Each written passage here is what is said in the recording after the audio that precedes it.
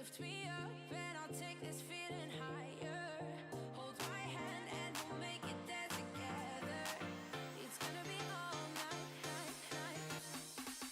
It's gonna be all night. It's gonna be all night. It's gonna be all night. It's gonna be all night. It's gonna be all night. It's gonna be all night, night, night, night. Energy, energy, energy flow. It's gonna be all night. Energy, energy, energy flow. It's gonna be all night. It's gonna be all night. It's gonna be all night.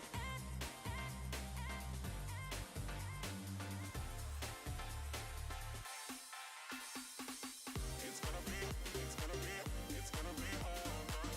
It's gonna be all night. It's gonna be all night.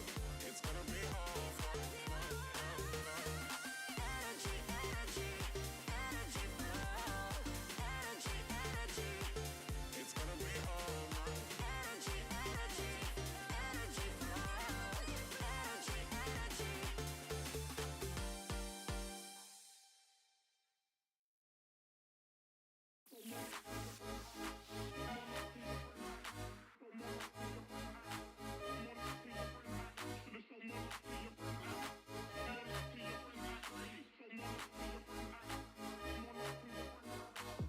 Pause, breathe, believe. I'm an OG, how you mean?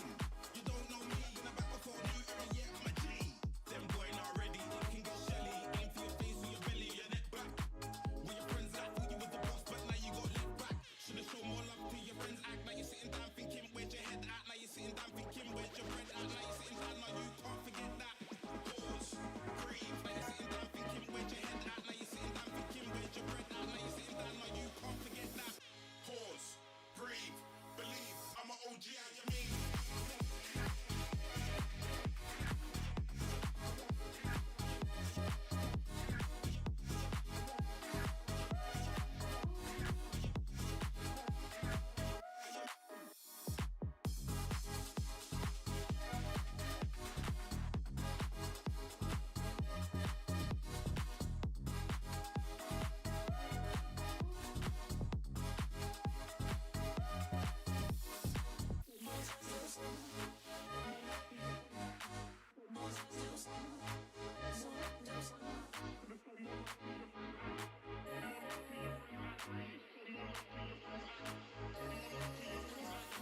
Should've shown more love to your friends act. Now you're sitting down thinking, where's your head at? Now you're sitting down thinking, where's your bread at? Now you're sitting down, now you can't forget that. Pause, breathe. Now you're sitting down thinking, where's your head at? Now you're sitting down thinking, where's your bread at? Now you're sitting down, now you can't forget that.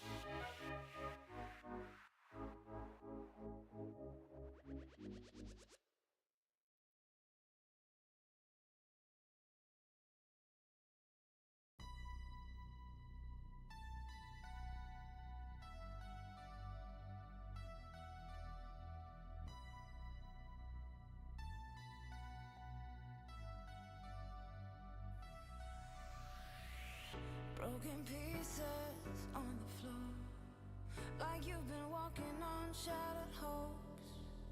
I can't believe I didn't see, but now I make you nothing but a memory.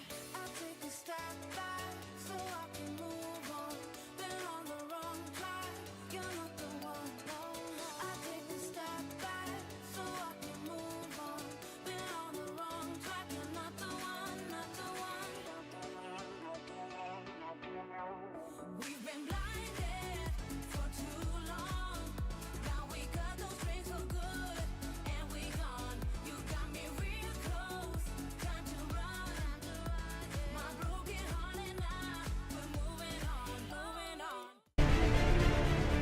what a clean fight for Disguise.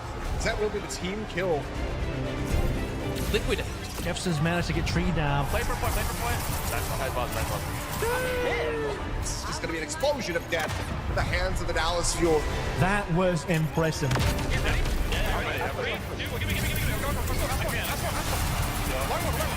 Can they get the touch? Here comes the engage. Psycho with 3! Oh, buddy.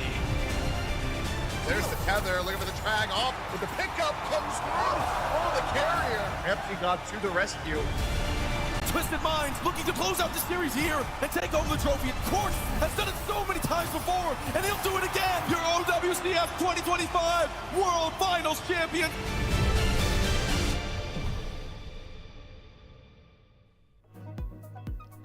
Hello and welcome to the 2026 OWCS. We're back for another year of Overwatch action. I am Zoe, and joining me once again are Matt and Jake. How are you guys doing? Also, Jake, where are you? Are you safe? I'm coming to you guys live from an undisclosed location. I'm advised not to say more, but I am so excited, Zoe. This is going to be another great year of Overwatch. I mean, I feel like this has been, these last few months for Overwatch fans have been some of the most exciting moments we've had. The dev team is crushing it. So much new stuff in the game. I just can't wait to see the pros, take their shot. Yeah, I mean, Overwatch feels as big right now than like it really ever has, right? I think obviously adding a lot of new heroes into the mix at one time has kind of brought a lot of people back, and it also helps that all the heroes are pretty awesome that they kind of threw into the mix. Yeah, we got a lot of new stuff to talk about. Also, of course, we want to take a look at the roadmap first thing here in our show, so you know exactly what is coming your way this very season. In each regions, the team are fighting to make it to the live events, of course, where they get to measure up to the international competition from our other regions. Now, it's going to be 3 very high-stakes stages that lead them there, at the end of which there will also be a promotion and relegation for some of the teams that did not make the regional playoffs, and it all will be leading to these live events around the globe. The first one in Japan. Hey. We're eating this year. Yeah, I'm excited for these 3 events because each location we know the fans are going to show up in like a massive way. Japan has just been popping off for Overwatch and just esports in general. The mid-season championship in Riyadh always has a pretty wild crowd. And in China, I mean, I've never been there. I think you guys did a World Cup stop in China years ago that I was doing some Call of Duty at the time, so I didn't have the chance to go, but everybody has said that the Overwatch crowds in China are unbelievable. So to end our year there is going to be sick. Yeah, I'm super excited for all these locations, and also to just see which teams are going to make it. Of course, we have a lot of teams that come back. We also have some new ones in the mix. We also have new partner teams that you see on your screen right now. And quite frankly, if everything goes silent and I'm listening very carefully, I can still hear the Team Peps fans cheering in the crowd in Stockholm. They were nuts. They were so excited to see Team Peps as a partner team, and of course also Dallas Fuel, that pulled on our heartstrings. Jake, what do you think about the Dallas Fuel coming back? You obviously had a good relationship with them in the past. Okay. Look, I'm not a player anymore. I'm putting all those to bed because I think the Fuel team looks kind of sick. I'm kind of excited to see what an iconic brand can do coming back into the space right now in this exciting moment for OWCS. So great partner teams across all the regions. I'm excited to see some more Chinese teams in the international lands, reintegrating China back into the OWCS system and really, having that full global scene is going to be so exciting, especially as you were saying, culminating in those live events in China at the end of the year, Japan coming up soon. Yeah, I couldn't agree more. Now let's focus a little bit on our EMEA region and the teams we have here. Of course, the top dog, once again, should be Twisted Minds. They are coming off of winning the World Finals just a few months ago, really. And from what we've seen during the preseason bootcamp, man, they still look unrelenting. Jake, are we going to continue to see them on top? I mean, I think there's no reason to think that they aren't going to be the favorites. However, this year, the field looks just unbelievably stacked. I mean, every region, you can find teams that you're like, wow, I can see this team being a global competitor. And so I don't think it's going to be easy for anyone. Even though Twisted Minds, maybe you'd call them the favorite, there's just such a long road. That being said, adding Jwoo to this lineup is incredibly exciting. I think for TM, this is, they've always kind of, with UB, they've looked insanely good in certain metas, but it has felt like when you want that hardcore, one of the best tracers in the world, that they need to have a substitute option. And I don't know if there's a better player than Jaewoo, a young player with a lot of room to grow, who's already one of the best in the world. Yeah, without a doubt. What we've seen from him, like, just a few weeks ago, that was nuts. Like, he just, like, stepped it up in the grand finals specifically. Like, he was good all tournament long. But in the grand finals, he stole the show. Usually we have our eyes on Quartz, right? He's, like, kind of the star player there. But Jaewoo just left everyone in the shadow. Well, you also know on this team, right, when Jaewoo is flexing, there's no, he's never going to have to play the sim, right? He's never going to have to flex over to that, which is kind of like the issue with VP last year, because you obviously have Yubi on the roster. So it really works out well, and that kind of like 1-for-1 psycho for Jaewoo, bringing him in. Yeah, and they still don't have coaches, right? They're still like team-led, player-led. I'm so excited they to don't see. need them. They just won. I mean, if there was ever an indication, right, to win the whole thing and to be the last team standing to lift that trophy, I mean, you can't criticize it, right? Why mess with it? Why mess with it? Why mess with it? Exactly. Why mess with it? Well, they are coming into this one confident without a doubt, and they better be, because you know what? All these teams, they have to come in, and the changes that they made in the off seasons, they need to make sense, because the stages, our regular season stages, they're very, very short. It's 3 weeks of play. Round robin is the format here, so it's 5 matches per team. That's not a lot of matches. There's really no wiggle room to mess up. Well, the biggest thing, so is there's 2 less teams, right? So, you know, all those teams who went 0-8, and we would be like, oh yeah, maybe they'll get this one. They're gone. So we have like 6, you know, of the best teams in each region. So these matches are going to be ultra competitive. Like that bottom area is not going to be, you know, winless, right? It's going to be very good teams. And you kind of see like a lot of, you know, with those 6 teams, a lot of the kind of talent is now on each roster extremely strong. Yeah, and I think here the changer of our roster main. I mean, Twisted Minds we just discussed, like just one change really with Jaewoo and Psycho. Virtus.pro are making some bigger changes there. They're losing some like key pieces, some star pieces, but they're also adding Psycho and Landon. You gotta feel good about that. You know, I like this team kind of going to a 5-man roster. I actually think that'll suit them. That was kind of their struggle with Icenom and Vistola, like both really good players, but they felt they needed to commit one way or the other, and now they've gone all in. I think bringing in Landon, like Fixa, for me, was one of the best main supports in the EMEA all year. Really, really impressive main support. And to put somebody like Landon behind him is extremely scary. I think this is one of the best backlines in the entire EMEA right now, if not the world. So really eyes on VP. They could be punching above what we've seen historically, like some of their ups and downs last year. Yeah, and Team Peps, I mean, yeah. Nobody's they signed, stuck with nobody the French guys. I mean, there's something to be said for Nothing teams has willing changed. to run it back, right? And believe in the same roster, build synergy. It takes time to do that, but sometimes it pays off. Yeah, I mean, that's been the core all of last year. Those are the players that earned themselves the partnered spot. Those are the ones that will sell the jerseys for the partner teams. So, you know what? You do you, Team Peps. We're cheering you on.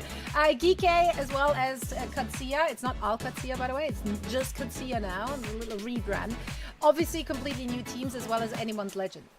Yeah, I really like this Geeke roster. It's interesting, right? Last year, they were a North American team. Now they come over here to EMEA.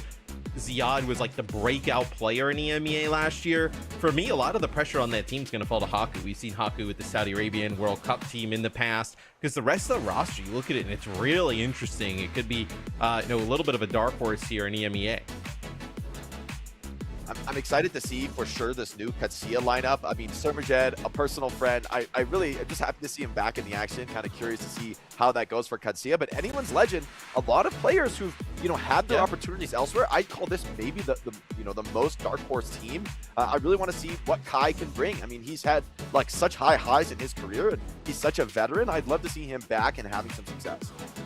Yeah, the backline sticking together there as well. Crispy and Canale, there were Gen G, of course, the last year. So yeah, I'm very excited to see what all of these teams will be bringing to the table. Now, of course, it's not just new rosters, new players we get to see. We also have new heroes. Not 1, not 2, not 3, not 4. We have 5 new heroes because why not, right? One of them, of course, being the beloved Jetpack Cat that I feel like we've waited all our lives for. Here she is in all her fluffy glory. However, as much fun as all of them are and all the new things they bring to the table, how many of them will we actually see in the pro meta here? I think Emra and Dominant, they already kind of made a case for themselves. The stocks are rising.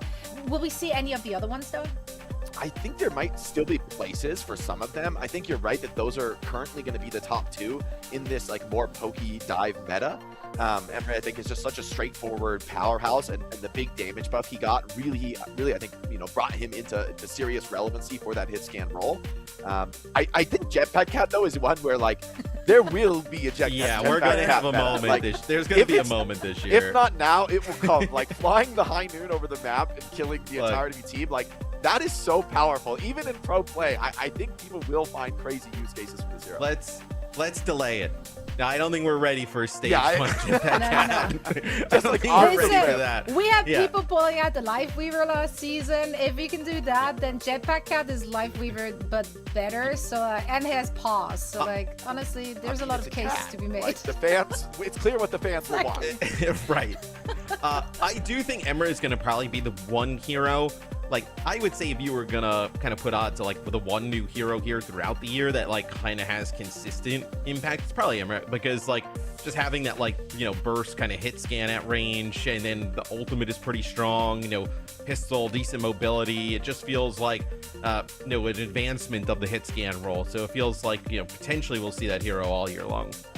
Yeah, it's definitely seen a lot of playtime already in like collegiate just this last week or 2 weeks. So yeah, I'm excited to see which teams are going to take to these new heroes. That's an insane clip. These clips, man. I can't. Well, these are the teams we get to see today on our day 1, starting things off with P and Katia. Afterwards, it's going to be Twisted Minds going up against Team Peps, and we're going to round out this.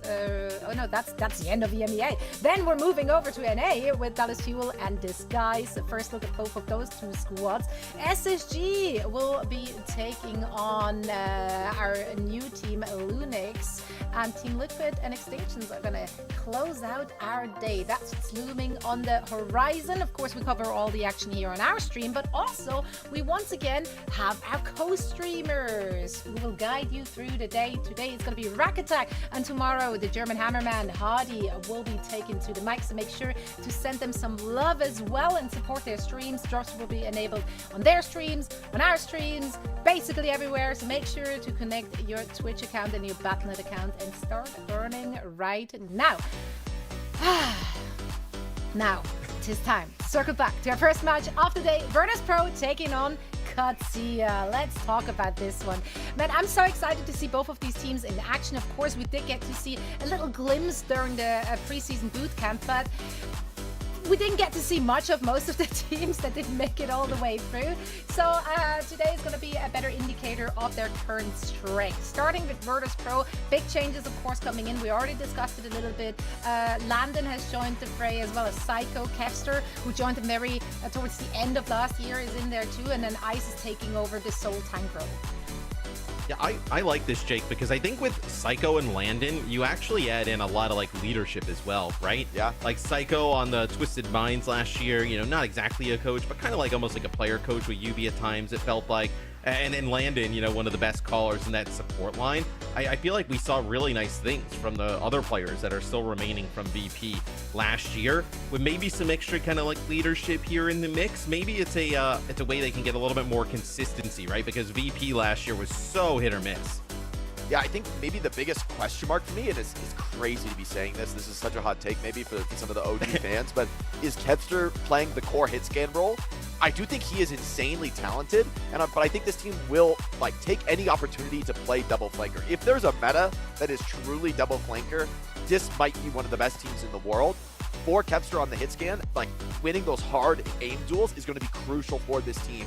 He's such an intelligent player, has been around so long. I do believe in him. I believe the rest of the team around him is phenomenal, but that's still going to be a bit of an adjustment because even in the past, Kepster has kind of flexed back and forth between the hit scan and flanker roles, even when he's needed to play that hit scan. And with Ice Zoe, right? We saw Ice Zone play a lot of like Hazard last season, some of these other like dive tanks, and then obviously have the backup there of Vistola being able to swap out. No other tank on the roster, right? So if we get in like a diva meta, like we're gonna have to see how that plays out.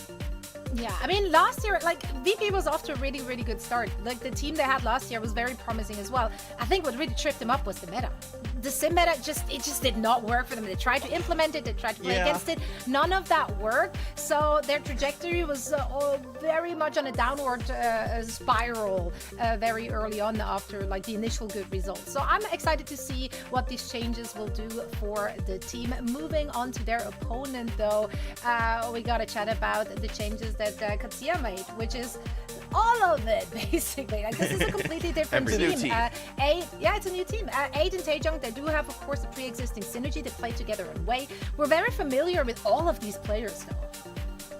Absolutely. I mean, it's like super excited to see Surmajed in the competition, you know, really getting a chance to be on a full starting slot. But I think probably the biggest question mark, or really like the biggest potential for this team, because I don't want to like say that I'm doubting them, is Aid and Taejong together. What can they do in the damage lineup? Can these guys really take over here in the EMEA? They've looked insane in the Korean region, which is already like a very high marks. But how do they do on this team in a mixed roster? Like, how is the communication looking? And for Vistola, a grudge match to start things off. You know, VP didn't believe in him, right? In the end, like, you can put a nicer coating on it, but when you choose another starter, when you bench Vistola and you know, let him release him out of his contract at the end of the year, like, you could have kept him if you wanted to, and you didn't. So for Vistola, this is his chance to prove VP wrong and show them that they should have believed in. They should have, you know, kept the veteran on the lineup. So him versus Eisnom, I think, is going to be a really exciting grudge match to open up the stage. I do love that. The storylines write themselves. Matt, if I had to make you bet, since you are in fact a betting man, who you got your jelly beans on? Who do you think is going to come out on top? Give me some predictions. I'm going to say VP here. I think for Katia as well, like, you know, we know obviously that Surmajed can play at this level, but like being in actual like scrims and then like games is like a whole other thing. And the last time like he was consistently in games is like, like years ago, right? So like it's going to take a little bit of time to like maybe catch back up the game speed a little bit and then kind of figure out that backline with him and Gala. So I think here early on I would favor VP. I'm the same. I got to take VP as well. So it's just, I think their lineup is a little bit more well-rounded to me. However, I think this is a great meta for Vistola. Like, it's hard to think of something better than what's top tier right now, which is Diva and a lot of poke tanks. Like, that is Vistola's absolute wheelhouse. Arguably, it's Eisnom's weaker role. So if there's a way for a Katia upset win here, I think a lot of it is going to come from Vistola, as well as that DPS line. Like, Aid and Taejong versus like the VP line. To me, it's a little bit hard to call. We really haven't seen that type of a matchup much before in the past. Yeah, I really don't know. I think the grudge potential for Gala and Vistola can like kind of do something there too. So I just, you know what, I'm just gonna do it. I'm just gonna be contrary, just so someone is on this desk. I'm gonna give this one to Katia. Again, like, it's just 5 matches, so these teams need to come prepared in this regular season. They need to get those wins on the board early, and what better way to do it than when everything is still kind of up in the air, meta, and like, you know, gauging the strength of your opponents. Like, everyone is just still trying to figure it out because a lot of those teams have not been having a lot of time to play with each other. I'm excited to get this one on the road. So Matt, Jake are gonna hand it over to you guys to walk us through map set and of course the hero bands.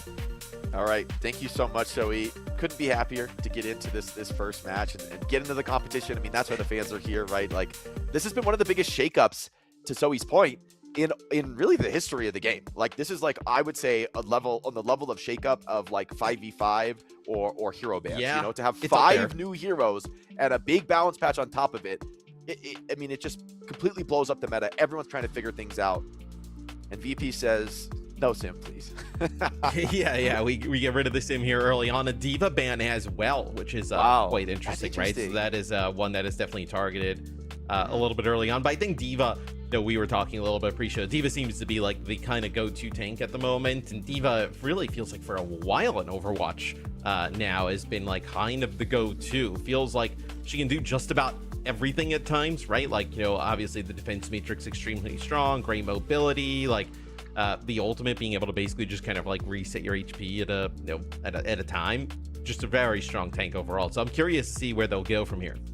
Yeah, I feel like D.Va's perks so powerful, especially as you get deeper into the map and you just get tankier and tankier. It really adds, especially with that, as you mentioned, the self-destruct HP reset. Still, I'm a little surprised to see Katia banded away, because I would have thought, hey, Vestola, an OG D.Va player, maybe he would just be super happy to run it. But this is Lijiang Tower too, so there's a lot of consideration of maybe you want to play more of a rush style and play with more of like that death ball pace, and we haven't seen enough from haven't seen anything from Katia like to really know what to expect from them. I feel like the boot camp, I put a pin in that with all the craziness and the new heroes. Like this is I think, and we've had a patch since then, right? We had like a pretty significant balance patch since then, like a pass. So like yeah, I think it was fun. I think obviously teams probably learned a lot about themselves there and just kind of like where their potential strengths are, but I wouldn't take like the results of there and kind of correlate them to what we're going to see here. Curious where the hit scan is going to land right now, like whether EMEA is like taking over, whether Sojourn, it's hard to see her not being relevant, and just the level some of these hit scan players are at Soj. It feels like you always have to really have a hard think about whether you want to play anything but Sojourn at this level of play. But with EMEA getting buffed, I think there's a serious case to be made, and that it could be a role that fits Kevster's style. Yeah, it definitely feels that way, and Jetpack Cat obviously kind of sneaks in here. Map number 1, never exactly sure what we're gonna see out of that hero. Really, this is a troll, right? This has to be. Time, it has. Yeah, it feels like. Although the Cassidy and the Jetpack Cat, that's a wombo combo. Cassidy Jetpack Cat may not be that much of a troll, as still getting ready here for our first map on Lijiang Tower between VP and Katia. Where for me, Virtus.pro, if we talk about their roster for a bit, like I mean, dude, Landon probably had so many options in the offseason, like to really go just about probably wherever. Yeah, like so a lot of teams would have wanted him after the performance he had. I mean, he had a lot of clutch plays. He was a huge part of the former Katia team's success. Yeah, I mean, back at World Finals, I think it was like a Shambali Monastery, right? Like, his play on Baptiste was like crazy. So for him to kind of pick this VP roster and kind of like what they can maybe do together, I think that definitely says like one, like I think he's the type of player who would probably want to stay in a region that probably felt a little bit more competitive. So like I kind of think that tells you a little bit between EMEA and NA, kind of like where it's at right now. But then also kind of like looking across the field, right? Maybe we don't have a Katia like rival to Twisted Minds this year, but the rest of the field is kind of open. VP has a roster that could kind of be that team. And VP, it felt like was, in the past, like sort of that third team looking in. And there's still a lot of the pieces of that success, right? Which, even though I think they kind of unfortunately had, I would say, their weakest performance of the year at the very end, so that you sort of remember them on a bad note. Across the year, they had some very respectable success, and it looks like we're ready to get into the action now. The first rollout of OWCS, EMEA. I couldn't be happier, Matt. And EMEA out. Yeah, EMEA on both sides, and we're actually going to get Vestola on Domina, so trying to play a little bit of that slower poke style, as Ice Gnome is going to go for the Zarya. Farah should do insanely well here. I mean, it's going to be tough, I think, for EMEA to find angles. But Psycho has to just play this one patient, poking away. Vestola happy to be on the Domina here, maybe getting a little bit of counter poke. Aid sneaks in the flank here, but he's taking a lot of pressure, not really getting the resources. Domina dropping low. Psycho punishes from the flank now.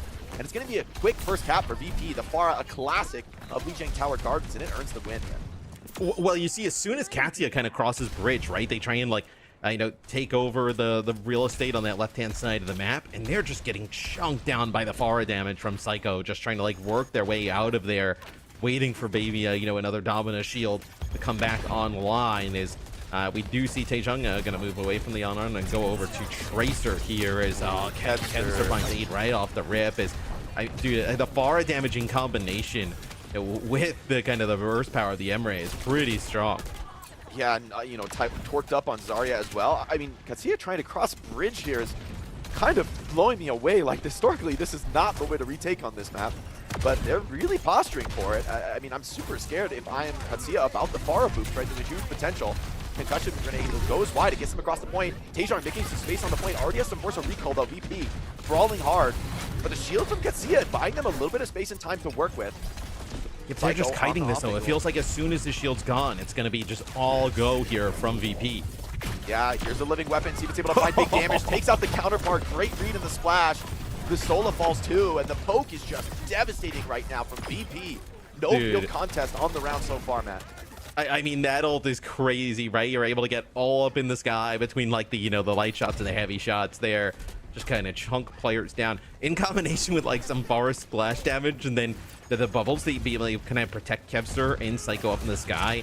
I mean, this has just been dominant here by VP in this first round. Yeah, trying across the bridge again. Now they have rushes to work with. See if it ends up getting the point. Here it comes out from you can see a living weapon as well. Fast firing. Takes down the counterpart in Kevster. VP still with force. They want to click the beat. Try and fight this one out. Could be winnable. Fix it thinking about it. He's going to go for it. Icon just barely gets the beating time. In deep now, trying to find this grab potentially, but the pulse bomb lands. The beat over the top as well. Should secure the retake now for Katia, and they do. But Matt, I think that beat is a little suspect from Gala, honestly. I was going to say, so I think what looked like potentially had happened there, right, is VP ends up using their sound barrier. They start to push on in. They know that Ice has a grab.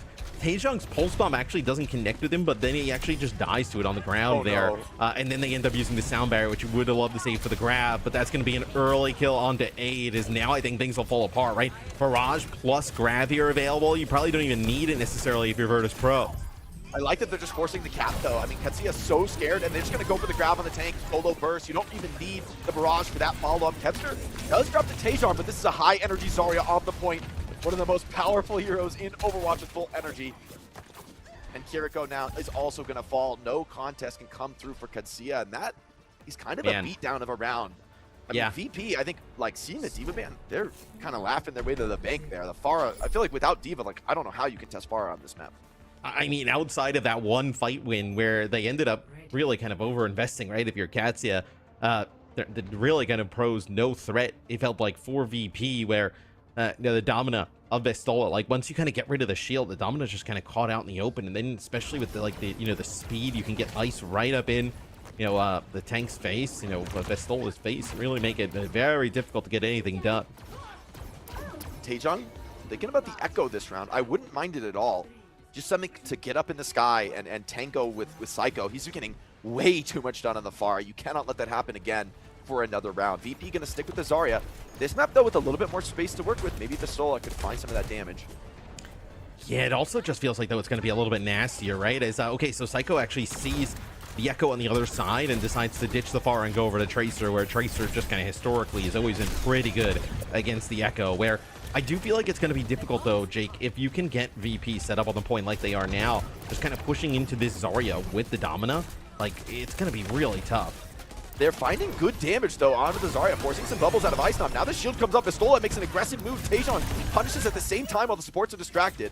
The move is going to cost him his life. Icenom's still low, though, so Katia going to continue to brawl this one out. Emmer steps up here with the pistol. Big damage onto Fixo, shreds of HP. Somehow manages to navigate that one, and now it's Vestola potentially in trouble, playing around his own shield. Turning into an absolute brawl on the point. Overwhelmed, but there's still something to play for here for Katia. But in the end, Gala dropping is probably the beginning of the end. Yeah, and they're never able to actually deal with Ice Gnome. I actually think the way that VP played that at the start, I would have liked them to see them be a little bit more aggressive and like force Vestola to use that shield a little bit earlier. They got so deep into the point, Katia, before he was forced to do that. We're going to have a Vendetta swap here for Taejong, so it just seems like Katia searching for any type of answer to deal with this Zarya comp. I mean, this is something they wanted to play from the start of the game on the first round, right? They just felt countered by the fire. Now the rush comes out from Landon. It just way tempo gaps Surmajet, who's already down, and this fight's over before it's even begun. VP cleaving through Kevster with 3 in the fight, but Landon 20% faster Kitsune, and that one is just, there's no contest. Yeah, I mean, Katia just kind of running into the buzzsaw. That's VP at the moment. Your VP, you have the opportunity here to kind of use this grab a little bit aggressively. No sound barrier available for Katia. You're going to end up with both support ults here shortly, though, for Katia, so we'll see how they decide to deploy those. And just sound barrier available here for Fixa as Vestola goes in, tries to put some pressure down on Ice. That's going to be the grab. Pulse bomb and nice sound barrier there though from Gala. Yeah, it keeps the fight going, and now the rush from Jet is going to be way too much, completely overwhelming VP. However, Matt, once again, I'm wondering, did they really need that rush? It felt like with the beat, surviving the grab pulse, they were in a great spot, but the ult discipline is just not where you kind of want it to be for Katia. They get the retake, but it's only the living weapon to hold on for the next fight. Yeah, I mean, you also end up using the Domina ult there towards the end, right? So you end up really just kind of investing everything. And now with the Vendetta, guess what? You can go back into the sky here if you're Psycho and just kind of put real pressure down on Katia. As living weapon here from both Emeries is now they're battling out in the sky a little bit. A direct here. So nice shots from A taking out Kev.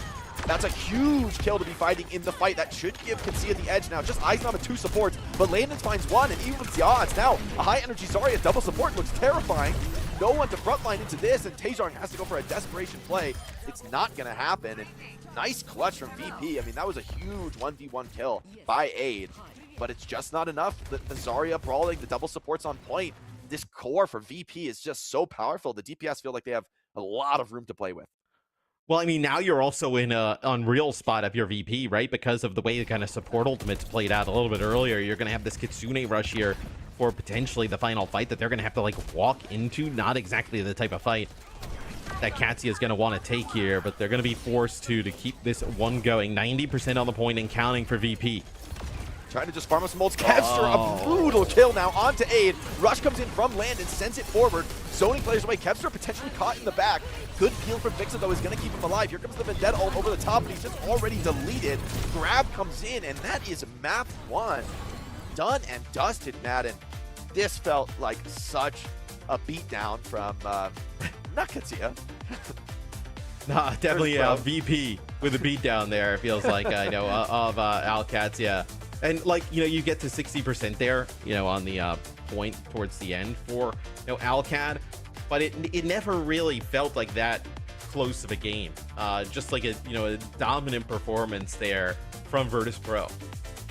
Yeah, you know, I think at the end of the day, right, you just, that one's tough. And honestly, it's felt like there were kind of those clear mistakes and issues from Katia, right? We talked, like, both rounds. There's like, they get that big retake that should give them a chance in the round. And both times it's sort of a support ult, like, you know, at this, it's like, it's not that big of a mistake, but VP are so clean, you just don't have any wiggle room. Yeah, and I mean, we see the insane play from Ice there on Zarya the entire time. I'm sure we'll talk a little bit about that, but yeah, but Jake, with this just being like a, you know, a round robin between these 6 teams, like, you can see like the potential with Katia, just like some timing issues and stuff. You don't have that much time to get it right here in stage 1. Like, you kind of, there are no freebies in terms of, I know the teams in here and the matches. So feels like a really uphill battle, especially here against VP early on. Yeah, and I got to give a lot of credit to the coaching on VP because the counter swaps were just so tight. Yeah, consistent. Like, it's just Psycho, really, like making swaps throughout the entire map, but he's just always on the perfect hero. Oh, you're going Echo to deal with my Pharah. I'm under the Tracer before the first fight even begins. Oh, you try and go back to the Vendetta to get aggressive? I'm back to the Pharah. And those little advantages, they accrete to a team that is just really clean across the board in the economy, in the way they're playing, and how they're clutching fights, even when maybe the first pick goes against them. So for VP, it's a statement map win, and like for Katia, they're going to need to find a whole other gear if they want to really contest this series. Yeah, and what they decided to do with like their ban strategy too, right? We'll see kind of like what Katia decides to do. Like, is there a way they can get Gala and Surmajed over to like a double flex support type of look, right? Like, are we trying to search for a map like that? Are we allowing the Diva to come back into the mix? A lot of you know, questions I think here for, you know, Katia as we kind of get into that next map selection. But the VP looked lights out there. I mean, if you're a Virtus.pro fan or a fan of, you know, any of the players on the roster, that's exactly the type of performance here in that first map you want to see.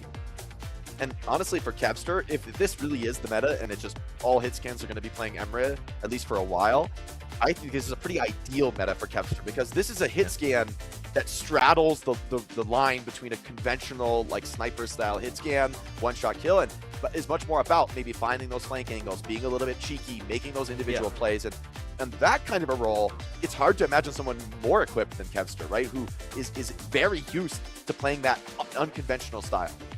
Well, one of the things with Emery that I think was like an interesting decision, just for the heroes, that like when you're scoped in, you don't really have like any kind of like slowdown in terms of movement, right? We can kind of see like, if you're aimed down sight with Ashe or, like let's say Widow, right? Like obviously you're much slower. With Emery, it is like full bore, full speed, right? Yeah, you always have like kind of that pistol in the back pocket to kind of like get up high, do some damage. The nades just kind of like, we saw there towards the end, right? Getting dove by a Vendetta, just kind of throws one of his feet, just a little bit of chip damage, kind of knocks players back. So really interesting in terms of like how the hero will fit into the mix. But I agree with you. Like if that's going to be a, lock it in every map type of pick, that is an awesome sign for Kev and VP. Yeah, and it sort of looks like that way, right? I mean, huge kills from the Emerys from both sides. The living weapon looks like a pretty monster ultimate that you can throw in at almost any time, right? You could throw it in to initiate a fight. You could, pop it early. You could save it for the support ults. Like, you feel like it's always going to get some kind of value. And that's a pretty scary tool to have to go up against. Havana is going to be the map selection here for Katia. And actually, I think this makes a ton of sense, given that Vestola probably wants to go towards the Sigma, towards the Domina, and maybe away from some of those tempo tanks that might be more comfortable for us. You can also play like some Alari backlines here, right? If you wanted to play double flex. So there's definitely some options here, on Havana for Katia that might make them feel a little bit more at home where, do you play Sigma here, right? I mean, that's obviously been a Vestola pick. It's not something we saw Ice don't play that much, right? Because he's on the same roster as Vestola last year. So anytime we would see this kind of come into play, it would be Vestola in the game. Yeah, Havana is a super interesting map. I do think the poke styles are gonna look the best. And historically, at least in the recent history, the counters to those comps have been like a sim rush style, which I don't think, at least based on the map 1 ban, is going to be something that VP want to use. So if they don't want to take the poke mirror, they're going to be in a spot of like trying to play a very fast, very aggressive dive.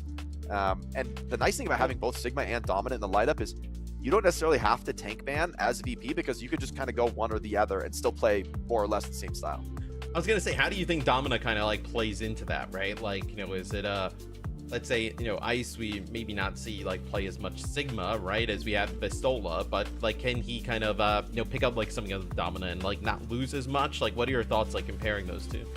I mean, between Sigma and Domina, at least my instinct right now is that Sigma is going to be a little bit greedier in the sense of like more raw damage. The kit is like tons and tons of raw damage, but I think Domina gives you really great tools dealing with some of the counters to poke, right? Where typically when you're playing a poke style with you go BAP and Alari, it's like typically the enemy's going to try and like jump past you and like burst people down or run you over with like a really high tempo style, a death ball style.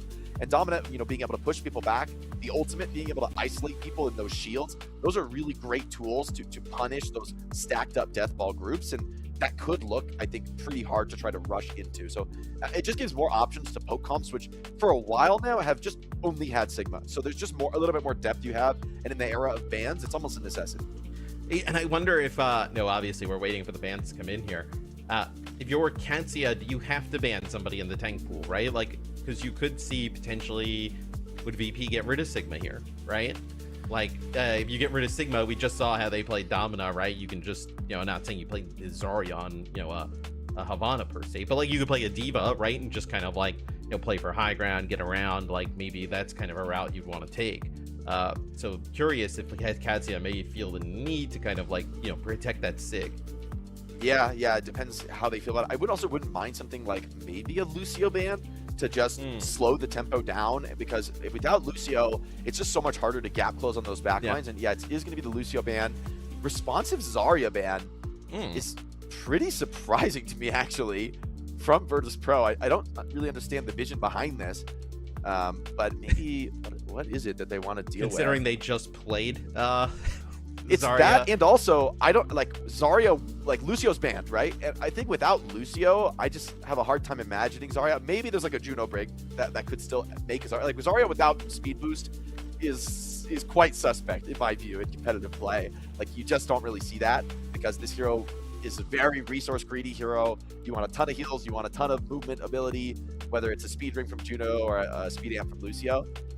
So I'm a little surprised, but also for VP, maybe they just don't really need a ban here. Like they keep their options open. I'm just curious to see, will they take a poke mirror, which I think Katia are definitely going to offer, or will they go for like a dive look to play around Eisnom's strengths?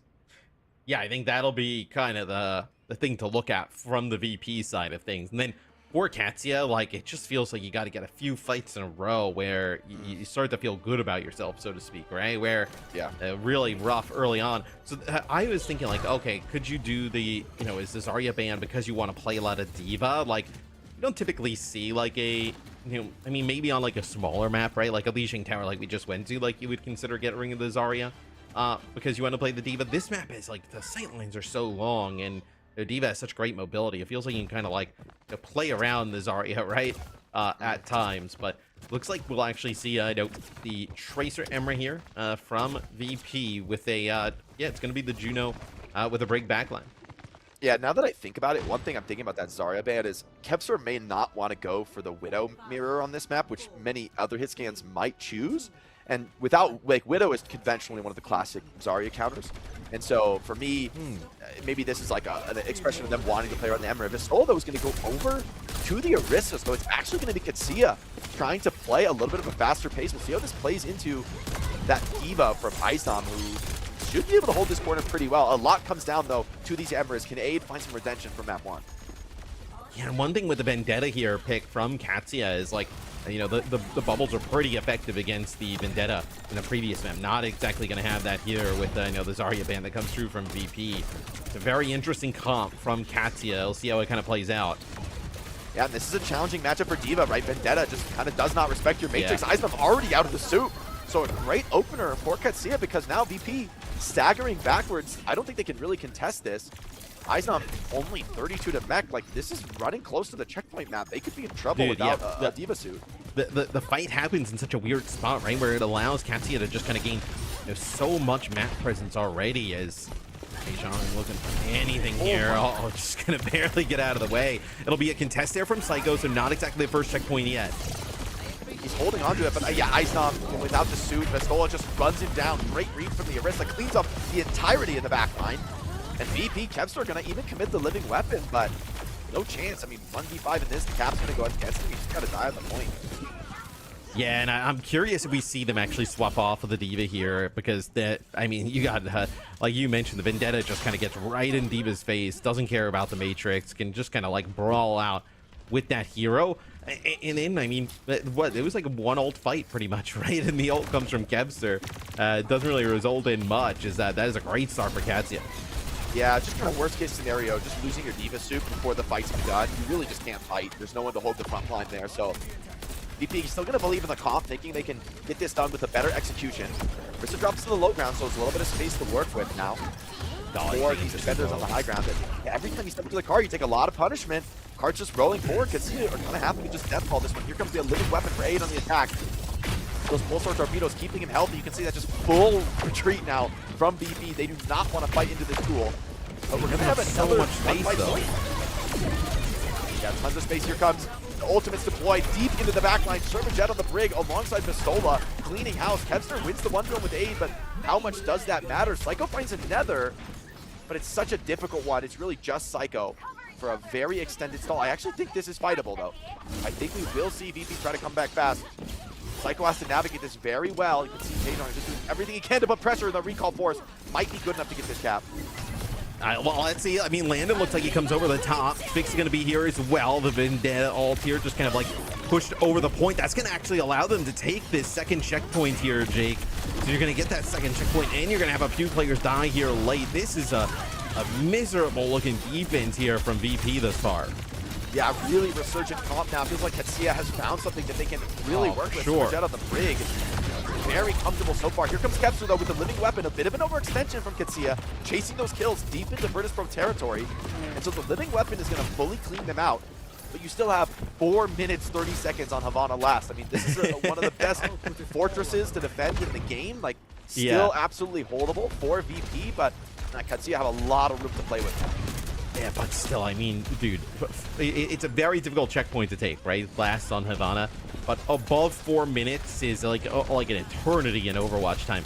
We do see Psycho now go over and play the Forest. This gave them a lot of trouble, the Katia did on map number 1. So let's see how they kind of like react to this. Maybe they have to move away from the Vendetta, which has been a huge difference maker. Oh, goodbye. I respect the play. I respect it so much. You know, like if he gets Brig off the map there, it is legitimately very worthwhile. Like I mean, and also the Arisal is not that useful anyway. He's gonna go over to the D.Va as well. It makes a ton of sense against Pharah. On this third point too, it's so exposed. Like Orisa just doesn't have that cover to play on. So I like this spot from Pistola. Yeah, this comp though I think starts to feel like a little bit safer ground for VP. Like I think having that Pharah in the mix, like Taejong's been incredible on the Vendetta, but like if you can just kind of poke the Vendetta down at range, right? Like you can start to really gain an advantage. Kevster absolutely shooting back there. It looks like Aid gets a good peek. He's just taking as much damage as he's giving. Struggling now to get some peeks out in the open. Already a minute off the clock. Yeah, they're doing a great job. Here comes Sherman with the rally. It could be powerful. Landon responds with the orbital ray, though. Is there going to be any heals for this Pharah? No, just a little bit late. Pistola fighting that cleanup. It turns into a scrappy trade fight. That should be good for Katia, but as Pistola next, maybe won't be such a clean finish to the fight. Eisnom still with enough health to consider playing this, but the spawn's just too far away. Too much advantage. Now he's just trying to get out with this life. Could actually be a little bit risky here, and has to pop the bomb now to get back into the suit. So a good find from Aid on the exit. Yeah, he tried getting the health pack and being able to kind of keep himself up there, did Ice, but it's just a mini. Not going to be able to keep himself up, but still, it's a one fight win there for Katia, but you are able to burn like almost 2 minutes off the clock there if you're VP. That's about as good as you can get. Nice boost up into the sky with the grenade here. Living weapon over the top. Struggling to find damage, though. The backline going close to these walls. For VP, it's a nice defense. Landon takes a big shot. Does get finished by the Pulsar Torpedo, but gets traded out. Juno's off the field. Aid, though, wins the 1v1 with Kevster, and here comes the Vendetta into the backline. The Perk is online. Cleans up Nixa. Trying to find that big crit onto Eisnom. It's just a little delay now for VP. This is looking like a beautiful attacker cap here for Katia. Vendetta getting quite low. You still have Ice Gnome here being able to kind of stall. Not over yet.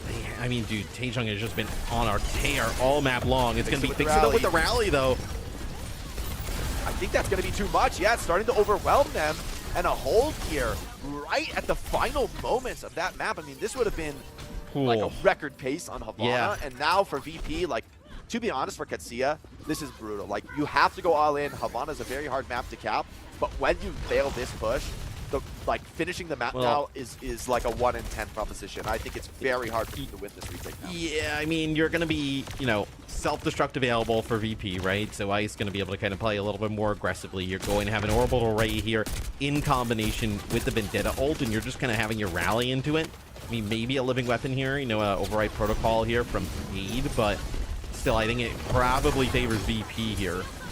Yeah, Rally has to do a lot here from Sherman. He has to find the right timing for this to brawl on the point. Katia just continuing to force this pressure on Card. Can't really get to the high ground with this comp, and Eisnom's holding things down really well. Bit of pressure on the Juno in the backline. Spear is good, but that Ray should stabilize things. Big spin on the Ray, though, hard to get value. The stun is good from Majed. Sets up a quick double kill onto Psycho and Landon, and maybe Katia are doing what I thought they wouldn't be able to. Eisnom has the self-destruct. See if he can get back in the suit. It's going to be crucial.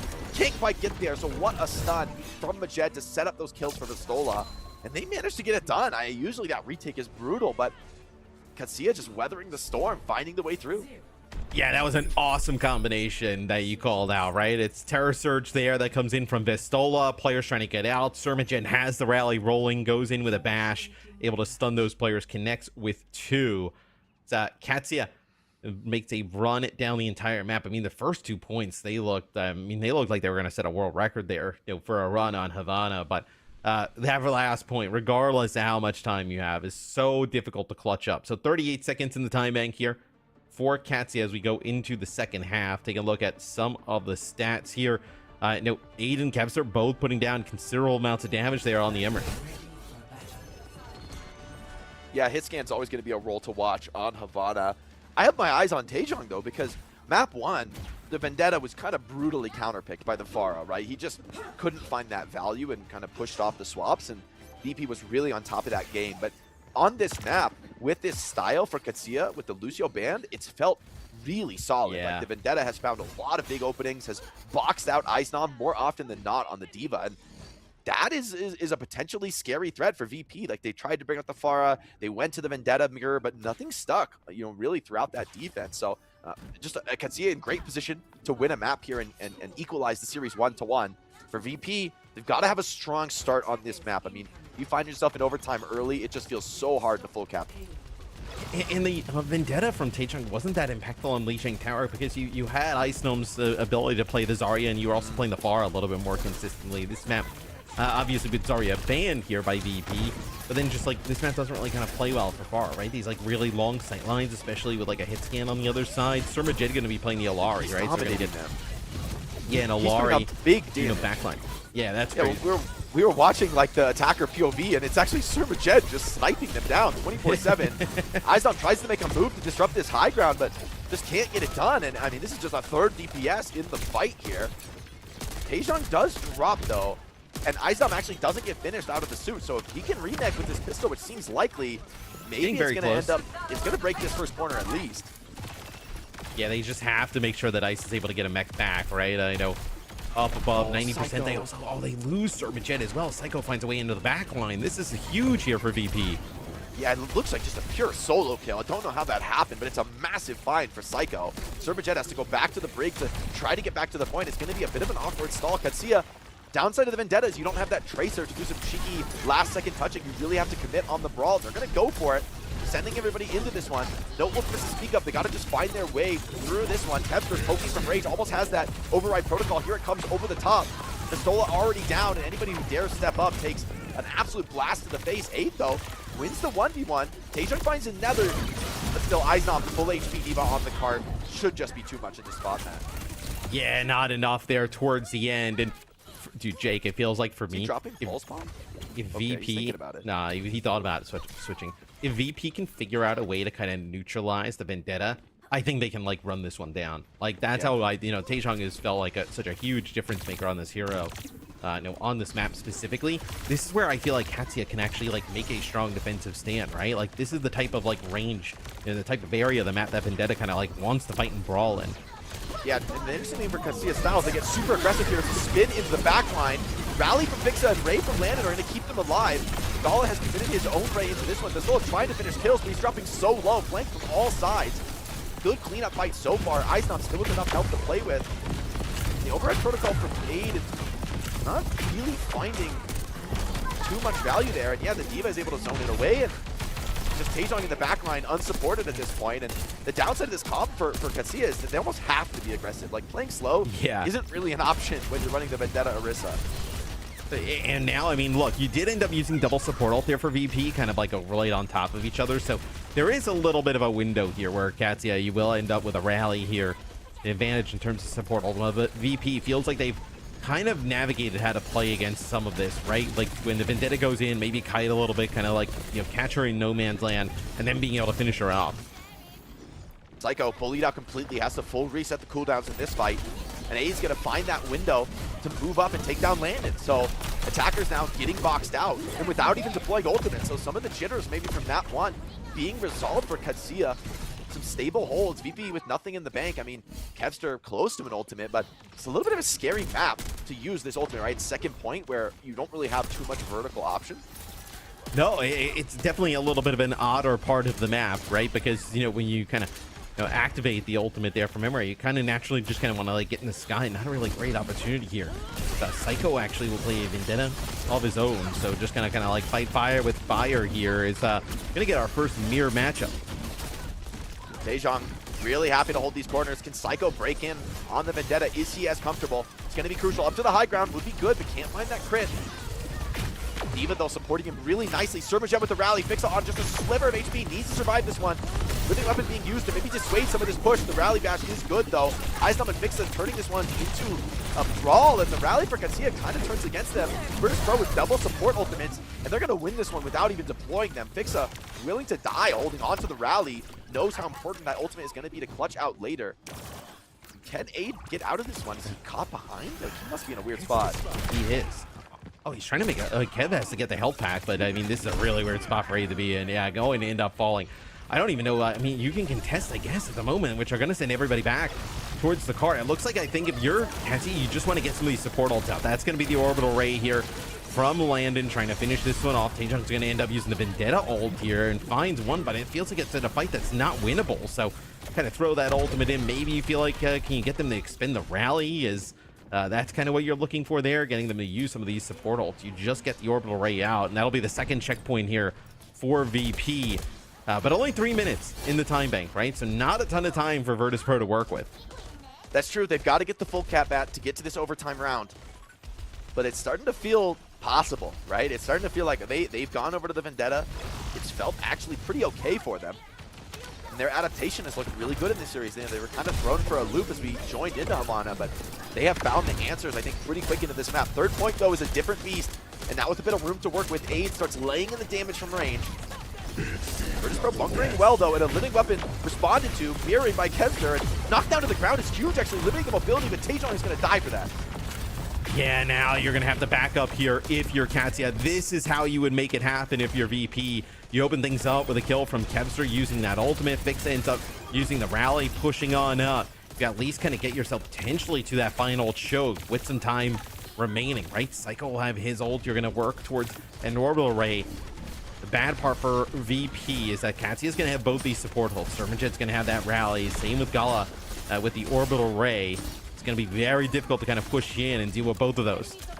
Yeah, they're definitely going to be trying to bait these out. Katia have to be careful, judicious with the ultimate commitment. D.Va up onto the high ground, put some pressure on the back line, but it's responded too comfortably. Sermonjet holding the line, and the big damage comes in. Taejong with just the spin finds two. So a little bit of punish, you know, you go for some poking and prodding on VP to the high ground, and Taejong says, okay, two can play at that game, man. Finding a quick two-piece, no ultimates deployed, great for the defensive position. And I don't know how you fight into this if you're VP, because you also have the Terror Surge available here. I mean, you're going to have like all 5 ultimates with like a minute to go here. It's going to be almost, feels like almost impossible, right? With how close the defender spawn is here, the ability to stall for Katia. For VP to be able to complete the map, Katia would be a huge one to tie the series up.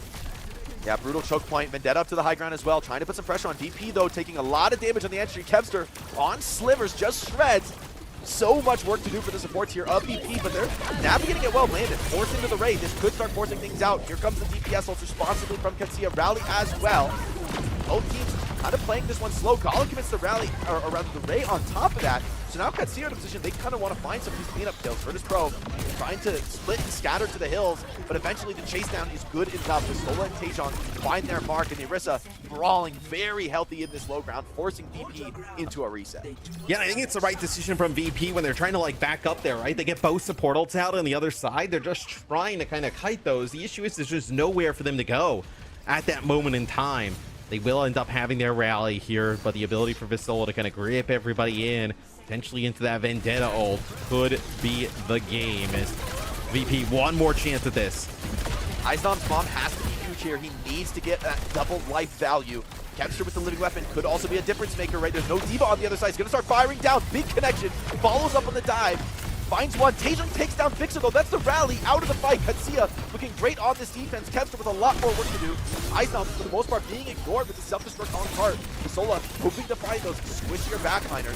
VP, though, playing this one slow and steady. Psycho finds another, and the Aid goes over to the Widow. Kind of a little bit of desperation now from the defenders, despite the position they're in. Psycho with another, and it feels like Aid has to find something to bring this one back. Couple shots go wide. Now he's been pinged out. Now he's been spotted. Aizdom's going to step up to the plate, ensure that he's zoned out of this one. And Katia crumble in the overtime. Spawns so long. Pixa over to the jetpack cat for the first time now in OWCS. Great off the respawn on Havana.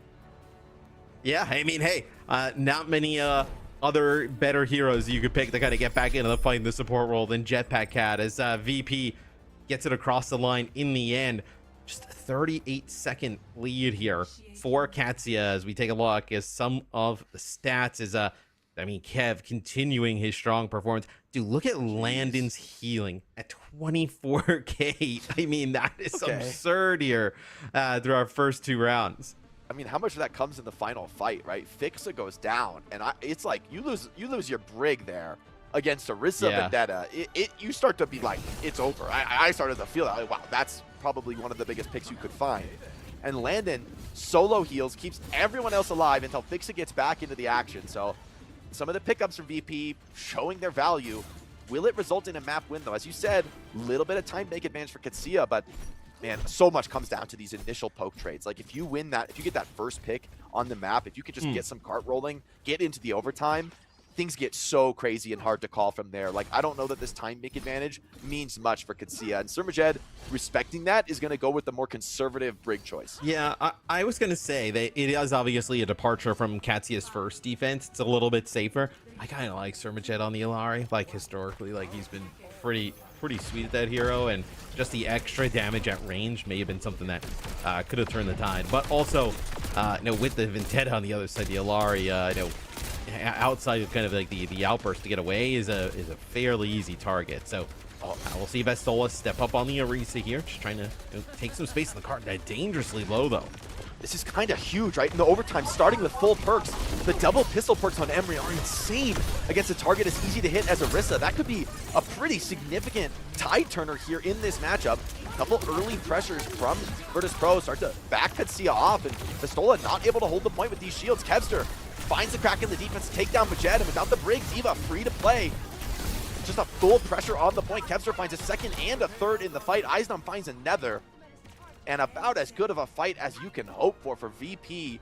Very little ult charge gains for Katia. It's really just aid, finding a lot of damage towards that living weapon. But will that be enough? I mean, support ult advantage quite significant now for VP as they cap first point. And this is very dangerous here for Katia, right? If you see like a little bit of a snowball here, anything through the second part of the map as Kevster finds 8 off the spawn, I mean, this could get ugly here as Katia looks so good on their offense, and then since then VP I think has really kind of kicked it into another gear. Kevster is beaming right now, man. You do not want to be on the other side of this pulse rifle. He's doing so much damage. Everybody who peeks their head out takes a nice quick burst to the dome, and I mean, you can just feel it here for Katia. They're hiding. They're having to play these corners. They gotta find their openings to turn this around. Maybe Aid can do it with the living weapon. The Terror Surge doesn't find much. A couple trades come out, so DPS down on each side with a double support ult. Has to be enough for VP to overwhelm this. Katia finds the player advantage, and they're very close to support ultimates of their own. Maybe they've done enough already in this fight. The Ray from Gala, Surmajed with the rally behind if he wants to deploy it. Eisner wants to bait this pressure onto himself with self-destruct to keep the fight going, but in the end, Katia, great position on the high ground, gives them a dominant spot in this fight. Rally deployed, Psycho already down. The bomb comes out, but yeah, just no one to contest the OT, and really well navigated fight from Katia, maintaining the power position on the high ground. VP forced to stay on the cart, and they make the hold in the middle of second, but it's still a little bit scary to be attacking into that much progress. Yeah, it's, I mean, I still think this is pretty good for VP to get that much progress through the second part of the map. I mean, like you mentioned with like Emery, right? You can actually kind of have that combo where like the pistol, you get the movement speed, right? But while you're not firing, but then also you kind of get the direct hits like refund heat and increase its duration, and like that pistol can just kind of like burn people down pretty quick, especially like an Orisa. Spam fire it into an Orisa. Like I was playing Emery against Mauga. By the way, I've been like one-tricking Emery. I'm like, Soldier 76 but better, sign me up. Yeah. And man, I was playing it to Mauga, and I think I just full killed him with the pistol. Like I just kept shooting as fast as I could, and it like doesn't go away. Well, like an Orisa without the armor, right? Just kind of standing there at the corner, like you can just get like height almost above and just kind of extend its duration. Just like you're just that's like just kind of of mow more her down. Powerful damage than your primary weapon, right? In the scenario where you're just gonna hit every shot. So put in the hands of a player like Kevster, scary spot now. Katia breaking this first point is gonna be the toughest test. Yeah, I mean, dude, even just talking more like the rate of fire on the pistol is like, almost automatic at some point. So they're gonna try the Orisa here. No, you do have the shield that Vestola has been kind of taking constantly in terms of the perk, so a little bit of like damage mitigation around the corner, but still they have to do a good job of kind of keeping him up, right? As soon as they kind of lose the armor on the Orisa, it feels like that is when VP so it's kind of deciding to just barrel around the corner. Yeah, last time it was Eisnam who felt that pressure, lost his suit. That led to the first point take. Katia, see if they can find something like that again. Eisnam playing a little bit more cautiously this time, willing to let his DPS cook, have some time to work with. So that's allowing the cart to roll. So VP just want one very solid fight for this hold. With 60 seconds on the clock, Katia, they still have a little bit of a chance for a reset, and they might need it. Psycho finds one. Vestola gets in his face, though. Beautiful body block, preventing this Vendetta from getting out of dodge. And once again, man, Pistola just says, you cannot leave. The support's going to come in. Counter Vendetta move to punish. Great catch from Katia, but the trades are so messy. This is not going to be a clean attack if it's a good one at all. Yeah, you're going to have to back up for Katia, right? Taejong and Pistola pretty low. You have both supports dead. It's also going to allow Kev to end up getting back into the fight. The Psycho as well. As I definitely think the Vendetta swap for VP, it just like makes Katia think about their backline a little bit more, right? Before they were able to just kind of go all aggression all the time. Now they have to worry about that counterfire going into their backline. Kevster, living weapon up in the sky. There's no D.Va to eat these shots. You got to just take cover. Psycho finds so much head while everyone runs for cover, and Kevster just free firing down on them. Two already off the field. Rally up from Vixa, and this one is gonna be done, man. VP snatching this map from when it looked so dire on that first round. I mean, the first offense was so good from Katia, but then after that, the adjustments come in for VP, and they take a quick 2-0 lead in the series. But Katia, I think, displays their Jake, though, that like they're not going to be like a pushover in EMEA, right? Like once this team kind of gets a little bit more time together, they can hang with just about anybody. I mean, they looked awesome there in their offense on Havana, just not able to do enough in the end. Yeah, they certainly have like a style, a look that could be very good for them, but it's just scary seeing how quick the adaptation is for VP, right? It takes them, what, a few minutes of that first round, and even by the end of the defense, arguably they start finding their footing. It takes like 3 or 4 minutes to cap that last point. Almost 30k healing from Landon is like monster performance. Monster game in combination with almost 30k damage there from Kev. Do you want to shout out, Pistola on the Orisa putting down some serious damage, almost 25k himself. Big damage map, but 11 deaths to 3. Yeah. That is a very big difference on tank, where it's crucial, your uptime, your ability to be in the fights. It's part of playing Orisa. You have to full send it, and it's like you're either gonna, maybe you even get the kills and win the fight, but often you're still gonna die, which is how aggressive you need to play this style. D.Va obviously much better tools to stay alive deeper into a fight. But yeah, and I think that's painful. That's a big reason, I think, why this map ends up going to VP. Well, I also think once we see VP go away from like Psycho, the first like 2 points, I think, on their defense was playing a lot of like Tracer. Once they kind of went away from that and started playing like the Pharah, the Vendetta, like that's when things I think started to really turn as well. It doesn't seem like the Tracer really kind of plays well into some of the stuff that Katia was putting out early on. So in combination with some nice adjustments there from Psycho, I mean, Landon having a monster game, everybody kind of clicking here for VP early on. And for the meta, I do think, like, eye test on this for me is Vendetta is a more relevant meta hero than Tracer right now. I mean, yes, for sure. Like on map 1, that didn't seem to be the case. The counter picks came in, but we see with like, hey, a couple of bans that maybe shift that just a little bit, and Vendetta could just be like a more potent flanker, one that gives you a little bit more of that aggro team brawling potential. Not quite the same survivability or objective control as Tracer, but if you find the kills, man, it doesn't matter. It feels like a hero Vendetta that once you start to get rolling, like you can snowball so easy, right? Like if you kind of get in, you get like a early pick off, right? Sometimes it feels like an insta kill with like the spin and then the headshot kind of slash down from the top. You build up those stacks, right? You start hitting, man. It gets scary. Like you miss a shot or two and Vendetta's already killed you. It is like curtains pretty quick for the other team. So that was a Katia map selection after map number 1. They take us to Havana. They play a little bit of like kind of that double flex, at times, but a lot of like Juno Brig there towards the end. I'm curious what we see them go to, so they can go to like a hybrid push or flashpoint here for our next map. Midtown already locked it in. All right, doesn't shock me, right? No. If this is what they want to do, Midtown's probably the map to do it on. And I think the way map 2 went, it was a lot better than map 1. Although you don't get it in the end, you probably want to keep that kind of a style going. Yeah, it's an opportunity here for Katia to play. You can play like Baptiste, you can play Alari. I think the Vendetta's still really strong here, right? Being able to kind of like coordinate some of that dive and aggression. We'll see what VP decides to do in terms of like their ban, right? I'm curious for Katia as well. I imagine if you were VP, would you get rid of the Vendetta if like they left that damage dealer role open? I don't hate that concept because it does feel like at least if you want to play the Orisa brawl, getting rid of it could be nice. By the same token, you know, for something like if they want to play a Domina or a Sigma, maybe I wouldn't mind having the Vendetta myself as VP and playing like that Tempo Zarya style. So I'm really interested about the Katia ban. Now that you've used the Lucio ban, I do think that's a little scary, right? Because even no matter what else you ban, there is some way to play a high tempo comp around Lucio. Like maybe banning Kiriko is enough to dissuade that, because you really typically, I think that's the combo you want to see.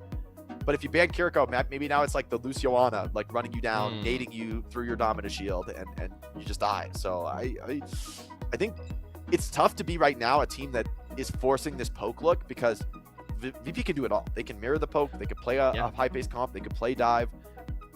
They have the tactical advantage for sure right now, Matt. Well, we also talked a little bit early on about, you know, how Ice would look like piloting like a D.Va, for instance, let's say, right? We didn't get to see a lot of that, you know, last year, maybe a little bit towards the end, but I mean, he looked awesome there on Havana, going right up against, you know, a very good tank in his own right, especially playing like the D.Va and some of the other stuff in Vistola. Yeah, 3 deaths for me tells the story, right? And they got obliterated. Like, think of it, you got to have at least 2 of those deaths on like your first defense. Offense, yeah. Exactly. So he probably died what, like once the rest of the map? I mean, pretty impressive stuff. Your D.Va having that kind of uptime, it's getting you more fights, getting you more opportunities, more delays, and ultimately just like less ult for the enemy team, right? You're staying on the map more often. So great looks from Eisnom. For him, I think the D.Va is going to be something he's going to need to be very strong at, but he's already shown, I think, a great effort on the hero. Yeah, it feels like a must now. So a Winston? A Winton ban. I wonder if this is like, is this a protect potentially? It has to be, right? It has to be like the tank role, the Sigma or the Domina, or I guess it kind of protects both. The I Domina, will say the Midtown Orisa, first. the Sigma. Yeah. Midtown First is one of the best places in the entirety of Overwatch to go like all in on a poke comp, like Ilari, Sigma, maybe even double hit scan, or like a Torb and a hit scan. I mean, you can go wild and wacky on this first point defense because it is so good for a poke hold. So in that sense, maybe you kind of really want to protect your tanks. Getting rid of the Ilari is a great play though, because this is, if there's ever a place for Serpent to play it, this first point defense would be the spot. And that's the way for Katia back into this series, to do like a full hold first point defense, set a momentum shift in the series, and try to ride that out. That's the way back into this. So for VP, you take one of the most annoying tools out of that poke setup and set yourselves up for a more comfortable style. Yeah, I mean, it does allow you to kind of like go to the Baptiste, right? Potentially, but we do see a lot of teams like go Baptiste Ilari in terms of like a combo, right? So I think it's one thing that, you know, Katia could actually have a strength here, kind of like playing, you know, whether it be with like an Ilari or something like that. So having it gone here from VP feels like a little bit of a win. That tank, the Winston one, has to be a protect, right? You're protecting Domina, you're protecting Sigma, Orisa, even in the like Winston the whole meta, I don't think people play Winston on Midtown. It's just it's too flat. It's not. It's a protect. I mean, it's interesting because like, is there another tank they could have banned that would have also protected but been more relevant? I'm not sure, because even the D.Va ban in map 1, I almost think you regret that as Katia. Like with the Pharah coming out, you're like, oh, I kind of wish we could go back to the D.Va, and we took that option away. So now if Psycho tries to hit that same counter swap, going Pharah to deal with Vendetta, then hey, you know, maybe you know, you prefer to be able to bring Vistola back out on the D.Va and matrix some of that incoming damage. As potentially our final map in the set, as VP kind of making a statement here, looking to kind of cement themselves as one of the top players here in EMEA early on in the season. And Katia, they've looked pretty close. Like, I don't think map 1 was necessarily like that close. Map 2 obviously goes right down to the wire, so still a pretty good performance from Katia regardless to our first 2 maps. Pretty good, pretty close, but so far not good enough. Katia, they really need to find some kind of map win here. And remember, with that, like, less matches in the format, it could come down. A lot of these seeds could come down to map score. And we're so early on, it's like, you don't want to be worried too much about that. You obviously need to be getting wins in the end. But hey, like, these maps add up. And when we're looking back at the end of the stage, you think, like, we talk about this, you don't get to have a slow start. Every match, you got to come into the season ready to rock, ready to win maps, because you could be facing relegation, right? Like, it is not going to be easy to be those top 4 teams going to playoffs, you know, getting the opportunity to go to those LAN events. And for every player in the server here, that's the goal. That's the standard. So Katia will start on offense here. We'll see what they decide to go with as Taejong will TP out and then yes, go back to Vendetta. So mirror matchups for these two teams as Vendetta through, I would say, you know, map 2, and then here seems to be kind of the story. Lucio, super comfortable for Fixa, though this could be a strength for VP. Poke trade so far doesn't yield much. Nice little movements though, Katia get a little bit of control in the flank. Pistola just puts a little bit of pressure on, starting to work his way up on the map. Getting some good trades here, but taking a lot of pressure in the doing, and so it's just waiting for someone to find that opportunity, for someone to make a mistake, but VP aren't giving them anything yet. So VP kind of playing around that fire truck there, just kind of maybe seeing if Katia will end up splitting. It looks like Pistola kind of making a play there towards some of the supports, getting in deep here, but he's in a lot of trouble, Jake. He's going to be going down here. Yeah, taken out of the suit, goes for an aggressive movement to the backline, gets punished. No one else on VP is able to, or rather on Katia is able to create an opportunity in that moment. Taejong though, hold on. Wait, 3 out of nowhere? Okay, Taejong. He goes down, but those 3 kills, I mean, you're going to get some pressure on the point now.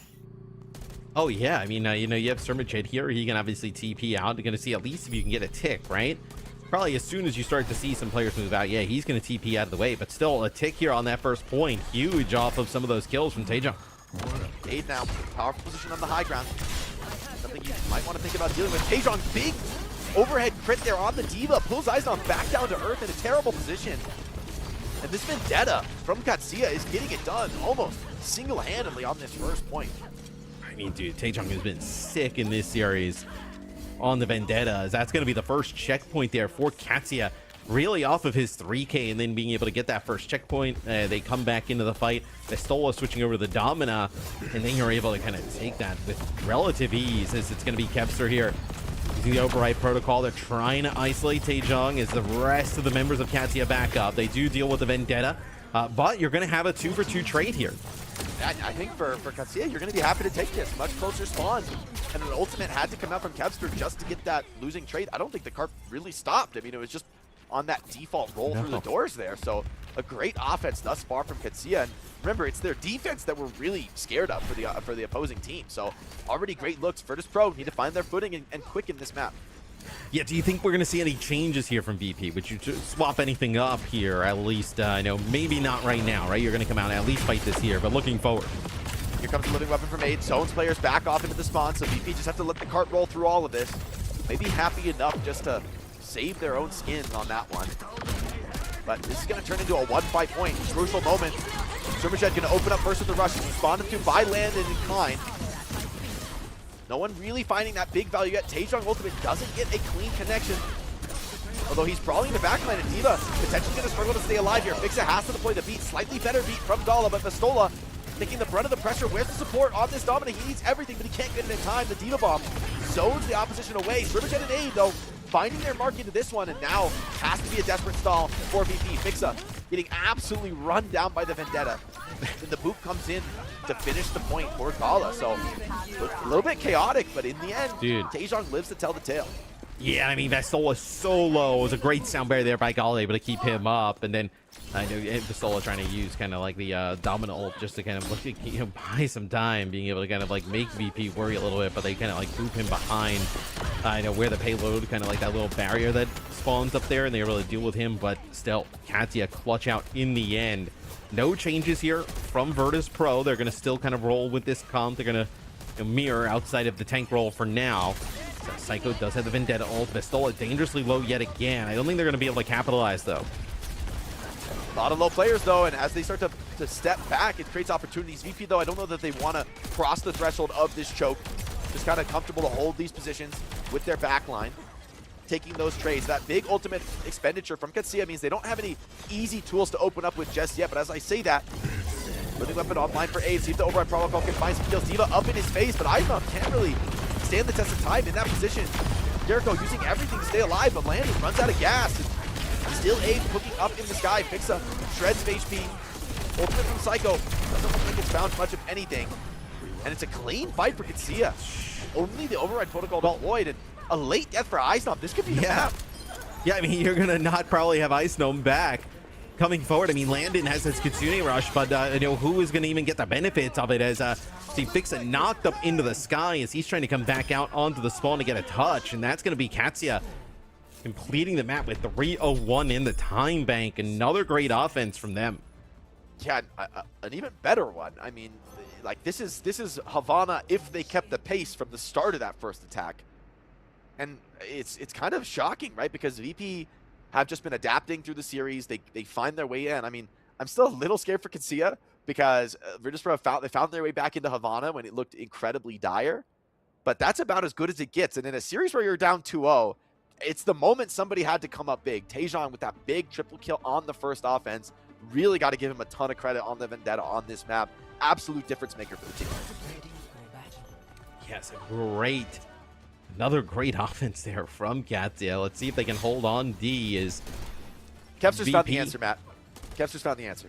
He knows what to do. I mean, he knows what to do. He knows you're on the call for this one. this is he fan service knows you're for watching. Me, yeah, personally. fan service. Just if we were doing fan service for Jake, it would just be Jetpack Cat Junkrat 2v2s entire day. That's the worst thing I can imagine, Matt. That is that is so actually wrong. kind of terrible and cursed. Do you think they'll play the Zarya? So the Zarya was pretty effective on Lijiang Tower when they were dealing with it. Let's see. Matt, No. I'm like, I believe he got me. I'm not gonna lie, he got me. The Sojourn and the Zarya though, that's gonna be the adjustment. Vistola on the Domina, a lot of poke damage. I like this though. Could be run over, right? Especially if Azdam gets energy, that's gonna be the stat to watch. They step up with Psycho, farming a lot of energy.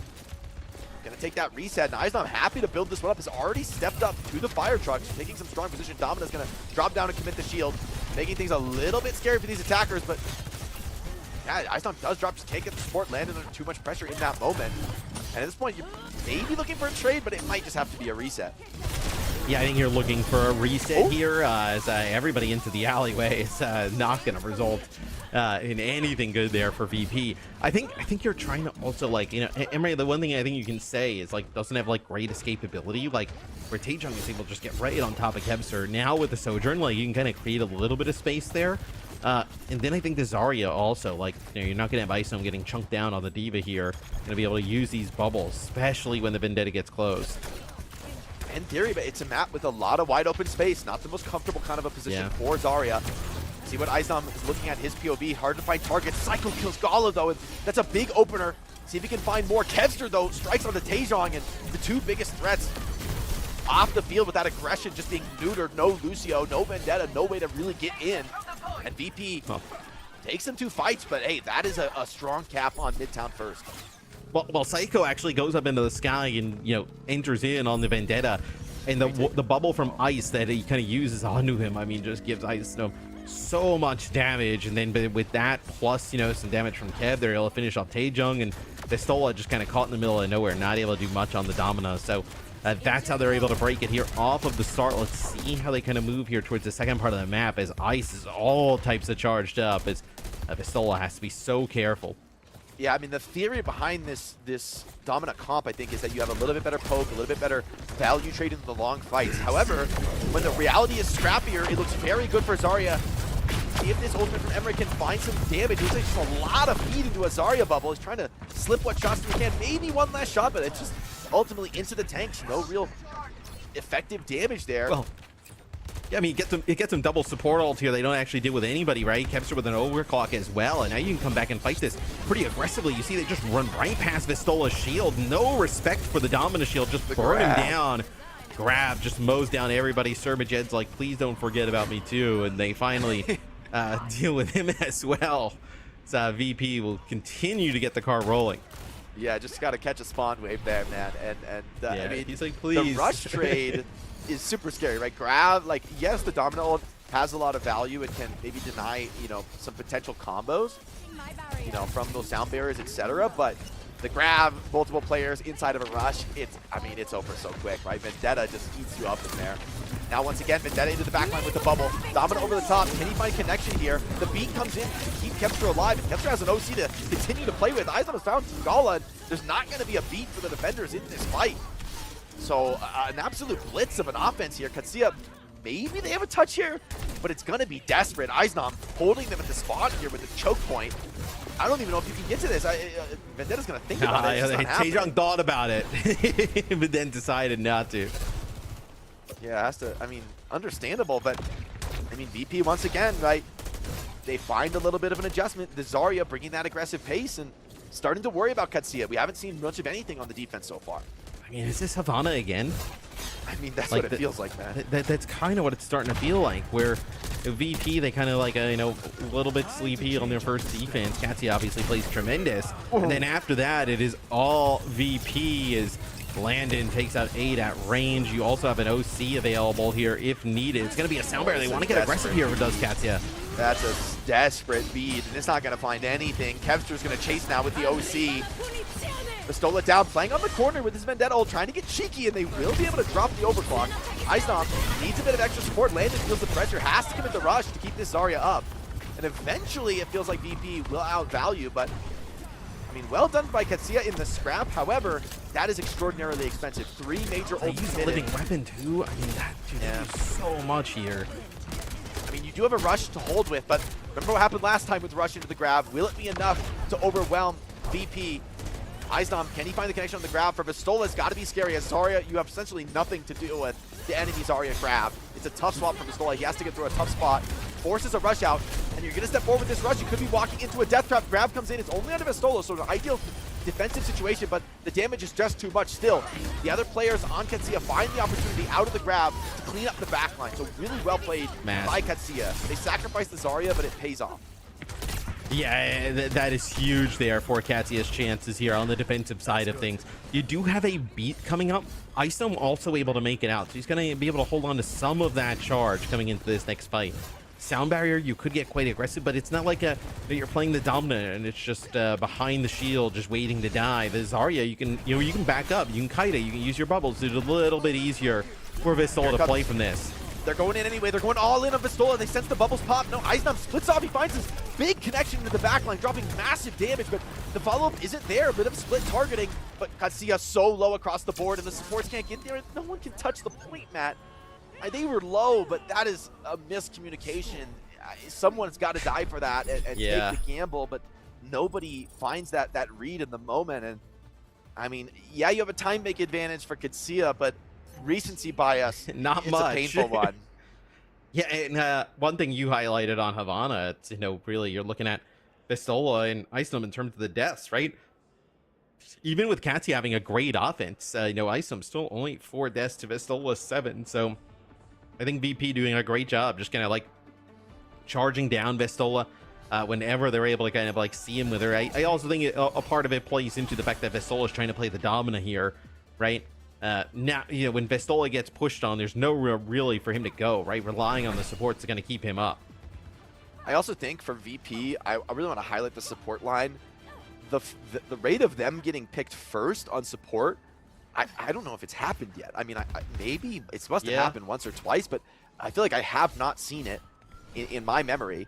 And for Katia, I feel like you can't say the same. Gala has been found a couple times as the opener, and as a Lucio as a main support, that's worst case scenario, right? When you lose the Lucio, it's like Pistola, he's already dead. Once he's lost his supports on Domina, there's nothing he can do. It's not a matter of his skill anymore. So for Katia, I think I'm a little worried about the backline, right? Stability in the backline is absolutely going to be tested in this kind of a style. And on the attack, it's not going to be easy, but they're going to get a little bit of a comfortable defense, maybe an opportunity to set their mark on the map, but Kevster opens up. Brutal kill into the mirror. Desperation dive from Taejong, read by Kevster. Great anticipation on that one, and the punish. You're gonna lose Gala here too, it looks like. I mean, Gala getting dangerously low, but I mean, this is worst case basically for Katia. I like the way they're playing it though, Matt. They're playing up to the train, staying into the map, onto a fighting position. 8 is gonna come back up the spawn, and we will see a fight here. Once again, Eisnom chasing. He knows he wants kills. He doesn't want to just force point in this spot. Full perk now. Big spin for Taejong. It's going to be, I think, good enough. And Fixa and Landon trying to fight this one out alone. If they find Taejong, will be a nice kill to get. He's made it to the Mega in time. And so, great clutch from Katia, right? Keeps them in this map, finding the way through in a scary spot. But still some progress, which might be enough on Midtown. I'm curious what the VP going back to the Emery when they actually had the good success on offense with the Soj. maybe you just like Emery with like all the max out perks right away, right? True. Maybe you feel like that's like a much stronger pick than the Soldier, you know, at max potential. But just something to watch here is we get into another push. 30 seconds or so left. It might actually be the last attempt here for VP. Yeah, they really want to build up this Tajon's rush. low, they gotta capitalize. 80%. That's massive to find. Fix it though, traded out. Now it's landed once again in the solo support position. 90 to rush. Surmajet though has his own. So this one's gonna come down to the ults. Katia waiting for their moment to strike. Holding off on the rush for now. Icedown senses an opportunity to connect to the backline. Getting booped around. Landed though punishes Gala for that risky move, and Kevster in the back. The override protocol just dominating through them, and that's a huge cap to find. Surmajet did deploy the rush in the chaos. And so that's a big fight. Yes, it's overtime, but the long spawns, playing on the payload, I am very scared if I'm a Katia fan right now. This one could get ugly. Absolutely. I mean, you're going to be playing in to the Vendetta ult plus grab here. No sound barrier because, you know, both Fix and Gala dying quite early in some of these fights. You do have this override protocol there from A. Needs to get some value out of this as everybody kind of running here, looking for any of the supports. I's not happy to take some of this pressure. Big grab finds two. The cleanse is good, but it's not enough. The ultimate at point blank range. Psycho ensures this one. Pistola has found a counter kill, but it's just double support. They do not have the damage to clean this one up. And with the OT spawns, Matt, they are going to get deep into second at a minimum. I think the cleanse may have just been like a hair early too, right? Vestol is dangerously low, so you need to be able to kind of keep him alive, which you end up kind of like doing. It's Aid now going over to the Bastion here, so at this point you're just trying to like out damage, right? You're just trying to burn through the shield of that Zarya. Imagine like a beat trade, right? Bastion's one of the best heroes in the game at like grinding through a single focus target. He's going to go with the form here. Has gone for that tank shell perk as well, so pumping some damage in, but Icenom holding the pressure admirably. Here comes an early beat from VP, feeling the pressure to get in aggressively. Gala with a better responsive beat. Taejong starting to trade this one out. The full turn is in. Everybody's looking at Psycho. Landon's here, keeping him alive way longer than he has any right to be, and that means Psycho finds two on the play. The cap could be coming in. Icenom on slivers of HP. He has to brawl this one out. No supports behind, but the DPS are still here. It's just Taejong trying to hold this one out. Gala behind him. Surely the 2v1 is going to be too much. Gala, and what a beam from Kester. Cap's like, all right, this fight's not over. Katia might send it right now.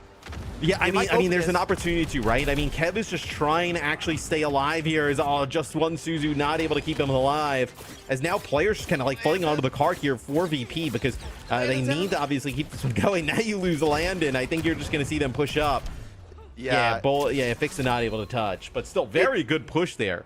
It is solid. Really well played from Katia to find enough trades and the respawn there from the Bastion to putting a lot of pressure getting Kevster. You know, eventually they're able to clean up Landon, and even if you do get that bubble on Lucio, the overtime spawns are so brutal in that spot. Katia, I think, virtually guaranteed will make the hold here. But in the end, man, this is Midtown. Capping first is not assured in 2 minutes.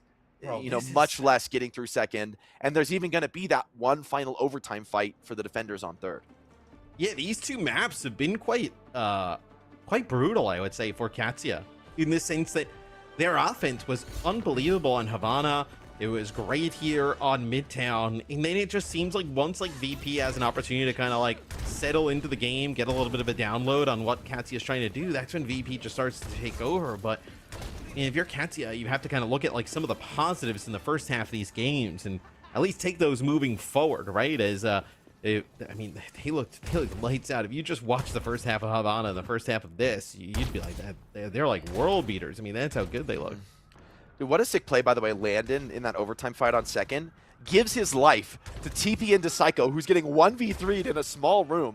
But it's Vendetta, so you get him that cleanse, you get him that like 1 or 2 left clicks worth of heal, and he's able to find 2 kills for that trade. So sick read from Landon, sacrificial play, but it's exactly the move in that spot. Just want to highlight some of that selfless support gameplay. Katia gonna go over to the Juno now for this last offense. Zarya.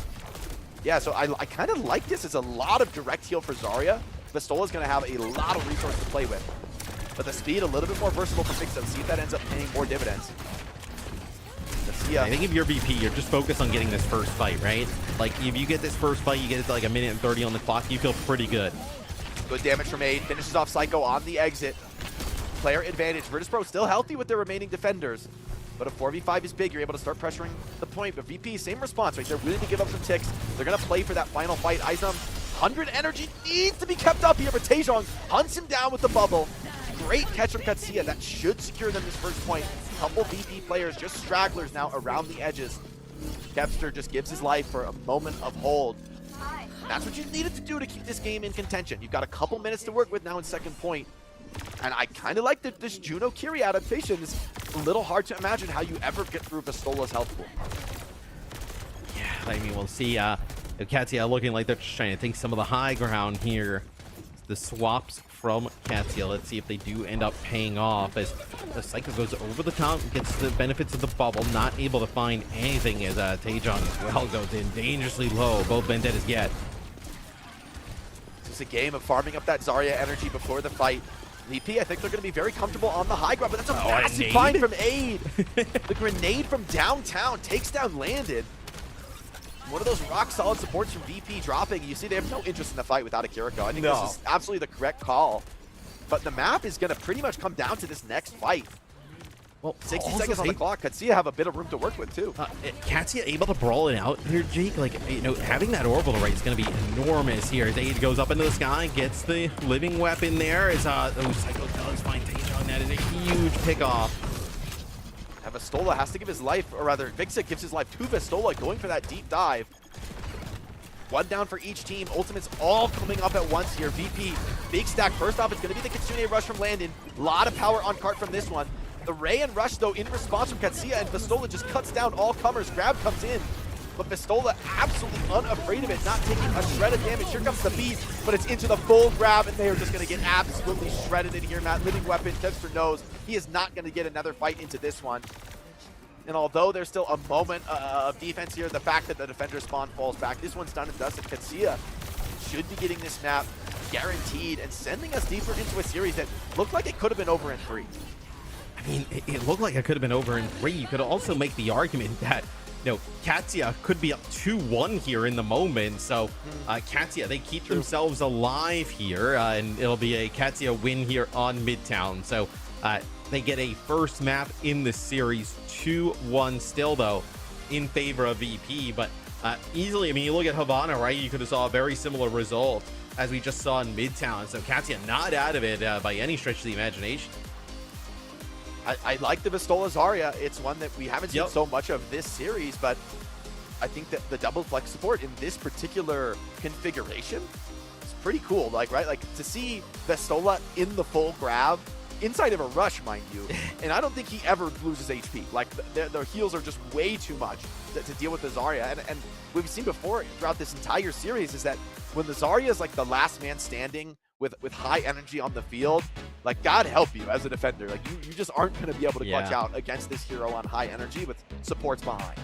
I mean, looks much better, do Katia with Vistola on, like, whether it be the dominant we haven't really seen work out for them, right? Like, playing the Zarya or something like that seems to be a little bit better. I'll also say, like, you know, Aid really kind of showed up on that map. I think some of the other ones you could say, like, Kepster really kind of, like, popped off. Aid gets it, like, kind of a big pick off, you know, on Landon up on the high ground, right, with that nade.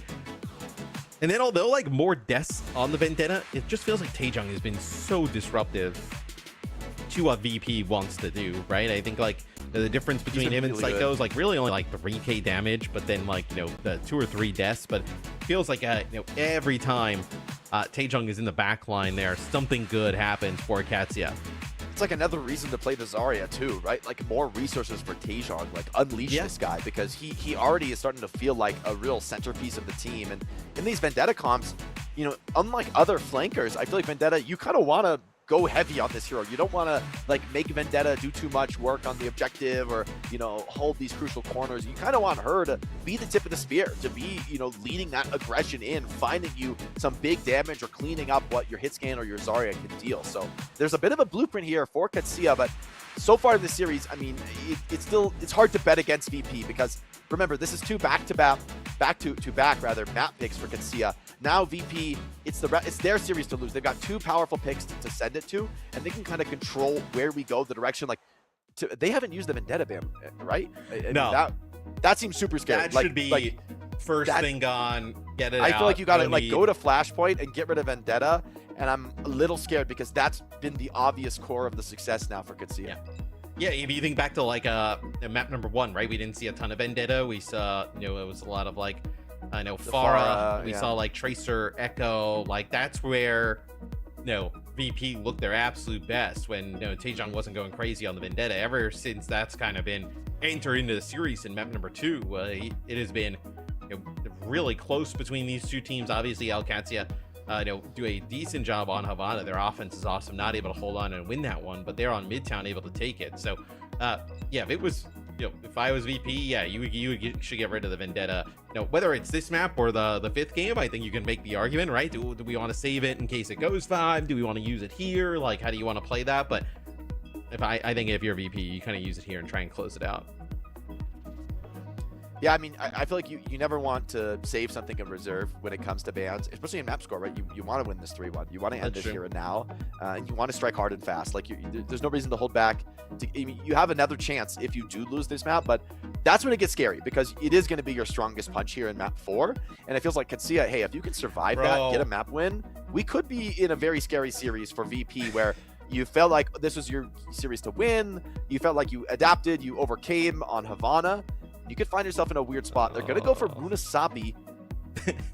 Is the most VP thing is the most VP thing to get reverse swept? No, come on, Matt. Don't be putting that evil on them on day I don't one. want On day one. I'm not putting that You not saying just it's put happening. that on them. Not saying it's happening. I did just throw that out there into the universe, but with how their last season went, it's like the first 2 maps, like the highs, the massive comeback on Havana. We're so back, and then kind of Katia just runs it back. Runasapi, is it a good Vendetta map? It's probably one of the best Vendetta maps in the game. Yeah. So I think this is, for me, you will ban Vendetta if you're going to pick this. I think there's like no other way to think about it. I also think that's pretty smart because you go to a map where, like, from Katia's perspective, if they're a team that wants to play Vendetta, which it seems pretty clear that they are, whenever they've been scrimming, they have been playing Vendetta on this map. Like, I think if you ever play Vendetta, you play it here 100%. It looks very, very strong here. And so when you ban it, the other team might actually be in a spot where they don't have so much experience on Runasapi without the Vendetta to play a Tracer style, which for me, even if that's the only hero swap you make, you're playing a very different comp. You're playing a very it different feels style. super worth. Yeah. I mean, it feels like that is the clear and obvious move for VP here. See if they decide to do it. Yep, they do. So they get rid of the Vendetta, another tank ban here. This is a throwaway ban, right? Like, yeah. I mean, I could see some hazard value on this map, but I don't really see the vision. Maybe this is just a little bit of a troll ban. Maybe they don't care. They want to keep options open for their backline. There's nothing they really want to get rid of. Still, yeah, it feels like Vendetta, a little bit of a throwaway. The no Vendetta, that's like, we have to basically need to see something new from Katia because the Vendetta has been part of what's been working for them in everything that's gone well. So yes, what is everything positive we have seen from Katia has been with Taejong on Vendetta. If you think back to map 1, obviously it feels like an eternity ago. VP kind of rolled them when there was like very little Vendetta played. I mean, they just had very sick counter picks on Vendetta. Like the Farah came out. Oh, you get off Vendetta to Echo. The Tracer comes out. It's like they had a very clean read of those responses in the moment. Like the fact that Psycho's just going back to spawn before the fight to do it. It's like they already kind of knew how they'd adapt in those spots. And that for sure threw Katia for a loop at the start of the series, especially with Diva banned out, which I still think I look back on kind of a mistake for me from Katia. I kind of wish they didn't go that direction. But now with Vendetta off the field, it's up to Taejong to really show us something special and new. And I think that's a little scary because I think for Psycho to take like the Tracer mirror, that is what this guy is like dreaming of. Like just about anyone in the world, you'd give Psycho a real shot against on Tracer. And for Taejong, it's a question mark. How good is he on the hero? Why haven't we seen it much at all today? Yeah, for sure. As we take a look at the VP roster, Psycho comes over from our champions of last year, Twisted Minds. Like you talked about, right? Vendetta, Echo, Tracer. I think the Tracer is probably like his kind of like go-to. And then they also acquire Landon, formerly of Katia, who's just an unbelievable support player. I mean, we've seen that in this series thus far. It's just, can this VP team put this series away? I think a lot of kind of last year. It's like they had so much talent up and down the roster. It feels like they just kind of like fell short at the absolute worst times. As I take a look at Katia, see two of the members of this VP roster from last year over on that side in Vistola and Gala. A lot of VP jerseys on the player case. Yeah, today, they're man. everywhere. Lot of VP jerseys. You know, for these guys, I will say one thing I kind of hope they keep running is the Juno Kiri. I think that looked a lot better for them. And a Zarya mirror feels very realistic as a possibility on this map. Maybe without the Vendetta, though, D.Va could end up reigning supreme. That's a matchup that I think a lot of maybe like fans of Overwatch in their games, they're like, oh, you can't play D.Va against Zarya. The left click Zarya damage goes through Matrix. What do you mean about in their games? Like you're in a different? Are you saying you're in a different game than the rest of us? Professional play, it is a different game, right? And in a coordinated professional environment, being able to Matrix Zarya so she can't get heals is actually massive. God, even though you're not stopping Jake her is damage, not one of us. it's massive. He's in his own stratosphere of gamers. I'm not saying me, man. I'm old. I'm washed. I'm saying these guys. You know, I'm saying in Virtus.pro versus Katia. I know. I'm just D.Va trying to is get like pretty good a few thousand people to flame you. That's all I'm trying to do. You're just so in chaos today, Matt. I mean, this is. I shouldn't be surprised. I should have expected no different. Yeah, no, I mean, look. Usually I'm doing it in like day 2 or 3, but why not? Yeah, Let's just come start on, day 1. give me a day, right? Give me a day. So we'll finally get a chance to see what Katia looks like. Taejong playing the Onran. That is, we saw them try and do that on the start of Lijiang Tower, but then like the Pharah just kind of like ruined all of it. I think they moved away from it right away. So curious if they're able to make it work here. The Katia lineup looks like a lot of the lineups, it wasn't like the first day of the patch. It's like, okay, let's get all 5 new heroes on at one time. But VP, opportunity here for them. Do they play the Sim? Sim obviously so strong in EMEA, and yeah, we're gonna see both teams play the Sim. We have not seen it thus far. It'll really be like the D.Va versus the Domina as the main difference. I kind of like D.Va in this. I think the mobility is going to be quite valuable into the Sim matchup. Sim getting a lot of energy on this year. Here comes an aggressive move from Eisnom. Gets booped away, but Landon finds Taejong. TP deep into the backline. Eisnom pulling a ton of attention to himself, and the support is good to keep him alive. Great fight so far from VP, and they're going to win it absolutely clean. Well, the Dominant just feels like an easy target to run down, right? The shield not going to live long enough. You're going to be able to kind of like get Psycho a little bit of a charge off of that, and then just kind of run on past. And yeah, I think you have to make this change right away, and it's going to be Vistola going over to the Zarya, so not going to try and mirror that D.Va. Going to maybe try and punish the D.Va a little bit. The Zarya also is like pretty good into the Sim as well, I would say. So pretty good swap here for Katia.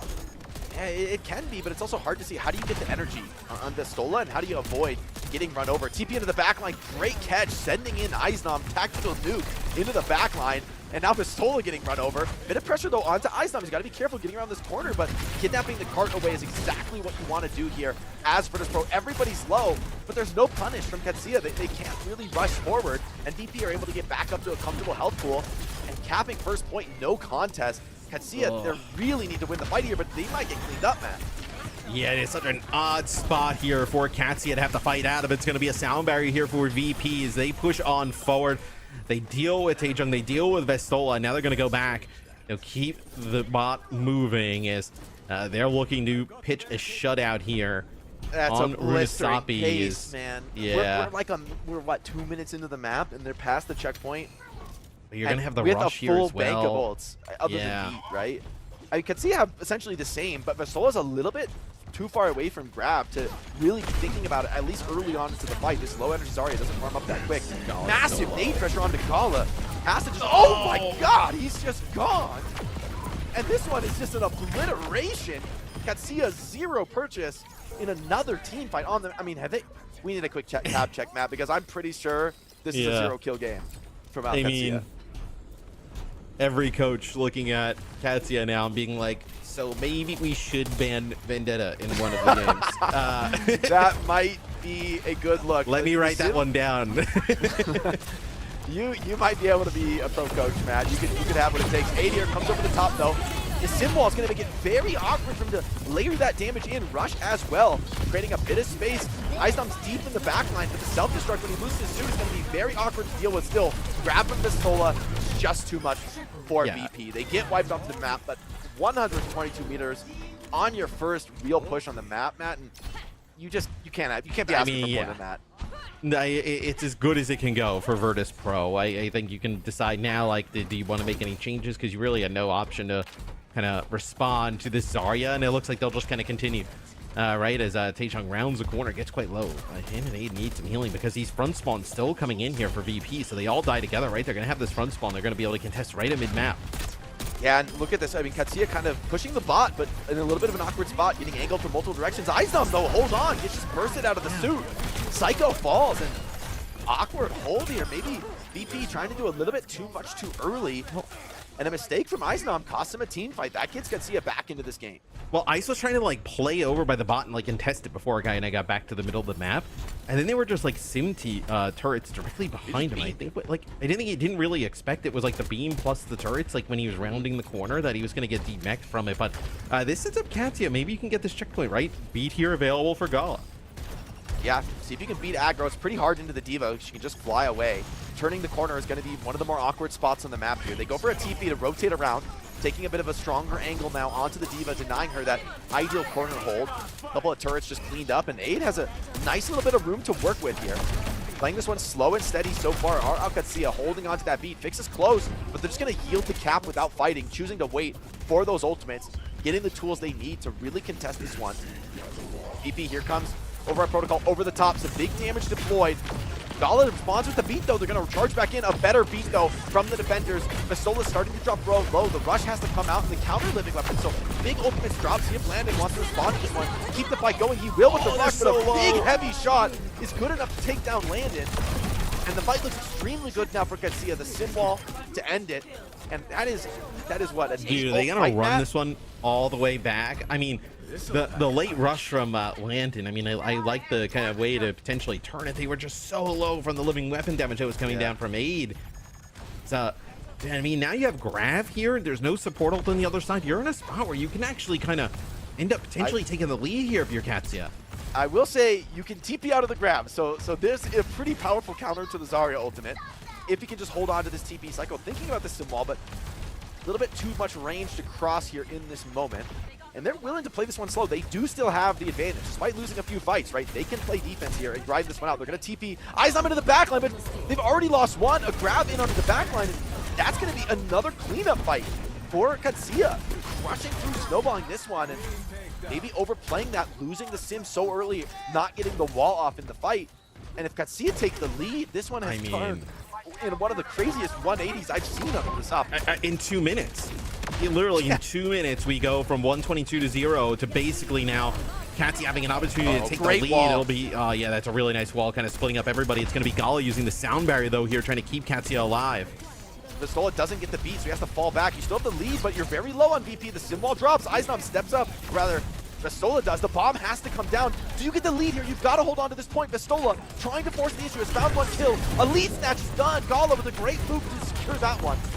And now Katia, they're trying to win this fight, but it's a little bit desperate here. Kevster maybe doing enough with the living weapon, but that last meter of progress, Matt, is worth its weight in gold, completely flipping the story on this map. Now it's up to VP to come back in the overtime and make an advantage push. 0.36 is the difference between these two right now.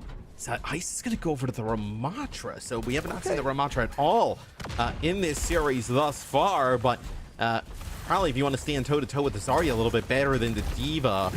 So Katia's going to take a fight really early on here, Jake.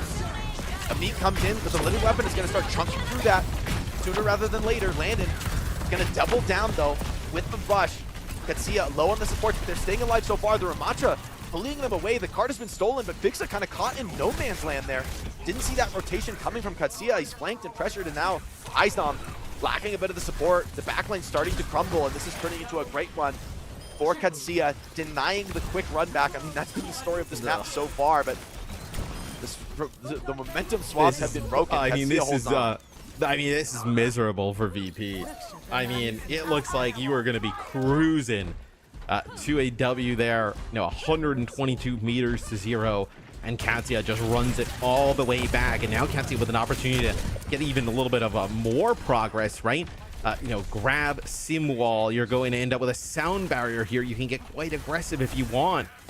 For Virtus.pro, I mean, you're you're running out of time here, right? You're now down below 2 minutes. You have to run it back cap is- all the way basically to spawn. A full cap is not out of the realm of possibility. Great grab off the TP. There's no way out of this one. And they're just cooking. Izom is going to pop the ultimate, trades on the Vistola. And that might be just too much value here for Katia to continue to brawl through. Trading on these ultimates, though, is going to be decent for them. But VP staunch the bleeding for now. Vistola goes over to the Maga, actually, so some continuous tank counter picks here.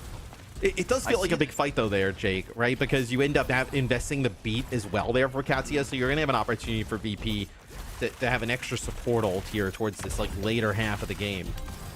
Let's see what happens next. Here comes Kevster over the top with the ultimate. Zimwall kind of blocking him. He's able to maybe peek through on an off angle here. Fixa has found aid. Taejong low as well.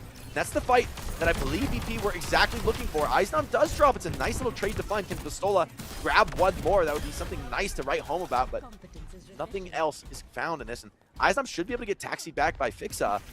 Now we're in a spot where, as the clock starts to tick down on the map, it's not so assured for Katia. Like, there's going to be one last good shot here for VP to close out the series.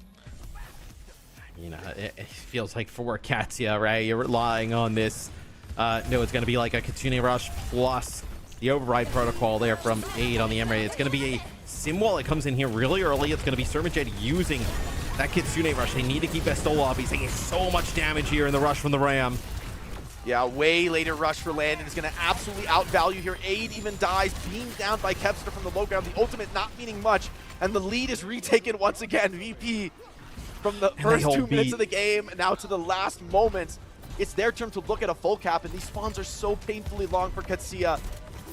The game has flipped on its head so many times. What a beam from Kevster. The touch can't even come in. Vistola full desperation, hit from all sides, and the beat just overwhelms them. VP, it was a nail biter, man. It was way too close for comfort, but they do close out the series. Some very hard-fought maps, though, in this one. And from the way map 1 went, I was a little bit worried about Al-Qadsiya, but I think fans have seen there is real potential in this team. There are looks that they can really take to the bank and get wins on, but VP, who knows, they may be one of our best teams in EMEA this stage. They have the adaptations to get the win. Yeah, I mean, this one goes right down to the wire. Really impressed by Katia and their ability to kind of like battle back in the end. They will not be a pushover in EMEA, but VP, they clutch up in a big way. They looked great in map number 1. Obviously, some comebacks needed in map number 2. And then here, on our final map, right? I mean, they go up 123 meters to 0. And then to give up that lead, it has to be quite nerve-wracking. But in the end, some nice swaps there over to the Ramatra. They're able to make that work and really just kind of like bully out the Zarya with that sim and run it on down and get the lead right at the end. But a great series, really, from both sides. Yeah, amazing to see like Kevster on the Emery, maybe like silencing any potential doubters for the hit scan role. And Emery, one of our new heroes that looks dominant. I mean, I have a hard time imagining many other hit scans seeing play. The living weapon is just insane value, able to legitimately, this is a very good matchup into the Kitsune Rush. That's what we saw this game. You could just be over the top shooting down these massive heavy rounds into the Kitsune, and Kiri cannot keep all those players up, right? She wants to be aggressive, and it kind of turns the table. So that, I mean, there's, to my knowledge, what other DPS ult in the game lets you fight into the Kitsune Rush and feel pretty confident? Yeah, just a really awesome play there from VP as they end up taking it 3-1. All right, we got Zoe here to maybe run the show. Are you with us, Zoe? Zoe to maybe run the show. Yeah, she's here. You know what, Jake? I can do that for you. Why not? Welcome back, everyone, to our imaginary desk. What a great first look for both of these teams. You guys already said the beginning had us worried here a little bit. Katia didn't really have much to like push back on Lijiang Tower, but also VP made so many great adaptations. It was mostly Psycho just switching, making those little micro switches to make sure that Katia didn't find any value from what they were running with. But as the series went on, we saw some good stuff coming from Katia.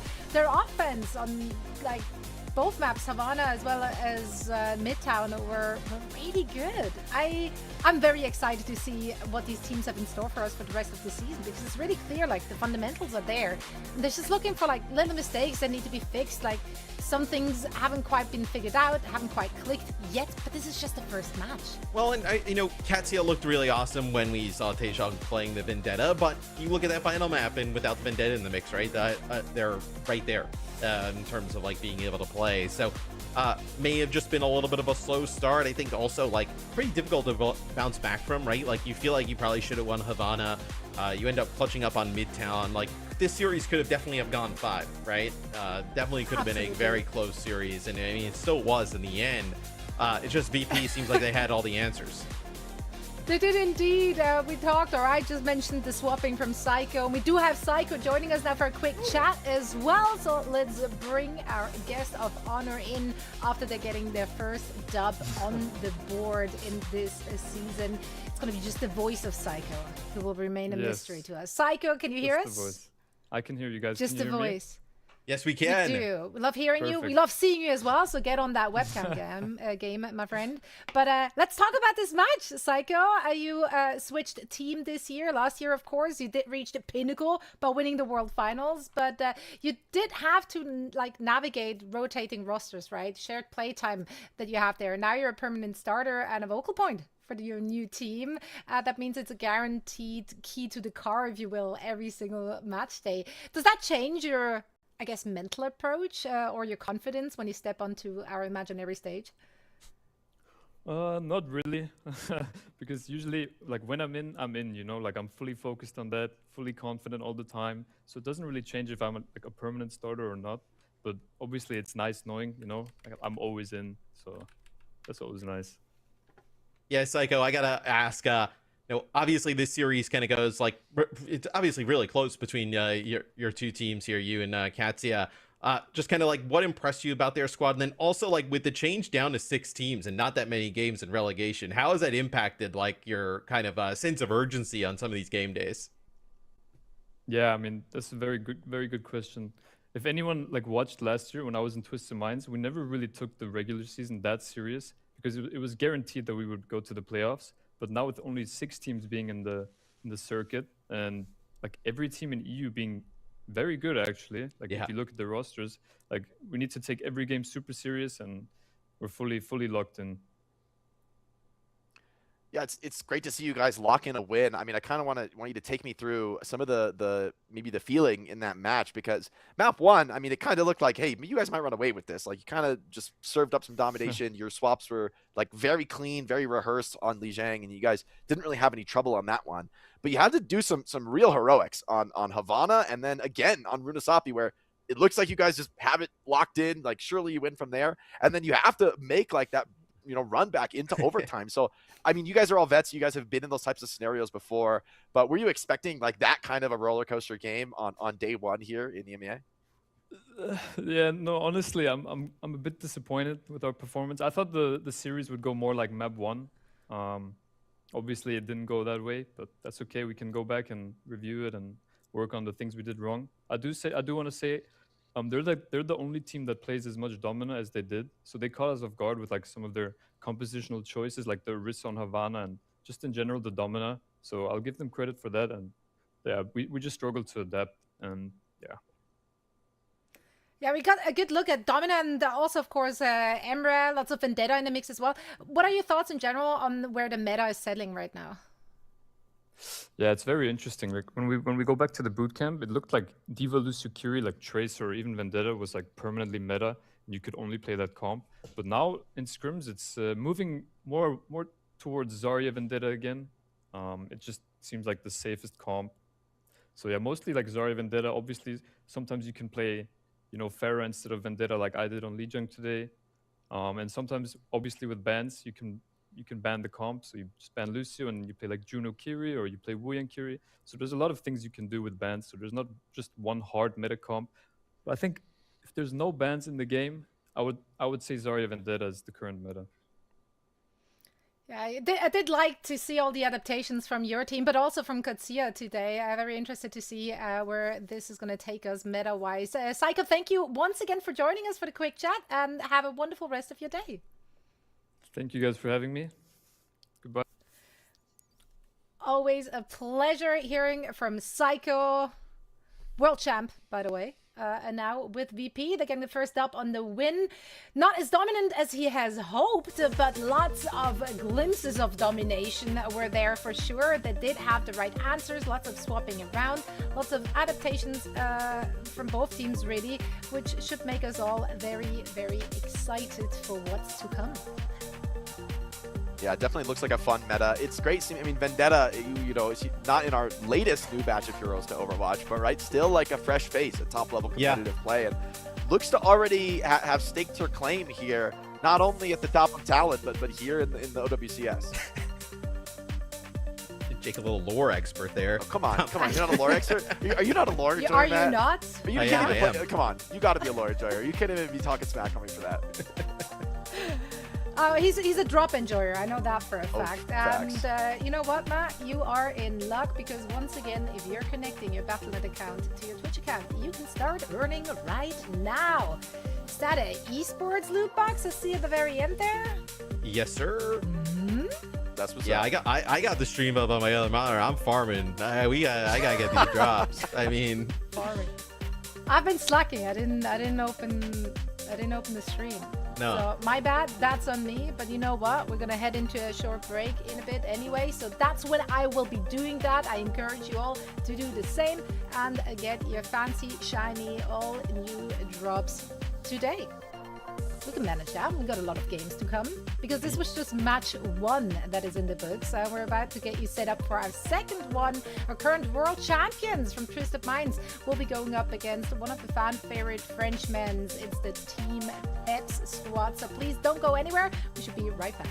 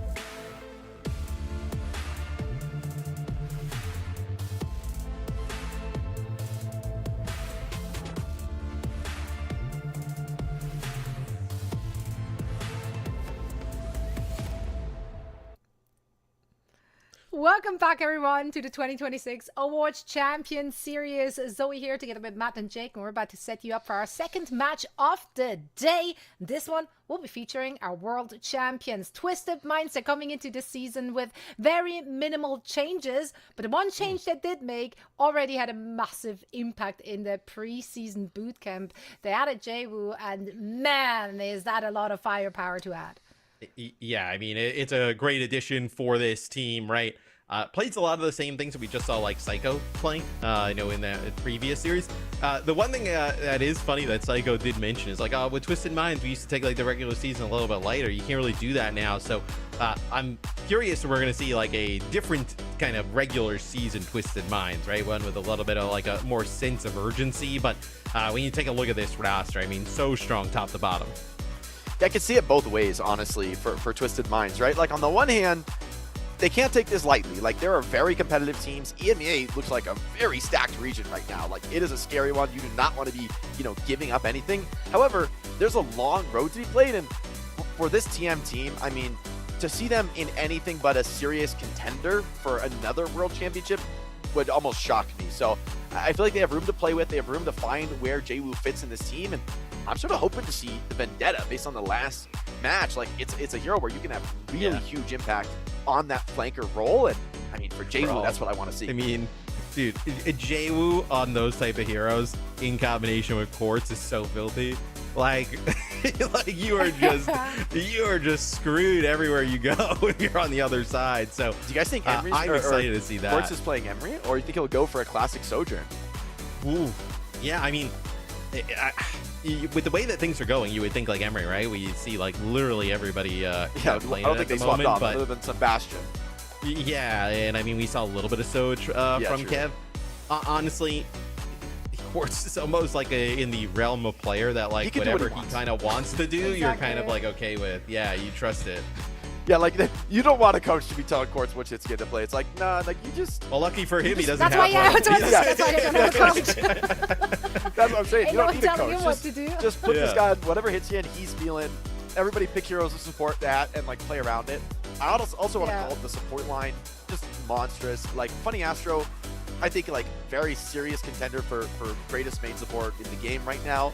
Has insane flex support ability as well behind that. And then you got to give it to Simple as one of our biggest up-and-coming players. On the opposition side, though, Team Peps has kept the same roster from last year. They're going to try and build on that coordination, that chemistry that allowed them to punch up last year. Yeah, I mean, they did end up making it to the World Finals last year. Yes, it was an early exit in round 1. However, they did make it that far, and that's because throughout the season, they were just hovering in that, like, middle of the pack, even upper middle of the pack, and they just couldn't quite break through. What changes do they need to make playstyle wise in order to like finally get up there?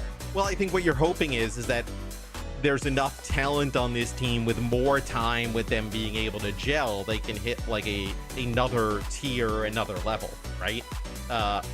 Otherwise it kind of will look just like pretty much like complacency, like, well, it's like, we did fine enough with the previous roster, let's just keep it going. So for me, there's a lot on the line, I think, for Peps for this first stage, right? Like, hey, can this roster really kind of continue to punch up and improve, or are they going to be looking at like some kind of change moving forward?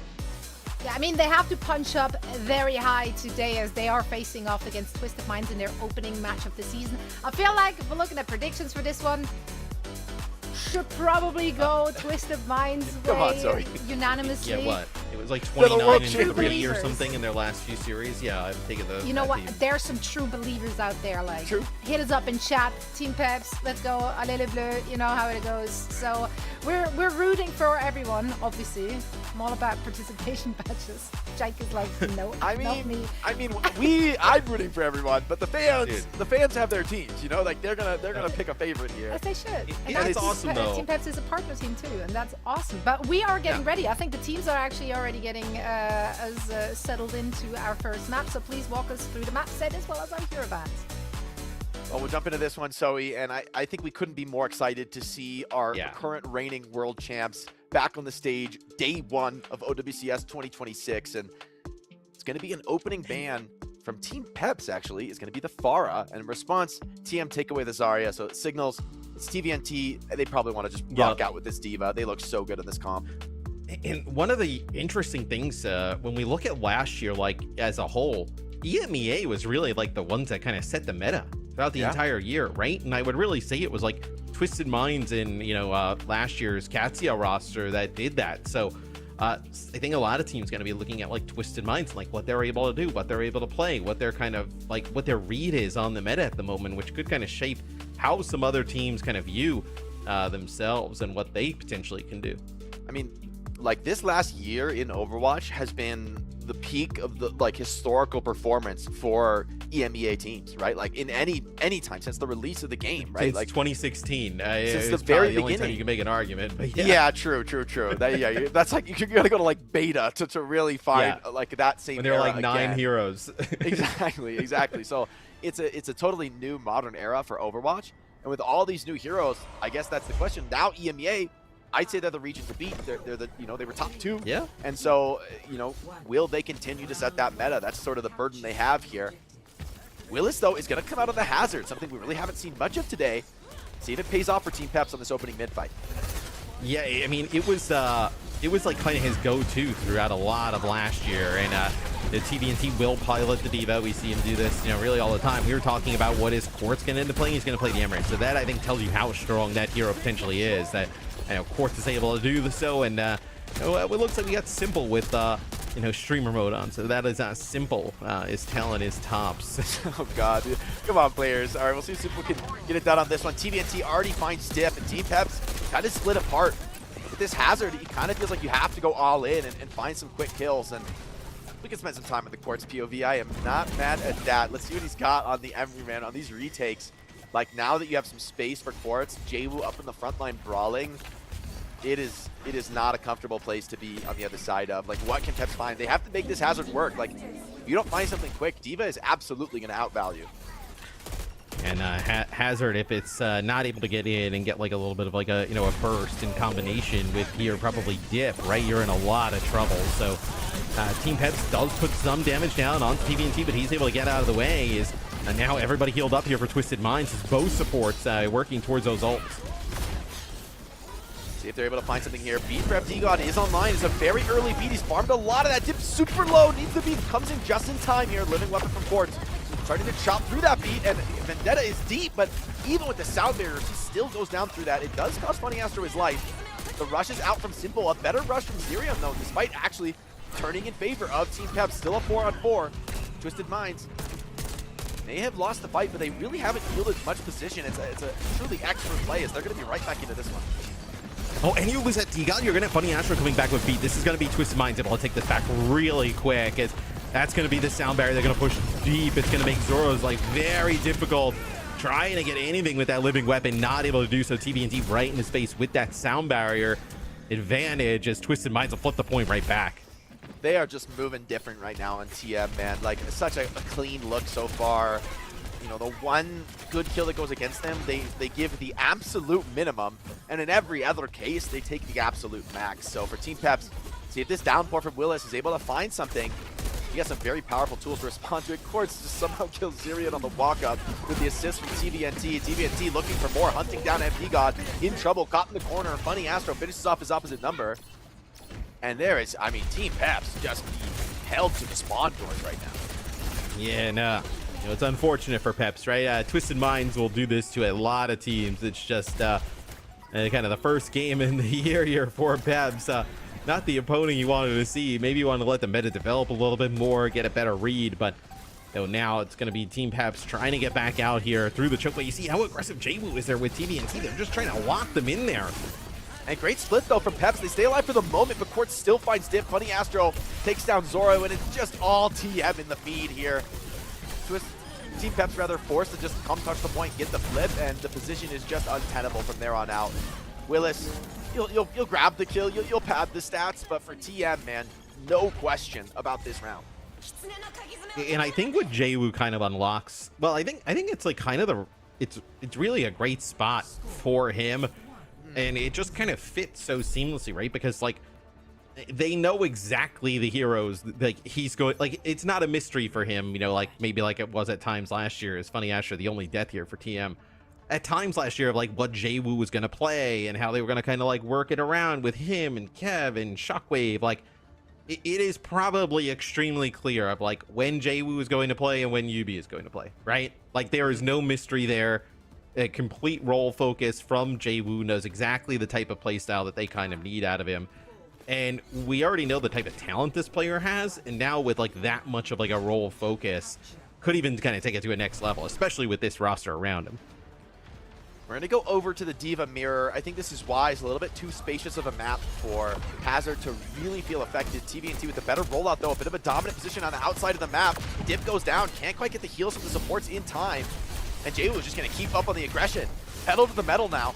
Just trying to retreat, just trying to reset for Team Peps. And Twisted Minds will not give you that opportunity. They're going to drop everyone before even the point flips. That is painful, man. That is a statement. Dip over to the Widow, trying to get a cheeky pick off the spawn, but I don't think he's going to find much of anything there. Way too experienced for Twisted Minds to give that up. Yeah, it's Dip going to go back to the Vendetta. So I think this is kind of, you know, maybe outside of obviously the Zarya ban here, right? Like this is kind of what Psycho was saying. Like he thinks the meta is going to develop. Interesting that, you know, Katia, one of the only teams, it sounds like, that wants to play the Domino, where everybody else kind of trending over towards, you know, probably supporting the Vendetta as much as possible. Same with the Emirates. So Team Peps trying to work themselves back in. They have to be so careful, right? Quartz is already, you know, at times found the supports kind of moving on up, being able to finish some players off as Dip gets dangerously low off screen. Yeah, Zoro trying to find some pressure, but it's just not really getting any opportunities. The positioning really clean here from this TM. rush is going to be so fast. Oh my, there's no way they're going to be ready for this one. They might not even have the read as they step up here, trying to commit with the Vendetta. Big crit down on Willis. He's running 1 HP with the speed boost from the Kitsune Rush, as well as all that damage pouring in. You're going to have to go for a flip, but TVNT is all on top of that. No shot for him into this one. You get one trade onto Simple, but it's just a full retreat for Team Peps. FD God's the only one to escape with his life, and I mean, Twisted Minds even hunting for these kills. Like, you're not even going to get it, but just the pressure you're putting on the opponent is unrelenting. Yeah, I mean, it's a lot like what made them amazing last year, and obviously world champions, just like their kind of level of aggression. That time it was like with the Simon play, it's going to be Quartz over the top. Override protocol here, just trying. I mean, look at how deep they are, right? Just pushing them back to the spawn as much as possible. It's going to be a beat just to even get away from the spawn. That's not it's a rough beat as the response going to come in. Funny Astro's still a bit away from his beat. The rush comes in from Syrian. TVNT, though, has still traded the kills. It's still a 4-on-4. TVNT, he's taking the aggression, but he's got self-destruct. He's happy to go down into this one. Quartz continues to trade down. Funny Astro on just slivers of HP. It's going to be hard for Lucio to play back into this one. And the flip does come in the end.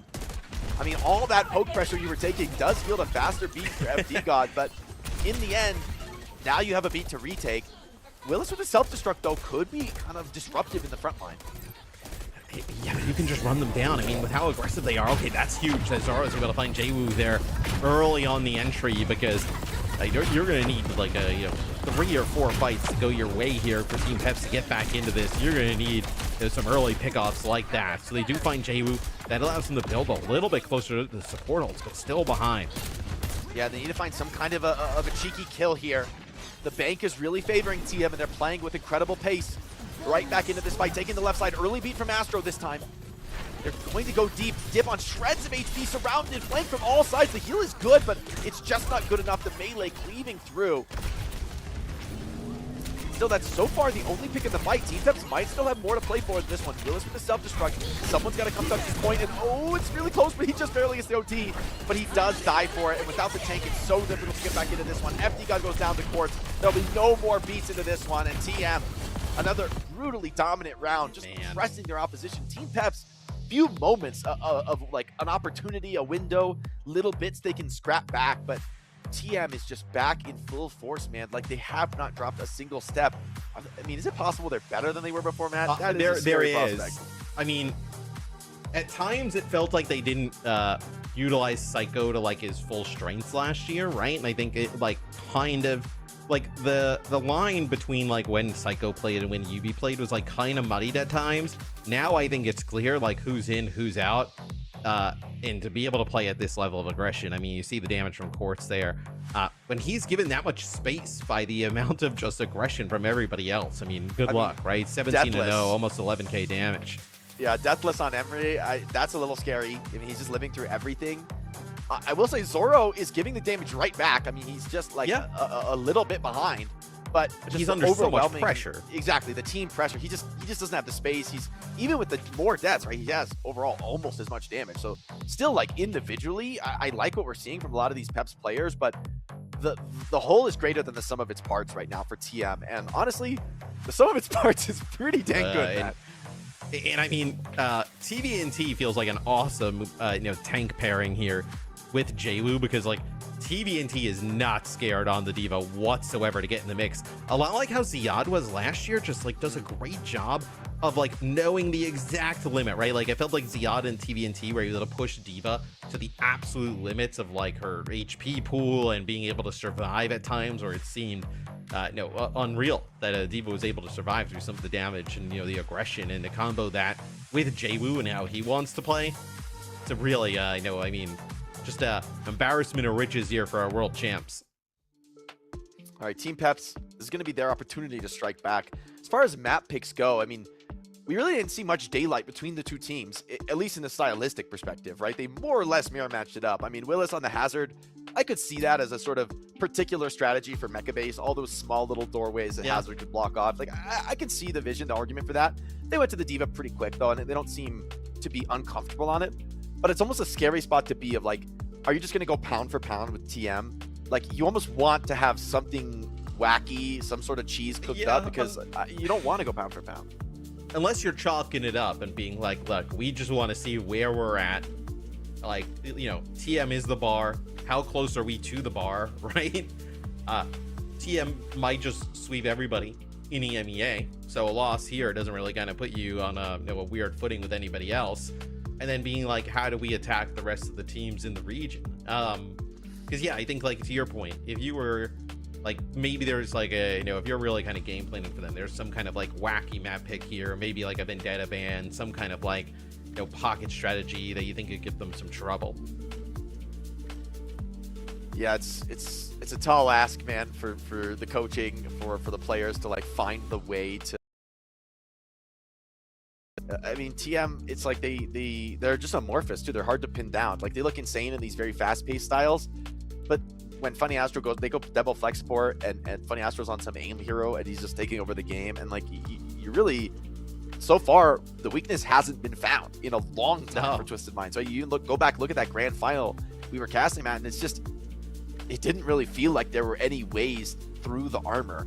And so for Team Peps, they've been tasked with the unenviable option to go up against the world champ in week 1. And I will say the positive, like you were saying, is, hey, we say everyone's got to start fast, but realistically against TM, it's like maybe this one wouldn't, this result was almost preordained. And so it does give you a chance to, like, if everyone else loses to TM, you'd almost prefer having done it first and to have a lot of time to build back up going into a potential playoff berth.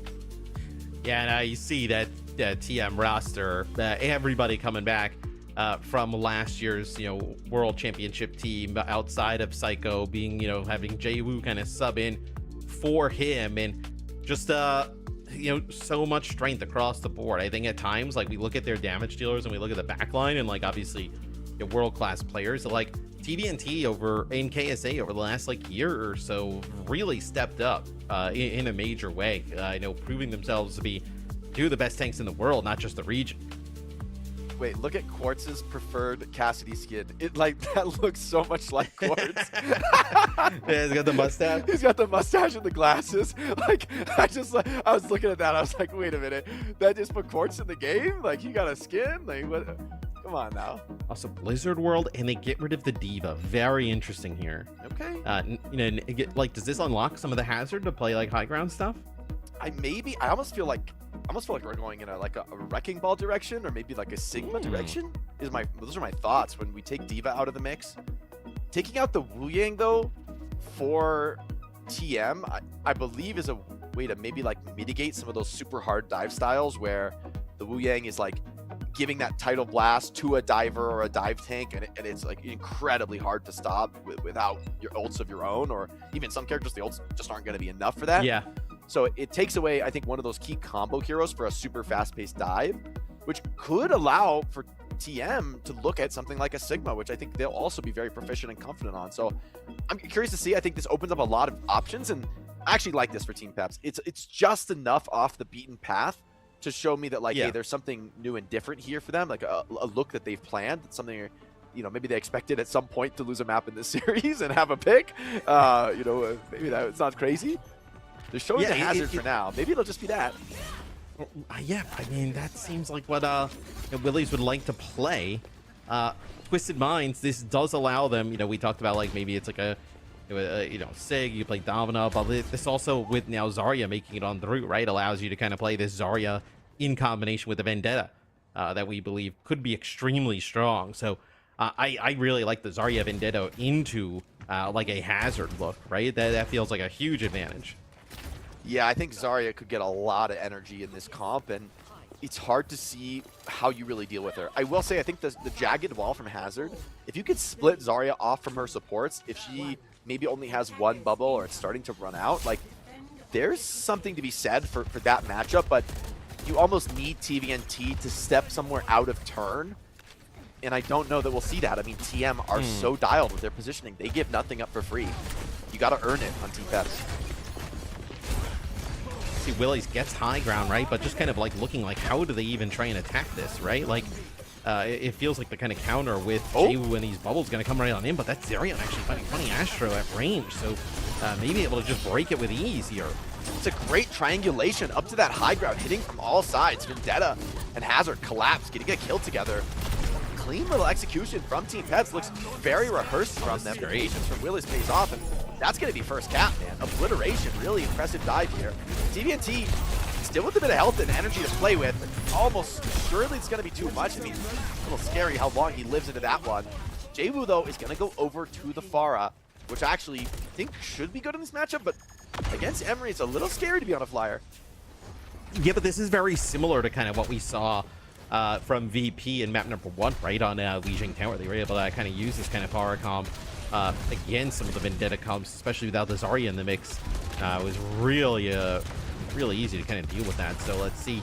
I know Zerion gets dangerously low, takes some shots from Jiwoo here, trying to work through the choke. This is also great high ground control here, you know, from the Pharah, like being able to play up on that, you know, high or, you know, upper perch of the map. So difficult to work through the choke. Yeah, Team Peps really hoping they can find some kind of opener from Zoro. I mean, even the Pharah is not immune to an aerial dive. Vendetta hits that crit on you, you come crashing down to earth, and it's just actually going to be Zerion. Dominating Jiwoo. Okay. The Kiriko here coming alive for Team Peps on a moment that is really needed. And your world champs on the back foot again here on Blizzard World. Zoro continues the reign of terror here. Quartz drops. TVNT just going to have to sack this one on cart, looking for some kind of desperate trade. It's clean from Peps. They're not getting anything back. I mean, Zerion found the first pick off on the first point on the Funny Astro, then this time, I know, finds another kill to kick things off. So Zerion, we know, one of the more offensive-minded flex supports, I would say, in the region. Able to come up with 2 first bloods in each of those fights. And this, you know, the first fight obviously gets that first checkpoint. This one's almost got them getting the second one locked in.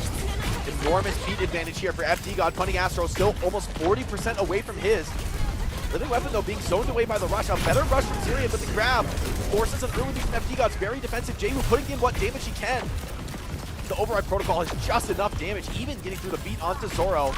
And it's just turning into a desperate scrap. Someone's got to touch the point. Okay, that's a little scary. But TM, maybe it was always in control. Still a couple meters to play with. The Override Protocol with the Living Weapon damage, with the light and the heavy shots into the grab is like filthy up there on the high ground. Quartz, it was a nice grab from TVNT, able to lock a few players in, and then Quartz able to just kind of get up into the sky.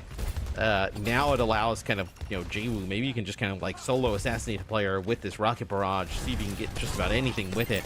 Advantage for Funny Astro in terms of beat as well, so Twisted Mind stops the bleeding for now. Team Peps gonna have to figure out a way to get some of these ults out.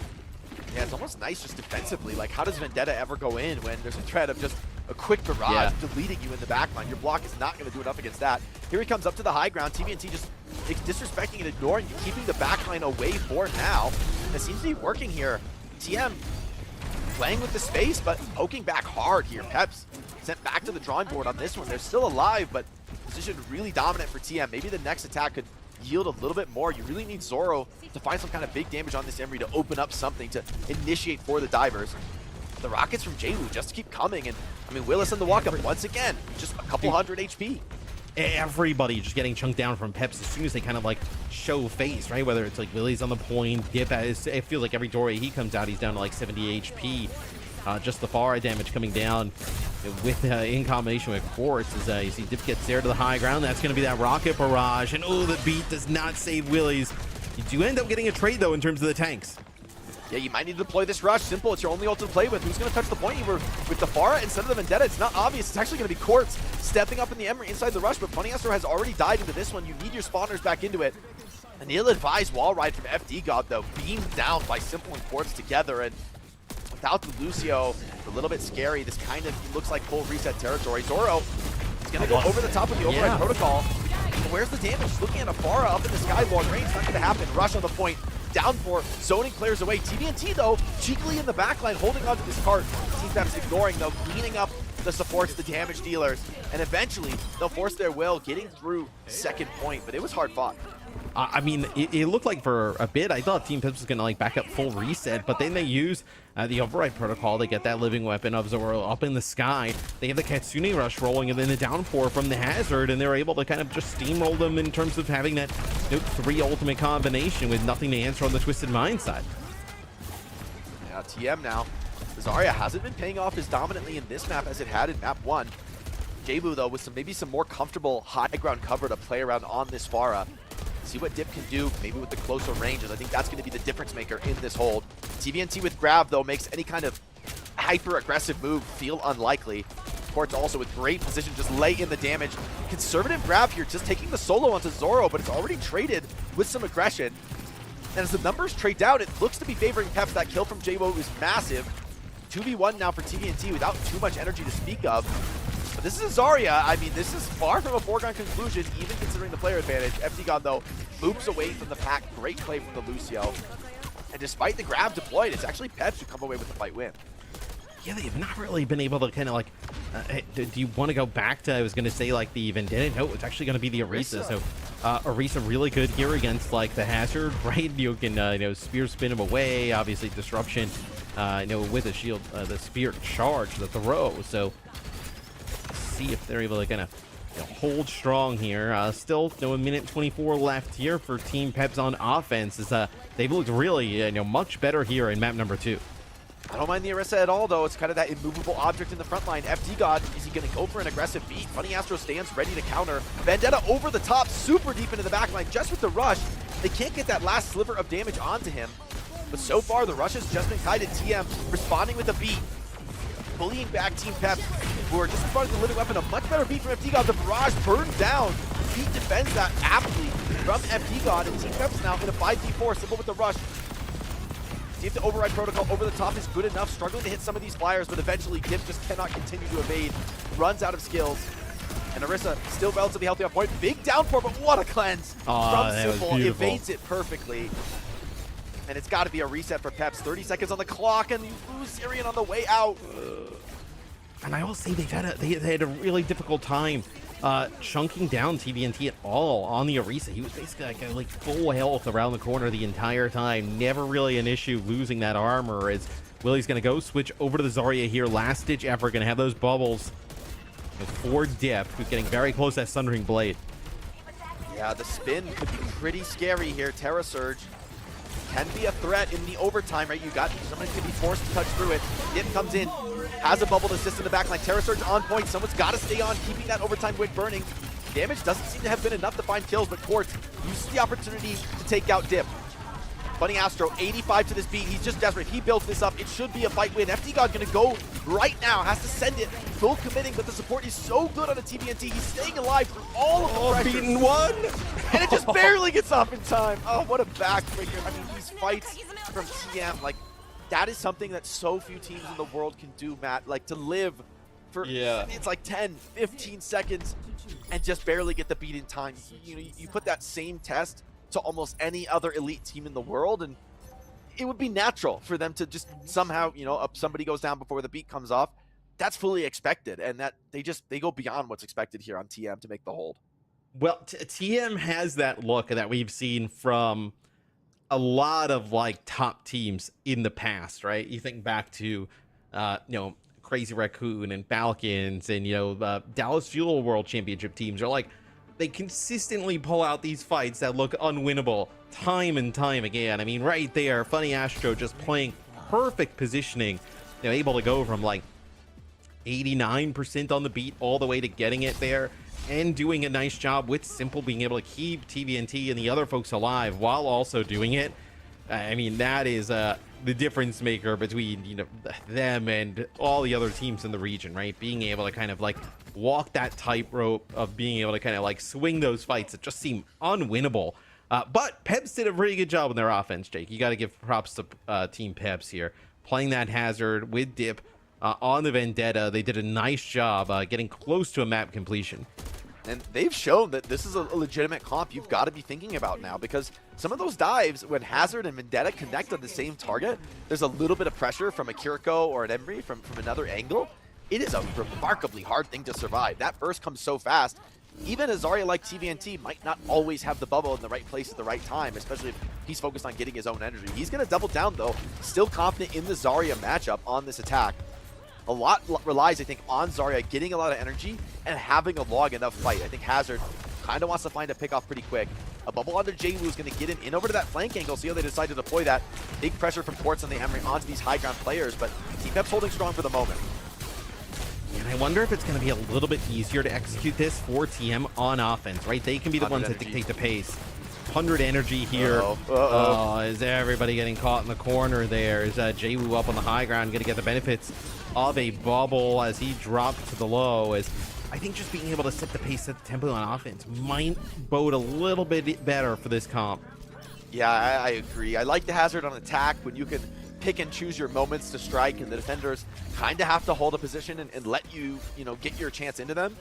But their TM takes an early trade, and if you don't get kills on that trade for Team Peps, the 100 energy Zarya re-peeking you, I just don't see a way through that. Maybe in the ultimate fights that you could outlast, but it is scary. Great catch from Dip, though. Yeah. Quartz got a little greedy looking for that long-range kill, and Dip's going to actually turn this into something really explosive. Team Peps well-equipped to take a bio when they're given an inch here. So now they're going to be looking at a spawn hold, and that could get a little bit awkward for TM. How do they break this, man? I mean, Dip just a little casual 4K there. Just it feels like he was like almost invisible getting up to the high ground and just, taking out Quartz and then running through the rest of Twisted Minds. Sick play there from Dip, as that allows him to get kind of control of the choke here. At least try and make it costly, right, for Twisted Minds to get that payload rolling again. Here comes Living Weapon here. Quartz over the top. Is this Overwatch Protocol going to do much? I mean, it creates enough space and time to really get you out on the map, but no kills given, which is a great hold for Peps. Getting rid of that crucial ultimate that we've seen swing fights time and time again. Zoro has his own to respond in kind. TM respecting it. They're kind of playing this one very cautious, just leaving the Zarya out on cart. Hard target to initiate on. I mean, the Hazard doesn't look bad here, Jake, right? You're able to kind of like follow up on some of these dives. Nice move. TVNT, yeah, they're trying to not allow him to get in towards that Mega. He does barely make it in. Yeah, they're so ready for that play, right? To group up inside in response to the ultimate. Great tracking from the TM supports to be ready for that one. TM now, another opportunity to make some progress. And TVNT's he's walking this one in. Hazard, great on the dive, but does not really allow you to contest part well. Glenn's forced out. Rush as well from Syrian, trying to punch back into this one. Rush is traded, and Jaywu finds Syrian. Without the Kiriko, it's going to be very hard to sustain into this fight. We're seeing more kills continue to come in. TM, a clean fight in the feed. 3 already for them. There's the 4th. And FD God just going to die on point, try to catch the same spawn wave. They're going to be down to this final hold on the checkpoint, and the ultimate's just about dead even. It also just feels like when you're fighting within the rush, right? You'd much rather have a Zarya instead of a Hazard, getting the benefits of that Kitsune rush. A grab there, it's actually going to catch Willies. Nice wall there, trying to keep himself alive. Sundering Blade, not enough to finish anybody off. And they already got the cap, Matt. So this one, it's for the fun, and I think even TM are still going to be able to win the fight. For the fun. Whose fun is it for here? It's maybe a little bit more fun for TM. That's always a really terrible feeling in professional play when you don't even get the touch. And I can't blame them. It was a beautiful grab from TVNT to just completely deny the touch. He actually preemptively grabs, knowing that Willis is gonna come dive in through main there. So that could have gone wrong if, you know, maybe they came from a different direction, but great read from TM, and it wins them the fight with a minimal commitment. Now they're in the last 4 minutes to not even full cap this one.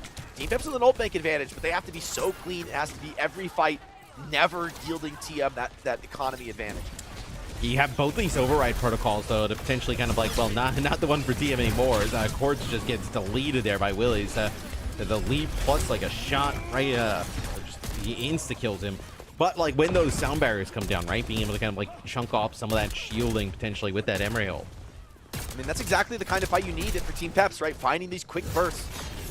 Able to get a cheeky little kill and regroup from there and play with the player advantage. Zoro's coming in with the ultimate again. Quartz firing back at him, gets the bubble. Beautiful team play from TVNT. Keeps Quartz up. Quartz is going to respond now. Override protocol over the top. There's no hit scan to threaten him. You can see he's so confident. Charging forward has to be a very defensive piece. Good crit from the Vendetta, though. Pulls Quartz down to the low ground and into the chaos of the rush is not where he wants to be. Like you said, Matt, though, the Zarya trading on top of the rush. Syrian finds Simple. That's a massive find, and that's going to be enough actually pushing TM back. They're trying to just get TVNT out with energy to Team Peps. Deny that possibility. Another solid hold from them on third. Yeah, they lost Jaywu really early in that fight. Even though Quartz ends up taking out Zoro during his override protocol, they end up losing Jaywu like basically at the same time. So the 1-for-1. You'd love to have your Vendetta up, right? That's going to be the one who kind of sets the pace. Looks like they know where Willies is. Willie's going to drop a wall here, just trying to get himself out to get towards a teammate, but it's going to open up some space here for TM to get around the corner. Yeah, Grav, 80% now. That's going to be the percentage to watch here. Backline punish is getting absolutely decimated. Team Peps went for one of those risky dives, but TM read it. Saw it coming a mile away, and they're going to crush Dip out of the fight. Continue to step forward. Team Peps try to just sustain through this, but Zoro goes down. You lose a lot of your DPS into this one. Willis blocking, has double support behind him, should be just fine, but you got to be more than fine. You got to get out and into this fight, and this could grab be here. Deja vu. Grab in the OT. Focusing Hazard is a really tough ask, though, in this spot. Grab is good. Is there enough damage, though, to get through FT God's beat? Beautiful wall from Willis. Blocks some of the damage as well. Great defensive play, but the ultimate coming in now thick and fast from Twisted Minds. The beat over the top, and nothing more is needed. Twisted Minds, clean house. Team Peps gonna be losing Blizzard World and going down 2-0 in the series. And despite some good moments, TM still look like they're on top of the world, Matt. Yeah, I would say, though, I'm pretty impressed with Peps, right? They played it very close there in our second map on Blizzard World. They're trying to make this Hazard work instead of playing something like a Zarya or the D.Va Band there, and they're still putting up a very good fight. As you see, both Emirates really kind of popping off, above 19,000 damage. It's just, I mean, look at Jaywu, right? 13,000 compared to Dip at 7,500. We did see Jaywu play the Pharah for a little bit, so there's a slight difference there, but felt like on offense, that's when TM really started to hit their stride. Yeah, these grabs were consistently so huge. I mean, that one is particularly massive from TVNT. It just sets the stage for the rest of the team fight. So, amazing plays, amazing reads on the Zarya. Like you said, though, there's something for Peps to play with here, with this Hazard style. Like, yes, your stats aren't going to be as good. You're going to be, a little bit more reliant on these, like, burst pickoff kills. But that is a viable strategy. Like, if you can find those kills against Twisted Minds, against a lot of other teams, maybe this is looking a lot more explosive for Team Peps. So, I think you're right to call out, like, this is a competitive match so far, despite the 2-0 scoreline. Still, competitive is nice, but you're still down 2-0, and CM are not showing any signs of slowing down here. No, and I think what you see with a lot of these grabs that TVNT is dropping is, like, none of them are, like, very greedy, right? Like, okay, we have one player isolated, like, let's grab, finish off, get a player advantage, right? At this, like, kind of level of Overwatch, that's really all you're kind of hoping. If you can kick off a fight with one player advantage, yeah, I mean, who cares, right? I mean, it's a very worthy investment, especially the times they're using it, right? They're getting, like, the Lucio, they're getting the Hazard, a lot of, high impact, from those Graviton surges of TVNT. And look, if you're Peps, you're playing the world champs close, right? So can't feel all too bad. I think map 1 was a little bit more TM sided, I would say, one-sided, but map number 2, you kind of right there, right? They were able to, like, push the payload almost to the end. It's just their defense couldn't hold. in the end, though, I mean, the 2-minute time make advantage, for me, that's just outside of close. It's like there's moments here where we know Peps can hang and they can play at this level, but you aren't really getting to like the threshold yet. You're outside looking in. You're outside peeking through the windows. But we did see these teams though play last year, and they were more beatdowns than last year with essentially the same roster, right? Progress has been made, but I wonder. That's why my worry is it enough? Is TM continuing to do what? One of the hardest things to do in competitive esports, which is to be the best team in the world and to keep getting better, to keep pushing yourself to somehow continue to elevate that gap, especially within your own region, because as you look to a global competition, the bar is only going to be higher. So it's what TM need to do. We heard it from Psycho in the interview from that last match that you got to start, serious every single match. You need to be winning. There's less of them. There's not going to be free wins, and TM are absolutely rising to that standard. They do not look like they're taking this one lightly whatsoever, man. Well, yeah, I mean, without a doubt, right? I mean, the last time these teams played was like in the playoffs last year. And give you an idea on scores there, a quick 2-0 on Lijiang Tower, a full hold on Kings Row, and then a shutout on Flashpoint. So, like, you're not sniffing objectives. You're right, though. Like that. This is in this case, that's a bigger step up than I had realized. Like, yeah. So for Team Peps, there is actually something for the fans to be serious about here. Yeah, absolutely. I mean, Peps trying to extend this series for all of you guys, farming for drops at home. We have awesome esports drops. Make sure you guys have your Battle.net connected to your Twitch. See the link on your screen. You can go get it. I'm always about the drops, Jake. Unlike some of the other talent, like Zoe, who then doesn't farm the drops, but then has to ask and request the drops after. I just keep it open. I'm just passively generating these awesome drops for my account. Passive drop income. You can have it yourself. Just got to link your Battle.net. Although you got to move fast, though, Matt, because I don't know how long this series is going. We got a lot more games, of course, coming in NA after this. So this won't be the end of the Overwatch today, man. We're 2026 day 1 of OWCS, and all. Well, we can't allow everybody to get all the drops in one day. I mean, come on, you got to come back. You got to come see some of the other games. We got a lot of games, so I'm excited. It's going to be a good year. We're just on the very beginning, but I just can't wait to get into this year, man. I miss Overwatch. The off season is long, man. I'm like, where's my competitive Overwatch? Where's my big events? Where are my top teams? And they're here. They're just waiting. Seeing Dallas Fuel on the match graphic was like a little bit of like a. And we did the whole announcement last year. And we saw Tasmo, and we had that awesome video, and I was like, yeah, that's awesome, Dallas. But like now it's like real. Now right? now it's real. Now there's a team. Yeah. And they look a little bit interesting, man. I think we were saying like, okay, who else are you even gonna get in NA for like Disguise and Fuel to really be competitive? But honestly, across the world, right? Like the level keeps going up in Overwatch, right? EMEA is a prime example of that, though. Yeah, I've been playing some games with Taz, and he's super excited for them to be back in the scene. They got a little practice thing kind of setting up there down in Dallas, so they're all the way back, full back. Is the Dallas Fuel. We'll see if Peps can kind of extend this series here as we head to the third map. Looks like we got a Tracer ban there for Peps, the Hazard ban from Twisted Minds. That is directly countered at Willis, and we're going to get a head-to-head matchup. Both teams kind of playing that diva. Yeah, why not for TM, right, to ban something that Willis is going to be extra comfortable on. You want the pound-for-pound, head-to-head mirror match, which is actually relatively more rare in this era of bans. And so for TM, see how they had choose to approach this one. Peps end up getting a little bit of first card control, but I don't think TM care much for it. They're really looking for this additional fight with. The bot opens up already some aggressive trading from TBNT, but often a map that plays a little bit slow in the first fight, right? Like no one wants to make the first move on these hard corners. Yes, Funny Astro getting quite low, but that's going to allow Simple to kind of like farm up some of the healing. That I think if you're TM, you don't mind giving up, 2-3 meters here. You're just focused on getting the right first fight, and where it kind of matters for you is it seems like they're just trying to set up a potential dive, or both teams just kind of letting their diva get around the corner, take some damage, trying to farm up that Kitsune rush. This one might really come down to the ults. A bit of an aggressive move, looks like under the bridge, but Peps just fall back, playing this one nice and slow. They're going to go for those economy gains. Team Peps nearly dropping dip. TM sense a little bit of weakness here. They're going to start swarming forward. You got to have a very clean retreat. Oh, he's surrounded from all sides. Good heal from Zirian, though. Gets him back up. Rush is online first for Zirian. He's going to go for it. You still have a few seconds before he can respond. TM has been so good at these scenarios in the past, and their health bars are not dropping a lick, Matt. No, TM just kites it, right?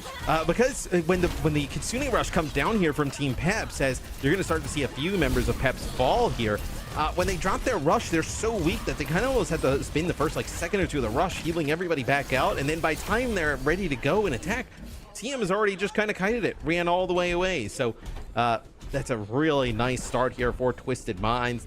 Both teams kind of investing in getting that Kitsune Rush early, just Twisted Minds with the advantage in terms of just overall HP pool there at the start. Yeah, an absolute expert navigation of the ultimate fight. Great speed kite there from Bunny Astro and TVNT. TVNT once again holding the front line, kind of making them wonder, do you really want to contest out of this left side? Quartz ready for potential flanks here. Knows the threat of that override protocol is real. Both are going to pop it up into the sky, shooting down on some helpless opposition. Empty got with the first beat. Bunny Astro holds his nerve. A much better late beat here. Should be big advantage for TM as they push forward. Some aggression swarming in on. Can the heals come in? They can. But it pulls a ton of resources into the backline, and there's no one left to sustain dip. Great dive from TVNT, continuing to step on the gas here as he senses a lot of weakness from this retreating Team Pep squad. Yes, I mean, Twisted Minds, they can smell it, you know, the blood in the water, so to speak, as soon as they see that they're going to be able to kind of collapse on Team Peps and go on in. Jwoo with a Sundering Blade here could be kind of devastating around the corner. See how they decide to use it. Typically, sometimes we saw last year, right, teams would actually kind of opt to back out from this Twisted Minds position, play from the high ground. But I think with Vendetta and Diva in the mix, you do not mind playing close. They actually go with like a Kitsune Rush from the backside here, Jake. That is a really nice flank there from Twisted Minds. So fast and decisive. I love that move from Jwoo. Comes in on the flank and actually doesn't find much in the initial dive, but he's regrouping back to his team with his natural movement. When he gets there, pops the Sundering Blade, and Team Peps is already overcommitted at that point. The rush is down, and you can't really run away anymore. So, I mean, TM, I don't think they're going to be giving up any kind of ground on this one, Matt. Like, they're eyeing up the full cap. Yeah, and they dropped the rush from, like, that backside where Jwoo is as well. So I think it definitely kind of caught Peps off guard. Now you see already a few members of Peps dangerously low. I mean, Zoro, like, you can see, it's just, like, really, I mean, finding targets, right? It's just, I feel like everybody on TM is invisible before they're in. That time it's really nice counter there from Dip as Jwoo tries to get in. Dip kind of follows him up, then takes him out. Yeah, Jwoo kind of caught doing a little bit too much. TVNT is going to deploy the self-destruct. He is. The cleanse also comes in. He actually might get back in the suit. No, Dip hunts him down. That's a huge one to find. +2 advantage here for Team Peps with a lot of ultimates. This could start a kind of a clapback snowball that you absolutely need, considering you're down 100 meters to 0 here. Good looks for Team Peps. Man, so TM, low, you have to back up. You can't finish off Twisted Minds. Like, you get this insane start to the fight, and they're just somehow still here. They never fully yield the map position, man. And that makes a world of difference. You don't really get any progress for free. Quartz, in fact, that's his weakness. He's going to try and strike back. They've already taken out FB, got it 98 to the beat. Flying up, just taking every shot in the world is Willis. He's not even going to pop the self-destruct. He doesn't believe in this one either. Zoro is also using his override protocol right there as well. Just not able to find much of anything as he will be the last one to fall. As Willis wasn't as 100% HP there at the start, and then as soon as Quartz gets up into the sky, he has like a dilemma, right? Because TVNT and Jwoo are pushing into the backline of Peps trying to finish off some of those kills, but then Willis can't just let Quartz go uncontested, so he's kind of caught in the middle of no man's land, so to speak. As more progress here of the push bot by Twisted Minds. Double support ult looking to finish it off. Yeah, early rush from Simple. Senses he's just going to try to get something done here. A beat from Funny Astro is just a little bit too late, actually. So TVNT out of the suit. Can he find anything? Willis bomb takes down Simple and should be able to get a cleanup kill on the TVNT, although hold on, the peel comes in. Zoro, luckily he's able to find that kill, but this is turning into such a scrap. You needed a much cleaner fight here, and you are not going to get it. Quartz with 2. Jwoo's still brawling. Funny Astro's here, and they're just scrapped this one back right in front of the Team Pep spawn. We were talking about how good those two as damage dealers are combined, as right there, even though they lose TVNT and Simple, they're still able to come out on top in the fight. And now coming here towards the last stretch of the map. It's going to be the sound barrier here from Peps. That's going to keep them alive. The override protocol used here by Quartz. He's going to find nothing with it. But still, you end up getting that big support ult out from Peps, so they're not going to have that here to kind of push on forward. Yeah, it felt like a very forced beat there. I mean, I understand you're under so much pressure. There's like the risk of the full cap. But getting that out is like you have nothing going into a very long road home here. And Twisted Minds with a couple powerful tools like JWoo and TVNT with ults could get very deep in the back line. Funny Astro, 66 to beat, but we've seen how fast he can get those in some of these more chaotic opportunities. I mean, Team Peps feels like they have no time to even breathe, Jake, right? Before they can even make it back towards mid-map, Twisted Minds is just, in their face right away as JWoo does use the Sundering Blade, doesn't get anything with it, but Willis does not have another bubble, not able to live on through that as, Dip trying his hardest here to kind of, battle JWoo, but JWoo's got so much support. I mean, they're even trying to dive Quartz. It doesn't seem like they're able to kind of make anything happen. Sure, Zoro and Zerion, they do finally finish off Quartz, but the rest of their team's dead at this moment in time as Peps cannot really even make it back towards the middle of the map. I mean, the nice thing is you did kill off the Emery, who has probably the longest respawn of anyone in this comp. He's the longest walk back, so TM probably just have to fight this next choke. TVNT always cheeky though, getting what extra seconds of hold that he can. He's gonna take a lot of damage for that though. Has self-destruct, so if he needs it, it's gonna be a beat from Funny Astro on the back foot, but Willis went so deep for that pressure, just didn't expect the beat. Looks like a mistaken ult track there from Team Peps. And the clapback is actually so brutal. Matt, this could be the very end of it. Team Peps with quite a few ults in the tank, but they need to get out into the fight. They do not have much time. This bot is gonna be rolling home. Yeah, but I mean, dude, this is brutal for Peps, right? Kitsune rush here from Simple. You're going to have the override protocol from Quartz up in the sky. And how does Peps even get out and kind of stand tall on the point? And Willie's just getting blown up from every direction as this looks like just Twisted Minds map for the taking. The world champs do not want to be denied here at the final stages. JWoo finishes off Zerion. You just have FD got alive here. JWoo desperately trying to take him out. But you do have Willie's back off the spawn, but not enough for anybody to get a touch. And that'll be a Twisted Minds 3-0 here, Jake. Still dominant as ever. That was a brutal one, man. And it only got worse on our final map. It really felt like, the hazard was a cool look for Peps. Maybe something that TM, to Psycho's point in the earlier interview, like maybe they haven't seen that before. It's something that maybe that's like a sort of a unique Peps style. And it does get them some mileage, but it's not enough. The reactions are good on Blizzard World to close it out. And then in the pound for pound mirror match, they're getting toyed with quite a bit here, Matt. Like, there's a level difference between these teams, and it really shows, especially in those final moments. It's just like the speed and aggression at which Twisted Minds plays at is just not really replicated, I think, across EMEA. So we take a look at some of the stats there quick, and then this was an awesome play, right? That was kind of where the Kitsune rush was actually dropped from behind. JWoo actually uses the spin, gets back over towards the choke, put down some damage, then the Sundering Blade. But it just felt like from Peps, right? Outside of the first fight, they were basically fighting consistently from like the walkway to their spawn. They never were able to make any real progress back towards mid-map, back towards the TM side of things. And I mean, it's telling, right? Because they finished, I believe, with the 6.72 that they got right off of the first fight, right? They kind of like moved up a little bit. They kind of got a little bit of an advantage there early. And then that was it. The entire game, it was just Twisted Minds. Arguably, TM like lets them have that so that they can have a better initiation and position in the first fight. And so really, there was never a moment where TM were in anything but full control. So that's going to be a painful one. That's going to be a bit of a gut punch for Team Peps. That being said, I do hope they keep their heads up because this is the toughest draw that you could have gotten. Somebody had to bite this bullet in round one. It was Team Peps today, and they've shown some unique looks with the hazard that could be something that they can continue to roll with and actually have some real purchase in the NBA this season. Yeah, and I don't think a lot of teams are currently banking on that hazard, so it might just kind of go under the radar for a lot of people as they won't be familiar playing against it. It was very clear that both teams firmly believe in that Vendetta Emre combo on the DPS as well as what we saw from our first match. So far, do you guys feel like there is any big surprise, or is that kind of how you imagined the meta shaking out? I mean, I don't think there's really a big surprise for me Probably like seeing the Domina played as much by Katia was a little bit surprising. Maybe that's just a Vestola special. You don't know. Yeah, I think these tanks will probably have to figure out a way to play like D.Va Zarya. That kind of seems to be like the strongest options.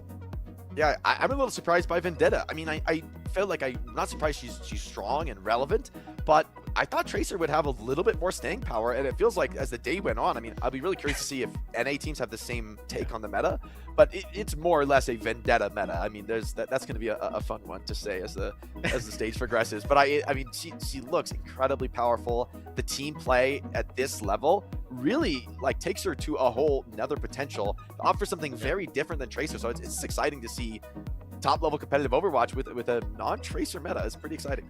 And I love the Vendetta together with the Hazard. Like that kind of like damage output, that can be really scary if it hits the right timing. Either way though, this was a very convincing victory for Twisted Minds. So let's chat to the birthday boy. Happy birthday, Astro. I think there's a lot of great ways to celebrate a birthday, but I imagine a clean sweep is right at the top of your list there. Let's chat about how you guys got it done. Looking dominant as ever. Now you're coming off of winning a championship. How does it feel for a support player who has seen pretty much every meta under the sun to like kind of solve those new meta mysteries with a roster that clearly already has a telepathic synergy down? I think there wasn't too much to solve. I think we knew Vendetta was going to be strong. We're always going to stick to Lucio carry because that's what everyone plays. And then tanks, we just like to play whatever we want. So I think it was pretty easy for us to figure out. We've only been scrimming for a week or so. Oh, okay. Yeah, Astro, I got to ask, how has it been working Jwoo into the roster? We obviously, across the EMEA last year saw like his potential, but now you guys get your kind of hands on him and work him into your system. What has that been like? It's been pretty easy, to be honest. He's like... he's insane. He's nuts. He's got a slightly different hero pool to Psycho. There's a few heroes where I think he's slightly better, and we're leaning more towards those. But yeah, other than that, it's just easy. I think it's easy to slot a flex DPS into our team because we've got so many other vocal players that like he doesn't really need to talk much. He can just follow what we call, and we'll win.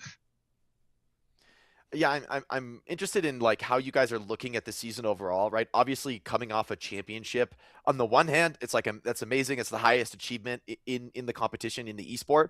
But at the same time, now there's this weight of expectation. Like now, you guys are the team to beat, not just here in the EMEA, but across the world. And I'm just curious. You're a veteran. You've been around the scene for a long time. How do you come into this year thinking about your role in the space now as the defending champs? I think personally, I just don't always try to set my expectations too high. Just because we've won 1 or 2 tournaments now, it doesn't mean we're the best team in the world. Doesn't mean we should expect to win absolutely everything and never have a slump. Like, I think the goal should always be for us to just qualify for every international LAN and get top 4, in my opinion. How do you see the competition stacking up to you guys? Do you feel like there is one region where it's going to be a closer race than others? How do you feel about your own region? Do you think the competition has been catching up? I'm kind of curious to play against Zeta. If we... Hopefully both of us make it to the first LAN, but that team looks really strong, and I think it'll be a fun match to play against them. But I think as well as that, this year in EU, like the level of play is going to be really high. We've got 6 really strong teams. Maybe Peps didn't look so strong today, but I think they're a really solid team with a lot of potential, and there's a lot of rosters out there that can make a lot of upsets happen. Yeah, less teams. The stakes are high for those regular season matches in order to make to the playoffs. You guys are off to a good start. Funny Astro, I'm going to let you celebrate your birthday. Thank you so much for joining us, and best of luck in your upcoming match. Thank you very much. There he goes. First win in the bag for Twisted Minds. And with that, we are about to wrap EMEA. A first look at 4 of our 6 teams. I feel like they pretty much went as expected, although I do have to say, like, Katia definitely had a lot of great moments. Peps got like clear improvements to what we've seen from them just last year. Yeah, definitely a lot for the fans to be excited about for Team Peps. Like, it's a brutal draw to take TM, but there's a lot of competitive teams in the EMEA, and I think an opportunity for Team Peps to build something this stage. For them, I think like making it to playoffs, making it to LANs, that's really the goal. You don't necessarily need to beat Twisted Minds to accomplish it. Yeah, and Funny Astro's never really been one to kind of like, if a team's pretty bad, he kind of like says it when we interview him. So for the fact that he kind of says like, hey, Peps, Like, they're a pretty solid team. Like, they'll give them, like, other teams, like, a run for the money in EMEA. I think EMEA outside of TM might actually be really, like, kind of clumped together closer than, like, we may expect. So I'm curious to see how Peps kind of, fares against the rest of the teams.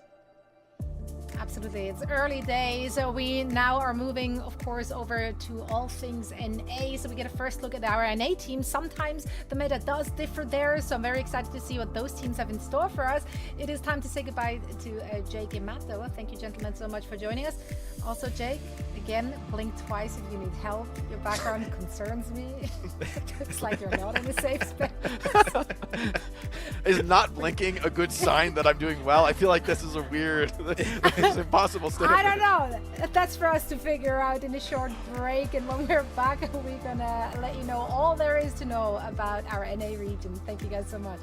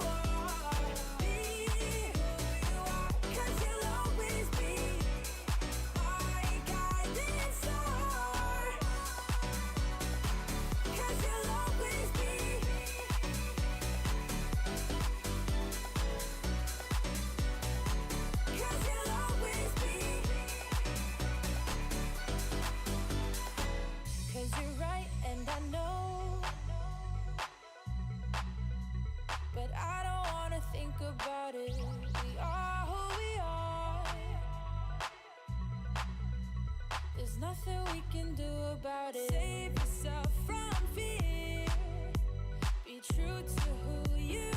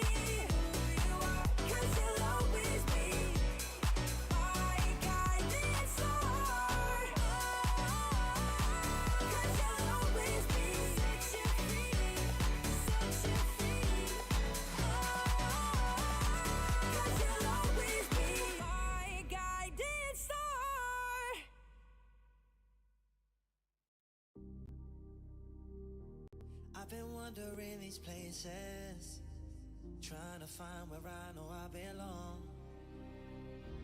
And I've seen too many faces, now I know it was here all along. So don't try to deny it, you know we ain't living here alone. When I'm with you, I'm flying, I just want you here, that's all I know. Got me feeling, got me waiting, I'm lucky when you're by my side. When I say it, I'm not lying. And every time we touch, it feels like.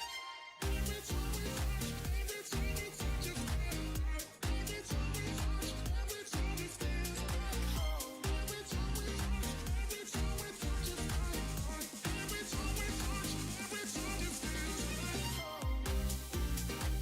Oh, this feels like home, yeah. This feels like.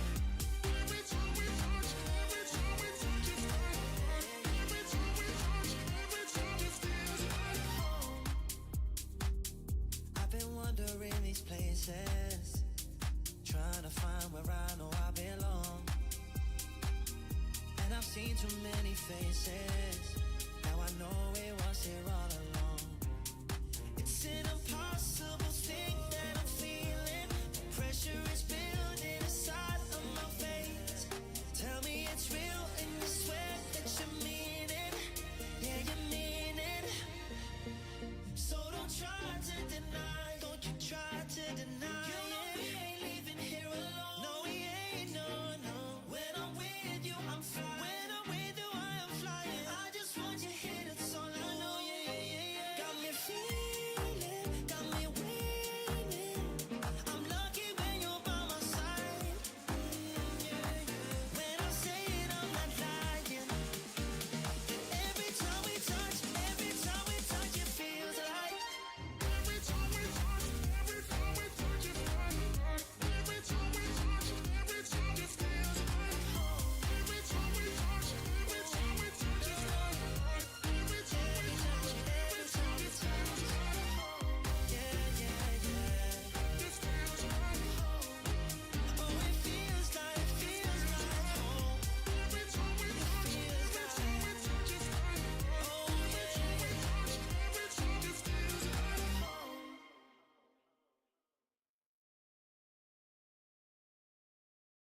No, we never choose. Always wishing for something to come true. What can you do when, baby, you know the love got you? Love got you. Love got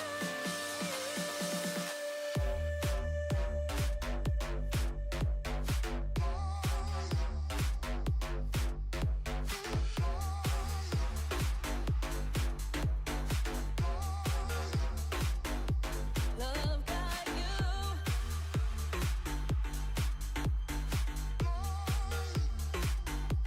Love got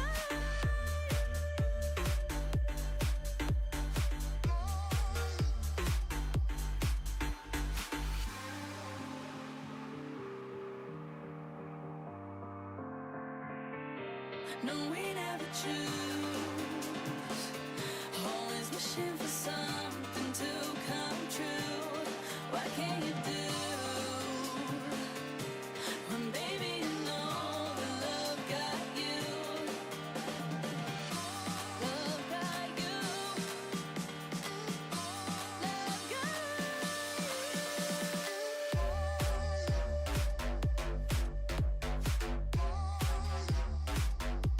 love got you.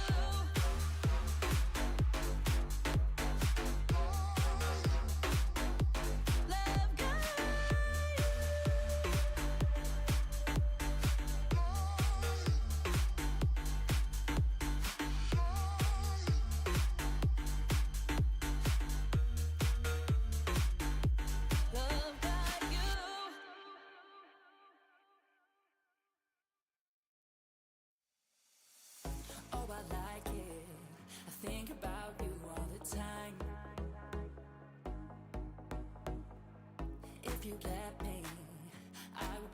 should be mine. Come with me, move through the night. Let me learn what we like on my mind. And if we keep up the vibe, moving in motion, eye to eye, perfect time. Talk to me, I want you on my body. Feel the heat all over my body. Come on, talk to me, I want you on my body all the time. Talk to me, I want you on my body. Feel the heat all over my body. Come on, talk to me, I want you on my body all the time. Talk to me, come on, talk to me. Talk to me,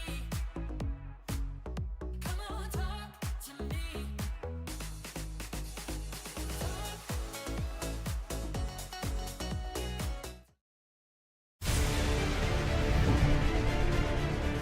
What a clean fight for Disguise. Is that will be the team kill?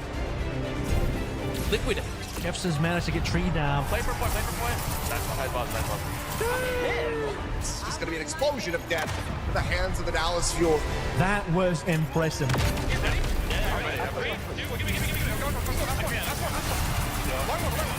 And to get the touch, here comes the engage. Psycho with 3! Oh, buddy. There's the tether, looking for the drag off, but the pickup comes through. Oh, the carrier. Empty got to the rescue. Twisted Minds looking to close out the series here and take over the trophy. Of course, has done it so many times before, and he'll do it again. Your OWCS 2025 World Finals champion.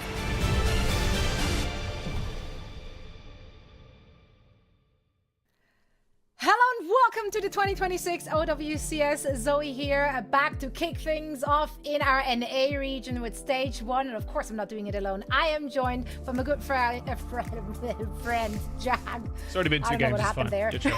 You know what? You know what happened? I got a little nervous because Moxie's on the broadcast, and I'm a big fan of Moxie. And I finally get to work with Moxie, so yay! Moxie, how are you doing? I'm so glad that you're joining our team for this season. I'm so excited. We were watching the EMEA matches just a little while ago, so already getting to see new meta develop, that Vendetta, the Zarya, that's definitely going to be a staple as we continue getting into the American matches, but I'm sure that Emre is going to be popping up more and more as well. Jack is just like, Dude, facts. Sure. Yeah, I'm like, yes, yeah. What do you want to follow up on that or what? What's going on? yeah, Jack Emre's pretty sick. He's just like a better earlier as soldier. well. Imagine playing Soldier 76 when you can just fly around, shoot with an actual scope on your rifle, and then, yeah, throw nades at people. It's pretty sweet. Right. Yeah, well, meta has changed a little bit, but our roadmap this year is looking quite similar to what we got to enjoy last year. We have 3 stages, playoffs, and all of that will culminate in 3 different life events. The regular season is a lot more high stakes this time around, though, so there are a little bit, a few changes within that. Now, if we're looking at our live events, I am so hyped. I am so excited. We're kicking things off in Japan. We're going to end it all in China. Like, we're going to be eating this year. Oh, yeah. Like, I'm been banging on about this for years. Japan needs some more representation. Look, we had Namkuchi Brothers. We got Please No Hero Ban. We got a lot more teams too. And of course, Crazy Raccoon, a Japanese organization. So I'm glad they're getting a little bit of more presence even in OWCS and just Overwatch Esports as a whole. So yeah, the Tokyo one is going to be crazy. I just came back. I want to go again. China too. China, like, there is no crowd quite like China when it comes to representing their teams. They have all of these stands where you can go and you can get the team merch with the little billboards that you can lift up, the LEDs. There's gonna be a lot of fan chants when you go to those finals in China. Yeah, Moxie, we talked about yesterday, right? Having China back in the Overwatch ecosystem meant so much to so many of us after so many years of excellence in the competitive scene in Overwatch in China. Now here, a look at our 2026 partner teams, some new faces, as well as some old rejoining us. Oh yeah, the Dallas Fuel is back. I'm shedding tears, I can't lie. I gave Tasmo a very large hug when I saw him at the World Finals last year, so I'm really, really happy they're back. Calling their name again is, yeah, it's something special. That 2022 Grand Finals in Anaheim, one of the best finals we've ever had. So yeah, I'm excited to be back. New faces obviously on the team, but you know, same old feel.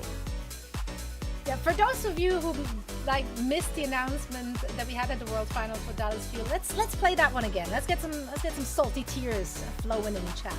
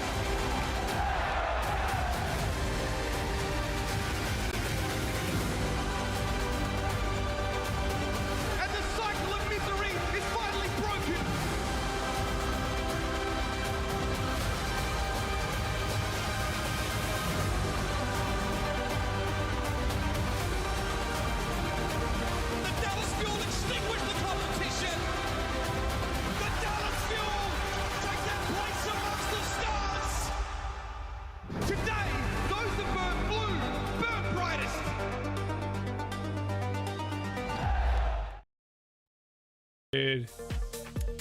Yeah, nah, I'm not crying. You're crying. I was like, come on, man. I was trying to spot Scott as well. I was like, where's Custer? Where is he? Where is that guy? I was trying to. But that was the finals I was talking about, the 2022 one. My God, that was. Oh, look at Danny. Danny's on the stage too. That was. Just playing Overwatch themed Where's Wally? I am. Yeah, I just want to spot the homies out there. But yeah, this finals. Tasmo, who is returning. This squad, unfortunately, beautiful. is not. They do have, of course, a different roster, but man, what a time to remember. Oh, the jersey. I'm sure Oh, they're you put it sponsored by them. I don't know if they're sponsored by this thing anymore. But yeah. Hey, Tasmo, you know my address, buddy. If you want to send me an updated one, I'll be here. Yeah, same Tasmo. Hook the homies up. Yeah.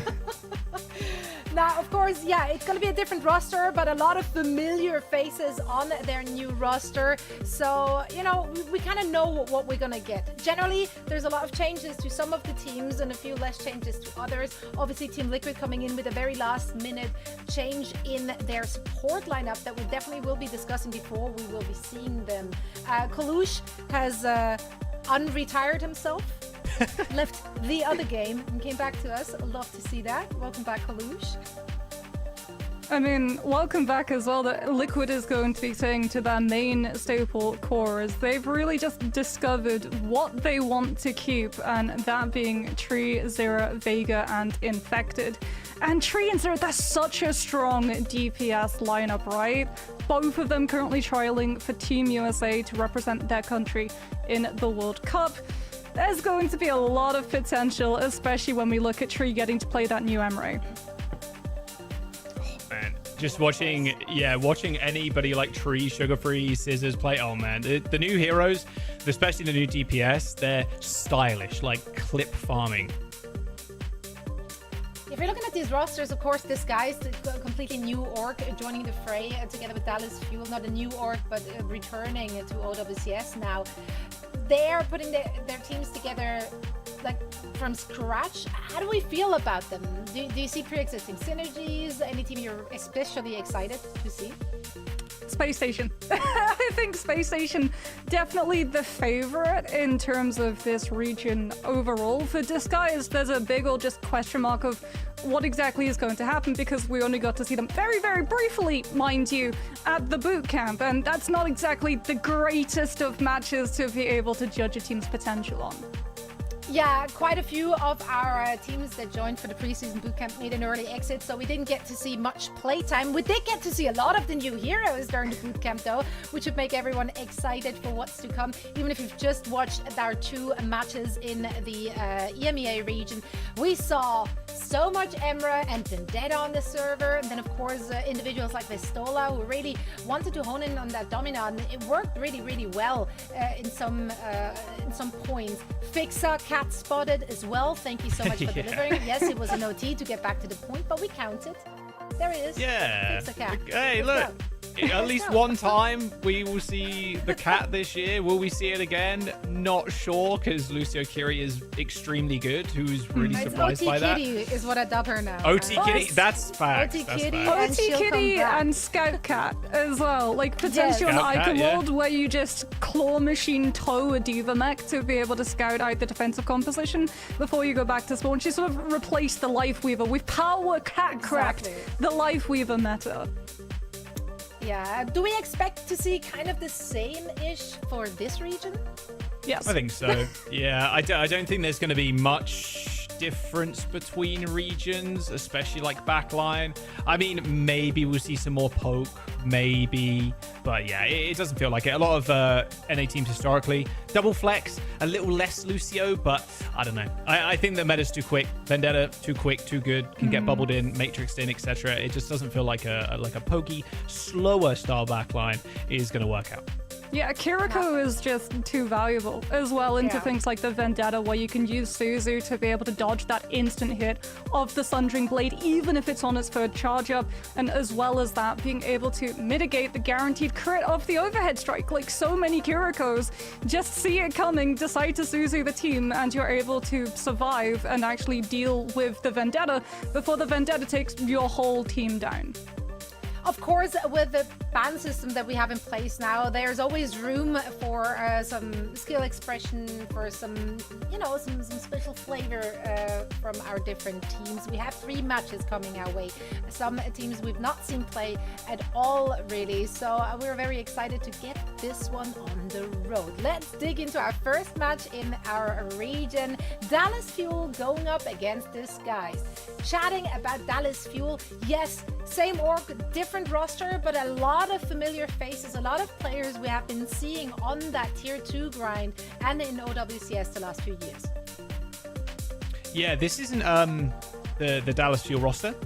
This is something a little different. I don't think PG is wearing the Dallas Fuel jersey. Dallas Fuel being Chronic, Sonjun, Kellen, CJ, and Lucamino as the squad. There you go. You can see him live in person. I'm still glad Kellen the Felon's around, man. I'm going to be honest with you. Kellen has been around for such a long period of time at this point. It's exciting to see him grow. I mean, it didn't have the best couple of years recently, but no, I'm excited also to see Sonjun step into the fray, because that guy, if you want to speak about like tier 2 grinder, wasn't even in Overwatch League, but like one of the most cracked players coming out of the last couple of years. So yeah, I'm excited. Same to see for him Chronic though, right? So both of Facts, these players, facts, they've yeah. missed the Owl era, but like they have more than proven themselves the last few years. Yeah, Sunjun as well. I don't think there's going to be like a danger of a potential language barrier, because as Joe said, he's been around really, really long, but he's floated between Korea and America. He came over in the American contenders for a little bit and actually played with Wisp, and then moved back to Korea, did some time in contenders there with Wei,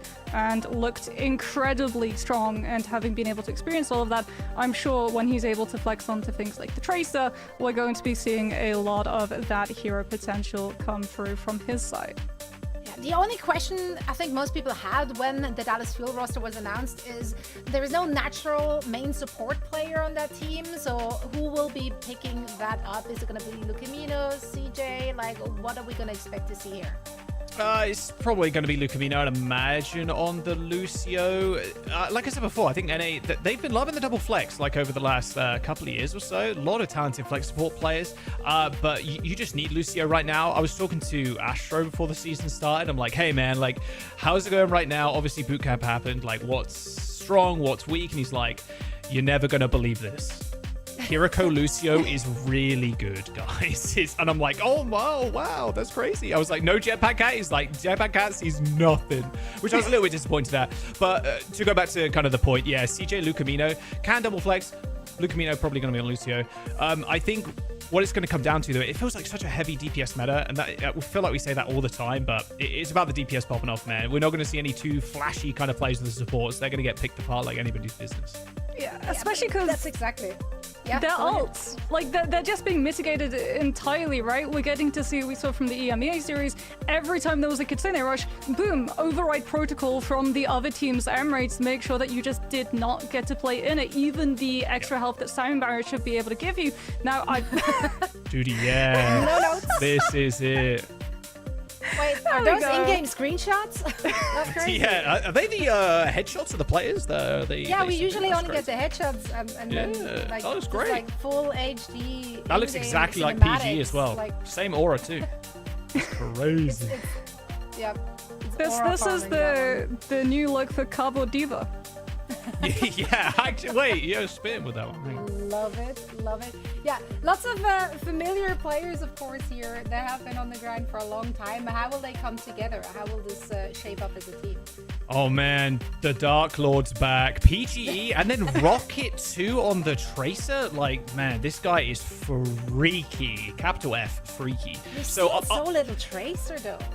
But that is, said, you always need to have a good Tracer, though. You always need to have a good Tracer, and like, I do think Tracer is still like ridiculous. Like, whenever a DPS hero comes out, I'm like, do they have 3 blinks and a recall and move faster than every other DPS at like a 6 move speed, not a 5.5? Oh, they don't? Okay, so Tracer's still chill then. No, we're good. Like, you're always gonna need it, and I think this team is kind of perfectly set up for that. PG very flexible too. This DPS lineup, yeah, it's stellar. All right. Prediction time, guys. Moxie, you go first. Who do you think is going to have the upper hand in our first match? Dallas Fuel Frio. I think it's gonna be a lot of Frios today, but we'll have to see. Disguise, they might surprise us. As we said, we have a little bit less tape of how they're going to be able to operate as a team, and they want to start off coming out of the gate strong. In agreement. Well, I see the nods. Yeah. I think it might just be a 3-0 for Dallas Fuel. I'll give 1 to Disguise. I mean, why not? Just throw a little one out there. Look, they got their map pick. They have the Barons as well, priority if they lose map 1 or map 2 or whatever. So I'll give it a 3-1 to Dallas Fuel. I mean, yeah, I think that's about it. Yeah. I'm waiting for the TM and now. New meta as well, right? New meta, new rosters. You can always hit them with the element of surprise and sneak a map here and there. And quite frankly, like, everything here will matter. It's just 5 matches in the regular season in order to qualify for the playoffs. 2 teams will get cut and will find themselves in promotion and relegation at the end of this 3-week sprint for our teams. So there's a lot on the line. The teams need to come and lock in. We're ready for our first match of the season in our NA region. So guys, please take it away. Yes, thank you very much, Zoe and Moxie. It's good to have you here, by the way. It's great to be here. I'm so excited. I don't think we've ever cast together. I think this is we the first haven't. time. Yeah. Somehow, like, we've always been in the same gravity, but never really got to. Yeah, I think. Gosh, at some point, but yeah, it's great to have you on the OWCS broadcast, and you get to, obviously you weren't there unfortunately for Overwatch League, but now you get to cast the Dallas Fuel, and I'm assuming you're as excited as I am to cast that legendary name. But honestly, it's been also really cool to see other partner teams step in, right? I mean, Disguised Toast team, like, that's pretty insane. They're always kind of hyping themselves up on the social media. We saw the roster graphic as well. It's not like, I'm not going to say it's a full meme team, but there's a lot of memes behind it, and it's good to have them in the league.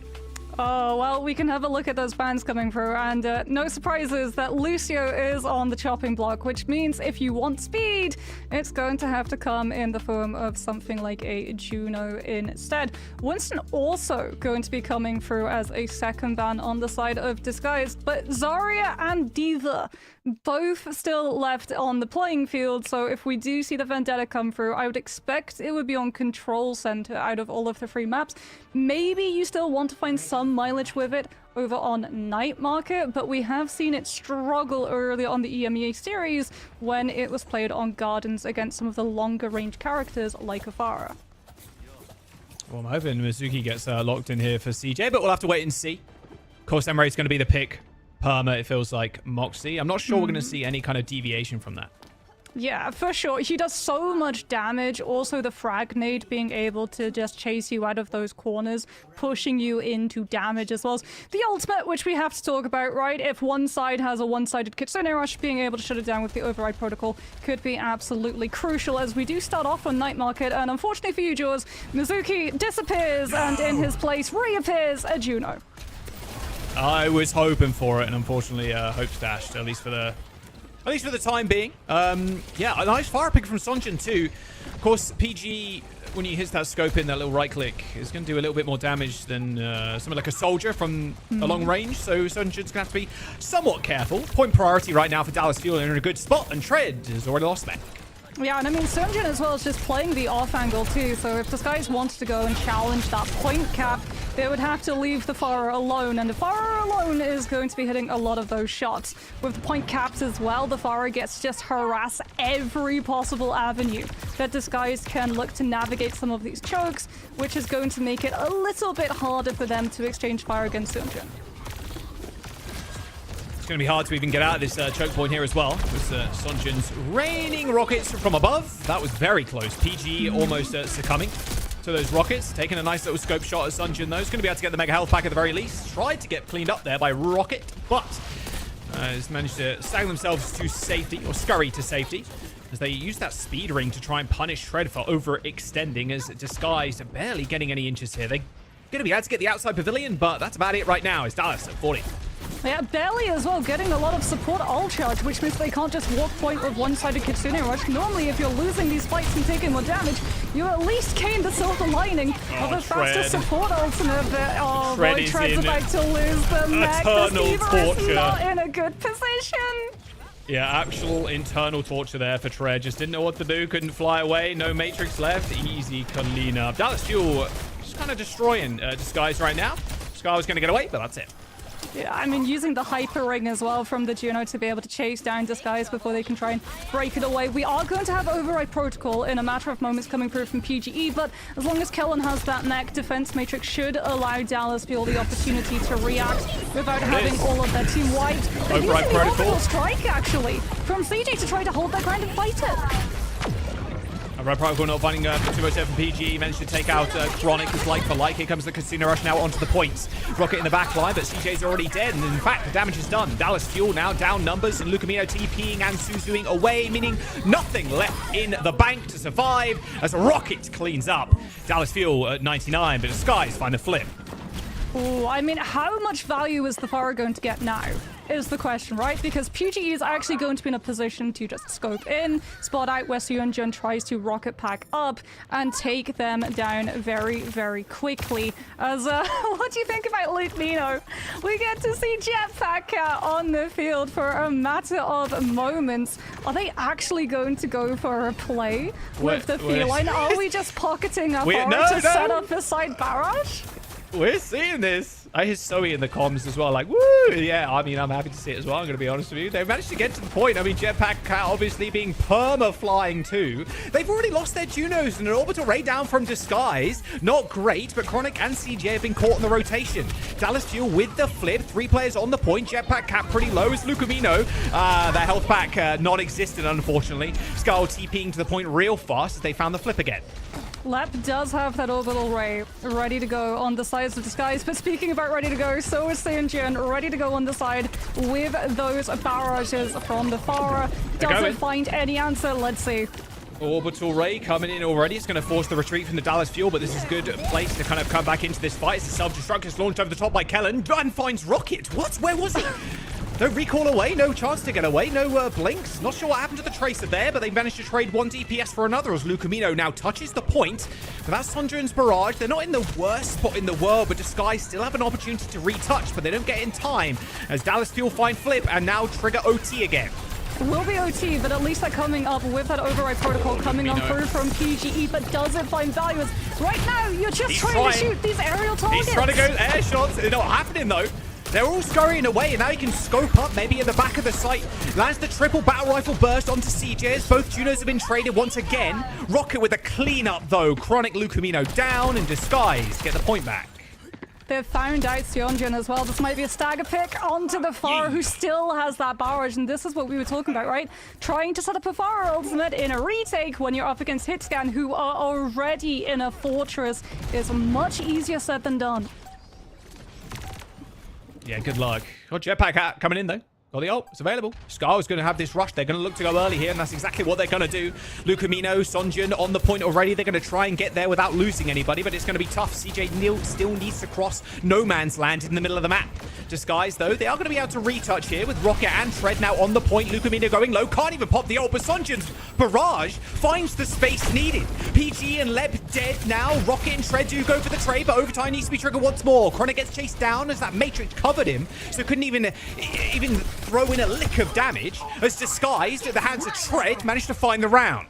Hero play from Tread, just sweeping in front of Chronic before that override protocol can flip the fight for Dallas Fuel. And that is the problem. As we hear the caterwauling of Jetpack Cat in the distance, and Disguised go one round up. Now that we're heading to Control Center, there's no way Pharah stays around. Surely not. It would be crazy. It feels like Vendetta would be a better pick. That's what Sonjin's going to hover, at least for now. But, man, yeah, Tread at the very end. Not only kind of taking out Lucamino, who had to, like, retouch over and over and over, but managed to take out Sonjin, too, after gets 2 with a barrage.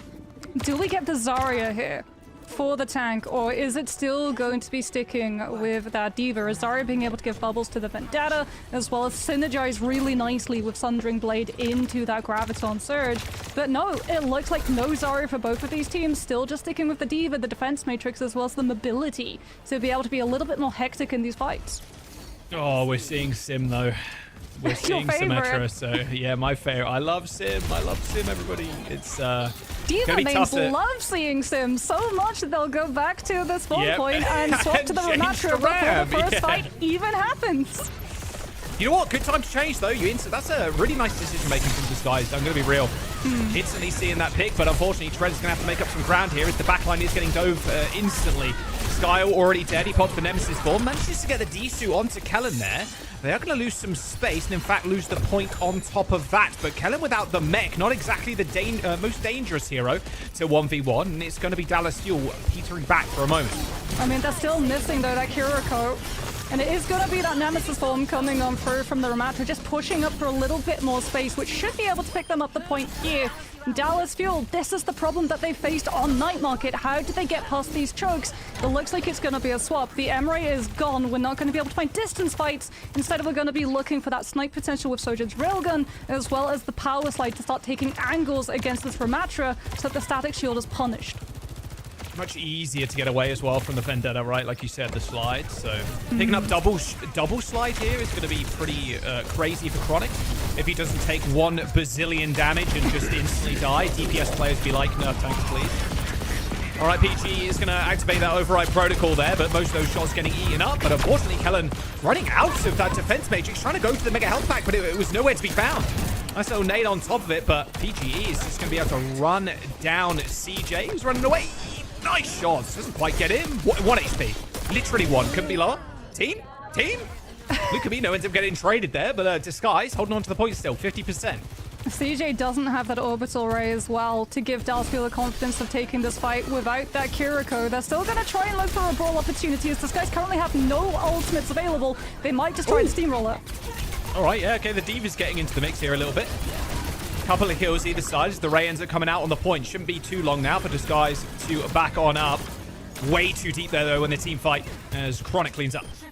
You have to give the respect, though, to Sundering Strike coming on through from Rocket in this next fight, plus the fact that Disguise will be coming in with both support ultimates as well if they give it a little bit of time to battery. And since Dallas Fuel have barely passed 30%, Disguise have all of the time in the world to just bank up ultimates and decide to walk. They just can't get caught early by something like a Sojourn.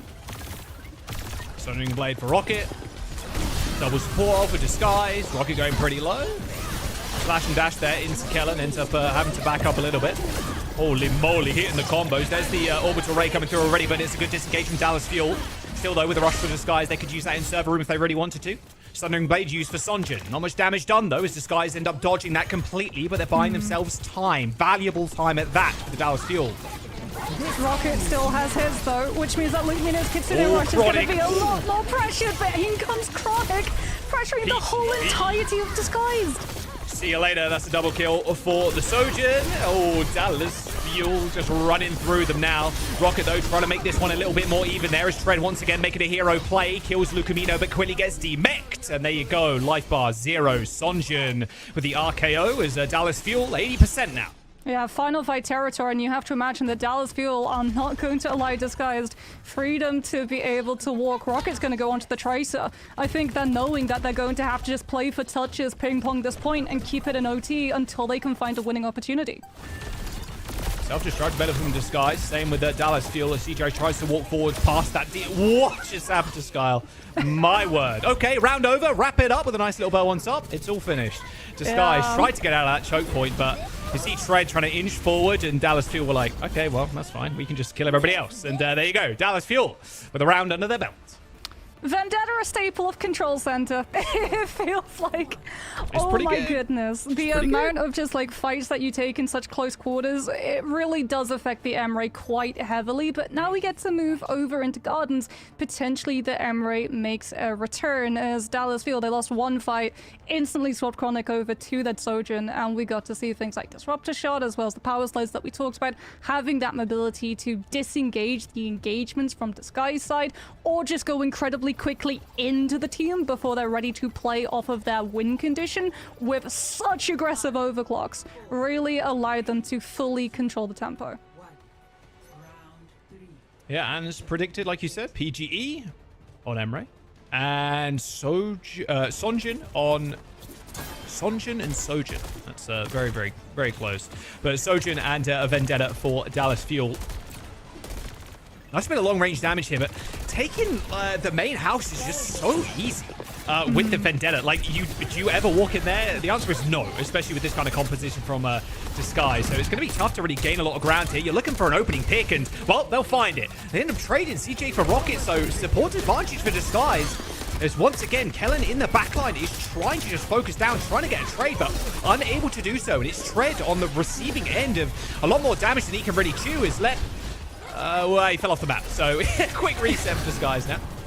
Yeah, Disguise tried to play Rocket on the point to be able to get that first cap, but he just gets walked on by the entirety of Dallas Fuel's team, minus Kellen, who's staying in the face of PGE to make sure that no one, including that Emre, can try to challenge the team on the crossover, which means first cap comes on through from Dallas Fuel. If this next fight goes long, they're the ones who are going to be benefiting the most when it comes to overall point control. As we speak, Chronic just sees one person right across the bridge, a little bit too out in the open against the Sojourn, and manages to hit the railgun charge.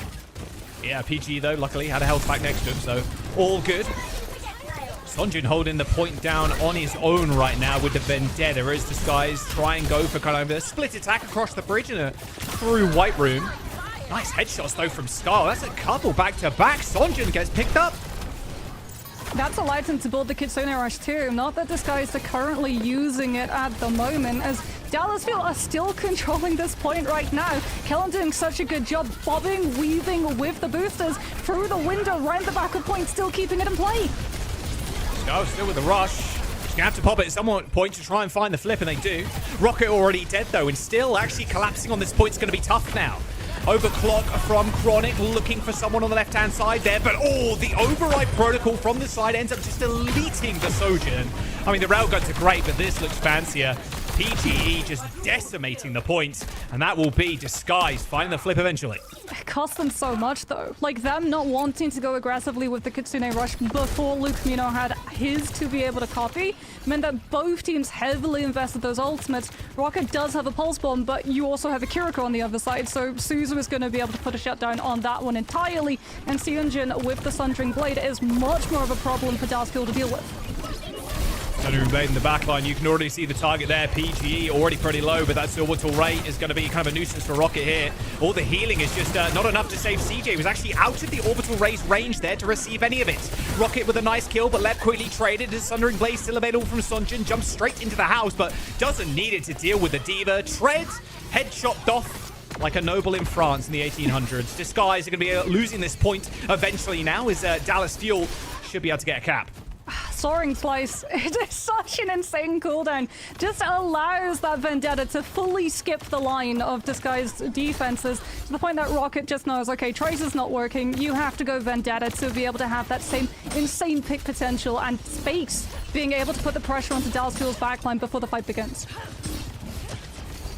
Gonna look for some big work here from Dallas Fuel. You just want to play aggro, right? I mean, get Sonjin in the game. Get him in a position where Sundering Strike just kills the whole team. Surely, right? We'll get a clip for Twitter at some point, don't worry. All right, well, there it goes.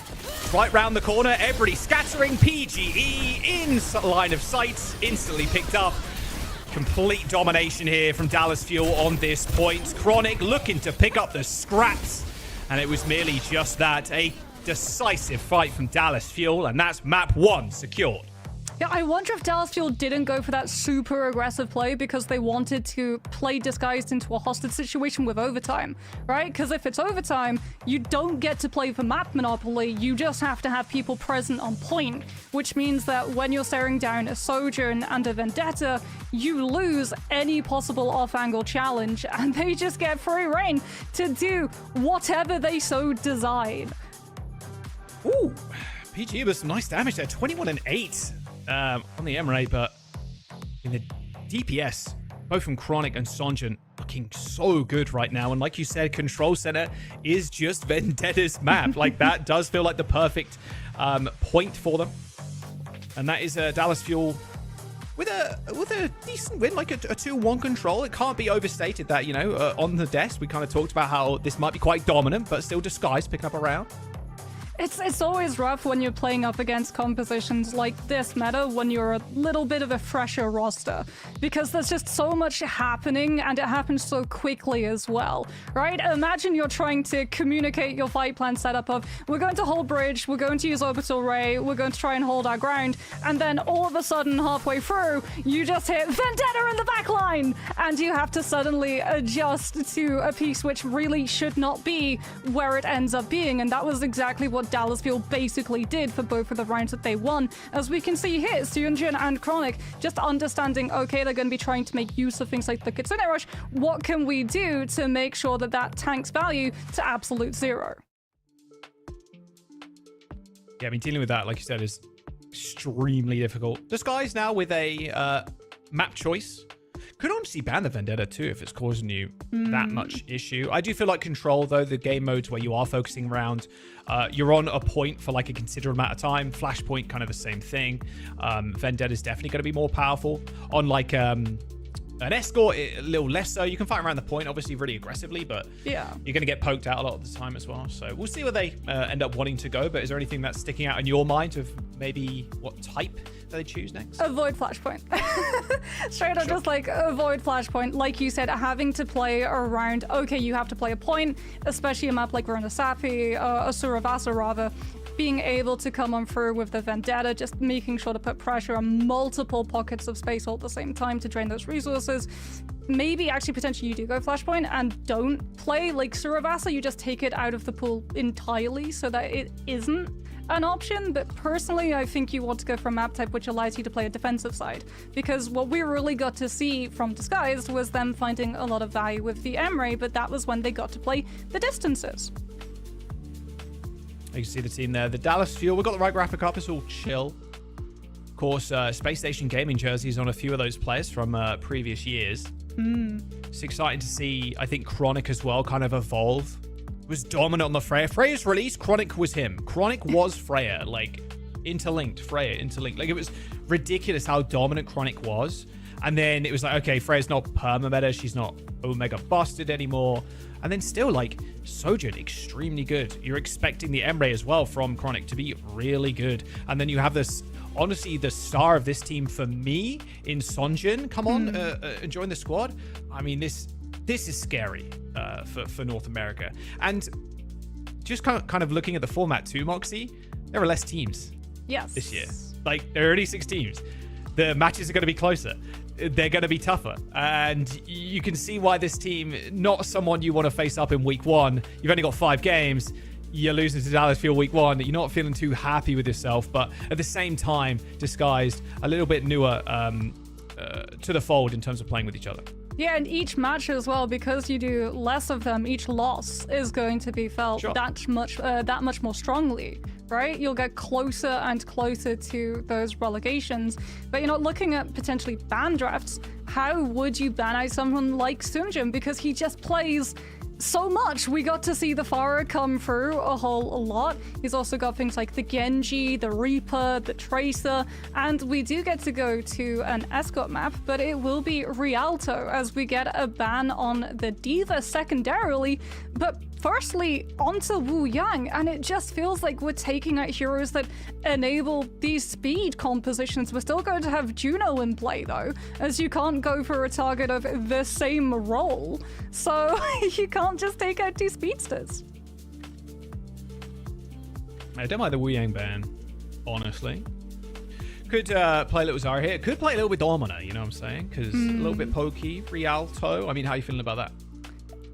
I mean, how would you be able to keep up with the pace, though, of the game is the problem, especially on Rialto as well, where there are so many approaches of attack that you can find yourself like, yeah, I think if it slows to an absolute snail crawl, if you're able to pull a fight win on second point defense and you can play bridge and just tax the attackers as they walk through, because no one gets any chance of getting close enough to the Domina to just walk past. But if it does come to the close quarters, Domino will struggle to keep up with the pace of every hero. Let's have a look what they want to do. This is picked by Disguised, of course. I want to see Tread performing as well. When you say he had the kind of best performances recently in his OWCS debut, was kind of saying originally, like, I'm going to be one of the best tanks in EMEA. I want to be taking down the top dogs, the guys that have been around for a long time. Has not kind of lived up to that just yet. Obviously, playing in North America now is a chance to bump chests with other people. This doesn't surprise me, though, on defense. Kellen back on the Winton. And repping the Dallas Steel skin, mad respect.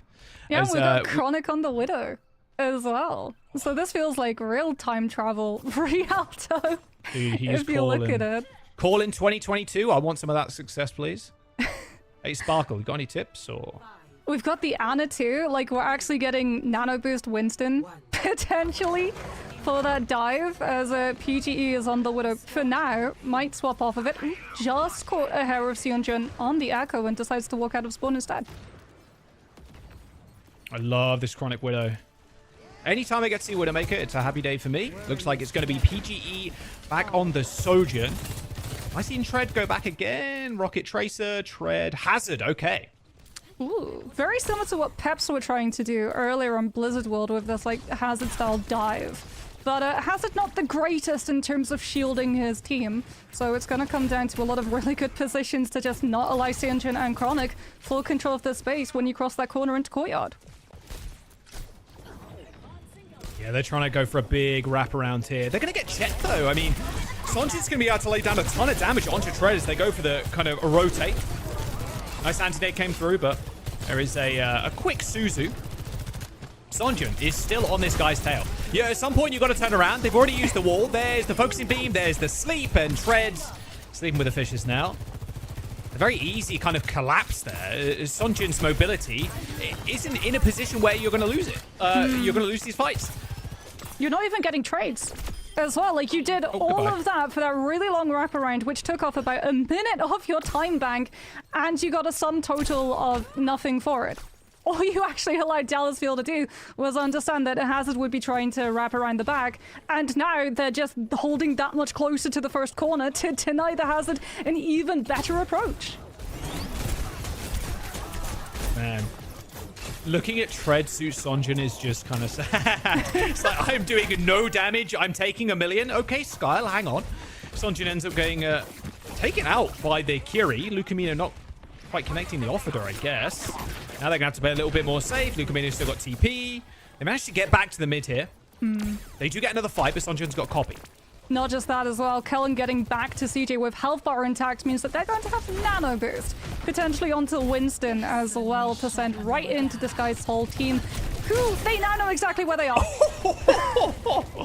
Yeah, he's still got it, folks. He's still got that aura. My word, PGE with a 90-degree flick there, straight into Sonjun's head before he can get the dupe off. Nano boost onto Kellen. He's already done enough damage, I think, to the fight to be pretty much over. Both DPS down, and Skyle, unfortunately, just destroyed by both Chronic and Keller. There was no easy way of being able to melt for that primal armor. Like, PGE could maybe have done it if Overclock was up, but PGE was taken down and the ultimate was not even there. They'll have at least Overclock Downpour potential combo. You don't have to have line of sight for it to be able to affect, but again, Suzu from Luke Mino can free all of those players, and it's going to really be up to PGE to make a play with a Overclock and a Sound Barrier to give him all of the confidence to take this fight. Looking for an Ajax. Come on. It's going to happen at some point. Surely. It's so cruel. No. I just enjoy good Overwatch, honestly. All right, Chronic. He's going to have a little bit of a tougher time here trying to find an angle. Of course, can sit in here. Mega health pack next to him. Good headshot actually onto Tread. Almost takes him down. There's the downpour. Chronic dodges that one. Sound Barrier as well is going to aid in the fact that they can get to the back line. Melee mode there against Tread as PG dodges out of the way of that pulse bomb. Copy onto the Tracer, in fact, from Sonjin. Might just earn another one as he traces down Rocket. Better Tracer on the field, being this Echo right now. And now PG in a whole heap of hurt too. Sonjin absolutely dominating on this Echo. But unfortunately, the fight was lost in the front line. And that is a cap for Disguised. Yeah, Disguise able to find that cap before Dallas Fuel can get reinforcements through, because if that fight went longer, if Seonjun with the Echo Duplicate had been able to keep the Tracer's presence on point, CJ comes back, they give Nano Booster to Winston, and Disguise's entire composition falls apart. As winning that last one, they've already been able to posture up into this high ground, taking some of the space away from what the Sojourn and Echo can do, and it's going to be up to a Nano Boost Winston to open it all right back up. He's trying to bait Tread in. He's like, look, I'm over here, guys. Oh no, I'm so vulnerable right now. Please. I'm a damsel in distress. Please don't walk 1 meter towards me. Oh no, I've got all my cooldowns and I've got Nano and we'll instantly kill you. Well, that's a mistake. Someone fell for it. Yeah, Chronic, hook, line, and sinker. Easy mode there for Tread. Just blocks off that doorway, aiding in the kill onto Chronic. Sojin now down, and here comes the Nano Boost. All the way in the back line now is CJ playing as Kellen tries to make this a little bit even, as Lep just managed to skate his way around there. There's a Primal Rage here, sure, but is Kellen actually going to be able to get anybody? As Suzu ends up coming in, his health bar is just getting melted as Rocket chases him down. That's a whole free Pulse Bomb and then some. For the Tracer. Nice little anti-nade in the front line. It's going to pause the fight for the least of the time being as Tread ends up backing up as Dallas Fuel, they've managed to hold on for the time. Yeah, Dallas Fuel, though, don't really have the grudges of ultimates to try to win this next one out. So Disguise have to feel like they're going to be going for a very aggressive play. They lose Rocket for that engagement, but PGE does have the overclock. But it seems like losing that Tracer, losing some of the map control and harassment onto Dallas Fuel's back line forces them to just back up, and this is going to allow Dallas Fuel potential to find a pick before the fight starts. Oh, don't die, Kellen. Oh, the pendulum has swung. Kellen, unfortunately, feeding now. A little bit of a mistake there. It's going to cost them big time. There's going to be a duplication on the hazard here, Moxie, as Sunjin tries to kind of even the fight up with a tank on the field, but instantly gets taken out of not only the copy, but his own life on Echo. A quick dash onto the point there for Chronic to try and buy some more time for Kellen, but it's not enough. 2 minutes in the time bank for Disguise to push to third. Cheap investment as well on the side of Disguise. It only came at the cost of an overclock, so they still have ultimates in the back pocket to snowball this momentum into this next fight of third. Dallasville, yeah, they're backing up right now. They will have Chronic's overclock as well as both of their support ultimates, but Disguise with the downpour can just slow all of that momentum right down. Kevin is taking a lot of damage. Like he's just stood there in front of Tread. Eventually ends up getting back as slowly but surely, like you said, Disguise are just taking space and then they can just use the downpour. Well, it's going to be a sound barrier engage first. The nano boost goes onto Chronic. He's ripped that OC. His left ends up falling over. Oh my word, that's just too much damage for them to stand up, and Rocket looked lost there. Was trying to look around, trying to find Chronic, but Chronic had pulled his pants down behind him. All right, Disguise, well, you still got ults, but the time is running out. 1 minute to go, Moxie. Yeah, I'll tell you what else has lost Dallas Fuel's whole ultimate economy. Where'd it go? They used everything that they had available. Disguise, they lose the fight quickly. Now they have ultimate economy advantage, but they lost the map control. That's the price to pay now. And can they actually walk closer to the objective to get into a position to use them? We'll have to see. Dallas Fuel still backing up, giving space, wanting to scout out all of these potential channels that the Tracer or Sojourn could sneak by. They don't want to lose the Kiriko or the Ana early, but a Pulse Bomb opens up onto Chronic, and Dallas Fuel are now down both DPS. There's the Primal Rage just trying to steady this fight. Should be able to... Oh! Kellen! Baited. Oh, well, it's a tragedy, folks. Kellen down. Now, unfortunately, you still have to deal with this ult from Tread. Nice Suzu as well from Scar, saving Lep's life. That was a connection from Sonjin with that ult. Tear it down in the spawn, wall to boot, and that is the cap. 9 seconds in the bank for Disguised. As some heroics ends up coming through for Disguised. I mean, it feels like they're just seeing these moments where Dallas feel a little bit too far extended and then using the hazard wall to punish instantly. Or understanding, okay, yeah. We get like 2 major picks, right? And then Dallas Fuel are down both of their DPS. They have to pop the Primal just to try to stall for time so that they can't allow Disguise to walk past them onto the backline, because then they would just stagger and you would lose the point by not being able to complete a regroup. But that just allows Lep to just bait Kellen closer and closer to the water edge. And we said, you know, playing a damsel in distress. That's exactly what the Lucio did. It happens to the best of us, all right? Look, sometimes you just play on the very edge of Rialto where the boats are in Primal Rage when you leaps up in like 1 second or something. It happens, okay? It gives new definition to the term baiting your backline, I guess. Yeah. Well, Lep's got a highlight at the very least of this game. That's to be said. Callan's still rocking that Winston, and Disguise kind of predicting that one. And rocking the hazard already on defense.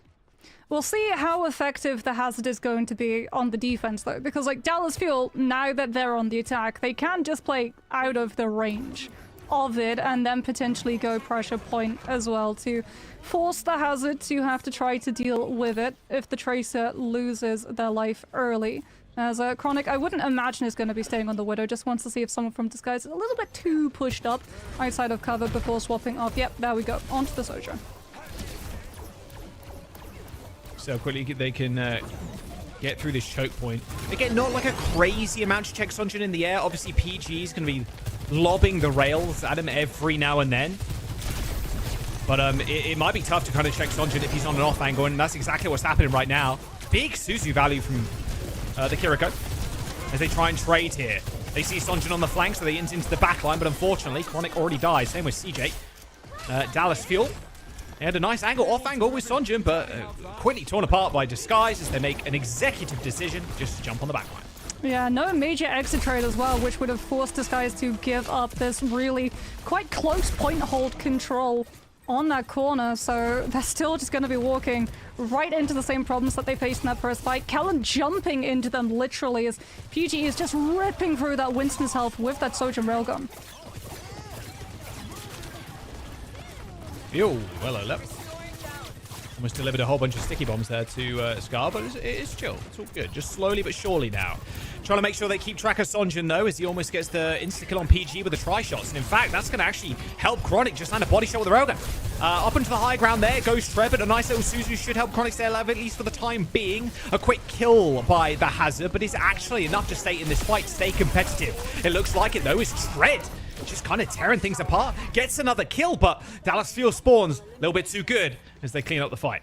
Yeah, they win the fight in neutral, and now their prize is ultimates in this next one. CJ's going to have that nano boost, Luke Mino as well, the Kitsune Rush, that they're going to be able to put onto the point. And if the fight happens now, Skyle does not have Kitsune Rush to be able to mirror it, so we get a little bit of posturing, just take some damage and build the Kiriko's ultimate up to be able to mirror.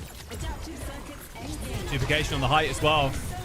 Sonjin, this railgun's going to be deadly from up here. Already got 77 towards it. Oh, but Kellen in the backline. No ult at all, but it doesn't matter because Sonjin decided, you know what, don't need a tank, honestly.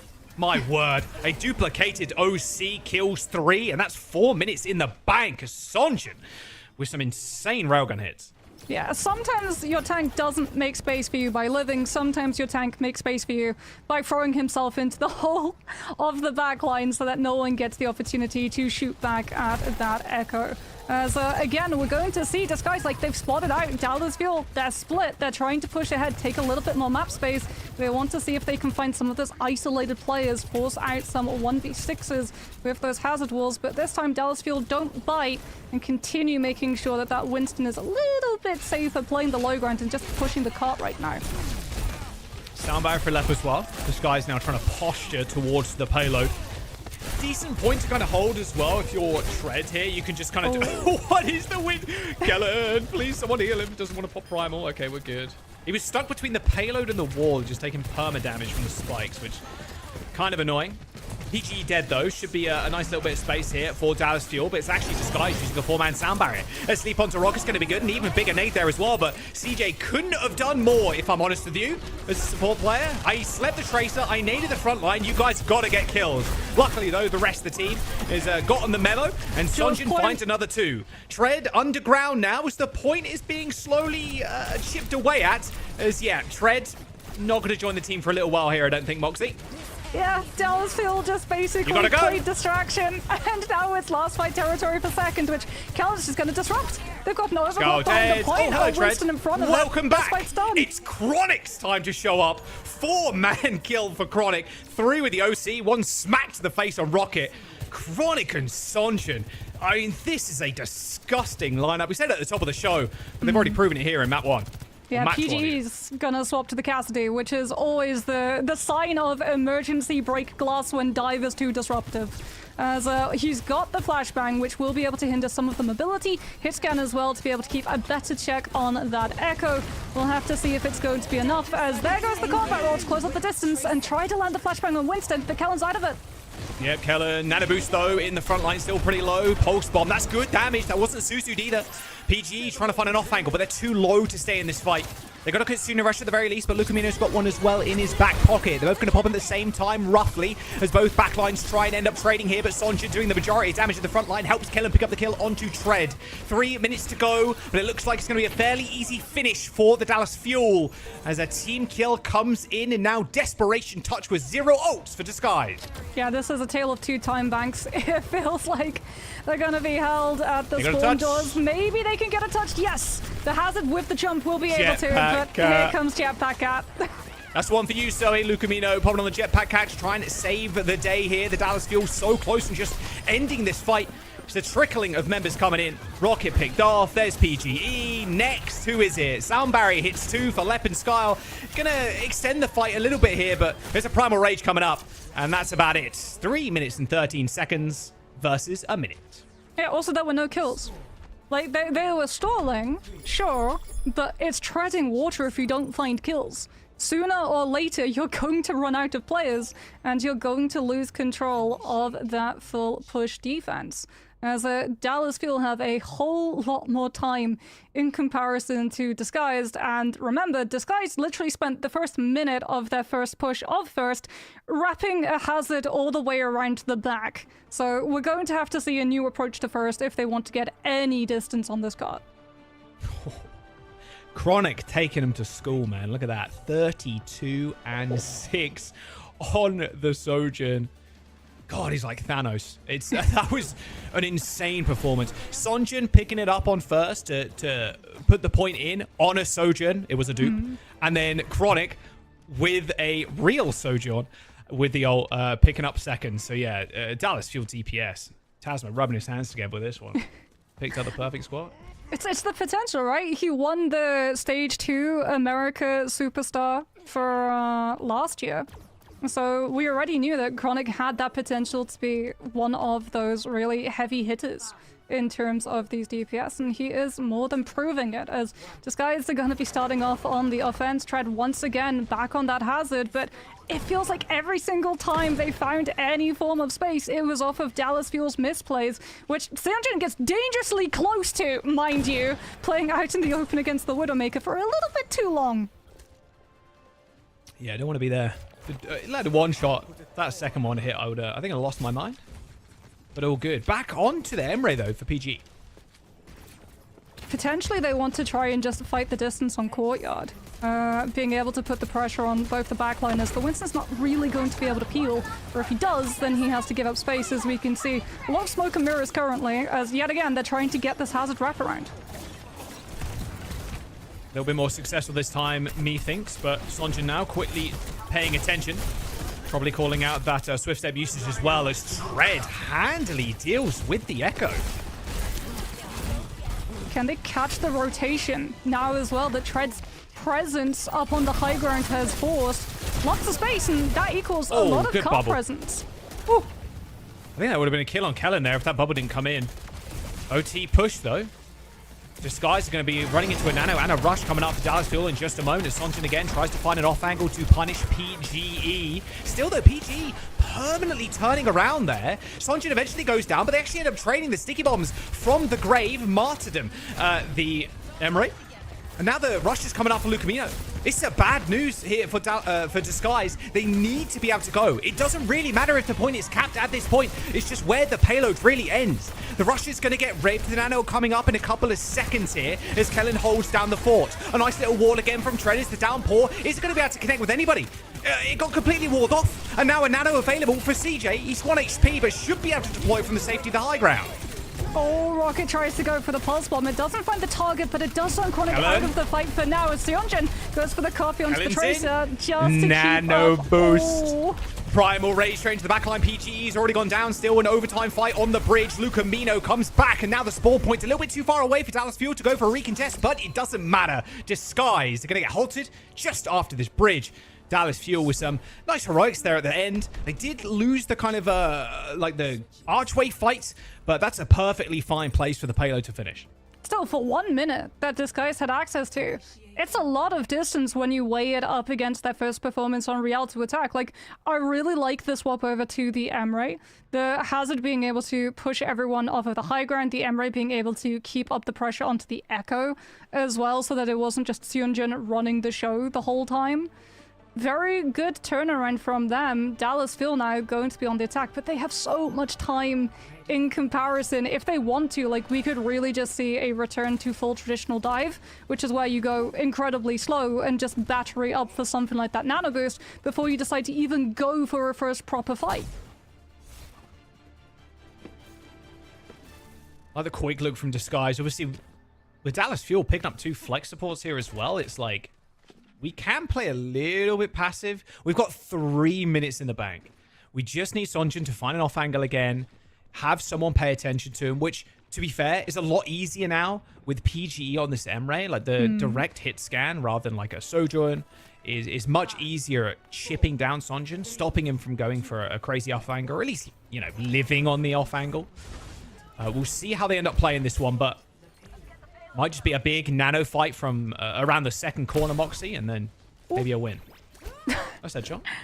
Tread gets a little bit too close to the Widow there, but does actually live. It's a tank, so that's just going to be channeled now into Kiriko ultimate charge. Pascal to be ahead of Luke Mino as Seonjin now on that Echo, trying to play the distance and getting tracked down by not PGE. Rocket misses the bow and goes for a swim. Oh, man. Okay, reset. We got 3 minutes. All good, team. All good. I think what was going through Sonjin's head there was like, I don't think I can reach like the other side, so I'm going to go for the boat. And then, yeah, whoops. All good. Everybody makes mistakes, and you got another respawn, so it's all fine, but you have wasted a minute now. Yeah, I mean, PGE as well, just keeping pressure onto Seonjin and then using the nade in small room to track out if there's a rotation so the team can just react in time. Really good use of the AoE damage coming on through from the Emre. Lucamino trying to be a little cheeky here. Just help Sonjin on the flank, just send the 2 players. Should be able to deal with the Tracer pretty easily, especially with Kiriko hanging around, even force the recall really early. It's a good spot for Sonjin to be in. Oh, PG. Oh, my... goodbye, PG. It trades, though. I mean, you're trading for Lucamino. It's not bad, but you still got Honor on the field. Nano boost on to Kellen. Now the payload is moving as they clean up. Well, it should be. There's currently no one on it. There we go. Dallas Fuel don't have a Tracer and did not have someone spare, so only now is it actually going to be able to start picking up any form of traction, which is dangerous. We're down to a minute 20. Disguise are about to hit a whole lot of win condition ultimates in this next fight, and Dallas Fuel don't have something like a Kitsune Rush to take first turn. This duplication is going to be nasty too.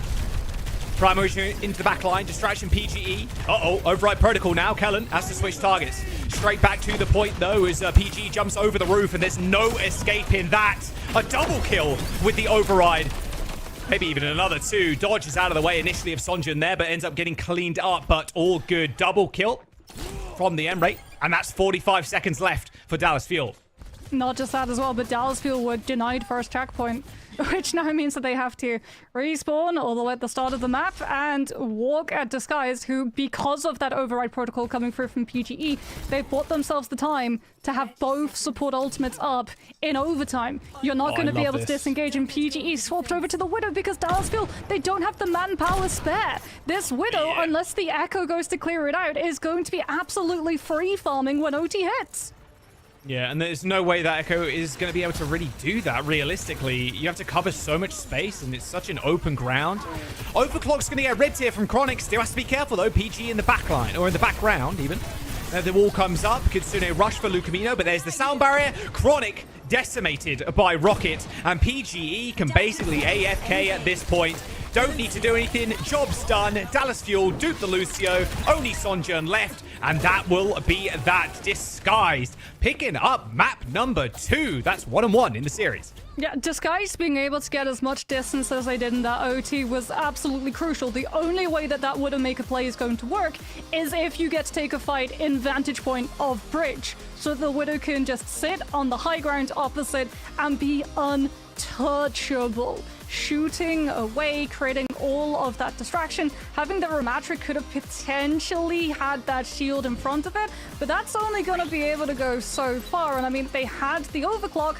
No one was home when they ripped it. Everyone just hid away. The Hazard was just ensconced on the side room, having the wall, being able to play his life, make sure that the payload just stayed resolutely where it was. And then the moment that overclock lost any of its bite, boom, everyone pops up and it's a free fire. Looking good for Disguise. I thought, 3-minute time bank, you only need to cap first, get it over the bridge, and that's about it. Like, it's an awkward spot to kind of hold on as well. Like, you're not holding there. Realistically, it's pretty easy, especially if you win that first, if you win the capture fight handily, it's like, well, we're just going to push it all the way. It's hard for you to regroup. It's hard to use position. But no, that 3 minutes just wasn't enough for Dallas Fuel. Kellen now phoning up saying, what are we doing next? Where are we going? It's their map choice. They're banned first as well. As both Chronic and Sonjun came alive, but it just was not enough. I mean, it was PGE. Wasn't it PGE with the override protocol when Kellen tries to hard push into that spawn with the Primal Rage? He just dodges. All of the bodies goes right over the top of roof and catches the backline with the ultimate. And from there, it just gives them so much opportunity to come through with both support ultimates so that Dallas Fuel can't go aggressively first before any ultimates are up. Any map control has been able to be staked out by the defense, and they can just steamroll from that. Man, beautiful clips from Chronic, picking up that 4K. Kellen's stealing the 5th there with a Primal Rage. That will not be forgiven.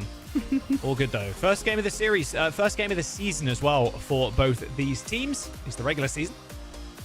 And already showing sparks of brilliance from Dallas Fuel, but Disguise sneaking away a map. I gave Disguise 1. I just want to point that out there. True. I did get them 1 in my predictions. I said 3-1 Dallas Fuel. Whereas everybody else went 3-0. So, yeah, at least I'm going to be right, at least for now, hopefully. Suravasa is the third map pick here. That's Dallas Fuel's choice. Ban the Vendetta. Ban the Vendetta. It's no surprises that Dallas Fuel, who got to play such a strong Vendetta line on Lijiang Tower, take us to Flashpoint and take us to Suravasa. So potentially ban out the Vendetta or ban out the Zarya, which could enable that Vendetta further with things like the bubble and the grab synergy. Yeah, look, Vendetta is scary on control. Flashpoint's not really going to be any different. So I'm definitely with you. I'm curious if we're going to see a Sojourn ban at some point as well from either side. Because I'm pretty sure happy PG is going to be on the Emre. I would like to see an Emre versus Emre duel. We saw a little bit of that in EMEA. What do you think about the tanks here for Dallas Fuel and Disguise? I think D.Va's always going to be really, really strong on Flashpoint. I feel like static tanks on Flashpoint with how much rotations you have to do, it's always a risk, right? If you can complete a flat out 0 to 100%, anchor tanks are great. You can be really defensively shoveled in there. You can control all of the lanes. You can shoot down the threats before they become a threat to your back line. But the moment that something gets past that scout phase, you're done for. You're caught on rotation. You don't get to defend. You lose your crucial back line, and it all falls apart. Yeah, we'll have to wait and see if Dallas Fuel can kind of roll this one through. Is Kellen going to be still forcing the Winston? That is the question. I imagine so, in all honesty. Has been doing it for a long time now. Just only wants to play Winston. Decent into Zarya, but I mean, if you're playing Zarya, not banning Vendetta, like, it's kind of tough. Like, the Winston's going to have a tough time sticking to anybody because the Vendetta can just 180 and like, oh, okay, I can just smack you a bunch of times, get lifesteal thanks to the perk from the overhead swing. Like, yeah, good luck. It's not a happy day to be a Winston out there, so we'll see if Kellen wants to stick on it. True, and if you do play the Winston, is that going to force the Ana as well? Because, like, oh, there we go, Vendetta ban! There we go, perfectly predicted. Kiriko ban as well, which is going to mix things up for that back line. So potentially we see something like the Mizuki. Maybe we get the Break Ana coming through. Maybe we get the Juno as well with the Ana if you're worried about dive players just aggressively getting on top of you. But Lucio is also still in play, so I feel like he is going to remain a staple in both compositions.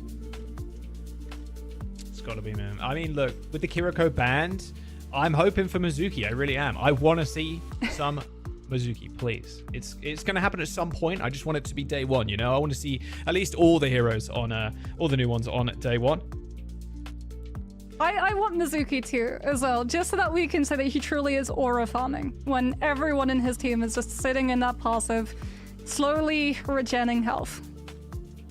Yeah, it is very strong, especially with someone like a Brig too, double aura heal. It's like kind of unkillable, and then he's kind of doing damage. Like, any time there's like 2 bits of aura healing in Overwatch, it can get kind of dicey because like, okay, I want to dive the backline, but they're doing damage while they can heal. It's just kind of gross. Yeah, like, Sanctuary obviously very good on these points too. Can you find the break point to be able to surpass that healing per second? We will have to see. Like, Sojourn still in play. Emre also is still in play, which I'm sure you're happy about because that means that we're probably going to be seeing him here. As in the past, it was a lot of Sojourn, especially on first point, whereas like such long distance fights, but you also have to worry about potential flankers coming through from those side lanes. So having things like the power slide as well as the railgun snipes to just keep the other team constantly on their toes goes a very long distance, but then so too does Emre when he scoped in with 50 meters fall off range. Oh, we're so back. We're so back to Pigeon Gaming. Pigeon Overwatch. It's perfect. PG, the Dark Lord on the Cassidy too. Kind of good with the flashbang, although I think it's kind of funny to think about. We're definitely getting to the point where like things like Soldier, they definitely have their place in a way. Cassidy too, but it's like things are just so fast. Can Cassidy actually survive against things like Vendetta? Obviously banned here, so the Cassidy is going to be a lot better. PG, definitely one of his best heroes too, the Cassidy.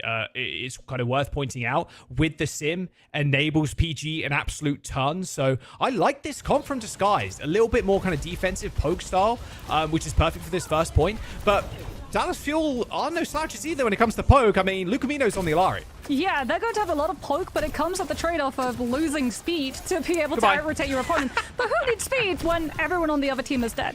So okay, Dallas Fuel sniping our Skyle, no VAP, no mortality field. This fight's done. Yep. Well, that was that. That was just sticky bombs on the backline, and you're dead.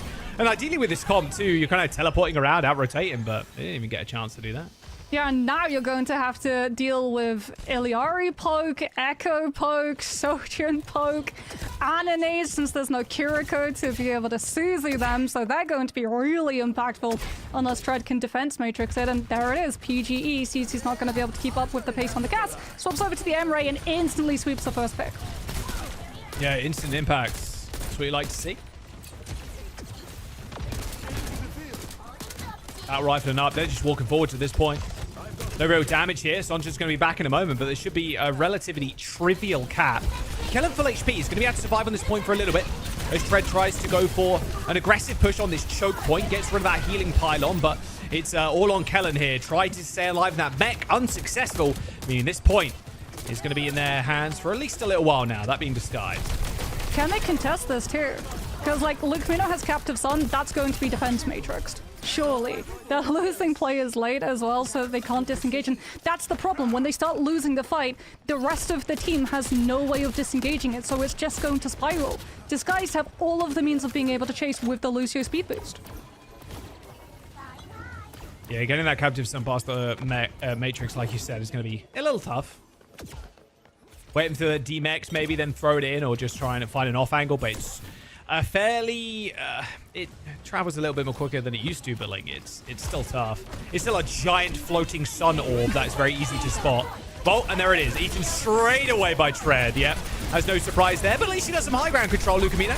Nano boost for Kellen. Jumping straight into the back. Even Lucamino getting into the mix too. Just not afraid to use that outburst to jump on in.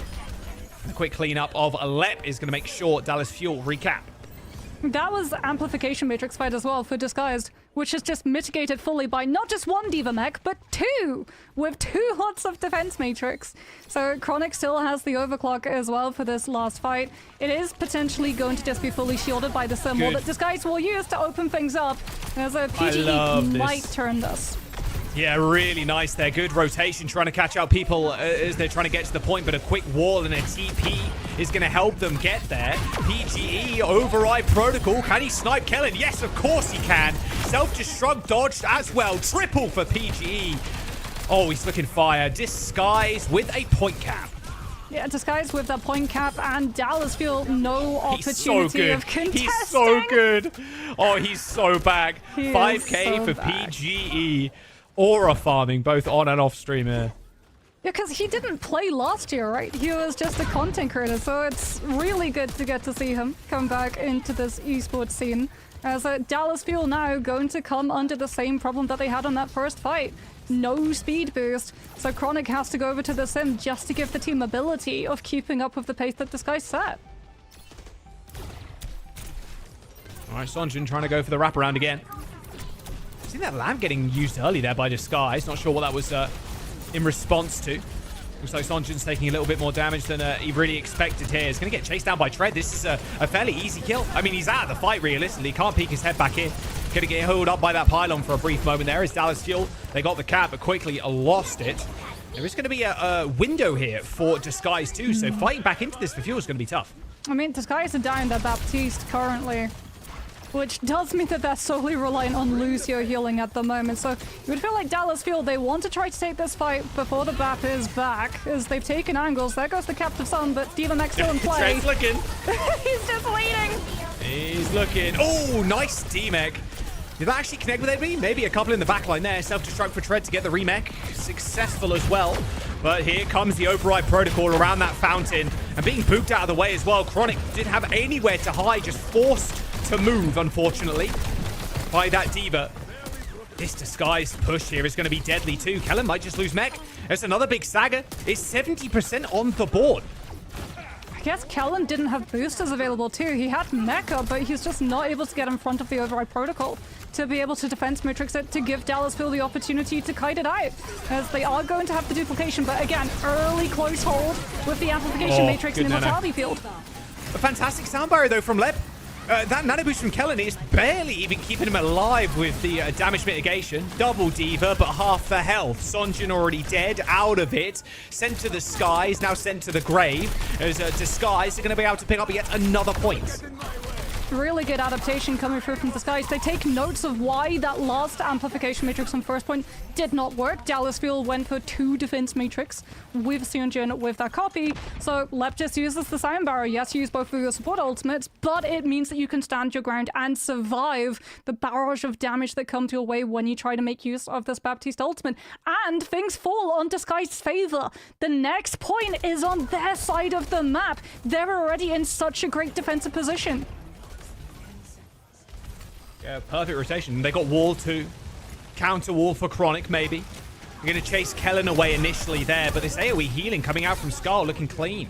I mean, Disguise can just play on this corner with impunity because they can lamp the corner. They can swing with the window. Like, there's so many options here for them. They don't need to go that aggressive. They just need to look for the poke. I mean, they've already got amplification matrix. They just used it less than a minute ago, and they've got it back. Not only that, PGE is going to have that override protocol, and Dallas Fuel just don't have a good answer for it. Symmetric gaming right now. And there it is, override protocol. Now PG has to do a little bit of math there. Trying to find the angle. And on Sonjin, wrong side of the wall. I probably didn't even realize wall he was behind, to be honest with you. There's so many of them. Well, that is PG with a big kill, and Disguise still pushing them to the test. I mean, Kellen has to get to the point. Well, just has to jump himself off the map. They're going to stagger Kellen here too. Moxie, this is going to be last fight. Yeah, and they have to do it without a diva because you're just not going to be able to get past. There we go. The baby diva finally falls. Dallas Fuel just have to go now, though. CJ puts the nano boost onto Chronic. They're trying to punish the overextension, and it might have just found work. Yeah, nice little kill there on to Chronic. Oh, right. Wow. Dallas Fuel, despite losing Kellen, still managed to clutch out that fight with a peak time nano boost. Tread's going to go down. Yeah, it's all good. I mean, we got 99, so we can just go again. She's got to burn ults from the enemy team now. The fact is, well, that it only cost them nano boost. Nothing else, because they have to win out every next fight. They cannot afford to give it up, given the fact that this point is on Disguised spawn side. It doesn't matter if you have a Sim or a Lucio. If you start losing players, they don't get to come back in before Disguise do. So we're going to be seeing Disguise just trying to close up, use the TP, try to punish Dallas Fuel holding close, and look for the first kills. Though already. Yeah, CJ Lep ended up getting traded there, but Sonjin already in the back line. Sound barrier from Lucamino is good as Leps, yeah, not quite hitting the same mark. Quick reset from Tread. It's going to mean they get another one. Oh, but it cost them so many ultimates. That was their good ult fight. That was their sound barrier advantage fight.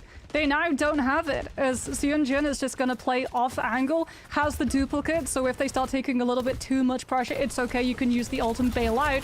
As there again goes the Sim TP rotation. Good. They're going fast again. Moxie, Sky already down. Sonjin with a nice little beam kill. A good sleep onto PGE though. Dark Lord's going to meet his maker. Tread Rocket at least make it even. CJ, Sonjin dead, but they still need to go for the touch as Chronic slams the door in Rocket's face as he tries to get back to the points. Self-destruct, therefore Tread, but still, there's numbers for Dallas Fuel. Not only are there numbers, there are ults on the board.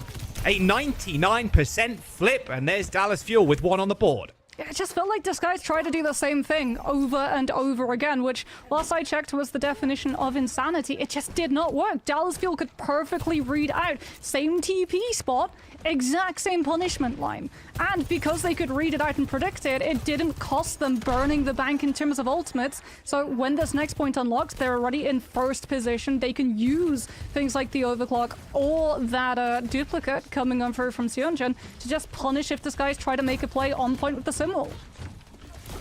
So, baited. Ooh, that was a good boot. Uh-oh, Chronic got TP'd on, though. Yeah, a little awkward. PG once again with the ults. Oh, the splash damage. Manages to get CJ anyway. A duplication on the Diva. Does manage to almost take PG out of the skies, but PG still gets the D-Meg, and they're keeping him alive as well.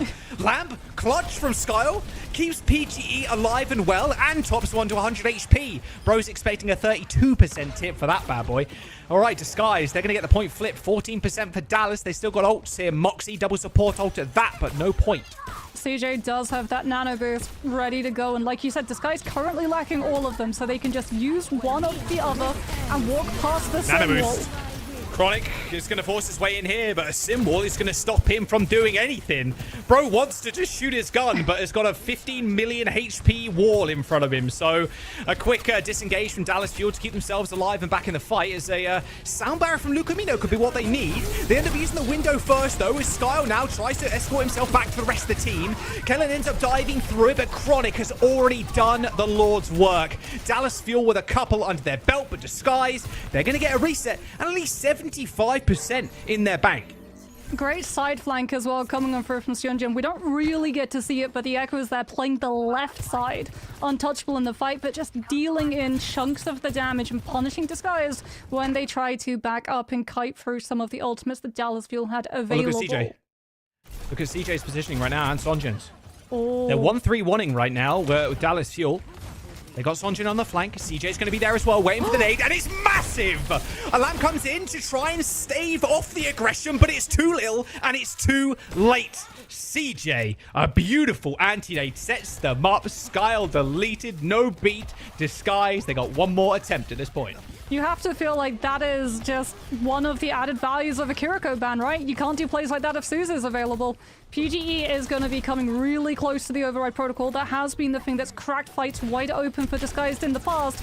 But can they get a clean touch in time? As we're about to head into final fight territory, it's just going to be panic. No one's going to be able to clear out Sunjun.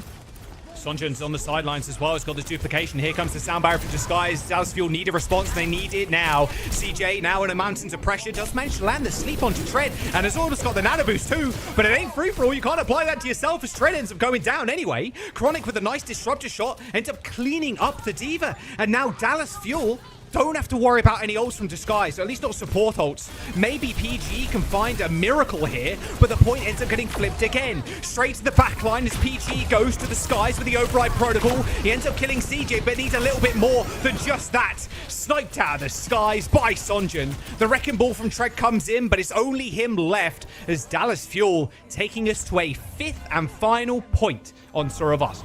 Yeah, Tread surely is going to swap off the wrecking ball back over to the Diva in a matter of moments. That was just for a touch. Yep, there we go. Rocket is going to have the sim wall yet again, which was problematic for Chronic to have to deal with. With the nano boost, it's probably going to be problematic for him to have to deal with the overclock if he doesn't just get the sound barrier to be able to slide right through it.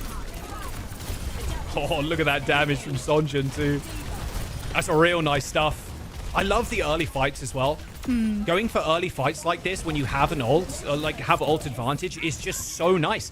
You get the point first, you get them to reset, and you're in a position where if Disguise end up using another ult to try and fight this fight, like, you can just throw another one in, you know? It's nice ultimate economy gain there from Fuel. Yeah, I mean, Disguise probably don't have the confidence as well. Like, if they lose a key player on their composition, would they want to use an ultimate in a fight that's pretty much unwinnable? As, like you said, Dallas Fuel being able to get that early first fight, they're going to go early yet again. There's the wall. Trying to stop Chronic from getting away with murder here, but a quick teleport away and an amazing lamp. I mean, that's how you shut down this overclock. Unfortunately for PG, though, not quite on the same page as the rest of the team. A cap, though, for Disguise, but Dallas Fuel, they got a player up. They're down Luke Mina, though. So they don't have to lose your sound barrier. That Baptiste amplification matrix, they have to wait now for Lumina to be back. Yeah, and Chronic just slides on in. I mean, he was wearing the invisibility cloak there or something. Just so tough. At least they got the point, though. I mean, Disguise still in a decent spot. Tread has to be cleaned up. They can't stagger as Dallas Fuel get a cap, but this is a very close final point. Yeah, this is really dangerous as well for Disguise because it feels like CJ is going to be up to similar shenanigans that we've seen in the past, which means that Disguise are going to be slowed down quite heavily, wanting to make sure to clear out all of their positions as they've sacrificed the sim. They can't just use the TP to reposition immediately. They're going to go for Rocket on the Tracer instead to go put pressure on the backline and scout out where the Ana could be playing from. Looking for an aggressive nade here is CJ. Not letting him go through this choke, though.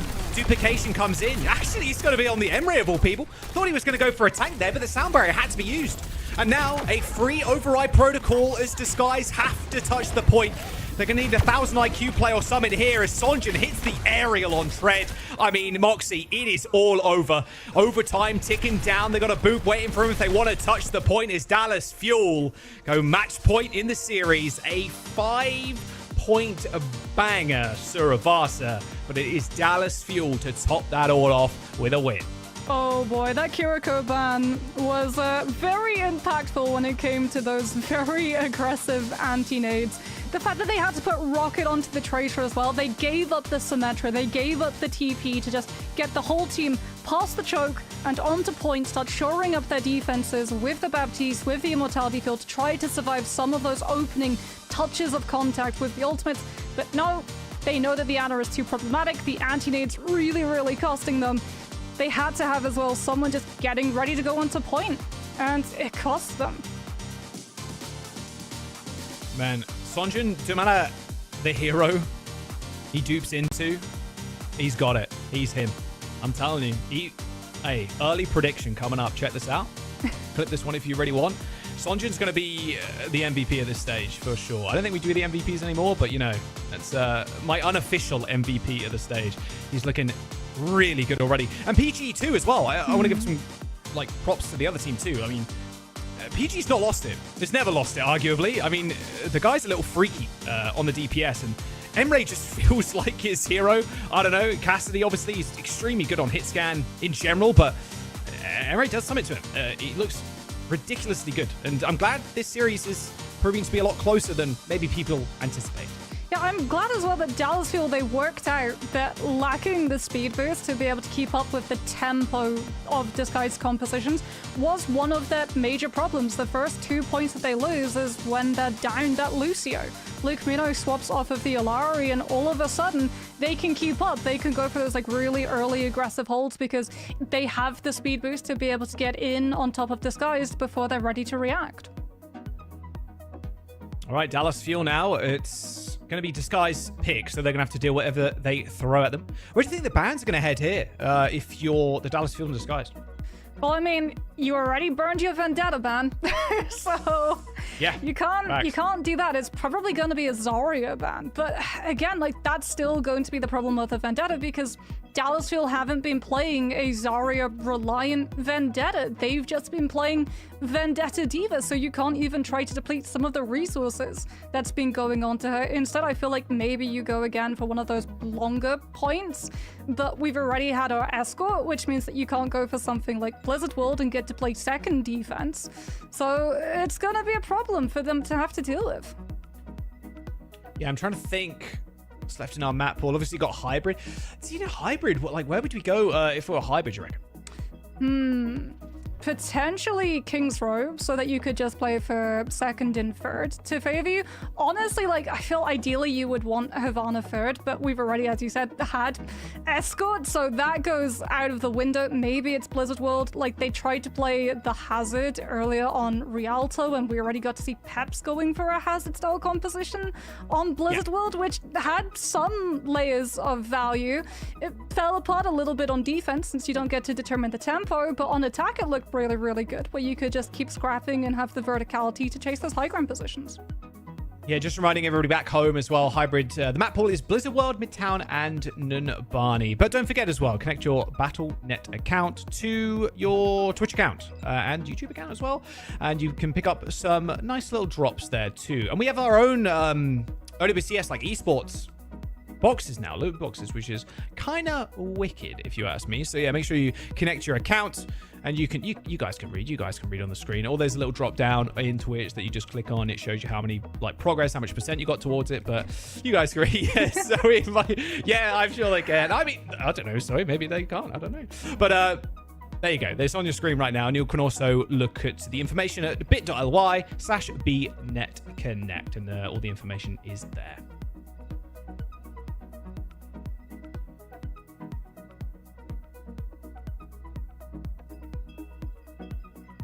Do we think that they're...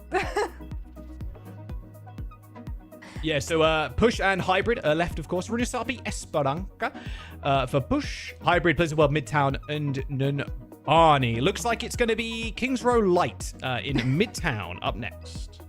Yeah, Midtown coming on for. Really interested to see what the ban is going to look like, because like Vendetta can still do well on this map. It can be a little bit tricky on the attack, just getting her through the choke on first, but she has so many tools of mobility that it's not as much of an issue as it is for some other dive DPS. Yeah, Disguise, they have their map pick, and then it's also the ban first, so we'll see where they want to go. Dallas Fuel banning second. Now, I'm just saying, Emery's pretty good. I think you ban that here, I'm going to be honest, especially away from PGE. Looked really good in that last map. Yeah, honestly, at this point too, I'm like, do you just ban Echo as well? Like, Sonjin's kind of tearing through the server. Yeah. It's looking good, and it's really good on this map. And Echo lets you have access to such a vast array of heroes, right? And Seonjin has such a vast array of hero pool to his depth. He's been able to play so much in the past.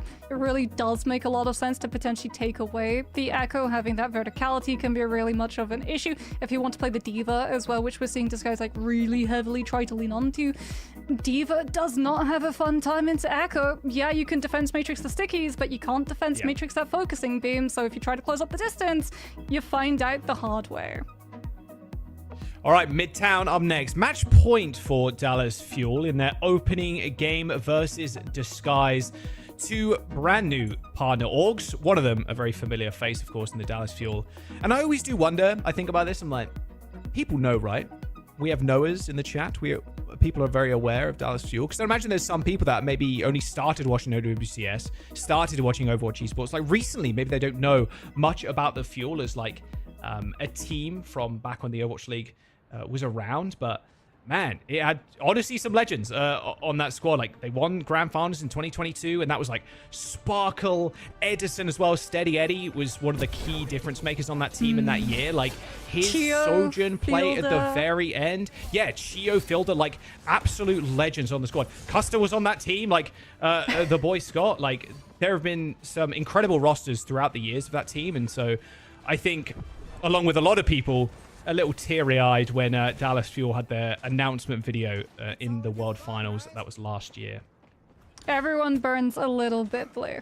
As Dallas Fuel are actually going to be running Sigma for the first time here on defense, as well as we're getting our first Wu Yang coming through from Luke Mino. He's been trying to play a whole lot of Wu Yang in the American Team USA trials, so not surprised to get to see it come through here as PGE is doing the classic. Just play Widow from Attacker Spawn to see if anyone overpeaks, and then swap over to what you're actually going to play, which is the Embrace, since it was not banned out. Yeah, that scope Widow thing, man, that has been in the game for a long time. The spectator bug. Let's have a look at where Rocket wants to place the team, though, with the teleport. Going to poke away first. Obviously, rotating against the Dallas Fuel comp should be fairly easy. It is a Sigma. They teleport straight past the Sigma, but unfortunately, Scar took a meteor to the face, and that's the fight over. Yeah, rock, paper, scissors. Rock beats defense matrix. So even if you have the teleporter up, you're not guaranteed your whole team getting through, which is something that Skyle finds out the hard way, and Disguise, lacking the Kiriko, have to go back to the spawn point to push through yet again. But this time, Dallas Fuel, they're just going to be looking for a little bit of poke, taking some damage, funneling it up into that Kitsune Rush charge from CJ before they allow Disguise a second attempt at sim TPing past. Okay, attempt number 2. We have teleported just the Diva. Trying to bait out some rotation here from Dallas Fuel to play back, but Kellen, yeah, he's not falling for that. It was a good bait too, because Seonjin was literally just playing on that left side, waiting to catch them with the whirlwind dash. It's not going to be behind Fire Truck, they're just going to try and walk at them. Good rock. Another insane rock there. They cannot move. Kellen is like the unmovable object right now. And he's almost got... Oh, Moxie, I mean, this Flux is going to come online so quick. Another fantastic rock onto Rocket. And again, they're trying to push through this choke. That's a big Flux. Goodbye, team, as Disguise. Just getting eviscerated by Dallas Fuel here. This isn't close. No. They're just not getting past. This is like one of the issues with Midtown, a map which, you know, they chose. So them not getting past this choke is very bad news for this team, as Rocket is probably going to try a third sim TP, or maybe they just try to walk at them with first Kitsune Rush, but Chronic can shut all of that momentum down very quickly with the Override Protocol. They got Rush. Although, Lucamino has also got, pop that on somebody. got the wave. He's just going to try and focus that TP down, maybe. Sound Barrier's going to come in first. And there's the ult onto Kellen. Hits the rock. Double knockdown. Punch to the face. Yeah, Rocket knocked for 6. Is going to feel in that one into next week, I feel. All right, Override Protocol. Doing a little bit of damage from Chronic there, but there's a minute left. And let's be realistic with ourselves here. Kellen might have another ult by the time this minute's up. Like, it's a very real possibility right now. Yeah, but Dallas Fuel did invest both the Wuyang ultimate as well as that Emre. So Disguised, if they can walk, have the advantage in that fight. It's a big if, though. You still have to get past the accretions. As PGE kicks things off Override with the Protocol. Sonjun! Oh, yeah, that block isn't doing too much against that. PG from downtown does half health. The Wuyang, by the looks of it, lobbing some nades in the background. Oh, he stepped into that one, though. Chronic. That is it. He's got quite the arm on him. PGE down, and they can re-engage this fairly easily. Just need to heal Kellen up. 15% away towards that ultimate as well. Wall is going to come in. Kellen trying to step up to the plate, but unfortunately gets knocked back slightly. Sonjun still in the mix. Manages to get out of there with the dash with the blade. However, there's still time. They're still so close. Sundering Blade available too, but no, they actually get booped off. Looking like they wanted to actually straight up fight and win that, but a nice boop from both the Lucio and Trey. I mean, you would imagine with the ultimates that they had available, they would have won it if they'd been able to. Both Flux and Sundering Blade to capitalize on all of the plays picked up by the Sigma. No sound barrier on the other side to be able to bail the players out. That could have been map just complete. As we're going to be seeing Dallas Fuel, and I just try to hold on to this high ground a little bit longer as they do not currently have the Kitsune Rush to be able to match. But as I said, Sundering Blade can still be used to shut it down. Yeah, a little bit of damage thrown towards the backline there. Sonjun just kind of hanging around the payload. Pretty tanky, obviously, with the armor. He's got block as well. Got a lot of heals from the backline. Spots PG straight on top of his head. And oh, that was unfortunate for Sonjun. I think it hit like a pixel ledge or something there. I was hoping the blade connect to a PG's face, but a little unlucky. No high ground control, though, for Disguise right now, which means point presence very gradual. And Dallas Fuel, they hit the ult bank they were waiting for. Rocket.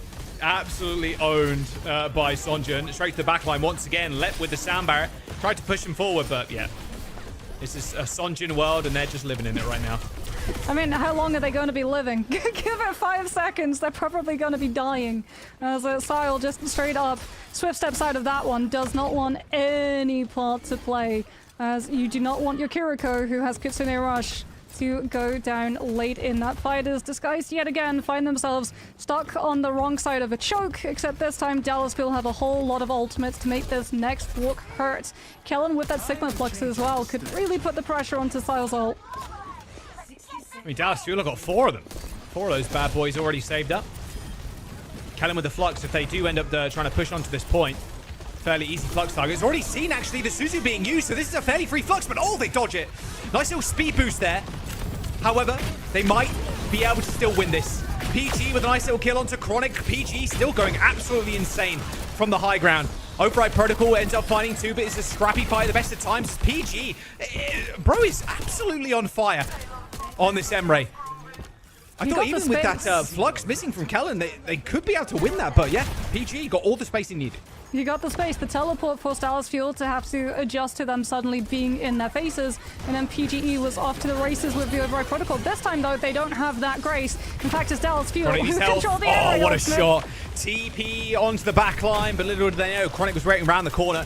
Override Protocol doing a significant amount of damage to Tread's mech as well. Ends up getting healed up, but for how much longer can he actually stay alive? Lucamino coming up on Sonal as well. They just need to take down Tread's mech, ideally. And Kellen just shield dancing right now is just going to be able to be, again, an immovable object on this Sigma. And it's looking a little bit worse for Tread here. No healers, no support, no mech, no nothing. As Dallas Fuel have ults to spare. There's the wall, but it is all over. Dallas Fuel going to hold the payload just before second. Kellen just looking so clean with it on the Sigma, draining out Disguised's time bank on first and then allowing them to stay up on the high ground on second for so long. Like, we get to see one Symmetra TP to get through on that bridge to try to finally break ranks against the defense, because until then, like, there's just not going to be early picks. you don't have to worry about the Emery putting pressure on your backline, so your resources are always going to be up in comparison to Disguised, who have to constantly deal with Sunjin and Chronic applying all of the pressure at the start of the fight, halfway through the fight, at the close of it. Like, it was just so one-sided in terms of dictating tempo. The only thing Disguised could really do was hold on for all of the ults to line up. PG leading the team as well in terms of damage. 7.5k or there or thereabouts for PGE. No real surprise. Obviously, Emery pretty good at dealing damage, funnily enough. Pretty good character. But Disguised getting a decent amount of the way, but their main hurdle was this first point. Yeah. And they've decided, you know what, on defense now, we're going to have tread on the Ram. As Dallas Fuel, on their offense, they can just switch stuff up. Like, they're going to be able to try and counter what Disguise have dished up to them. Yeah, we're getting the Zarya. This is what we've been waiting for, right? We've got to see the Vendetta, but this time we're actually getting the Vendetta with the Zarya. And even if this does not find you eliminations, what this is going to do is for so much space, because Disguise have to turn and deal with this instantly. And if they deal with that by running away, they go directly into Chronic's distance control with the Emery. All right, quick pause. PG probably picking up some DoorDash Wingstop there. But we should be able to get into the game in just a moment. As, yeah, we just jumped into that. Not sure if it was a tech pause or anything. I'll let you know when I know as well. I'm going to just keep an eye on the chat to make sure we know what's going on. But hopefully we'll be jumping back into this in just a moment. But yeah, like you said, we were kind of waiting for this, right? We were waiting for the Zarya. And we were waiting for that to be comboed with the Vendetta. And now it's going to be tough, even for like a Ram, to stand up to that. Like, you're going to be immortal on that pick on DPS. Not just that, a Ram without a Baptiste. Like, Dallas Fuel banned out BAP. The BAP would have really affected the Sigma's kill potential with things like the Flux and Immortality Field being able to circumvent it. But now you're going to be playing Ramatra with a Kiriko Lucio. That Ramatra is going to feel like paper.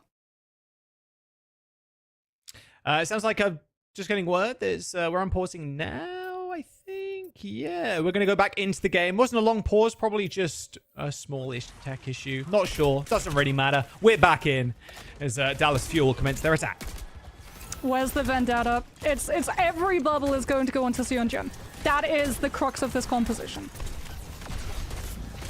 Oh, there it is. Straight to the back line. Hello, and out. Nice bit of pressure there on front line.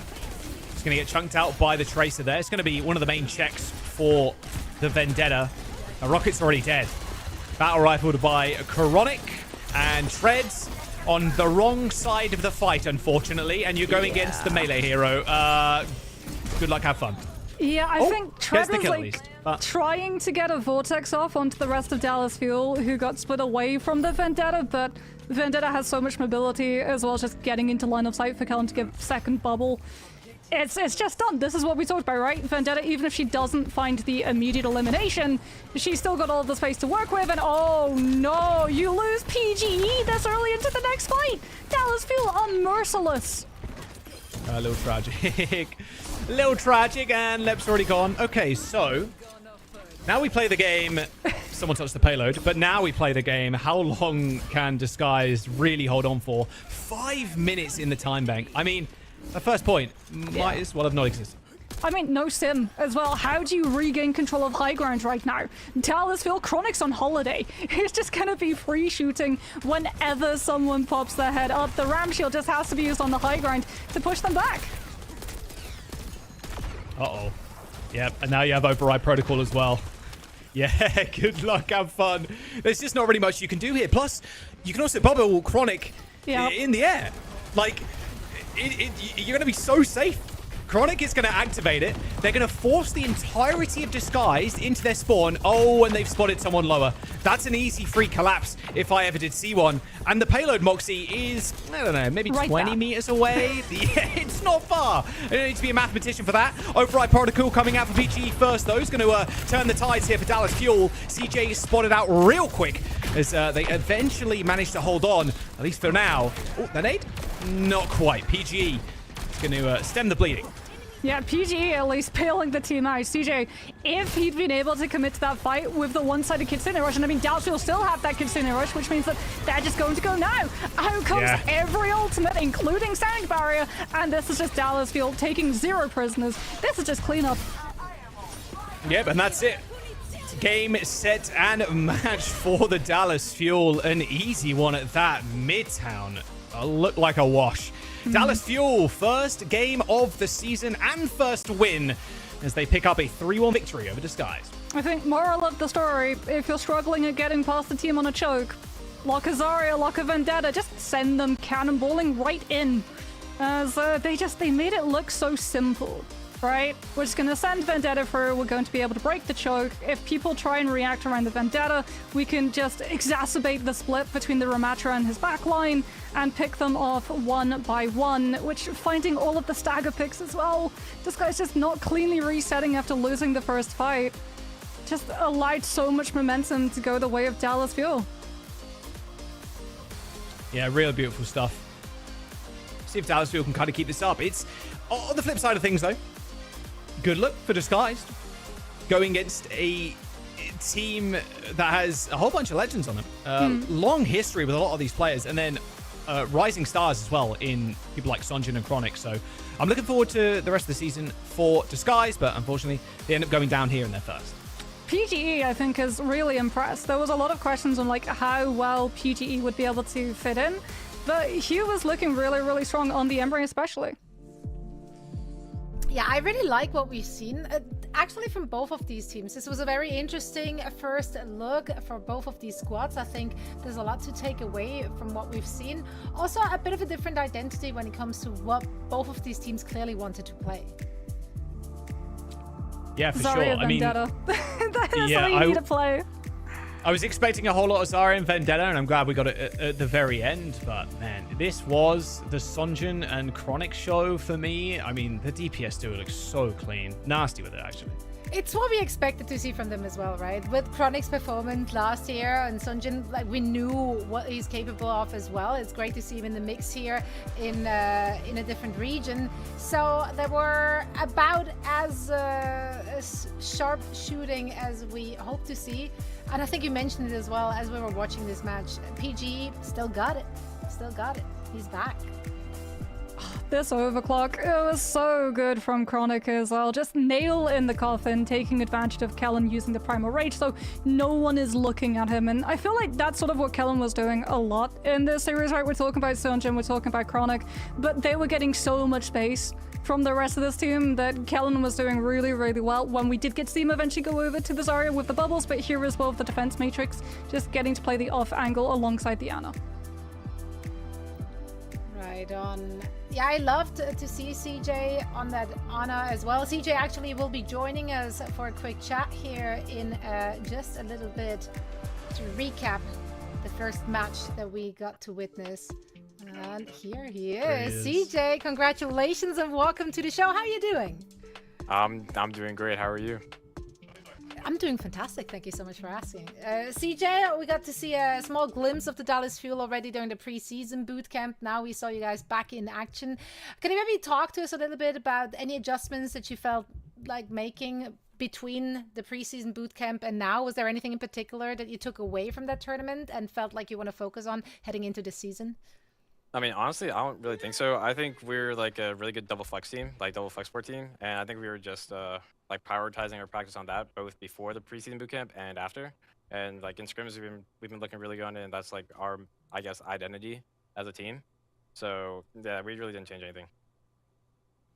I got to ask, how does it then? By the way, the jersey looks fire. By the way, the pure black, the little star and the blue. How does it feel to be on like the Dallas Fuel? Because obviously that was a very big, prominent team in the Overwatch League. Like so much history behind it. How do you guys feel representing a brand like that historic? Honestly, it's like a dream come true. When I was in the Overwatch League, I was on like, the LA Valiant, which I mean I could talk about. It wasn't like the best org. Right? Like, everyone knows it wasn't the best org. So being on like an org that actually cares about their players and like the history behind it, you know, them winning the Overwatch League it's a very cool experience and something I really wanted. I guess in terms of meta for that last match, what caught the most of us by surprise was the lack of Zarya until that last round. Is there a reason that you guys were playing the Vendetta with the Diva and then only on Midtown you broke out the Zarya to give the resources to it? I mean, the Zarya was honestly it was just like completely on the fly. I feel like their game plan was to shut down our like double flex support by playing Diva Sim, which it worked out pretty well. And I mean, we also played pretty bad ourselves, but I think like just having like throwing them a curveball, like playing Zarya Vendetta or just like some Lucio Kiri comp, and yeah, we just beat them on their own comp. So really easy. If you're looking at the teams in your region, you are with them, how much is there like a particular team that you scrimmed a lot against that you're more familiar with than with the others? We scrimmed like Lunex and SSG a lot. We had like a 3.5-hour SSG block one day, and it was like just dead even. It was, like I swear it was like the maps were 5-5. Like, but yeah, there's not really a lot of Zarya being played right now. It's just like a lot of Diva, Ram, and then Orisa. Now that Korea played, there's like some Orisa teams, but I still feel like the main meta is just gonna be Diva and Kiri Lucio. Well, it's day one. It starts to trend that way for sure after just one match in this very region anyway. CJ, thank you so much for letting us pick your brain. Best of luck in your upcoming match. All right, sweet. Thank you so much. Thanks for having me. Always a pleasure.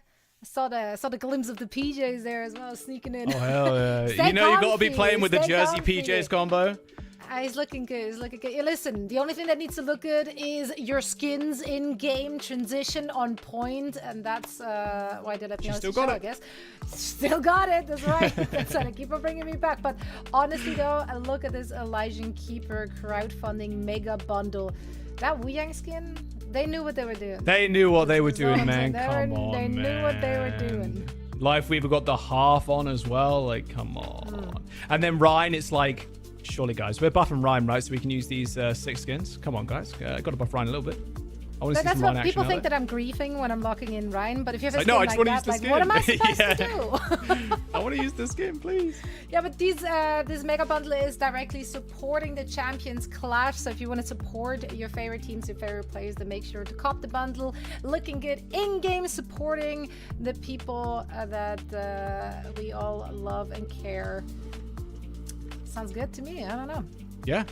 It's good stuff. I mean, look, Champions Clash is right around the corner. Like, it's really very is. soon.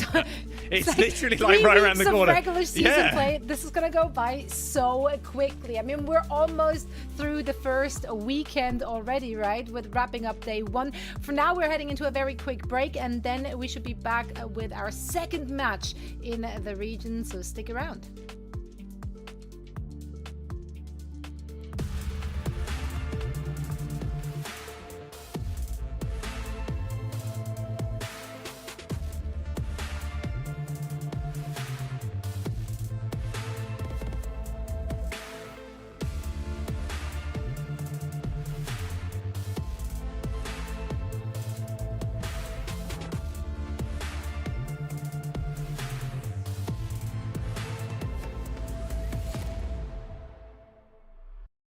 Seen too many faces.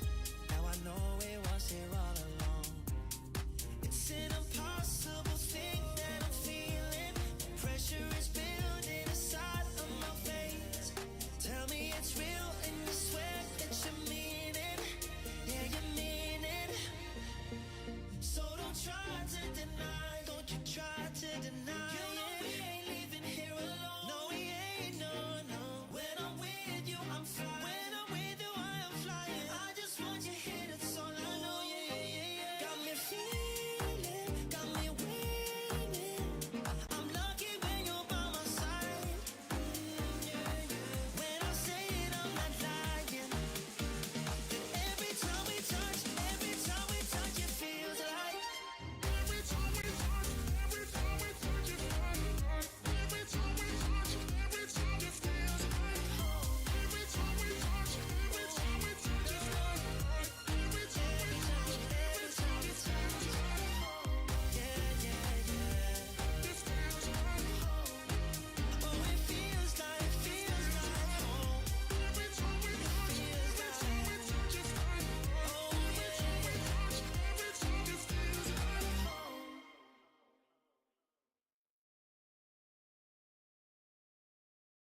No, we never choose.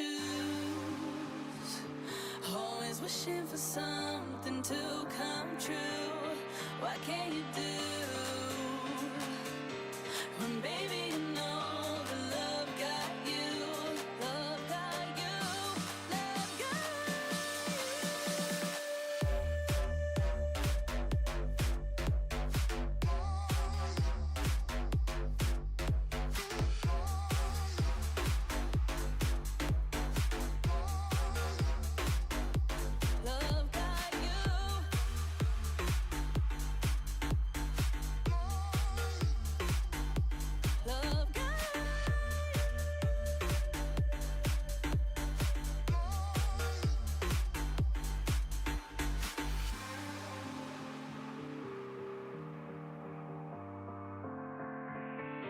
No, we never choose. Always wishing for something to come true. What can you do? When baby you know the love got you. Love got you. Love got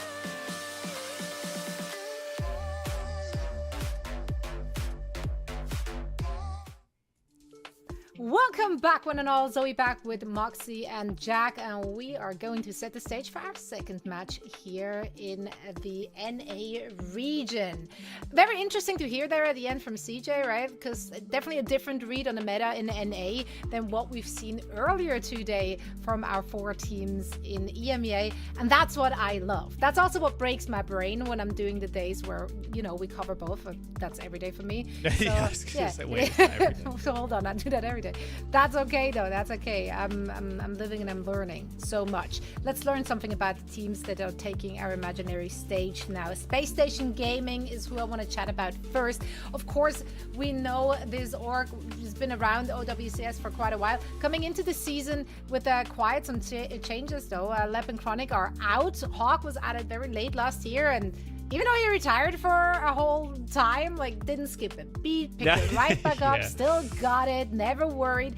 They now also for this season snatched Admiral, Ultraviolet, as well as Lethal from Geeky, which they've been very successful last year together with Geeky, and then also prior to that, there we go, that's the right word, with Nightmare, with which they won stage 1. So, you know, lots of pre-existing synergy for the new pickups. Oh yeah, 100%. I think this team is just straight solid. You'd like ranking this team in like a tier list. You'd put that at like maybe second place. I'd have Space Station right now. I think Dallas Fuel might have the edge over them, but on a good day, this team and Dallas Fuel, they are going head to head, and it will be easy 5-map banger whenever they face. I think the top 3 teams, in fact, that being Team Liquid as well, back kind of a little bit weaker now. But I think Space Station and Dallas Fuel, they're vying for that number 1 spot. They really are. I think Space Station in this game should be relatively easy. Although saying that, upsets do happen. NA, a little crazy with it. Even Sword of Sky is obviously taking a map off Dallas. Yeah, but Sugar-Free Lethal. Oh, what a DPS line that is going to make. It's gonna be good. Now we're looking at the other side. They're definitely the underdog in this one, Moxie. Lunex, they dropped just 1 game to earn their spot in stage 1 here in NA. Those are familiar faces, right? I mean, we're essentially looking at the former core of Sakura Esports with Zeb, Z, X10, Zomba on Sakura as well. I want to say yes. I might be wrong. Please, no one fact check me. Nenway played previously with Zomba, so they're very familiar with each other. Yeah, like you've got a lot of previous synergy, like you said, carried over from the previous Sakura core. X10 as well has like a really good chance of being a very strong DPS in the region, because as we said, it is a DPS, very specific hyper carry meta. Like tanks, I'm sure it's going to be a battle between things like the D.Va, the Zarya, but in terms of DPS, your team is not going to be winning unless you can win out those duels in terms of just like the neutral, and especially when we go to the ultimates. Overclock, Override Protocol, Sundering Blade, they're all heavy hitters. Yeah, I'm very excited to see how they are gonna go up against an opponent which is clearly the favorite to win it all. So I think if I were to ask you for predictions, we probably are aligned on the Space Station camp here. Yeah, I'd say 3-0, I think. Yeah, I want to give them a game, but yeah, I do think it's just going to be a 3-0. I mean, Space Station, their team lineup is just too good, I think. Yeah, number 1, number 2 seed, this team. It's not seed, sorry. Placement, I'd put them under or over the Dallas Fuel. Yeah, I think it's 3-0 for Space Station here. I would agree. Like in my own standings, I would put Space Station at 1. So I think that gives you a good idea of what my predictions align with. Yeah, but we're here for a surprise. So, you know, let's see what Lunex have in store for us in their first match of the season. And for that, I'm going to hand it over to you two. Thank you very much, Zoe. Yeah, here we go. Space Station and Lunex, their first opportunity here in Stage 1 of 2026. Now, you said Space Station, your number 1 pick for the winner. would I assume that would be Dallas Fuel and then maybe Team Liquid in second and third? Yes. But where is Lunix on this list for you? For me, I think potentially fourth or fifth. We'll have to see how well the rest synergize. I think Disguise, we sort of saw the problems that we were a little bit concerned about, just a little bit of a lack of synergy, especially when it came to problem solving. But really happy to see the bans come through, as there we go. Zarya getting removed from play as it's far since it's Lijiang Tower, and you can get a whole lot of mileage in that DPS for both Night Market as well as Gardens. Yeah, I'm liking the Fire ban. I really am. I'm in agreement with you there. She's very prevalent, even against the hit scans. Night Market is just a classic Farah map. We saw even a little bit of the Jetpack Cat as well, mixed with Farah in our previous series, but no Zarya on the 4, which is just going to mean Divas. That's just what it's going to mean, right? I would expect just to be Divas, there's a chance if we go to Control Center, something like a Ramatra gets through, but a slim chance, I would say, is Diva is just proving to be an absolute staple. Defense Matrix being able to take base cooldowns and ultimates and just say no. We talked about the strength of the EMEA as well, having Override Protocol, but you can still Defense Matrix that, so you don't have to fight it, you can just kite it. Diva gives you all of those opportunities to just break out of fights that you don't want to take without losing someone, so you can swing back around when you're in a more favorable position. All right, let's get into the first map of this series. SSG versus Lunix Gaming. First match for either team in 2026. I'm excited to see how this Space Station core does. Like Zoe was saying, a lot of these players have played together for a considerable amount of time now on Geeky. So having Hawk, Sugar Free in there as well, yeah, this roster really built to win the entirety of North America. I'm curious. I'm just going to look at the schedule real quick. When do Dallas and SSG play? Week 3. Week 3 on the Saturday. So week 3, day 1, match 1 is when they play. So that might determine who's first and second in the standings. That's going to be an absolute heater. But we'll see if Space Station Gaming can kind of live up to what people are expecting them to do here and take the win. Yeah, Space Station Gaming going to actually be rolling Hawk out on the Ramatra. We'll have to see how long that stays. Zeb is going to be rolling out on the Arista. Despite the Zarya ban being in play, we do have Vendetta on the field for Lunix as well. So it looks like Space Station are just going to look to kite the engagement and then play the range. Oh, good kill on Admiral already by Zomba. Tracer extraordinaire, Zomba. But no surprise. Getting up close and personal, kind of a speciality, and Lunix with a very good early first fight. No Divas, Sarissa and Ram. Yeah, no Diva, no Defense Matrix, no way of really mitigating a lot of this incoming damage when Lunix just all of a sudden show up right in your face. As Sugar Free is on the sim, so they can still try to TP up close for Hawk to find some level of value with those Ramatra pummels. But for now, it's just going to be looking to kite out some of the social pressure from X10 while keeping an eye out on where Zomba is going to show up. Lethal, oh my word. Unrelenting in the pressure for Lunix, but it's Zomba this time that gets caught out. Good teleport play from Lethal and Sugar Free, getting him out of the way and into a better position too. Zeb should be able to get chased out here, and in fact, everybody from Lunix basically on their own little island. As the flip should come through in just a second. Zeb, last-dish attempt to try and get some more percent, but that'll be that. Yeah, great flashbang as well from Lethal. I think this is where we're really going to see this Vendetta down the Zarya bubbles. The problems will rear their head quite significantly. You're not going to be able to use the bubble, so your Vendetta, if she does get hit by flashbang, will be hit by that hinder and will not be able to get out of the fight safely. As Zomba is just going to be waiting, potentially wants to get some of those projected edge damages to start building up the onslaught stacks to give the attack speed before going on in. Yeah, Zomba trying to make his way in really early, but this rush from Ultraviolet is going to separate the team.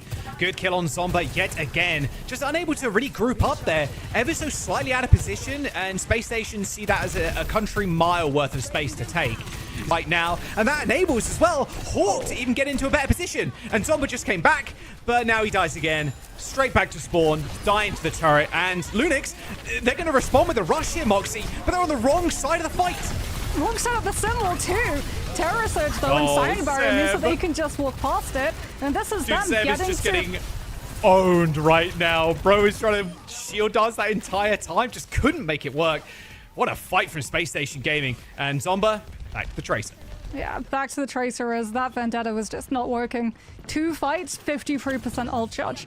Goes to show as Zomba decides to go for the Tracer, looks for the back cap, threatening to ease off some of the pressure for Linux to cross choke, and instantly eats the kunai shot straight to the face. So pressure eased. Space Station tighten their hold in terms of these chokes. Man, Zomba is just... he's having a game. He's having a game right now. He's going to try and get back to the point, but Z's already down. X10-2, she's dead. So Lunix on their last limb as Moxie. This is a bit of a slaughter. A decent first fight, though, for Lunix. They got some percent on the point, but as soon as Space Station got hold of the game, that was it. Yeah, after that, like, it was just really problematic for them to have to deal with. Like, the Zarya not being able to give that Vendetta safety of coverage. Space Station even getting to use the Deadeye, even though it didn't find anyone, it still split the team. So that when Zomba comes back, it's just them taking a 1v1 against a Cassidy, who still has Flashbang, and is able to melt through the Vendetta's health, force the warding stance, and then chunk through all of the potential shielding. 12-0. Pretty good from Hawk, if I do say so. 2 deaths across the team for Space Station there. Lost them on the first fight, I believe. So almost picture perfect. Here comes the Diva, though, as we move over now into Gardens. X10 on that Sojourn. Zomba back on this Vendetta, trying to make it work. It worked for them the first fight. Can they find the same level of success as Space Station? They're just going to look for a Fortress setup build on the point itself. Yeah, but it's Hawk Diva. I mean, guy's a legend. I mean, it's going to be tough to deal with Hawk at the best of times. And when he's on his best hero, it's going to be quite tough. Good spear there from Zeb, actually pushing Lethal onto the bridge. But again, Zomba cleaned up and the point's unlocked. Now Zeb has to cross a giant chasm of space with little to no support. A few healing offered her thrown out by the Kiriko, but it is going to be the point for Space Station. Yeah, the team's just fully split as well. Like, Linux now are going to try to stack up, but here comes Hawk's Diva looking to just spread all of the chaos and find the isolated players. X10 Zomba, they're all down as Z and Nenwai were just pushed fully out of line of sight. Yeah, really, really tough stuff from Lunix. Ideally, you want to get on the point, right? I mean, you spoke about it before. Vendetta, extremely good in the close quarters. Fighting on the point is going to be their specialty, but it's going to be Zomba once again reprieving himself of the Vendetta play. Back to Tracer. What is the Tracer going to get done here? As we saw last time, it was to try to go for a back cap to pull the smoke into mirrors so the rest of the team could walk, and it looks like the same play is used as Space Station's attention will be put to the point itself, allowing Lunix to not lose a player as they look to kite off from the backside of the point instead of main. Boom. Headshot. Nice shot from Lethal there, picking up that silver bullet. Seb trying to deal with those pesky turrets, but like you said, is the Tracer actually going to be value? High Noon, rush into it, spear, but the teleport from Lethal dodges the spear with the TP, straight to the back line. Freaky stuff from both Lethal and Sugar Free. And that's the Space Station we know and love. My God, that was clean with it. Yeah, a blink and you'll miss it moment for the Deadeye, and I mean, they're just going to close hold. Moxie, they're going to rush him. They're just going to rush him. Do they know? There's going to be a wall, a little teleport as well. It's going to be separated briefly there by Zeb. Has got the ultimate in line too if they want to go for like a smaller assassination pick, but Zeb is alone right now on the bridge. The entirety of the rest of the team is, well, one of them's capping, but the other of them, they're stuck in spawn. Space Station Gaming may have lost this small battle over the point, but they're definitely going to win the war here with NY dead with the sound barrier. Oh, that's really unfortunate. If you had to have your Lucio be the one to back up, because now you just don't have the sound barrier to stand up to Admirals. They're going to go in. X10, she's trying to create some space with this overclock, but Zomba goes down again, first in the fight. Sound barriers do end up hitting, but it's a 4v5 now on the point. X10 trying to create some space again. Terror Surge is going to grab a couple of people. And there comes the support of combat. NYZ pick up a couple of kills for themselves. A self-destruct launched in by Hawk. Doesn't get anybody, but it extends the fight for just a brief moment longer. Space Station with 99%. Now Lunix have to be almost perfect with this. They do at least have the Tracer, so you can play the stall game much more efficiently than having to send one of your players entirely out of position for those back caps. You do have to watch out though, because Lethal has the Deadeye up yet again. If Linux don't scout out the TP position, they could lose their whole team in one go. As ZZZ does have that Kitsune Rush, do they want to go first before UV has one to mirror, as Space Station are getting a whole lot of map control right now. That's right on point. Don't do it to him again, please. Pulse bomb thrown in. Hawk with an easy eat. Teleport. High noon. Suzu comes in from Z, but Lethal does it again. You can't make it up. You just can't. You can't write a better script than this, honestly. TP High Noon feels like the oldest trick in the book, but they're masters at their craft. And that is the cap. And that's the map too. Space Station Gaming. Should be a fairly trivial 2-0. A couple of players coming back for Lunex. There is one player touching right now. It's only Zomba, though. So this is going to be an extremely staggered fight into the rush. I mean, this is done, right? UV has one-sided Kitsune Rush. Linux have no way of surviving it. It's OT. They have no way of kiting it. So on to the point they go, just prolonging the inevitable, as Space Station Gaming clean win across the board when we see their performances on Lijiang. And I have a feeling that we might be seeing a Symmetra ban in the close future. Yeah, if you liked it once, you got a 2-for-1. That was insane. Lethal looks really good on the cast, and then Sugar Free looking good on the sim. You really expect nothing less from this squad, in all honesty. I mean, Lethal is just a classic cast, right? We've got to see so often him get to play that hit scan. And, like, yeah, he's not always finding the full team sweeps, but the picks that he does find just fully derail the fight planning coming through from Linux's side. So often we get to see, okay, Vendetta is the engagement, Vendetta goes in, the team have to spend precious moments adapting to the Vendetta. Ah, Vendetta is dead. Okay, what do we do? How do we get the rest of our team through choke? We don't. Yeah, you don't. Lethal has got a bullet with your name on it. Every single person with their name on it, maybe. I don't know. I think they're just showing up, clocking in, little 9-5 real quick, and then clocking out. At least that's what it's feeling like right now. Although Lunex, can't count them out, but... Oh, look at this. That was so nice. Dodged the spear, too, as well. I saw the spear from Zeb. He's trying to, like, posture up. Like, okay, I'm going to be able to cancel the ult. It's all good, guys.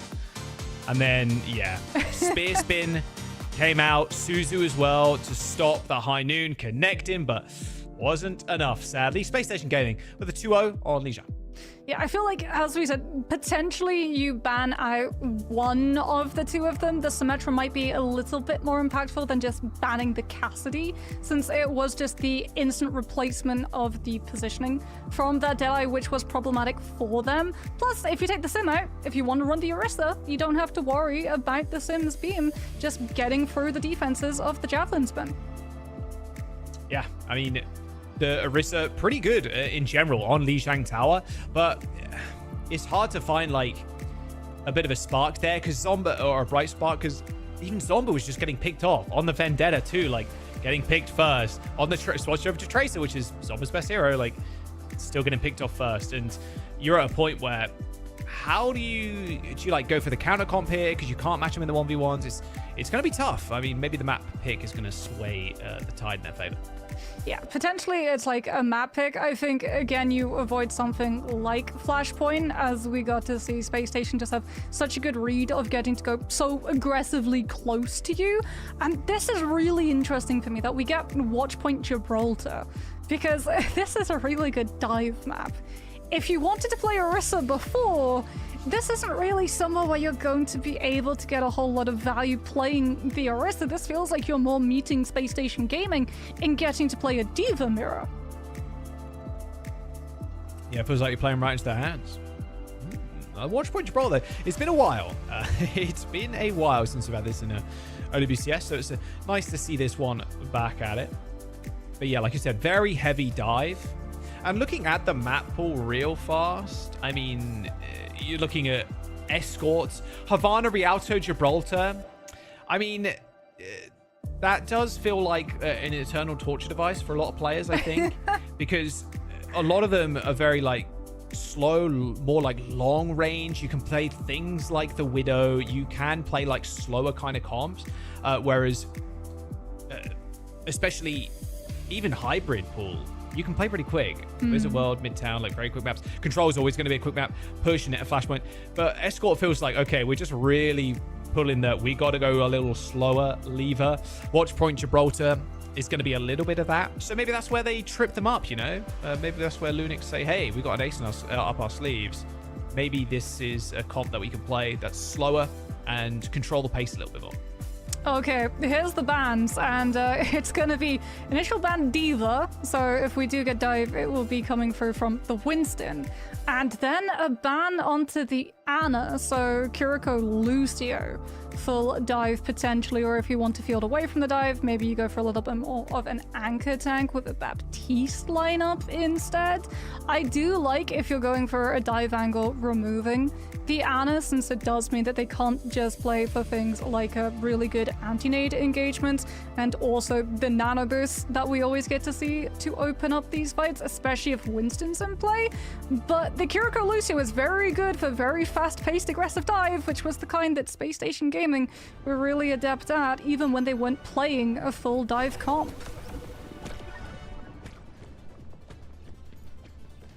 Ooh, what is the backline going to look like for Space Station? Admiral? What's the play here? Oh, seeing Lethal too on this Emre is going to be just disgusting. Nice cracked. Give Cassidy a scope and just let him go at it. Not just that, but life steal too with the blaster for the 5 seconds. Plus he gets the increased movement speed and higher jumps. So he's going to actually be able to mantle up into some of these really good high grind perches, which is going to be very hard for Linux to have to push them out of, especially since Hawk is playing the Sigma. Small substitution as well. We got Cardifan in for Lunex. Doomfist of all things as well. I mean, if there's a dive hero that people love to see, it's definitely well, maybe if you're not a support, if you're a support player, probably not. Wow, okay, Extend just gets naded from across the map. Oh, what a punch! Can't get a kill. Is just like going in, but he's only finding point of contact with the Tracer at the moment. They're not able to get onto that back line or push the card, which would force Space Station to drop. Yeah, and you're getting Sigma, and it's Hawk. It's going to be a tough upward hill climb here. I like the poke and backline though for Lunex. I mean, you've got Z that can go on off angles that Alari can handle herself a lot of the time. But it's actually getting past this Sigma, which is going to be the main problem. The Wu Yang too, as well, is going to be very problematic for Linux when they want to try and take that momentum. That's just going to get pushed right back by those walls of water. As Lethal is slowly but surely building up to that first override protocol, getting to do a lot more damage with control of these angles in comparison to Extan. A lot more open server room now with the double entrances, which is kind of nice at the front. Slowly but surely. I mean, that's how the Space Station comp plays, though. Just slow paced. Don't want to go for a big engage. You can't really, not with the Sigma. Happy to poke away at the Doomfist. It's just waiting for ults, pretty much. I mean, you can't really test the Wu Yang here. You have to force him out. He's going to get healed from server. So tough here, Moxie. Yeah, and I mean, the Doomfist tries to go for a dive, and UV just instantly gets to use the wave of water to push him back, as well as get that healing instantly. But like you said, ultimates have now come up onto the field. It's just a question of can they find the value as Exten instantly taken down before he can gain access to the rush. Yeah, double rush. The Flux ends up missing, but really, like, it doesn't really matter here. I mean, the Doomfist, yeah, this is really the Doomfist is the highest level of play. It's just so hard to get this pick to work. And unless you're Donghack, I mean, Donghack's freaky on it, but it's just so hard. Flux missed, sure, whatever. You traded rushes, but you still got Wu Yang out, you got Pulse. I mean, you got the Override as well. Like, you're vibing. I mean, Nenwai does have Captive Sun, but despite banning out the Diva, you do still have to worry about the ultimate being just immediately swallowed by Hawk with that shift. As he's pressuring out Cardifan on the Doomfist, who's slowly building up to that first Meteor Strike. Has found an hit onto Lethal here. Oh, this could be a huge punch. Suzu's going to be good. Ends up hitting the Meteor Strike, goes straight to the server room to maybe even catch Ultraviolet off guard, but there it is. There's the ult on himself, punch away. As a little aerial view there of Lethal as he just rains down fire from above. That Override protocol making its mark on the pylon. But still, did a lot of damage. And Space Station Gaming still holding on. There's a minute to go. And this Doomfist yet to pay off. Still all of the space control for Space Station as well. Like, they have such a stranglehold on this high ground, and Linux, they're not really doing a lot of damage in high bursts, so they're not able to break through the heal sustain of the Kiriko and this Wuyang currently. The difference maker could be X10. Like, this fight could be huge for them. They just have to get X10 into a position that can actually impact the fight, and Space Station can't just kite it out. Sugar Free getting poked out a little bit there by the Alari, but yeah, like you said, you need X10 to go nuclear. That override protocol is available. Sugar Free looking for an entrance. Then White extremely low. Sugar Free going for a blink. Smack ends up missing. X10 now looking for targets. Hits a right click onto the Tracer, but dealt with by Ultraviolet. Took the opposite side of the high ground as X10. Unfortunately, no eyes in the back of her head. As this defense is looking spectacular for Space Station. Even chasing away Zomba, there's just no chance. Zomba gets away, and even if he does, he has to regroup the rest of the team, picks up the mini, Sugar Free's got the recall, and just has to make sure X10 doesn't get back to the squad. That's exactly what has happened. There's going to be a rush, though, used by Z, but still the flux from Hawk, he can just stand on the points. Abral's going to come back in just a moment with a rush of his own, but actually getting Hawk off here is going to be next to impossible. Cardi Fan extremely low. Hawk jumping up to the skies with that little perk, but realistically, the damage of the cavalry has rejoined the rest of Space Station. Yeah, Here's the rush on the point, and Cardi Fan low. There's almost no chance now. Override Protocol to top it all off. Oh, Hawk's able to live as well with the kinetic grasp. And then Admiral gets to come back with the Kitsune Rush when Linux have no hope of matching. And that is a firm and dominant full hold coming through from Space Station Gaming, who continue to look as dominant as they have with these players in the past. Two deaths again for Space Station. Damn. Abral and UV, just the backline getting crunched. But yeah, the Doomfist just not it, unfortunately. You can see exactly who got those kills too. Cardi Fan with a couple of limbs, and then Z with the assists. I mean, the Doomfist just never got to close up the distance. The one time he did, it was onto lethal, and it's just Suzu'd away, and the Emre is able to make off like a bandit. And Space Station Gaming, like, if it had really been a problem, we would likely have seen swaps, right? But no, the Doomfist was dealt with, the damage came through at such isolated moments that X10 Zomba weren't able to capitalize on low health targets, nor were they able to capitalize on a fight happening in one space of the map, and therefore the point itself being unguarded and getting to push through because the Kiriko, Wuyang, Sigma Core were just holding their own in server room the whole time. Gonna try and do it again. Cardi Fan on the Doom. Got a brig for Nenwai this time around. We'll see if Zomba can kind of stick anything. Looks like lethal. TP. Widowmaker. Yellow. Oh. Well, lethal's dead, I think. Oh, maybe not. No collapse there from Zomba. Yeah, no collapse. Gets the health pack. Gets a little bit of healing as well. And will be right as rain and ready to just continue putting the pressure. That Widowmaker is just fully controlling the high ground line of sights now. Power up punch. Little fakey.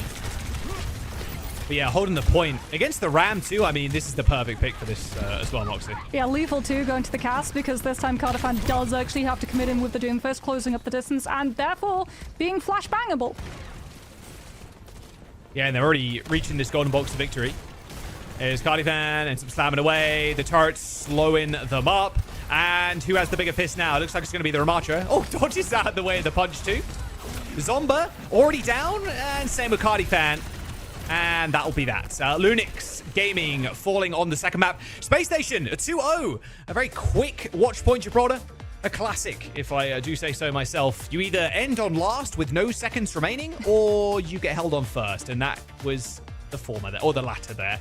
Space Station now find themselves on match point. Yeah, the Widowmaker TP as well at the start of the round just forced so much respect. Everyone from Linux had to just abandon line of sight since you're running a Breaker who's the only one who can shield you, and a Doomfist who's not going to be jumping in front of any bullets anytime soon. So the moment that the Widowmaker cleared all that space, Lethal was just free to go back to spawn, swap over to the Cassidy, and get ready to join the brawl, which would occur in the one proper fight Linux got to take their whole defensive round. Yeah, not really sure on the Doom pick, but, you know, it's what it is. We'll see if they change anything up going into this next one.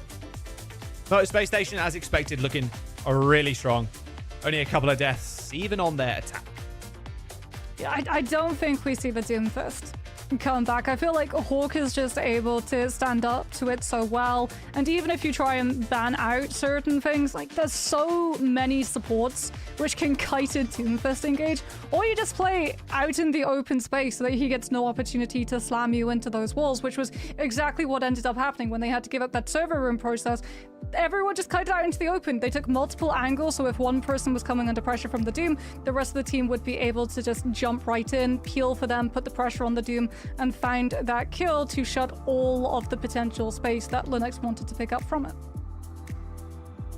What kind of map do you think we're going to next? Obviously, we can't do Escort. We've got Flashpoint Push Hybrid. Where do you think we're going to go? I mean, it's a tough one to call. I think with how dominant Control was, you would avoid Flashpoint. Maybe you try to take us to Push and put the fighting happening into slightly different areas of space. Like, if you do want to run these just like tanks that go off and pick a fight in a separate pocket entirely, Push could be really beneficial for you. Yeah, okay, I like that idea. Little push action. Looks like no, though. We're going to Suravasa is our next one. That's going to be the flashpoint of choice, I feel, for this stage. Suravasa. We had a little Atlas play stage 3 last year, but not a crazy amount. Suravasa preferred amongst most teams, I think.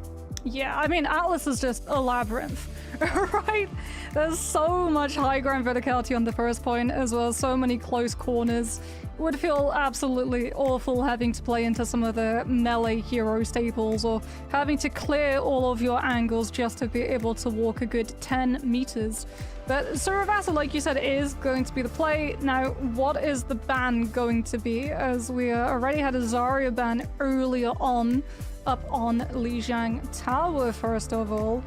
What do Linux want to go for here? Do they want to go for that Symmetra? Because that was the thing that was really allowing the Cassidy to be able to have those high impact ultimates. And Symmetra is really, really strong on Flashpoint because you can just close the distance in the blink of an eye and be right on point before it even unlocks the cap.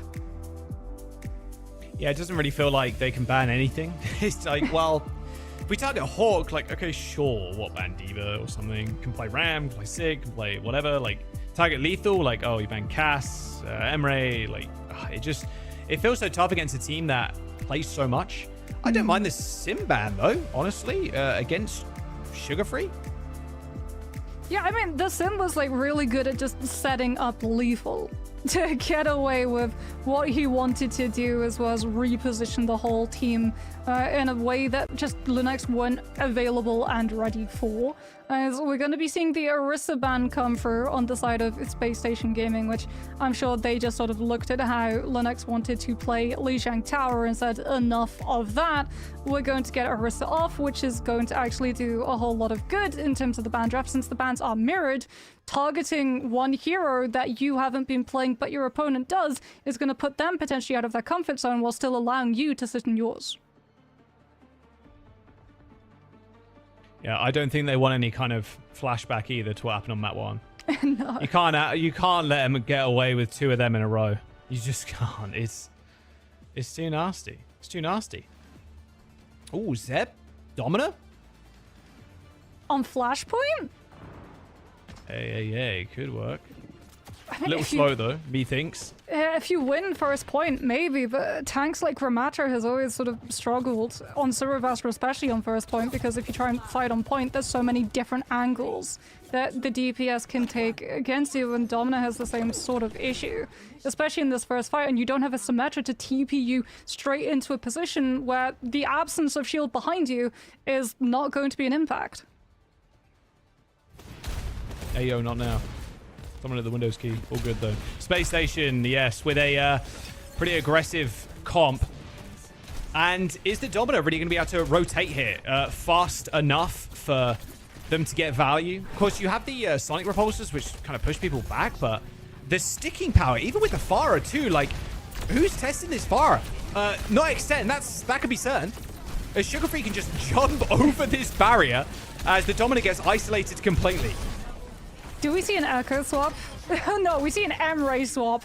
Okay, Linux understand. The Pharah is too problematic to leave free. They're gonna swap X10 over to Hitscan instead. But Sugar Free, the damage has already been done. The Domino lost the first fight, and now you're just gonna get tested every walk you try to make. Yeah, and taking this space too. Against the Pharah, I mean, good luck. You're taking so much back. You're gonna have ult, at least on Sugar Free, when they touch the point. Somba's gonna do a little bit of focus fire here on the front line to try and draw the eyes of Space Station Gaming, because they eventually set this shield up, but Sugar Free 10% away already.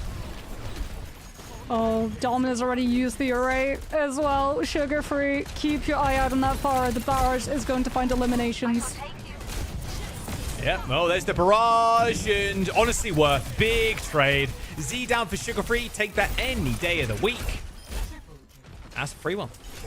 I mean, you can see how much the Pharah is doing. It's reflected in the ultimate economy. For the rest of Space Station's players, like, Sugar Free is just stacking up so much damage, and Linux have very little ways of mitigating it, because once that Domino shield is down, it's down. But as you said for the first fight, Sugar Free just gets to play around it. And there it is. Somebody with a pulse, though, so maybe there's some bright spot here for Linux. Suzu there. Oh. Yeah, I mean, it is like, oh, they've got a pulse bot. Oh, well, Suzu exists. Unlikely that that's actually going to connect and stick. I mean, much more likely Lethal's Override Protocol is going to be seeing a whole lot of connections, especially when Z tries to pop this Kitsune rush. Let's have a look. Admiral kind of already posturing for this one. They are just going to rip the Override Protocol, like, instantly. And that's going to... should put an end to the fight if they can find one pig. Lethal doing a sizable amount of damage to the backline, but it forced Lunix away far enough, and even Zomba with the recall. Well, there's the pulse, and it went wide. Sugar Free with a kill. Double rush on the point now as Lethal shoots through these shields. Zeb setting up in a good position here.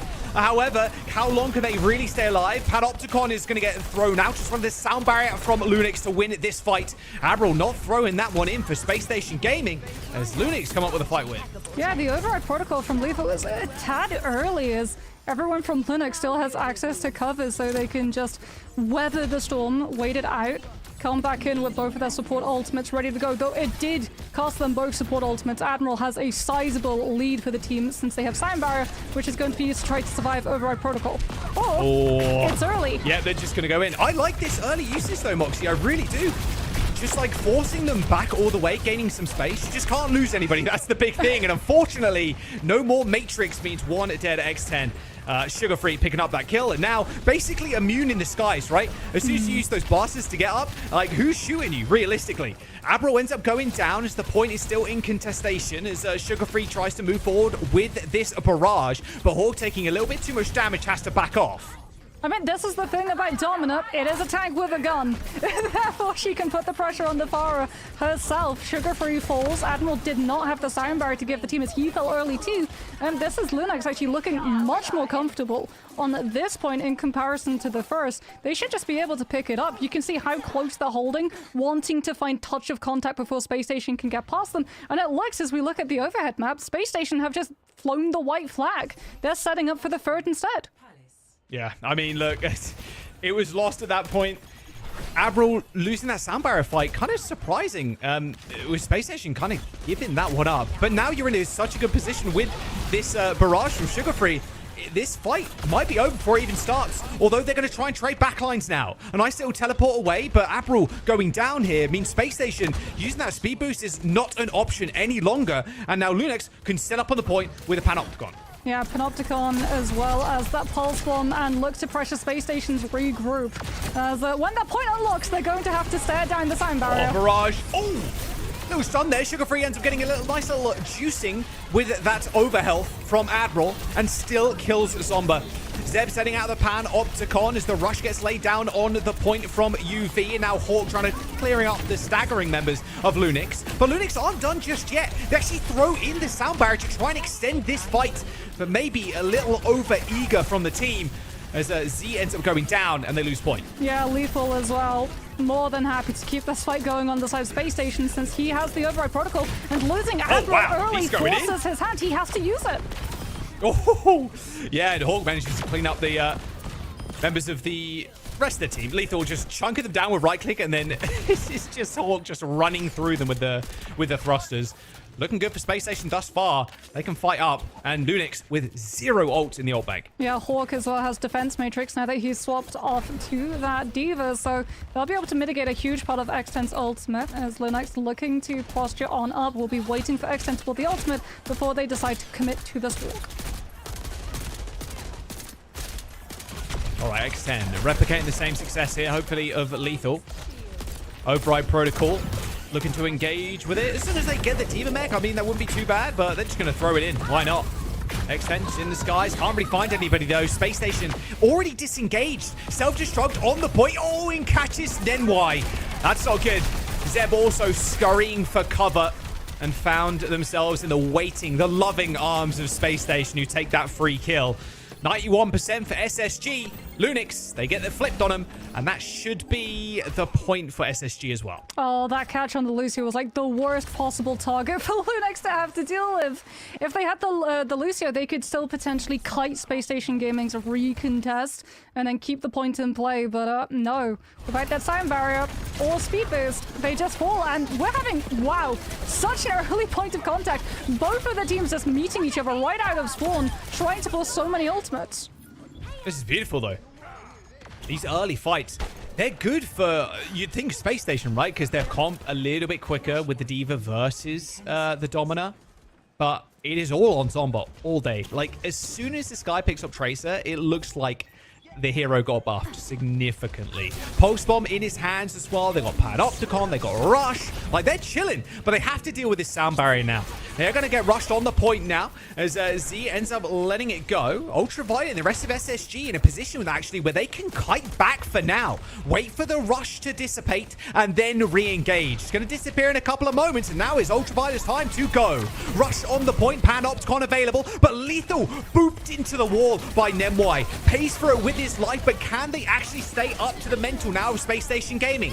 Hawk with a self-destruct and another life. Might not need it, though, as Lunix fall waste to Space Station as they get the cap. It's good target focus from Lunix, like going for Lethal, understanding that he's on the Emery, he has the ultimate.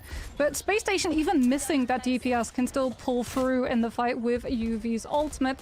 Still, Lunix had the first cap, so that whole time the point was ticking up for them. We'll have to see how well this Domino is going to be able to fare now that Space Station can, again, just aggress in before she's set up to just play defensively. Looking for a Panopticon target here, or a position where they can use it. Oh, catch onto Hawk is good, though. There's the shield. Boot to try and get him in line of sight of that bomb, but it hits Zeb again. Sound barrier to win that fight, though. Decently, like, expensive, but worth the effort here from Lunix. They're only getting Space Station to 68 means if they get full wiped Moxie, they can get another touch. Zombie too. He's sneaking. He's Pulse good. Bomb is there in hand. If they can land it past the defense matrix and Suzu onto Lethal, that could be absolutely huge. Looking for it too. But look at this, X10 very early on. Yet again, Override Protocol thrown in. Eaten mostly there by Hawk as X10 in the skies pulls out the blaster. And Hag's actually Hawk getting dangerously low. Demeched as well. Now Lethal trying to patch up this wound here, but already UVS and Sugar Free have gone down. A 90% bank here for Lunix, and Zomba cleaning up the pieces. It's 2-2 on Suravasa. Yeah, Space Station, they're just going to give that one up and try to set up for this next one as Lethal's off the Emery. We're over to the Sojourn instead. Sugar Free does still have the pulse bomb, but yet again, Lunix are just taking a fight right now. Early fight. Forcing it early. Admiral, he's got the sound barrier. Space Station want to win this. Yeah, ends up getting popped in there. Admiral getting stunned briefly against the wall, but they've already won the fight there before it even very began. It could be from Admiral to kind of save them, and now they get positioning. Yeah, but what do you think about Lunex taking those early fights, forcing the silent barrier so that Nenwai has advantage against Admirals? Because you're going to have Kitsune Rush for Kitsune Rush, but Lunex having both support ultimates up potentially could be the difference maker. There's the cap. Panopticon available. And Rush here for Lunex. Sugar Free trying to find a flank kill. Here's the Rush going on. Now's maybe the time to go into the back line, but unfortunately, Admiral's already dead. Long gone is the Lucio. As SNG disengage. Space Station just don't match Kitsune Rush. Losing Admiral again, they have to disengage far more distance between them and their opponent, but they still manage to find an exit trade onto Zonda. So no Tracer, no Pulse Bomb, no pressure on your back line, so you can just commit to the fight on point. Oh, wait. Whoops, Daisy. Disruptor shot just kills two. Just like that, huh? It's just that quick. All right, well, that's Lethal's play of the game there. Potentially not, as Lethal will have Overclock in this next fight. And Space Station will be very happy to pull Silent Barrier out from Nenwai to be able to deal with it so that X10 does not get additional health to sit through this override protocol. Zomba. 2% away from the pulse bomb. Someone's going to deal with him. Check him at the very least. The kunai to the body will do, but it is Hawk that's going pretty low. Pulse bomb target is going to be this backline here. Zomba trying to go for a nice little flank. X10 though in the trees. You can barely see. How's she seeing through all these leaves? Must be on low detail. Lunex now with at least a cap here as Lethal with this overclock hits Zeb in the head, but it doesn't matter. Lunex have managed to flip the map entirely and still have a sound barrier. That was basically a free fight there, Moxie. Yeah, Zomba has Pulse Bomb. Nenwai, like you said, still going to have that silent barriers. Pulse Bomb manages to demec Hawk. It's self-destruct, ends up coming in. Space Station Gaming, they've still got a Pulse Bomb and a beat coming up in a couple of seconds, but the Pulse Bomb does eventually connect from Sugar Free. X10 down, Nemwai with the beat. Admiral can go beat for beat though. 85% for Lunex as Nemwai goes down. I believe that was an Ajax. Straight up Ajax for Lunex, and that might just be the map. Space Station Gaming run over their competition as X10 first to spawn, but maybe the first to die. Yeah, Space Station, they're just gonna close up the distance onto Lunex. Make sure that they don't lose Hawk's mech early, as it does look like they're letting them take a walk, as Z does have that Kitsune Rush. They have to pay the respect to it. Yeah, Rush coming in for both teams now as Ultraviolet pedaling back ever so slightly. Z popping the Rush as well, but Zeb's already extremely low. As Suzu ends up coming in to save his life for a brief moment, but Z gets run over. No tool to use to save himself. Railgun from Lethal's going to be deadly, but has to get past these shields. But it is Sugar Free, bobbing, weaving, ducking, and diving through that shield to pick up a couple. And that is Space Station cleaning up Lunex. A 3-2 on Suravasa, but a 3-0 series win. It got dicey there at the very end, but SSG come out on top.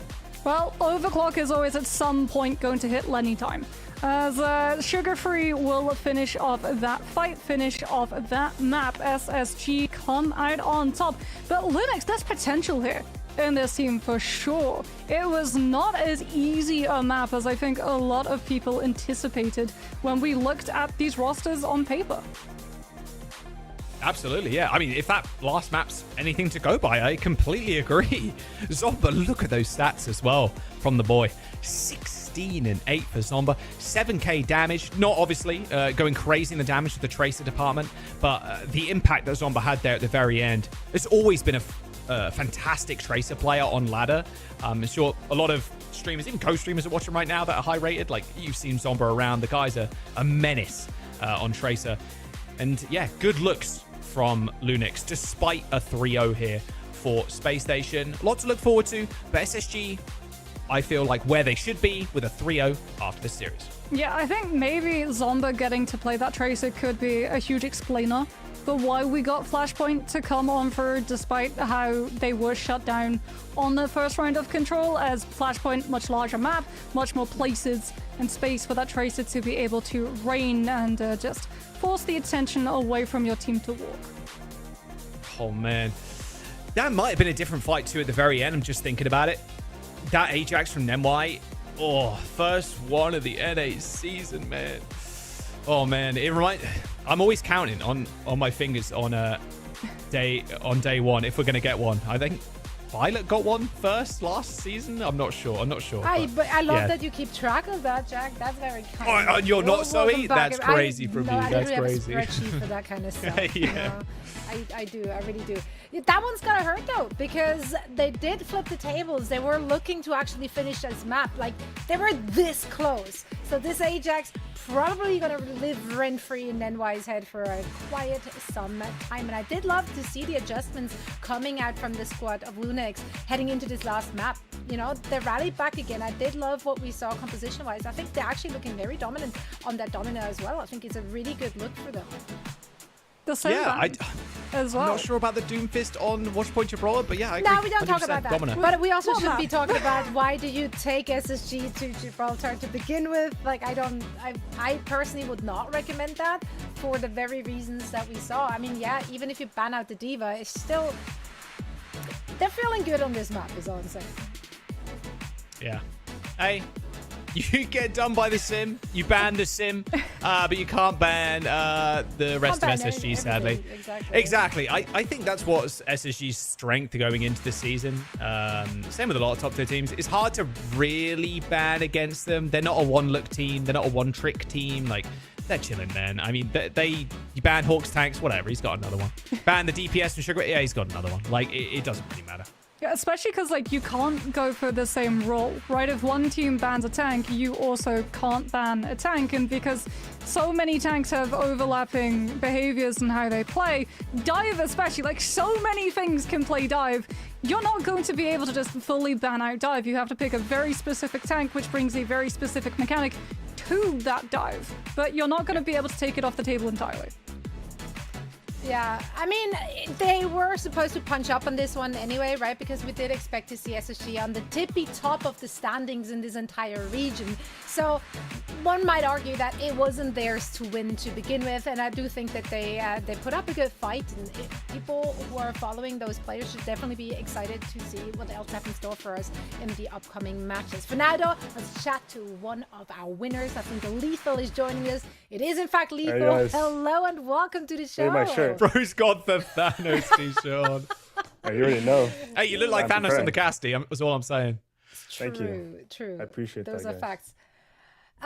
Lethal, you as well as UV and of course Admiral, you're bringing a lot of like pre-existing chemistry to this team. You were together on Geeky, on Nightmare, but obviously Hawk and Sugarfree, they're also very dominant voices in their own right. Now, how has the integration been under Christopher's leadership, who I know is hands-on as well, right? Did you feel like you're just slotting into an existing SSG system, or do you feel like you guys are actually building something brand new here? I think we're just mixing whatever we had on Geeky with whatever they had with SSG. And we're just mixing like both theories together and just trying to find like our own sort of idea and identity with the two. Yeah, I mean, makes a ton of sense. I think Christopher just having such a long history in like Overwatch League and OWCS, just a long history in general, it must bring a lot of veterancy to the team. But I kind of wanted to talk about like your chances this stage, because I think if I had to like make a tier list, I think you and Dallas Fuel are going head to head, like number one, number two. Do you think there's any like big differences that you can foresee that you can have one up on the Fuel? As soon as we figure out the Winston comp, there's no way they can win, I think. They have this like little crutch comp they have, and that's the only thing they got going for them. After that, they're pretty much like a DSG level team, and we're chilling. So talking about working out the meta, we're seeing a lot of really heavy hitting DPS coming on through, the Emerald, the Sojourn, the Vendetta, the Cassidy. Who do you think is the premier? Like, who is the most staple heavy hitting DPS currently? Ooh. I think right now you could play a lot of these characters at a good level that it makes sense. So I'm a little biased, so I like hit scans more. I'd say Emmer is still like probably the best DPS. There's just so much damage. I think I would consider meta, but other people have already played a lot of Sojourn, so it makes it look kind of bad. I think he's probably staple. Him and Vendetta for sure. So AIDS. Do you expect to see big differences meta-wise between EMEA and NA? Because earlier today we saw lots of Zarya being played. CJ shared with us just in his post-match interview that it's going to be all about Diva, no Zarya. Like, where do you see the different regions falling in terms of the meta? Oh, actually, I like how each of the regions have their own different idea of the meta. I think Korea, we're playing Orisa, a lot of Ana, right? And then, as you said, EMEA is playing Zarya, and we don't really have that many Zarya players. I think we would primarily be like a Diva sort of like main tank region, it feels like. I'm not I mean, too if you have sure. the Hawks in the world, then you're Yeah. going to play Diva, right? Yeah, but it's, Well, it's quite Lethal, unique thank you how so each much. region is different. Yeah, I love that. That makes the international competitions we have also just so much more exciting, right? Because you then see those compositional clashes. Lethal, we can't wait to see more of you and SSG. Thank you so much for taking the time, and have a good rest of your day. You as well. Appreciate you guys for having me. Of course. Always happy to chat to our players. SSG, a clean 3-0 victory over Lunix, which was quite frankly the expected outcome, but definitely some bright spots here from Lunix, some stuff to look forward to as we're moving further into this season. And speaking of things to look forward to, we have one more match on the docket as well, so we're not quite done, although it feels like we're kind of speed running the region here. Not gonna lie. Yeah, it feels that way. Hey, look, we've seen some cool plays today. That's all that matters. Doesn't matter if we're speedrunning. If you see epic highlights, that's really cool, guys. It's okay. Don't worry. There's plenty more weeks to come, kind of. There's like 3. Not that many, actually. Not that many. Yeah, so, It's going to be great. If the days are that short, you got to make sure to lock in and connect your Battle.net account to your Twitch account to farm those drops. I know, I'm killing it today, bro. Yeah, 12 hours watch and you get that sweet Esports loot box. What's inside? Well, you gotta find out. So make sure to connect your accounts. We're now stepping down for a very quick break, and then we get going with our last match of the day. Don't want to miss it.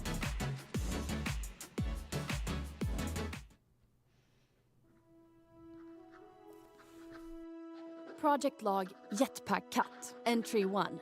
With Null Sector gone, the team has been sitting around Gibraltar without much to do. I'd say I'm in the same boat, but to be honest, I've had my hands full. Ever since I found this cute little stowaway, my mind has been racing with ideas. For some reason, when I rescued this pretty kitty from in between some rocket parts in the main landing bay, I thought back to some projects I never got off the ground. Literally. I was so young when I drafted them up, and that lazy old Mitzi wasn't much help either. But something about this stray got me thinking again. Maybe there's a way to make this work after all. Looking at my old sketches, I can tell I had a lot of hopes for this build. Guess it goes to show how far I've come that I can finally turn all those dreams into reality. And Fika has been a surprising help. Oh, I named her Fika, by the way, since she looks like a big kanelbulle. There was a funny moment earlier today. I was so stuck on the schematics for the thrusters, but Fika knocked one of my old blueprints off the shelf, and it actually clued me into the answer I was looking for. I can't help but think there's something special about this kitty. I'm thinking over what material suits the jetpack best. A carbon fiber frame would be nice and lightweight, but aluminum would be more resilient. The weight distribution on a cat is pretty different from a human, not to mention the tail. So for the stabilizers, I'm thinking... Does the harness need shock absorbers, or will Fika's fur be enough? Big problem. How to make a joystick that doesn't require opposable thumbs. I have a few ideas for the motor, but I'll need to be careful. I'm worried Fika might lose one of her 9 lives if it's too loud on startup. And for the healing projectiles, actually, should they be projectiles? Oh, I bet Fika will love that. I should really add a grapple to the frame. She'll need it whenever Reinhardt charges off without us. I put out different paint options, and Fika knocked everything over except blue, of course. Hon är svensk ut i klospetsarna. And that's that. Blueprints for Project Jetpack Cat are finally complete. Whew. I wish my younger self could see just how well this turned out. To be honest though, I'm not sure I'll ever get the chance to build this for real.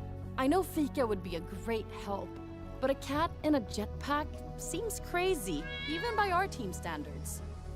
But who knows? We keep saying the world could always use more heroes, and I think she might be just the hero the world needs right now. that's how you do it. The story continues in Overwatch.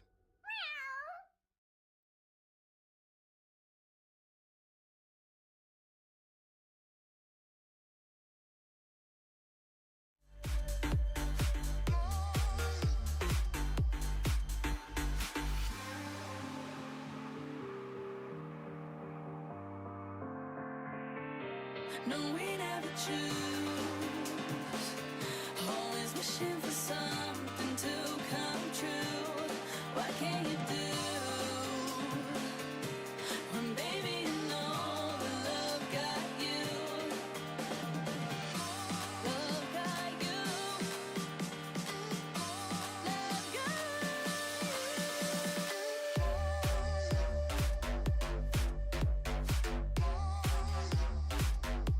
Love got you.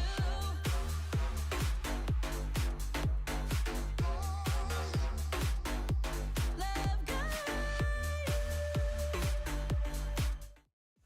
Welcome back, one and all. We got one more match for you today. Let's talk about it. Team Liquid will be facing off against Extinction, formerly known as Gorilla Disciples. Glad we got that one out of the way. Only had to say it once. Let's start with Liquid, though. Obviously, we have to address the elephant in the room here straight off the bat. A change in backline very last minute. Escanor, a DPS player from the MENA region, has been picked up. So we're seeing an off-roll, but we're also seeing it on ping. Yeah. That raised a lot of questions, but the players themselves were obviously very outspoken and very positive on Twitter. I mean, I'm glad they were. Would have been. Can you imagine it was the other way around? Like, I don't know, man. Like, this is not gonna go well. It's not gonna. Like, yeah, it is difficult. Yeah, playing on ping, especially from the Middle East as well, because from like the UK and like mainland Europe kind of vibes. It's what? If you play on East Coast, I think it's like 100 or something, if I remember rightly. Yeah, but if you're it's playing 120, I think. Yeah, 120. But then you're even further to the east. So like it's a big ping thing, which hopefully won't affect them too much. Yeah, I mean, Moxie, the rest of the team, they're like, we know what they bring to the table. And there's so much flexibility in them as well. I mean, Infected, he's one of those tanks who could just play everything and then some. Almost like wondering, like, why are we adding Kalush? Will Kalush see playtime? Yeah, I mean, Infected is one of those tanks who, if you start winning the fight against them, he just goes back to spawn, comes back on Wrecking Ball, and wins the fight. The stall tank is almost as scary as the tank that he's actually meant to be playing for the composition. Exactly. And of course, they have such a competent DPS lineup. We talked about it in the pre-show already. Tree and Zeru, they're going to wreak havoc for this team. So, yeah, I mean, we know kind of what to expect from Team Liquid. Last minute changes, obviously putting a little damper on here, but we're going to see. We're going to see what they're going to roll out with. We're going to see how it works out for them. They didn't have much of a choice here. I think it's good for them. They are going up against Extinction, a team that you'd argue they should still be favored against. If we're looking at that squad, we know those players, right? They have been around town for quite some while as well. Ryan apparently, like, literally had 5 minutes left on his PC in like a internet cafe as they were playing the qualifiers. He's like, we gotta go. Like, we gotta go now. Like, we gotta push every fight. We gotta go quick. That is insane. It's crazy how that makes the qualifiers. Slow internet too, right? Because if you're playing from one of those places, you have to share internet speed with everyone else who's also there. I didn't even consider that. I don't know how comparable it would be to like a Korean PC bang, but like, yeah, there might be a little bit of lag when they were playing. We kind of talked about this team last year, or at least individuals on this team, and we're like, we're gonna see them again, like, surely. Obviously, going into this year, it's like, oh, there's like 6 teams now. There isn't like the full host that we had in the last couple of years. So I was a bit like, oh, are we actually gonna see people like PDK, people like Ryan back again? But yeah, these players have made a name for themselves, at least last year. I think PDK is one of them especially. So I'm excited to see them play, and they've caught the Team Liquid series at a good time, you could say. Yeah. Also, for those who have watched the qualifiers and are wondering, like, hold on, that's not the Extinction team. Yeah, so Extinction played in the qualifier with a completely different roster. They came 4th, so they barely did not make the cut. It was the Gorilla Disciples, which you're seeing on your screen right now, that did end up making it. And then basically yesterday, was that yesterday? Yeah, it was yesterday. Yeah. Extinction announced that it picked up the Gorilla Disciples. So Extinction is back in the mix, no matter what. They found a way. You could say that they're not going extinct anytime soon. I hope someone is going to do it. Nice. Someone Plus had two. to. Thank you, Moxie. Good job. Well, okay, let's hear the predictions for this one, though. Because obviously with Team Liquid's last-minute changes, like, is that an in? Is that an opportunity for Extinction to perhaps get a win on the board? I don't know. Like, it's really hard to say because you're playing on Mad Ping and a backline role as well, which is, like, very difficult. Reacting to things that you need to, like a pulse bomb, like for Suzu and stuff like that, is a lot harder. Have they had practice on Ping? Not sure. I still would think Team Liquid walk away with a 3-0, just the caliber of the DPS and the tank. Like, I think it should be. I'm hesitating, but it should be. I think 3-0 for Team Liquid. I think 3-1. I think, like, because you're bringing someone in who's never played that role before, it could potentially impact Vega as well with what Vega is going to be able to play. Because do you put the DPS person on something like a Kiriko and just trust them, or an Illari, trust them to be able to carry with the damage that they do and healing is secondary? Or do you put them on something like the Lucio where the healing is just area of effects and you don't have to worry about being able to come on through with those really crucial shots? Well, we're about to find out how they're going to sort it for the team as we're getting our last match of the day on its merry way. So please, Moxie, Jack, take it away. Yeah, thank you very much, Zoe. Team Liquid in a bit of a sore spot at the moment, obviously with the change up of the back line, but Extinction could be a nice little way to sneak away a win if they manage to find themselves an upper hand situation. Tracer ban and a Ram ban here as we go into Oasis. Yeah, Tracer's always got value, right? On any map that you look at, she's able to just weave past whole teams. She can get into your back line. She can pull the attention. She can make it a lot easier for teams to be able to recover from retakes as well. We got to see in the last series over on Lijiang, if you're being bottlenecked outside your own spawn, just have someone go Tracer, get past the defense, and go on to point to threaten that back cap to be able to walk. So always going to be impactful, but we'll have to see how it's going to be able to impact the rest of the DPS line, as we still have things like the Emre, the Sojourn, as well as the Vendetta in the mix as well. Yeah, I don't mind the Ram ban whatsoever. From what Leaf was saying, I want to quickly like hop back to that real quick. It has been kind of cool to see every region, obviously, with their own little spice to things. So it's going to make the Champions Clash like even crazier, I think, unless... Man, I woke up to a message the other day from Avril, and it had a picture of 2 Maugas in a game, and I immediately started weeping. So I'm hoping that's not kind of the flavor we end up pivoting into. Yeah. But it's good to see NA kind of where they're at right now. Not as much Zarya, a lot of D.Va, but there are a lot of D.Va players in NA as well. Let's get on to Oasis, though, our first map in the series. 3rd game as well in NA. We're starting off strong. It's been a long one so far with Dallas Fuel and SSG taking their wins. We'll see if Team Liquid or Extinction can find their first one.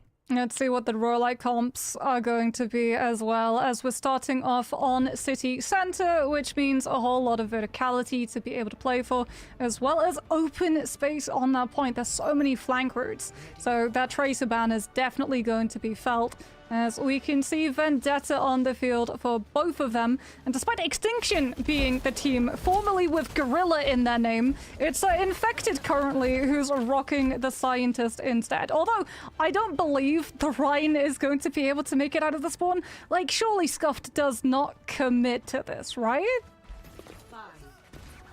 5, 4.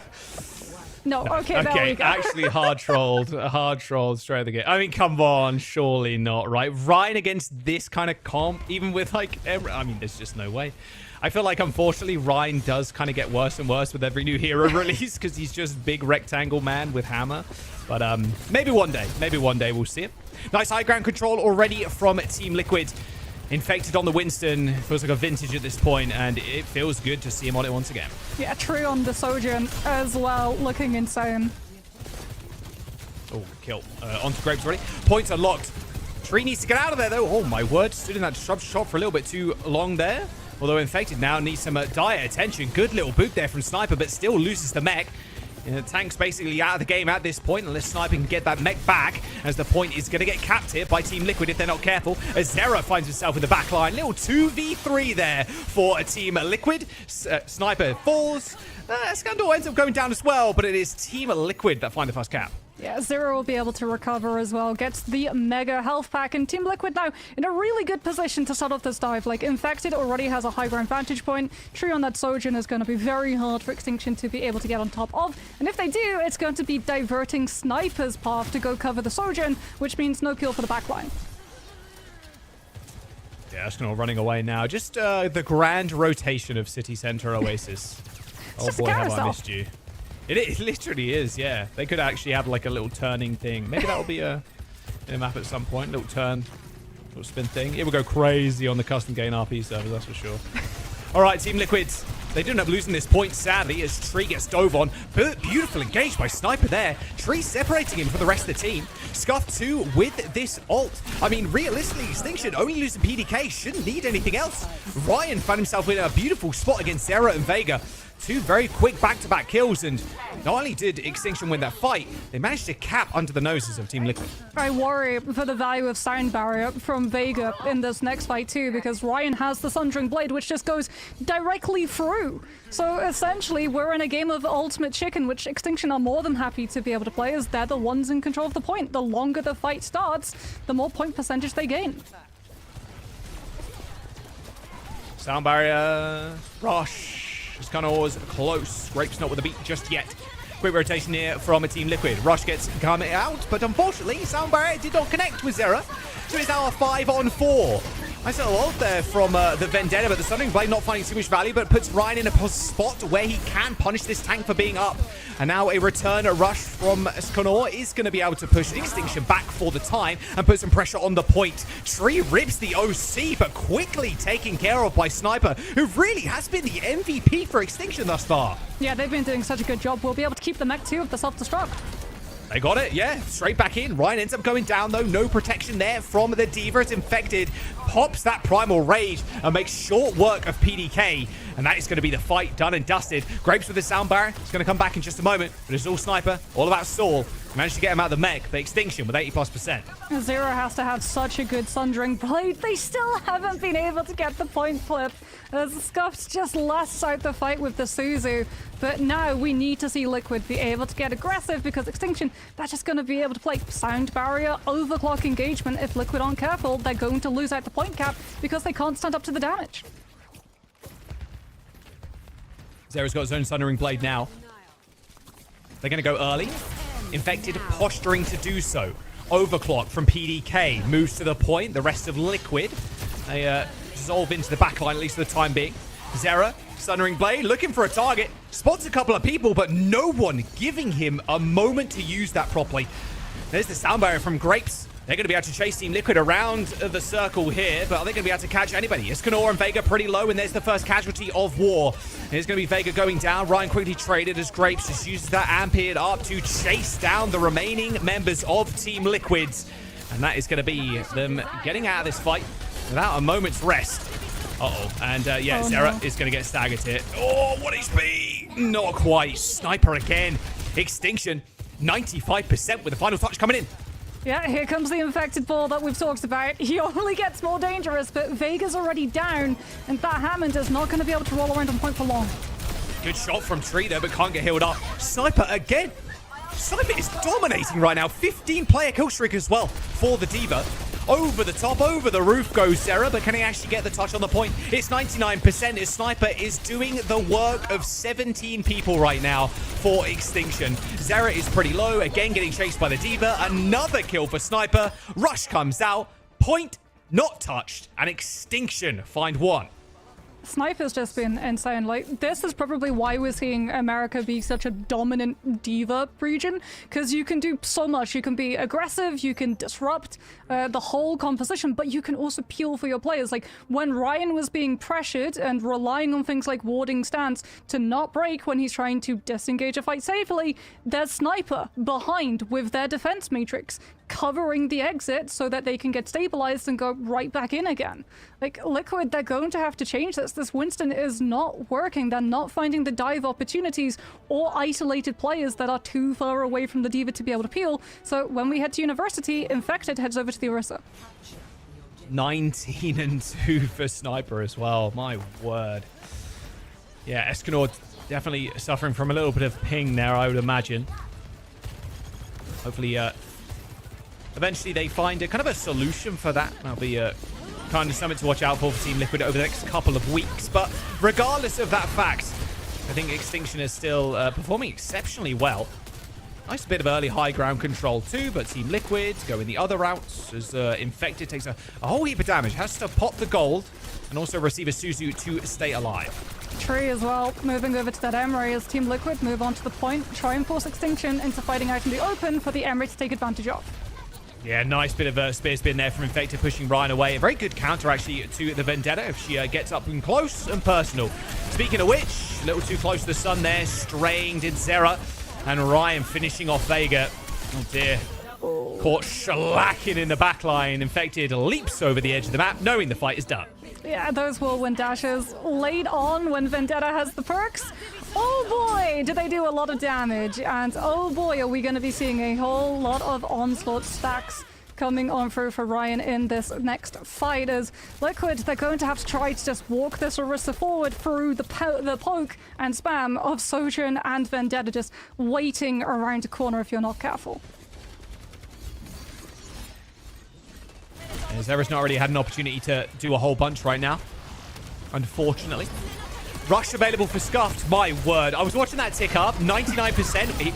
Scuff was spamming Q, for sure. Like, knew they were going to get it. Wanted to go. They kill Infected. They kill some more. And that is another fight win for Extinction. It's just like you're taking so much damage from the Emery that Liquid are just not converting it into kills, so it's meaningless damage instead of meaningful. In fact, it's worse. It's meaningful damage for Extinction instead of Liquid. Though they do have that Terror Surge as well as Override Protocol. This should be an ultimate win fight for Team Liquid. If it's not, we have to ask questions. Sound barrier for Vega. I mean, they've got Overclock. They've even got this Override Protocol as well. Everything available, really, for Team Liquid. It feels like Vega hitting a two-man sound barrier, though. PDK, Overclock on the high ground. Point flipped. Wouldn't be too worried about that, though. If I was Extinction right now, it's up to Tree to find some damage in this fight with this Override Protocol, but the sound barrier is going to be there for Graves to help sustain through the fight. However, that Terror Surge is grabbing PDK back in, stopping that OC from finding value. A nice spear as well is going to halt Extinction from pushing back onto the point. And there's the mech going down from Sniper. No chance to use self-destruct, but you've already got 79. Still happy with that. Coming into next fight with the blade. Yeah, Zera has that Sundering Blade, like you talked about, and Ryan has it too, but no space to be able to get on top of Team Liquid's comp and be able to use it. So Zera's in a much more advantageous position as Tree, I guess he took a railgun shot right to the dome because he literally went down to critical in about 2 seconds. Whoa, PDK. Yeah, that was not even an overstep there. I think he just got double tapped by Infected and Tree. All right, quick reset. Don't want to waste any time. Yeah, Sniper has to be careful as well that you're not taking too much damage coming through from Liquid. Yeah, you're charging it up for your supports, but you're also allowing Liquid to get closer to that Override Protocol and Infected the Terror Surge as well, as they do have that Kitsune Rush. They want to go first with it. All right, they're going to go first. There's the Thundering Blade from Zera. Vega trying to hit some peels. Scuff, the perfect target to hit as well. Kiriko down. Sniper bleeding out right now in the mech. Short-circuited, lost it, and now Team Liquid looking at final fight. Askinor has one-sided Kitsune Rush as well, and because it's final fight territory, Extinction have to walk directly into it. Now, Ryan does have that Sundering Blade, can be used to mitigate it, the way we saw Zero do it just now, but you're also going to be up against the overtime clock, so it's going to be pretty easy for Liquid to pressure out that Vendetta early. Oh, right. Spit in the face. All good, though. Shrug that one off. Hopefully go back in. Sundering Blade to open up the fight, looking for people in the back line. Infected going dangerously low, healed up, though. Terror Surge available for the team as well as that rush as they push onto the point. A Vega Sound Barrier as well to try and heal them through this one. Now, Terror Surge not fighting too much, but it shouldn't really matter. They've got this beat to sustain themselves. Grapes needs this, needs 10%, or they might just fall over. Scuff already down. PDK, though, taking the game into his own hands with this overclock. Snipes Infected. Beat comes in, only hits 2. They've got a remake available, and without Infected to kind of stall out on this point, they might be in trouble. Extinction find the cap as well midway through that fight. Wait, Liquid are committing to this. Infected is on the ball. They're not going to regroup. They're just going to go now. Yeah, they've got the self-destruct as well, Extinction, but so they can stay in this fight. This Sundering, Override Protocol might be what they really need. Trying to hit the snipes in the back, but Sniper is just eating every single shot that would land. Team Liquid, they do end up finding the flip there, and a good slam is, it's decent at knocking the DPS up, but they need the damage follow-up to actually get something popping in this fight. And with no one going down just yet, someone needs an opening pick, someone needs an opening kill. Eventually, though, Infected does what he does best, rolling into the backline as Tree finds an off angle. Grapes PDK down, and Team Liquid, in what felt like one of the longest OT fights here in University, are going to get it done. Still going. Sniper's going to use the self-destruct. Oh, just to try to give Scuff the time to get the rush up. Oh my word, I thought someone was going to die to a DMET kill there. Or a remech kill. Grapes and Ryan still alive though, like you said, a slam on the point with the mines on top as well. Infected, very high HP right now, over 1,000 with that over health. Soundbar from Vega comes back in as Team Liquid are still chomping at the bit to win this fight. Someone please lose this fight. Eventually the Sundering Blade should end it, and there it is. 2 sound barriers there from Vega to win that one. An insane OT, but Team Liquid, they end up finishing that round. I think we find out why they're called Team Liquid. Play-by-plays need a glass of water in their overtime fights afterwards. That was just if you're getting 2 sound barriers in the last fight, someone's not right. Someone needs to be calling targets. Insane lengths. Both teams went there to try and win that. It felt like a coin toss at the very end. Yeah. Everybody kind of playing for themselves, playing for that additional pick. I mean, Sniper literally almost scored an absolute blinder for Extinction. Goes down, but has the self-destruct, is able to buy time and space for Scuff to set up the Kitsune Rush before the Kiriko falls. And, like, it's teetering there on the edge. Extinction almost pulled it back. But no, Liquid finally close out the OT, and we get to go out into Gardens as Infected. Now goes back onto that Orisa and Tree the Emre. They're going to be looking for that high ground control, but Extinction, they just take point control first. Yeah, I like Infected taking this high ground, though, real quick. You know the Diva comp is going to want to be up there, like, fairly early on. Oh, PK. Double slide, though, needed against these comps. But, yeah, Vendetta, if there's one thing she got, it's movement. That is for sure. Even a double slide there from PDK, not enough to get away. Should be a fairly easy cleanup here as well for Team Liquid. Yeah, Extinction wanting to just cut this fight short as quickly as possible to not allow Liquid to start regenerating the ultimate economy too far ahead, as we are going to be seeing a little bit of pressure, but Tree's able to just keep Extinction away from finding any exit trades, PDK taking a little bit of damage, and now we get to see the scouting coming on through, because Ryan for sure is going to be looking to flank. No ultimates built up just yet. Still kind of the second fight here as they try and posture. Ideally there, you go up to the high ground, kind of force people off, but, I mean, Team Liquid are kind of hanging out in the left-hand room here. In fact, going dangerously low.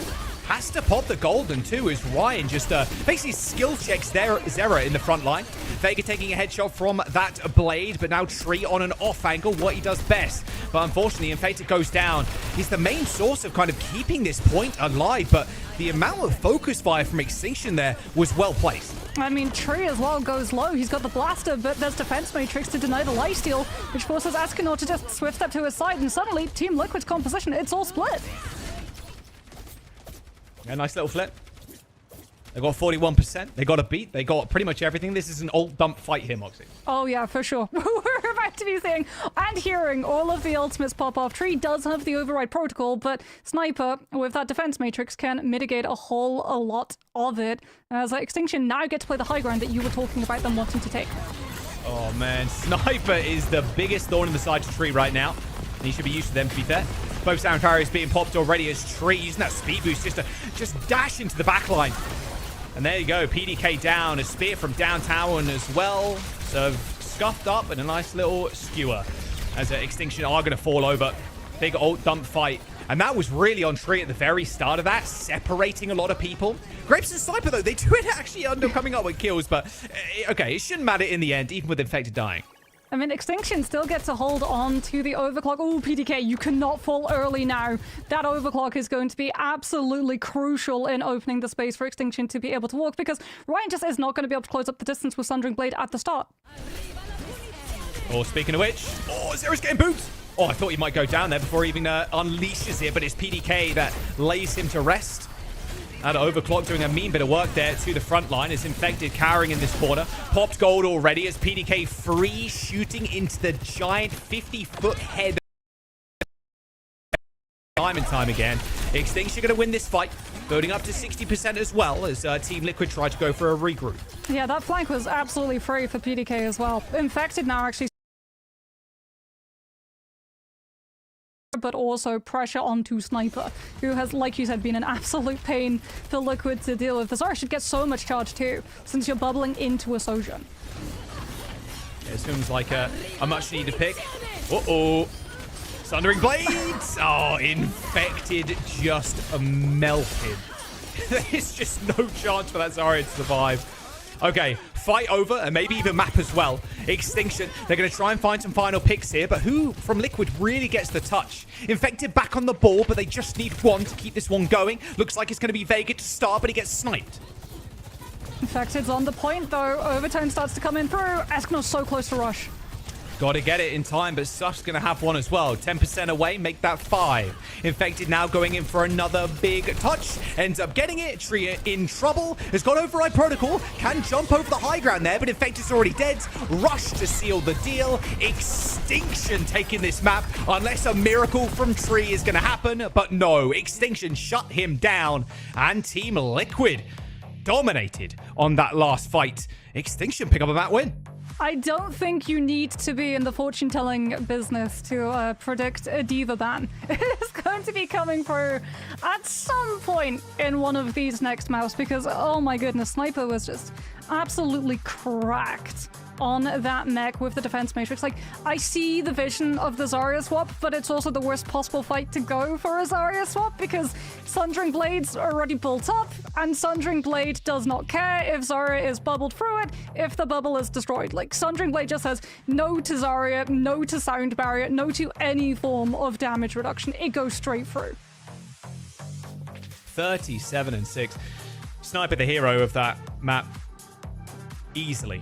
We're doing a MVP of the map. It's Sniper for sure. The amount of damage, like even just this bit, and even pre this bit too, like Sniper was absolutely dominating on the Diva. Like this was just insane. Running over a team of this caliber, yes, they're kind of the mix up with the supports has been a little rough for them, but you're still expecting them to come out on top. Or at least I was. I said 3-0 to Team Liquid. So your pred looking pretty good, Moxie, I'm just saying. Little 3-1 from yourself. We'll see if Team Liquid can bring this one back. But to start us off with, Extinction, this is a beast I didn't expect. Just look at how free as well PDK was on that flank. On the side lane with the overclock. But like, again, to really show the prowess of Sniper's Diva, that was into Vendetta, who does not care about defense matrix. Like, it's so easy in those kinds of compositions for the Vendetta damage to just go straight through the mech and the Diva to get demexed and you lose any form of value. But Sniper was able to retain the mech for so long. And I really do imagine that we're going to be seeing a Diva ban at some point, because Liquid just did not go for the Diva mirror. Yeah, I'm 100% on board with you, to be honest. There's going to be a Diva ban at some point here, but it's Team Liquid's map choice and their first ban, so they at least get like a priority there in terms of banning. It's got to be a Diva. I mean, look, I think with how Sniper was playing and how sticky he was to the backline, it was tough to get much space if you're like Tree or to be even honest with you, even the Vendetta he was chasing around. So yeah, it feels like Diva's gonna have to be the main target.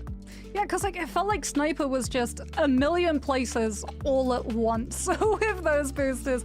We were looking at Tree's POV, Diva. We were looking at the backline POV, Diva. We were looking at the tank 1 versus 1. There was just a Diva there. And then when we went to overhead POV and you're seeing point presence, Diva was there too. So yeah, for sure, the Diva is going out of the window at some point soon. The problem for Liquid is that you can only ban it once. Because I feel like if you're Extinction and you saw the value that Sniper had with that pick, there's no way that you yourself would put a Diva ban in play. So for Liquid, they really have to decide where they want that Diva ban to come through. It has to count. That is a map that they absolutely have to win. Yeah, I'll go back to the map pool again real quick. A hybrid push Flashpoint and Escort, of course. Maybe just go to an anti-Diva map or like a map that Diva's not even that good on. Oh. Looks like it's going to be, okay, Gibraltar, and then you ban Diva. Okay, I don't mind that at all. Yeah, I was about to say, if we go to Watchpoint Gibraltar, absolutely Diva ban has to come through. This is like one of the OG dive maps, and Diva is so problematic for teams to have to deal with the amount of focus that is there on the high ground, but then also being able to just drop away from the high ground and put pressure on the low ground to be able to keep winning that frontline fight for the objective itself. And we get the EMEA ban as well coming on through from the side of Extinction, which I think makes a lot of sense. They didn't really want to go for the EMEA. It's very public knowledge that Tree was very early on the EMEA bandwagon. He was literally playing it over the Sojourn last week when he was trialing out for Team USA. So I feel like for Extinction, they haven't really been wanting to put all of their eggs into the basket of the EMEA. This is a much more effective ban against Tree than it is their DPS line. Little double flex here from Liquid on their defense with Vega and Escanor playing the Kiri and the Wuyang. Bit more self-sustaining here as well for Vega. It's going to be quite nice having this double flex. Love Winston from Infected 2. Boy can play it all. And this is a El Clasico Tree on the Hanzo. My word. The things Tree was doing on Hanzo last year was like, I think we need to ban Hanzo. Or like, we need to like nerf this guy. We need to like reduce his projectile size or something. One of the best Hanzos, if not the best in North America. Well, now we get to go to the archery range to see what wins. Crossbow versus traditional bow, as PDK is actually on the fray to be able to help out with the verticality. I really like this ball pick, though, from Sniper. Oh, okay, you see what I mean? Yeah, I do. Yep, Scrape's already dead. We're loving to see that. Sniper's already half HP too, just instantly has to back on out, but Sniper is just creating space because right now, Jules, someone's pushing cart and Team Liquid are not contesting. Yeah, they're okay for the time, but yeah, they need to contest at some point. Happy to get it under car wash and then kind of go for the drop. Oh, Sniper taking a lot of damage from Vega. Building up the mines though, already 72%. Like with how stacked Liquid's players are, those pile drivers are going to be doing a whole lot of damage. Yeah, PDK, I feel like is scared at this point to peek his head out because you're not really moving that much if you're trying to go for the updraft. Oh, Sniper gets chased down. It's an easy shot for kind of Tree to hit. Yeah, and Sniper going down as well means that there's no way PDK tries to take this duel against Tree. That's like what you're waiting for, right? You're waiting for the com for Sniper to say, hey, I've got Tree up, pancaked with the pile driver. Now peek and look for the connecting shot with the redraw crossbow, but that's just not happening.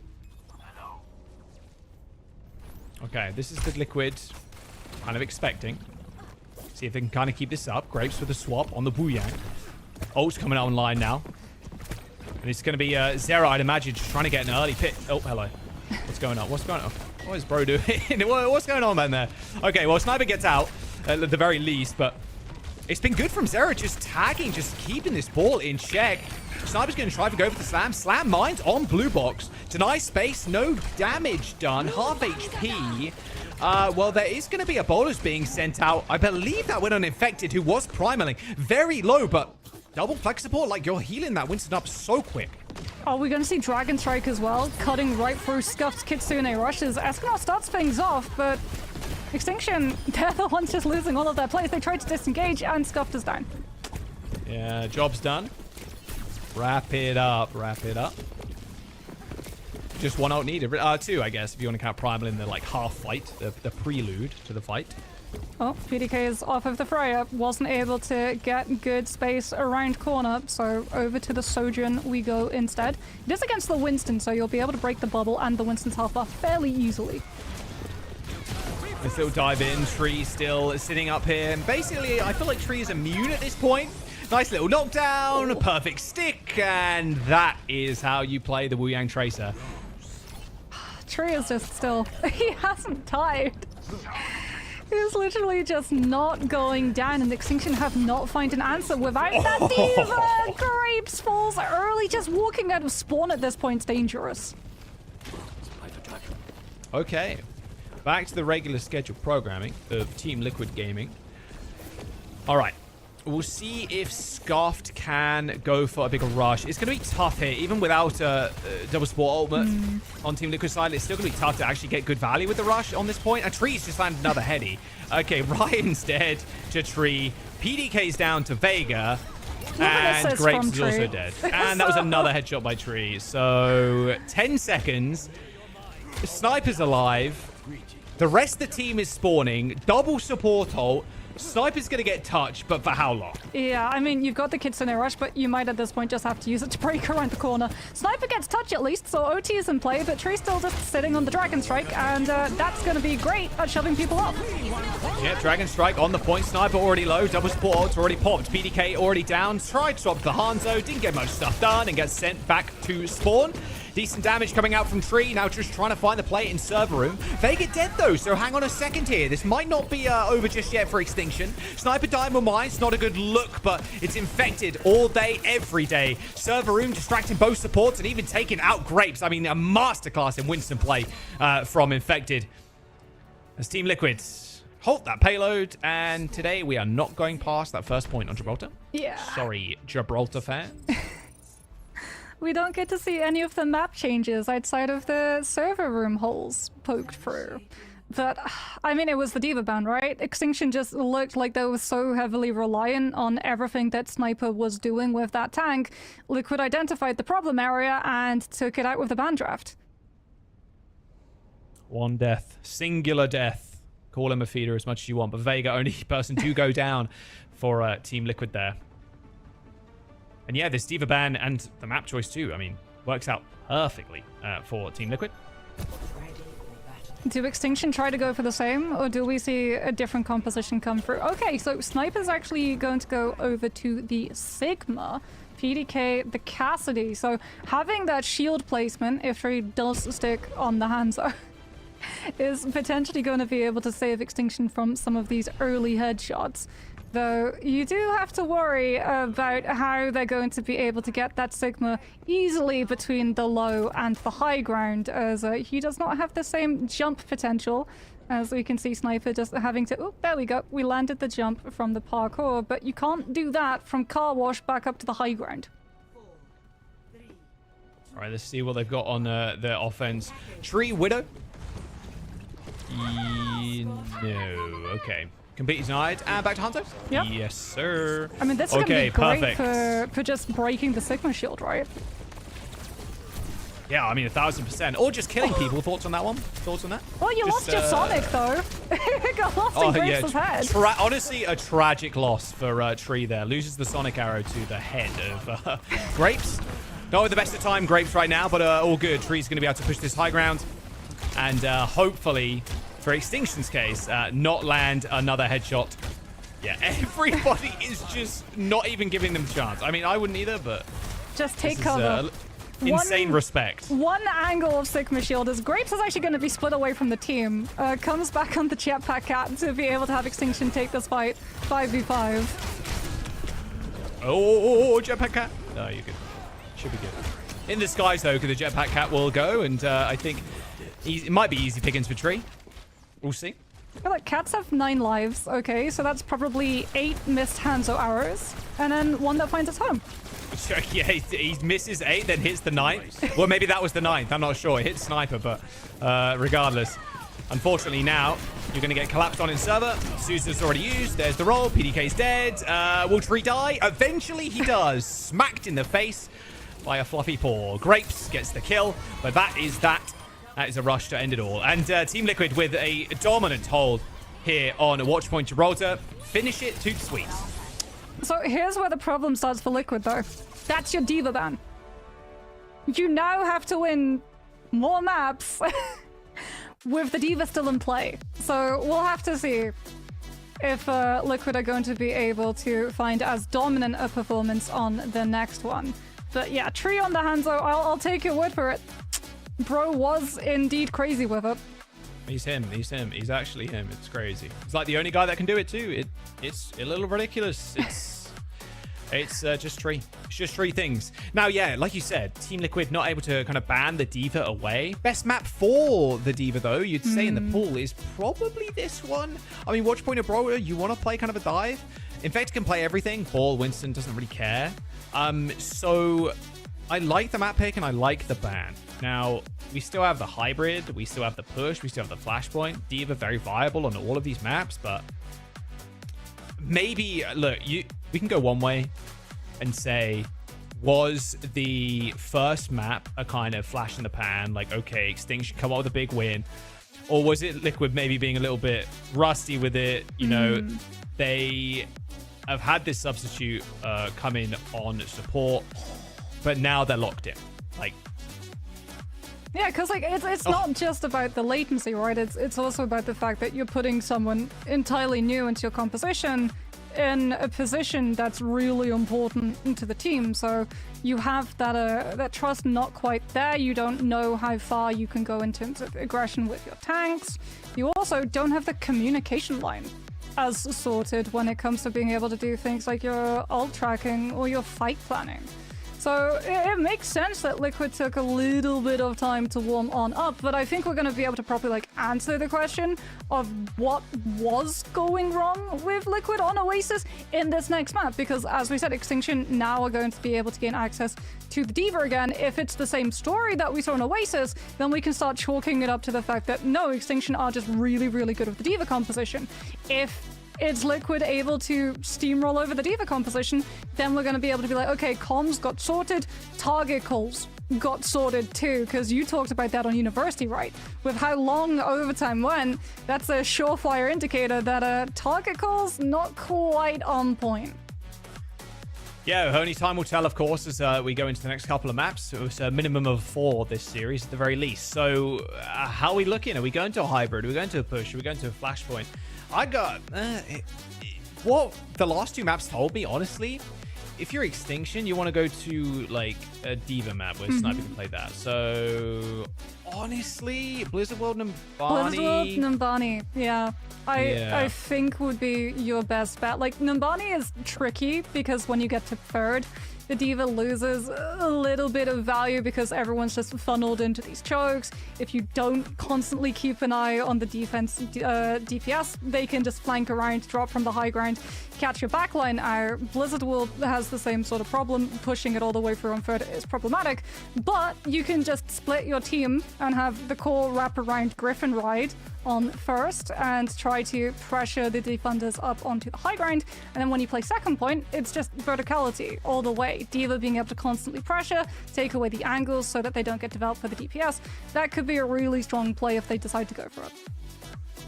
Yeah, we'll have to wait and find out. We're going to get the call in just a moment to see where we're going. It's going to be a push. It's going to be Esperanza. Okay. This is going to be Extinction's ban, of course, first for the hero. Ooh, Sim.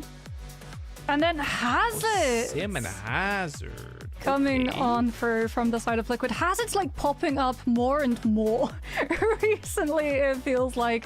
But yeah, a tank with a lot of mobility, able to jump in with the dive.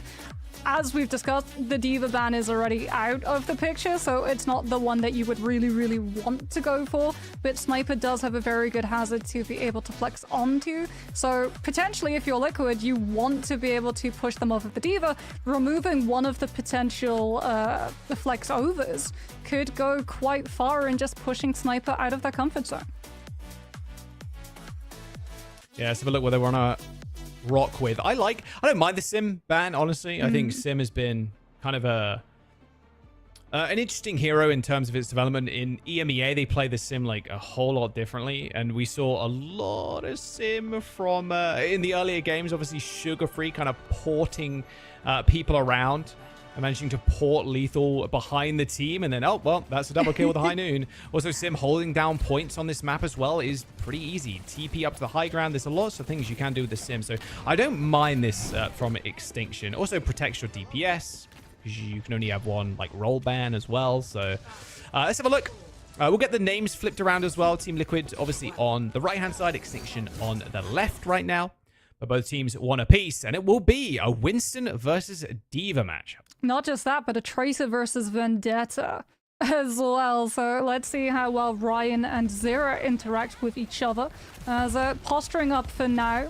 Sojourn's potentially finding an opening pick as Vendetta just wants to build those onslaughts before going in. Yeah, a lot of early damage. Zera not too afraid there to kind of spin to win in the front line.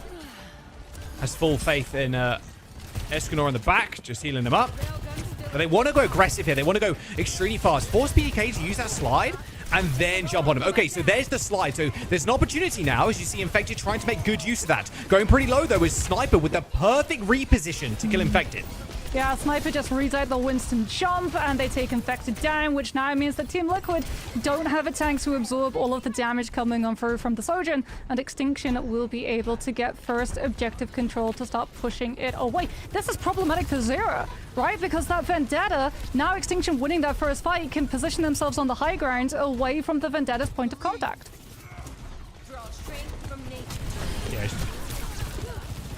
should be pretty easy engage here for Infected. Nice kill onto Grace. PDK also dead. They trade for Zera as Infected tries to create space between Scuffed and the rest of the team. Infected now jumping up to the high ground. Exactly where he needs to be right now. Just making sure that Extinction don't get a room to breathe.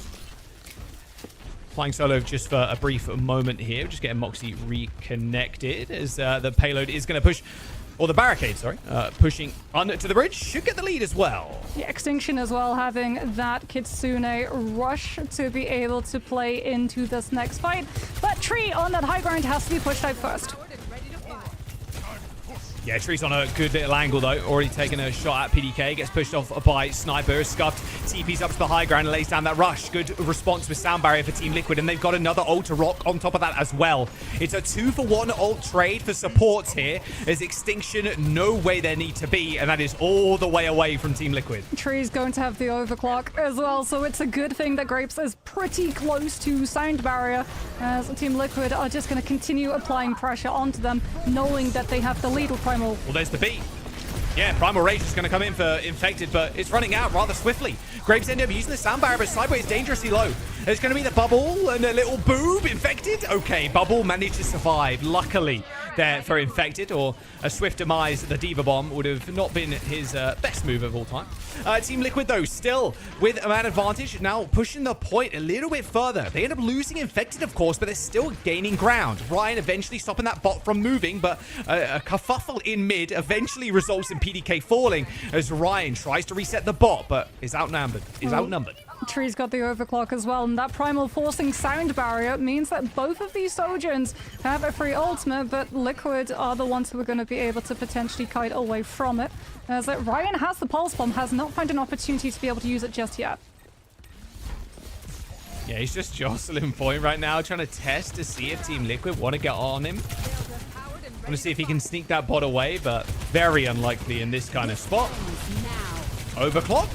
Not from Tree, it's from PDK, and that's an immediate jump on. PDK and Tree end up actually trading, and Zera in the backline. Distracted almost there was Extinction trying to deal with the dashing in of both Tree and Infected.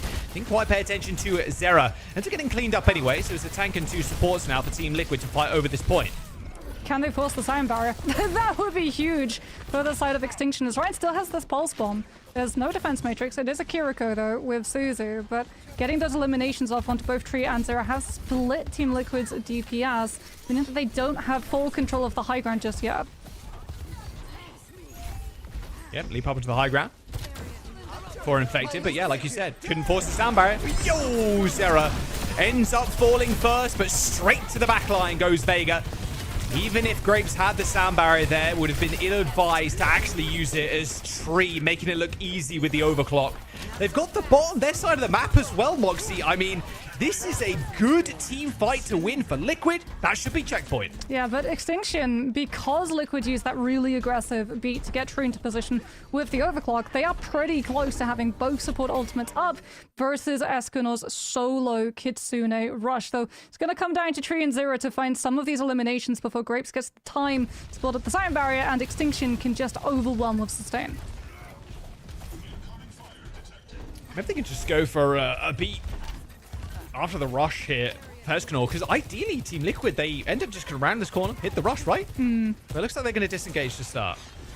I mean, they don't want to overcommit into that corner when PDK is in full control of the angle. As Infected gets out, has that primal, could potentially just use it to fully disrupt any momentum Extinction wants to pick up when they ult. Oh my goodness, Sniper trying to matrix all the heroes coming towards Tree there, but he didn't need any. He was basically full HP. Sniper's going to lose mech. Rush. Grapes has the sound barrier. Self-destruct detonates. No kills, but a remech will suffice. Infected with the Primal Rage is going to extend this fight a little bit longer as the beat comes down from Grapes. Now a disengage is required from Team Liquid as the beat from Vega a little bit late. It's a two-man as well at that. Not ideal, but it might just keep them in the fights. Zera, though, is keeping himself alive with those overhead swings. That healing coming in clutch as Team Liquid. They've lost a couple, but this fight has been scrappy. And guess who's moving the bot? Infected that entire time. So Extinction, they're going to have to make up that ground. Oh, that's such a cheeky play. As, yeah, Extinction having to make up that ground allows Liquid to be able to regroup far faster with the closer respawns, which means that they're going to be able to occupy the high ground, which is the perfect position for them to be up against PDK with the one-sided overclock. They're going to try and get in the mix fairly. Oh, my word. Grapes was in the fight. Very, very in the fight. Well, unfortunately, PDK is also going to be slumbering next to him now. And it's going to be a team fight. Not really what that Extinction wanted to take there, Moxie. Yeah, one that unfortunately cost them too. They used the overclock. Infected didn't even need the primal to be able to survive it too. It was just so much aggression barreling straight at Extinction's faces. So Infected still has the ultimate here. We're about to go into a fight pathway, which is just a long open line of sight. The moment Tree hits the ultimate, Extinction are going to have to kite. Postman in the hands of Ryan. Okay, could it be a difference maker they want? It might be for Infected, that's for sure. Primal Rage, and your boy is just swinging his fists. Double for Infected. Go on, make it a triple. Not quite with the Primal, but the kill from Vega will do it. Team Liquid. This is feeling like something that more we'd see. That map may be a small blip on the radar, Moxley. Or at least it's feeling that way right now. I mean, True with the overclock as well might be able to chain these eliminations together so quickly they can beat the closer respawns with Extinction literally fighting outside their own spawn. And Extinction, they want to put the pressure on Tree. They don't want overclock to be the win condition. Holy Giga Chad from Tree. Sniper in his face, full matrixing, trying to micro missiles him, not even looking, not caring, moisturized in his lane with the OC. Sniper goes for the remake there with the self-destruct, but quickly dealt with by the Sojourn. Oh, little stall. Old, like, OG Doomfist stalling on the high ground there. Not quite going for the big kill. Here comes the rush for Scuff. Large dish attempt, but there's a sound barrier for Team Liquid to try and stem the bleeding. Big slash and dash here from Zera too. Sundering Blade available. Grapes already dead. It's all falling apart here for Extinction. Moxie, this is going to be a full cap hit.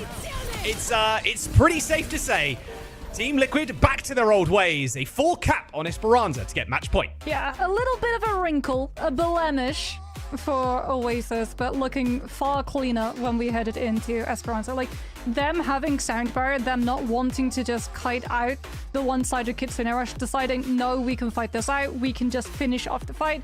We're not going to give them map space, we're not going to let them to regroup and potentially hit win conditions.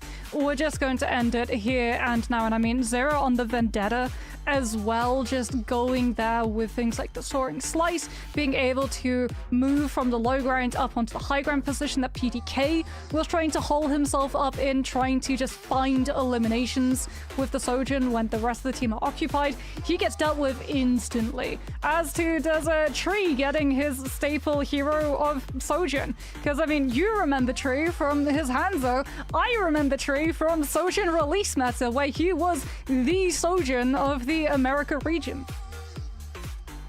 I mean, he's still doing it.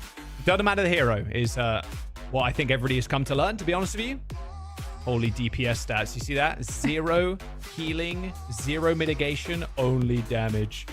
Looking good from Tree and the rest of Team Liquid. I mean, this is a match point scenario with Extinction picking up 1. So, yeah, still your prediction looking quite good. I'm not sure if running predictions in the chat. Not entirely sure, but I'm curious what everybody else kind of had. There you go. Put your prediction in the chat right now. What did you have? And don't lie and don't say it was the 3-1 Team Liquid. We'll get the logs. We'll get the logs. Oh, we'll have to see though, because like there was a little bit of a worry in my mind with that D.Va being able to make it through, but as Liquid showed, they could deal with the D.Va, and in fact they were very, very good at forcing the D.Va to have to position in certain ways. And as we talked about, Vendetta still having the value, not caring about defense matrix as much as some of the other DPS.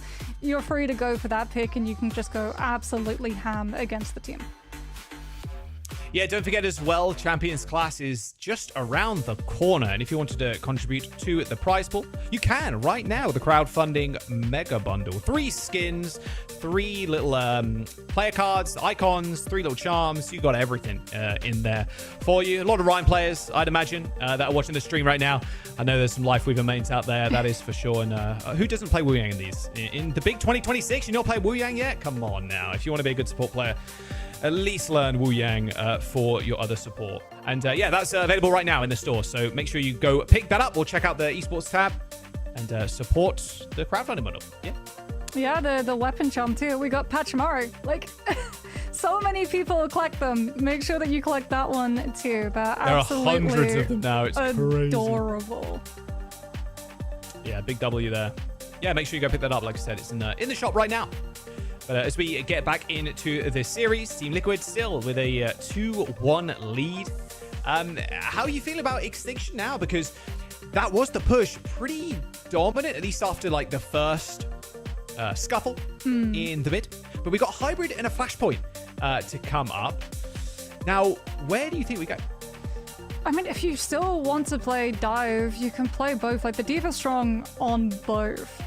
But I also feel like Hybrid having 2 different sides, they could potentially struggle on the attack, as we saw things like the Tree getting set up on the defensive positions where you're literally already set up before the attacker spawn doors open. So all of the problems that DPS like Hanzo, Sojourn, Emery normally have to deal with getting in position, those angles developed for them to have a safety net of space where they don't just get pushed out, would be more problematic. So I would prefer this. I would prefer to see it be a Flashpoint instead of a Hybrid. All right, a Winton ban for Extinction. Okay, so this was going to eventually rear its head. Let's be real. Infected was going to get his Winston ban, but I think he's just going to play Wrecking Ball. Well, he could play Ram, or like he could play literally anything, but if they want to go dive again, like Infected could just play the ball. Yeah. Very good on this map. If you want to play Ram, you can as well. Like, you can play a little bit slow if you want to, but it feels like Team Liquid don't really want to do that. I mean, Extinction aren't exactly doing that either. But we'll have to wait and see. What exactly is the composition going to be? Like, Tree again just gets all of his heroes barring the Sojourn. So we're just going to be seeing the Emery, I would assume, as the pivot over. And like I said, that sort of plays into Tree's hands. He's already been moving away from the Sojourn. So it just forces PDK to have to match him on a hero that he's already incredibly comfortable on. All right, Infected. Master of all playing the Sigma and Zera on the Sim. So it was banned away, of course, in the previous map. So little slow for Team Liquid. Again, we'll get the banners again kind of swapped around as Team Liquid's on left. Oh, Sniper. We'll see how Sniper can kind of deal with this Moxie. Yeah, I mean, the Sigma, the first accretion already hit onto Sniper. Defense Matrix can't eat rocks. And that does mean that Sniper is just making space for PDK to try to fire through. So you're telling me the Defense Matrix can eat the sun, Alario, and can't eat rock? That's crazy. That is insane. I guess Rock is physical matter and the other's energy. There you go, law reason. I'm excited to see Tree on this Emery, though. Especially, like, dealing with Sniper is going to be fairly tough, but you're kind of vibing in the front line if you're infected. Vega, not so much anymore, though. Good kill from Ryan is going to set them up for success. Yeah, I mean, they were already able to posture up onto the point first as well, so Liquid lost a lot of the space, had to play off of the point instead of on it, and that means that first cap goes the way of Extinction, and now they can chase for more. Escanor falls, are looking to see if they can pick up Tree. They'll be able to find that too, and Ryan's already got a pulse bomb ready to go after the first fight. Really like that. I'm curious of Team Liquid's comp, if they're going to continue with the Sigma, or will they eventually kind of pivot if they want to play, like, again, the ball, for example. I mean, there's not really any good form of CC on this side of Extinction, which could make the ball a little bit more problematic, but this first fight is a little bit harder for ball mobility to be able to weave in between all of the close hallways. All right, Rush on the point now. Oh, Ryan. Oh, dodged out of that. Pretty easy for Ryan there. And that's, it's just a rush fight. I mean, because Team Liquid haven't been in the first fight for that long, it's been very easy for Scuff to build up ult. Sure, this is self-destruct. You managed to get the D-Meg, but this first point is going the way of Extinction. Yeah, that's the ball. If, I don't think we're going to see it affect this first point, but now that we go into the rest of Suravasa, and there's more environmental hazards, as well as some really good levels of verticality and flank routes, Infected will be able to play full disruption. Actually, no, it looks like he was going for ball to try to get a touch off. He's going to go to the Ramatra instead. Okay, yeah, and Ramatra, you know, it makes a little bit more sense as well. I mean, you have Rush now too, you have the sound barrier. Grapes is closing in on theirs. Infected managed to catch out Grapes there for a brief moment with the sound barrier. Oh no! Ajax? Yeah. Oh, Vega. That's 2 Ajaxes on this map, by the way. You know what? That for is the background, immense. we need to get a sign that says it has been 0 days since the last Ajax. You know that would never change from, like, 0 at this point. Especially with Overwatch Protocol, like, so much damage comes on through. If it's on the heavy round, oh boy, is it not a fun time to be a Lucio and try to get your sound barrier to connect onto the ground in time. That is problematic for Liquid. Yeah, and the people that were saying Ajaxes wouldn't happen anymore because the sound barrier speed increases as he's falling through the air. Yeah, peep the 2 Suravasas we've had today is all I'm saying. A lot of ults though for Extinction. Oh, sorry, Team Liquid hit. I mean, Liquid just go fast, right? Go on to point, Kitsune Rush, Liquid have nothing to be able to match it.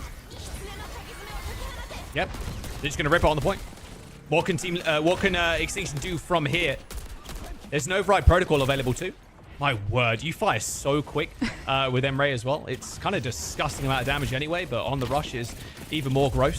Zera with a pulse bomb in his hands, and there it is, the override protocol taken to the skies. Ryan goes down to a pulse from Zera. That's a diff and a half there. That's a payback for the Ajax on Vega. Yeah, great override protocol as well from Tree. Just understanding, Liquid would probably have given, or Extinction instead, would probably have given up that point since they knew that they had no way of being able to contest it. And then they just use override protocol to make sure that nothing can happen on second turn as here comes Infected with the Annihilation. Yeah, I like the pull there. PDK, Ryan picking up kills, self-destruct from Sniper. This Annihilation, nicely timed. Can they actually hold on, though? Vega are kind of alone on the point. It's going to get forced out in just a moment, but Sniper is going to stop the push, at least for the time. Now the rush comes in. Now Sniper can bump Infected's chest. Infected backing up. Pops Nemesis form just to survive. Vega has the sound barrier. PDK has the override protocol. Oh, there it is. This Okay, time sound barrier no one comes in panicked. first. No one panicked. Don't worry. It hit the ground and everybody got the overheld.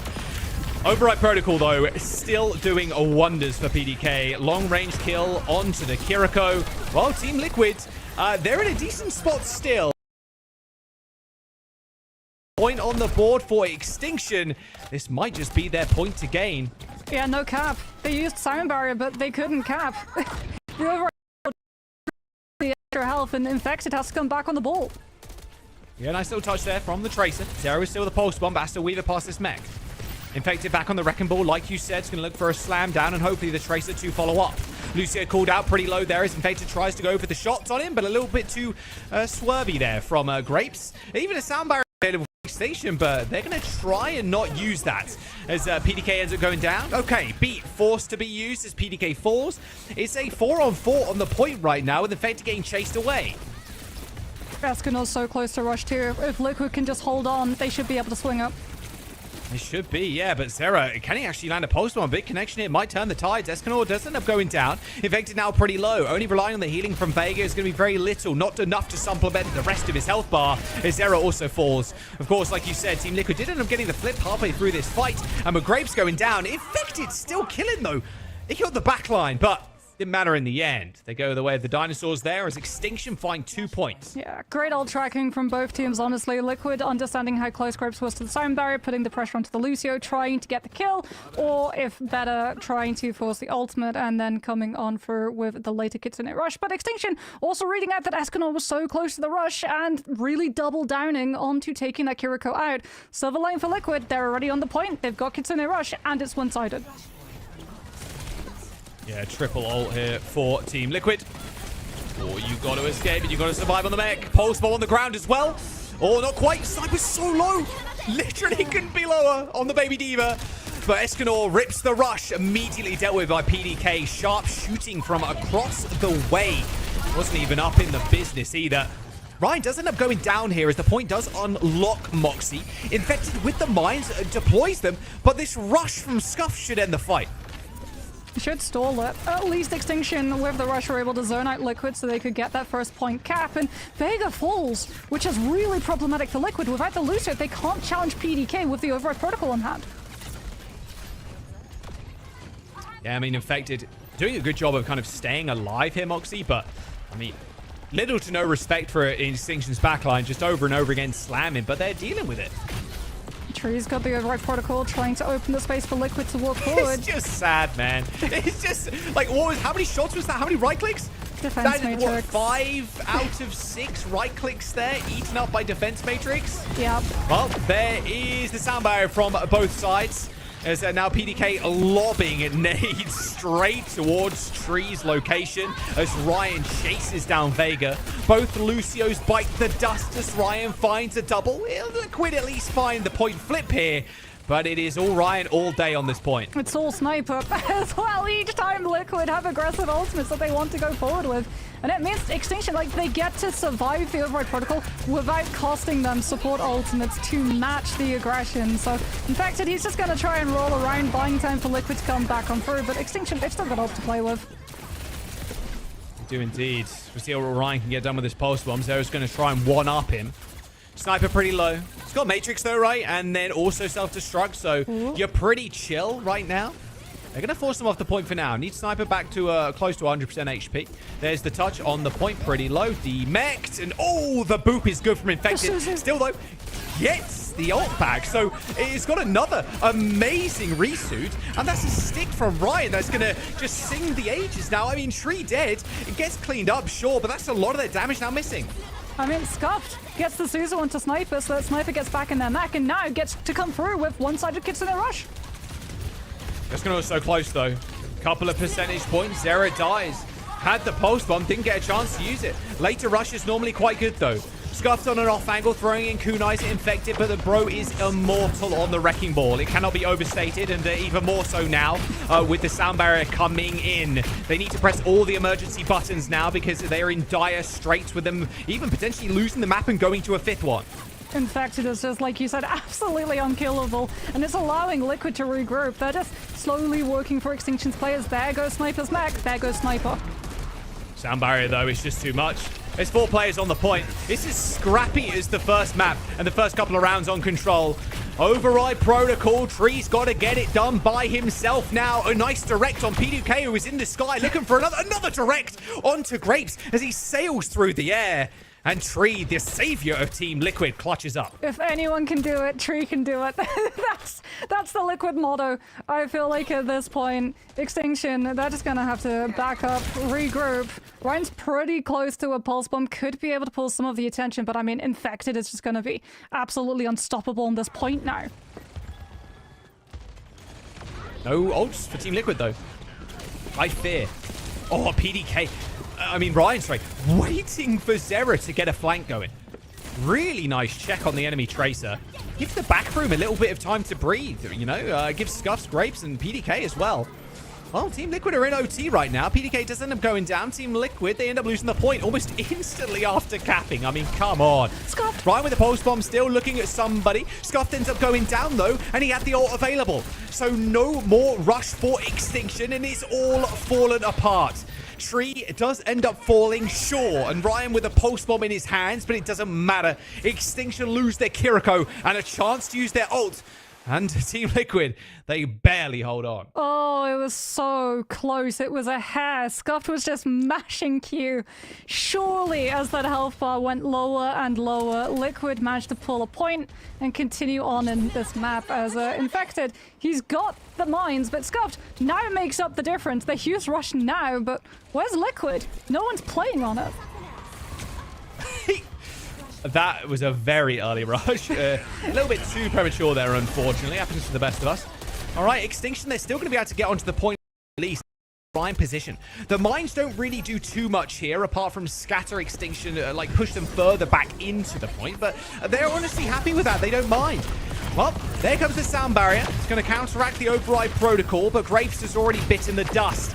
PDK looking for air shots on Vega, but can't quite land any as Scuffed gets rolled through. Escanor picking up 2 in that fight is in Team Liquid. They got the point. They got the one-sided rush as well, since Extinction went so early with theirs. In fact, it uses the mines. Yes, doesn't get eliminations, but still stops Extinction from being able to hold their space on point and allows Escanor to come on through with a second one-sided rush, and Vega supplying the team with the sound barrier so they could just go aggressive. Speaking about aggressive, Liquid looking like they want to go aggressive as Extinction rotate the point. Override protocol popped by Tree as he ascends to the heavens. I'll be beating some Extinction players there, but yep, a lot of them, again, getting all eaten by Sniper's Matrix. But they bought themselves enough time and space here. Grapes, though, gets to hold on to Sound Barrier because of that defense matrix. So Extinction, they'll want to just go now before Liquid gain an opportunity to meet Oh, it. yes. And that's exactly what they've done. Sound barrier for Grapes surges them forward. Escanor under a lot of pressure here, needs the TP, doesn't quite get off in time, or maybe had it on CD. 2 supports end up trading, though. A Grapes for Escanor as their Team Liquid looking to round this one out. A good eat from Sniper there. I think that was a Suzu that dropped the postman on the ground, then went for the eat. Regardless, it didn't connect. Team Liquid at 99% as Extinction, they chase them off the point and get the cap. Yeah, but that was the first percent Extinction will pick up on this point. So Liquid, they can just play the long con. Like, Extinction have to make this fight really last out so they can stagger as many players as possible to gain point percentage, but Sniper having to use the self-destruct to retain the mech, that's not a good way for them to end the fight. So scrappy as well. They're taking fights like super far up. They did lose a player there too, so they're going to have to taxi Scuffed back. Do Liquid just go for Scuffed with the Kitsune Rush and then disengage it and come back through with Vega's one-sided sound barrier? I mean, they got to, right? They got to try at least something. They end up using the mines, though, to Team Liquid. So, actually, they're not going to have a chance to really use that rush aggressively. They have to move past all this. PDK with the ults. Override protocol. It's a decent amount of damage there, but where's the follow-up? Where's the guaranteed kills here from the ult? They're nowhere to be found. 75% in last fight territory, Boxy. Still with the rush, though. Scuffed uses now before Vega has side barrier. Yeah, they end up popping it online, and the point is not clear of Liquid players just yet. They are tapping every now and then, but they need to go for one final touch here to try and cause OT. Extinction want to just end this right here, right now, and take us to a map number 5. Vega with the sound barrier and manages to connect it to a beautiful beat. As Team Liquid, they should be able to round this one out, but they do need the kills at some point. Override protocol available from Tree now, and where are the guaranteed kills? They at least need to find the flip, though, in the meantime. Tree does end up popping the ult too, and round the corner manages to land a small connection, but again, no guaranteed kills. Sniper demeched, no ult to remech. Sound barrier comes in, it's a 4-man, but it's might just what they need. Ryan with a pulse bomb too, but it's too little too late. Extinction taken to the 5th point as Team Liquid secure. Oh, a close one. I feel like if Sniper was able to retain the mech with the defense matrix against Tree's ultimate, that could have gone the way of Extinction, especially with how close Grips was to that sandbar. Actually got it off in that fight. As we go the full distance on Suravasa. And this next point, oh, it's problematic against a Hammond. You're not going to be able to rotate cliffside. You will just get pushed off the map. Please no. Please no environmentals from Infected. He's already It'll breaking happen, the though. railings. He's ready for it. Well, he's got the mines. And Zero with the pulse bomb as well. Going to try and distract the team as Extinction watch the Wrecking Ball go in and hopefully try and go for the trade. A delayed slam there as you see Extinction trying to execute on the back line. Tree first to die there for Team Liquid as Team Liquid try and still hold on to this fight. Zero forced a recall, now trying to hunt on Lucio, but Iskanor is going to be the next one to fall for Team Liquid as Extinction haven't lost a player just yet. And in fact, they're going to be able to get this point for free now as the damage now lacking. Yeah, I mean, Tree just out of the fight, you're relying solely on Tracer and Hammond being able to coordinate those dives through, but D self with the Matrix will be able to mitigate a whole lot of that. PDK, ooh, comes pretty low as a Liquid. They've got the sound barrier, they don't have the Diva. Once again, it's going to be sound barrier, weighed against Override Protocol. They got so many ults, though, on the side of Extinction. It's terrifying right now if you're Team Liquid. This sound barrier has to do something crazy. Or... okay, heavy rounds thrown in. Sound barrier comes through. Escanor pretty low. Beat hit 3. Katsuna rush on the point. Pulse bomb connects to Escanor and the Kiriko is down. Same with Scuff though, as PDK eventually gets back onto the ground to join the rest of his teammates. Dodges out of the way, using that speed up from that blaster pistol as Tree ends up falling. And it looks like everybody's just running away from PDK right now. He's the one chasing Team Liquid on this pick. Self-destruct on the point. Extinction looking to take them to the distance. I mean, 5 maps is very much on the cards now, Moxie. Yeah, I mean, Tree, he's got the Override Protocol. There's 6% left. In fact, it has to just roll onto the point, trigger the overtime, and rely on Tree being able to clean up the kills. It's good, though. It's a sound barrier from Grapes that hits 5. Vega already dead. Tree from downtown trying to hit these Override Protocol shots. They actually end up getting on the point and find the flip, but the fight might already be over. Infected, he doesn't have this Lucio to help him speed up through these fights, and actually having a good fight here from Infected and getting a Mines kill might be just what they need. Ooh, Infected, he's holding down the fort, but Extinction, they've spotted Tree out of position alone, and they want to take him out of the fight first, potentially. Oh man, Infected is staying alive though. I mean, this is a scary opportunity for Extinction. This looked like it was a 1 fight.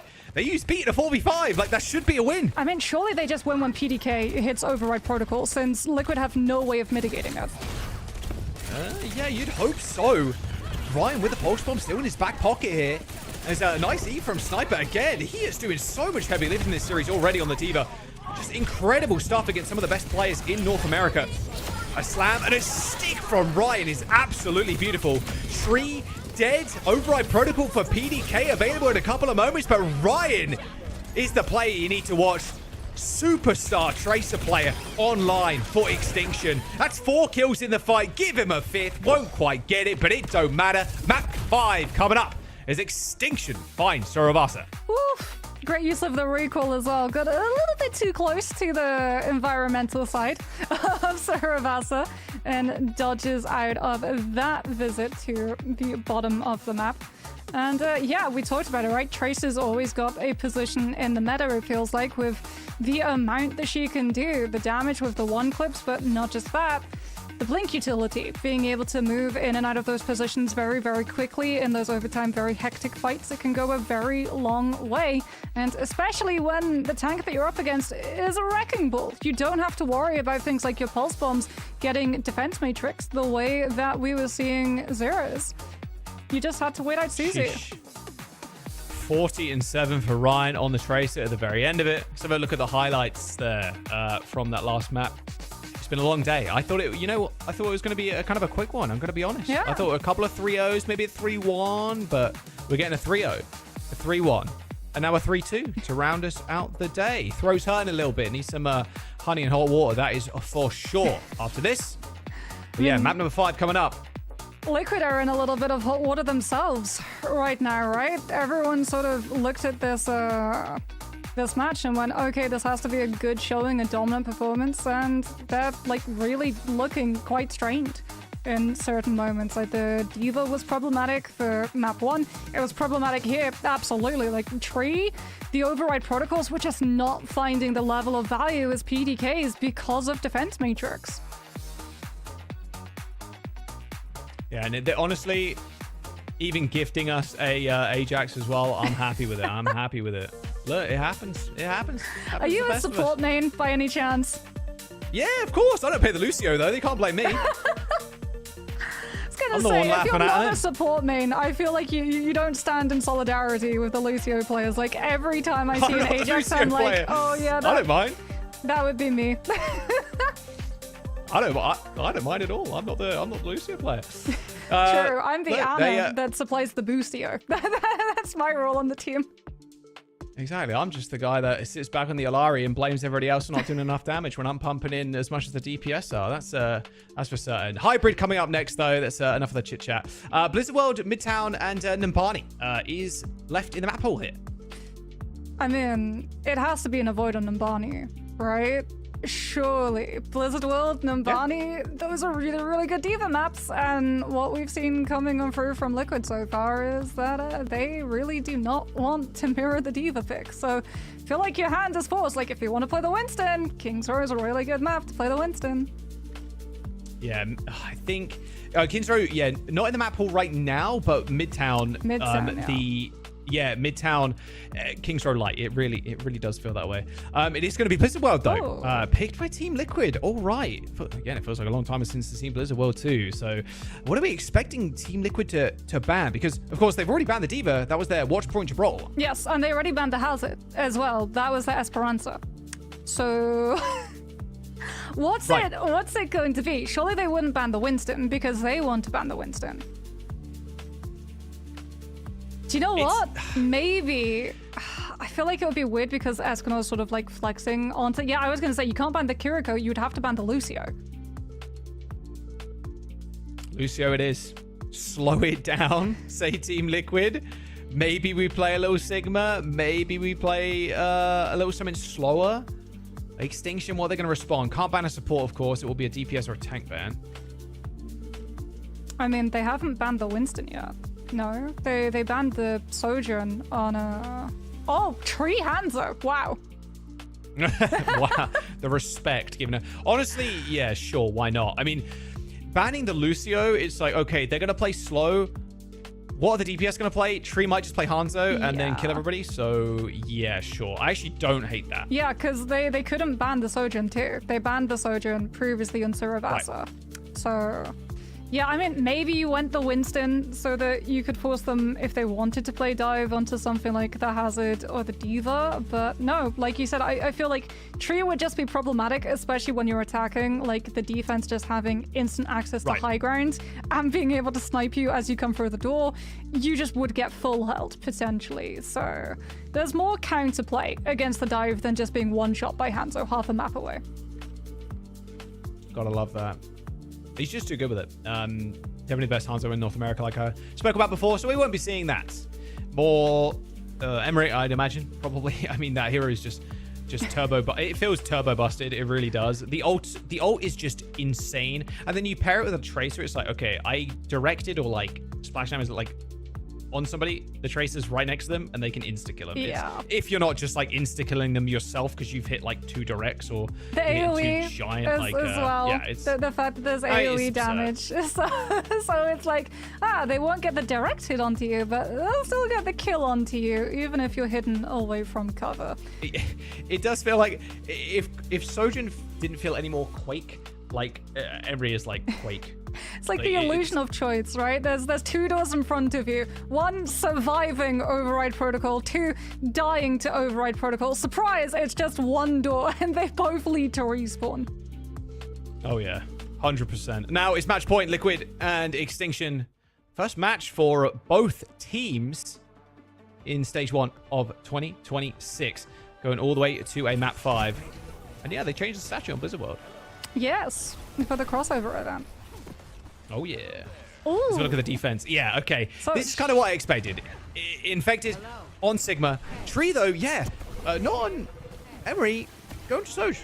I mean, maybe they're worried about how fast Extinction can just get on top of them, so being able to use things like Power Slide to instantly reposition yourself is really, really good, plus just the snipe potential of Railgun for Extinction if they do hesitate on some of their rotations to lose someone very early on. Also, that Lucio ban opens the door for things like the Wu Yang as well as the Juno to come into play and replace him. Oh, Sniper. Gonna just check, and looks like Sniper is gonna change. Maybe not. Thinking, pausing, waiting, back to the D.Va. Yeah, you can't really play Domina without the Lucio speed boost, right? You would just get absolutely walked on. As we can see Ryan actually taking a flank that Zero is going to have to win the 1v1 to control. Oh, nice rock dodge. He's going to have to be on point with these thrusters to get out of the way of Infected. Ideally, you're just kind of ignoring the tank in this kind of comp, right? Oh, there's already presence on the high ground though. Like, Liquid are going to potentially have to back up and bunker up in Snacks Rammers with the Sigma. Yeah, they're already taking it. They're going to Snacks, and they're going to go get Mega. Like, Extinction have completely flipped the map. Like, almost instantly from Team Liquid. Yeah, they got behind. They had a team core split coming on through from Griffin Rights and managed to flank all the way to the high ground, but Liquid get to just play with the Sigma Anchor now. All right, PDK dead. Okay, a semblance of control here for Team Liquid. Ooh. Good pressure as well onto this D.Va mech. Infected, making sure with the Spheres to keep up the pressure. Baits out the Suzu, and this mech could be lost in a matter of moments if Sniper doesn't decide to just bail on out. Okay, nice. All right. So at this point as well, you're trying to do that again for Extinction, but they're probably not going to allow you that much space this time around. Also, Zero's been kind of farming on the Tracer. He's already got Pulse. Yeah, he's already got Pulse. PDK not having Override Protocol as well. I feel like Vega is probably just going to use the Tidal Blast as well onto potentially the Tracer and send him right in. Well, they're going to try. Sniper back up to the high ground, or at least maybe 3 frames. Because now the problem with Sniper is going to get shot out from above. Needs to take control of this, but Ryan, Sarah that gets the better of him there in the Tracer duel. And they're going to lose Sniper's mech. There's going to be a D-mech. Oh, the self-destruct as well. Oh. See, what's really strange as well is that, like, Liquid feel like they're doing more damage than Extinction in terms of the poke. But Liquid are the ones who have first Kitsune Rush. Which goes to show that Infected is doing such a good job at just blocking off line of sight for the Kiriko to be able to help out the rest of the team. And as like Ryan yet again is going to be looking for that same flank that bought Extinction so much space in the first place. No! Triple knockdown actually from Zero. I was looking at the HUD there to see who actually got knocked down. Yeah, Tidal Blast on the Tracer, gets 3 knocks and a double kill. Like, what more can you ask for? Like, how do you kill a Tracer? That's the problem. She's just gonna wait out the explosion tick and then go barreling into your whole team for that knockdown to really make matters hurt, as Extinction unfortunately still have just not been able to get past that choke since the first fight. They've got a lot of ultimates now, both support ultimates coming on through, plus Override Protocol, which should demand respect, especially since Infected is not going to be able to matrix all of it, but Sigma Flux can still put a stop to the rush. All right, there's the Override Protocol. Flux from Infected. No connections by the look of it there. PDK forcing everybody back with those heavy shots. Oh, even the rush too. Oh, Infected dead. Okay. That's the fight that you want to win. Couple of ults thrown in, but you know what? That's fine. We had 30 seconds left. We got to pop Summit. We got to get it popping. And yeah, team kill and the point. Yeah, full team kill too, which is crucial. If Team Liquid had been able to bounce point presence, they get to come back with Rush Overclock, and Extinction have nowhere to be able to run. So now we get to head into the second part of Blizzard World. We can already see as well Extinction just trying to take control of that high ground, but being pushed out of it fairly quickly. Liquid yet again monopolizing all of this map space for Tree to be able to play with. Yeah, at least they got a rush advantage, I suppose. But yeah, Ray, it's tough. Like, taking the high ground with the Rays is kind of easy. It's like Rush, right? Just walk on forward and then blow up Infected, who doesn't have any movement skills, really. Doesn't even have the perk, right, where he can hover yet. Yeah, speaking of which, well, there you go. It's happening right now, right before your very eyes. They're going to try and match it with the Rush, though, as, yeah, Infected just bowled over. Rush versus Ray, it's Ray most of the time there. I feel like it's better to just save the rush, right? Understand that you're going to lose that fight, conserve the rush, come back in for this next one, since Extinction now have full control of high ground, and it's going to make it really problematic for Tree to find space for overclock value. Well, speaking of which, overclock for Tree. Oh, Sniper. That's getting his head ripped off by Tree. Went for the remake, or at least tried to. A second time in a row there has been denied that remake.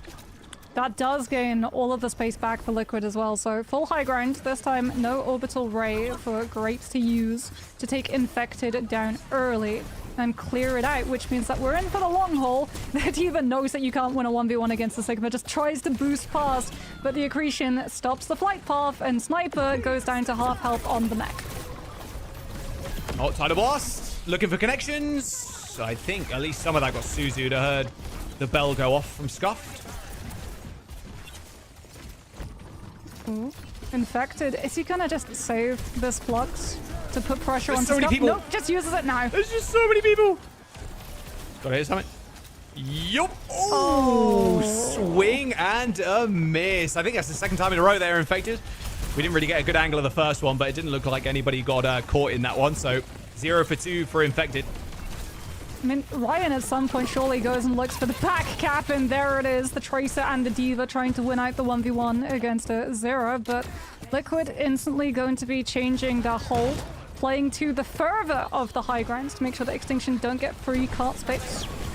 Oh, they're so desperate to keep Sniper alive, but fortunately too little too late there for Scuffed.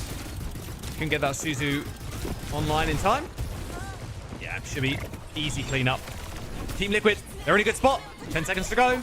No chance for a real fight here. I mean, this is just staggering and kind of sad touches here for Extinction, at least what it feels like. Sniper's gone Wrecking Ball, but yeah, just a slow, small snowball that's gradually kind of getting out of control. Both supports dead, and that should just be round. Although PDK with the ult, hang on a second. Override Protocol is pretty powerful, pretty big weapon. Okay, yep, nothing. All right, well, that's where the payload will end. I had a hope there for PDK, but your boy couldn't quite get it done. 1 point on the board for Extinction. Very classic, again, Blizzard World moment. Second point, stalled out.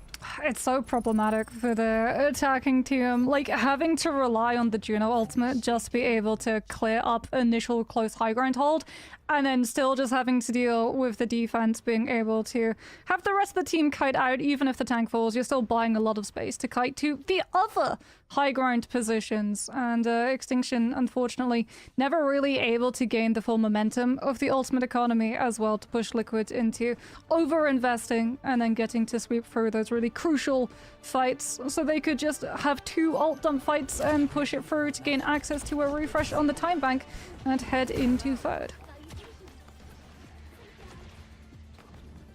Yeah, no real changes here from Extinction. PDK sweeping over to the Sojourn. Feeling that the Override Protocol and EMEA not really doing as much as he wanted. Does Infected stay on the Sigma, though? Is the question, because that means that you're going to have a lot more shield mitigation up against the Sojourn than Tree is, who's going to be able to just farm up railgun charge from the Diva mech and then try to snipe out someone at max ranges. We're going to see, yeah, not falling for it. Widowmaker just looking to see if you can find an early snipe and then going back with that sim TP. Got an amazing shot. Got an amazing scope there of the back of Infected on the Sigma. Oh, damn. What's it going to be? Swap. Sojourn? Emery? He's thinking, wait a second, cogs are turning. Sojourn. Okay, Sojourn is the pick. Yeah, Disruptor shot's really, really good at shutting down space as well. And speaking about shutdown, we have a temporary shutdown, which will allow us to talk about expectations for this Blizzard World attack for Liquid. Yeah. All right, Sojourn. So it's a almost similar comp here. Like you said, Sigma, though, being the stick. Do you think there's going to be a point where he switches up to something like a Ram? Maybe, but like being able to just move your shield so fluidly as Sigma, because like Sojin can just change angles really, really quickly with things like power slide, right? So if Ram places his shield down, Soj can just power slide and be on the other side of it without much care in the world. Sigma, on the other hand, he's got things like the kinetic grasp. He can place his shield and use it as well in all of these different levels of verticality. He can point it diagonally as well, as opposed to a match where it's literally just like down and flat, and that's what you get. Yeah, okay, that's you know what? That's it. It's just the down and flat. And yeah, a lot of mitigation there too, like you said. The being able to eat is just so important. Being able to stop a lot of those Sojourn rails or like the override protocols or whatever. Yeah, we'll see what the game pause situation is about. I'm just checking the chat, see if there's an answer. But yeah, we'll should be able to get into the game in just a moment. So yeah, apologies for the brief pause. Yeah, okay, production's just figuring it out. So yeah, we'll be back in just a moment. Don't worry. I'm thinking, especially when we go into second, it's going to be fairly hard, I think, to come back in if you're Extinction. If you lose this first point and Infected and Liquid get set up on high ground, that's going to be really tough with the D.Va. Sure, you can dive the backline, but like the Sigma is just going to live up there rent-free. Yeah, and I mean, if the D.Va tries to dive the backline, surely you just intercept the boosters with accretion, right? Because the D.Va has to get past the Sigma, who's going to be holding up on the high ground in front of your spawn. So it's going to be a really hard job, I think, if it is not a full hold situation. Because you might be able to punish just like Sigma having to take time to get into position, catch him on the rotation, as we always see with the anchor tanks. Like, they're strong when they're set up. If you can take angles against them, if you can try and hit them when they're rotating, then they can be a little bit weaker since those defenses aren't in position to be able to catch the rest of the team. Yeah, there are the maps on your screen. What you've seen so far. But I'm getting word in that the game is ready. So we'll jump back in. Not sure what the pause was about. Maybe like a small tech issue or something. Not sure. But regardless, we're jumping back into this map 5. And what has been a heater? This is the final round here too, with the Infected and Team Liquid marching up to that first point. Hopefully picking up the win for themselves, or can Extinction kind of hold on? We'll see. Yeah, we're jumping in. There we go. Cool. Lots of pressure early on onto this D.Va mech. Ryan, though, is the one going lower and lower, having to control those flank angles to stop Zera from getting past the whole team. Drawing the ire of Extinction now is Zera on the high ground already. Wow, someone is very low up there. It's Grapes, 1 HP. Yep, no one to turn and look. Wow, and that fight's over already. You blinked, you missed it. I'm sorry. If you went to get a drink in that pause, fight's over. Sorry.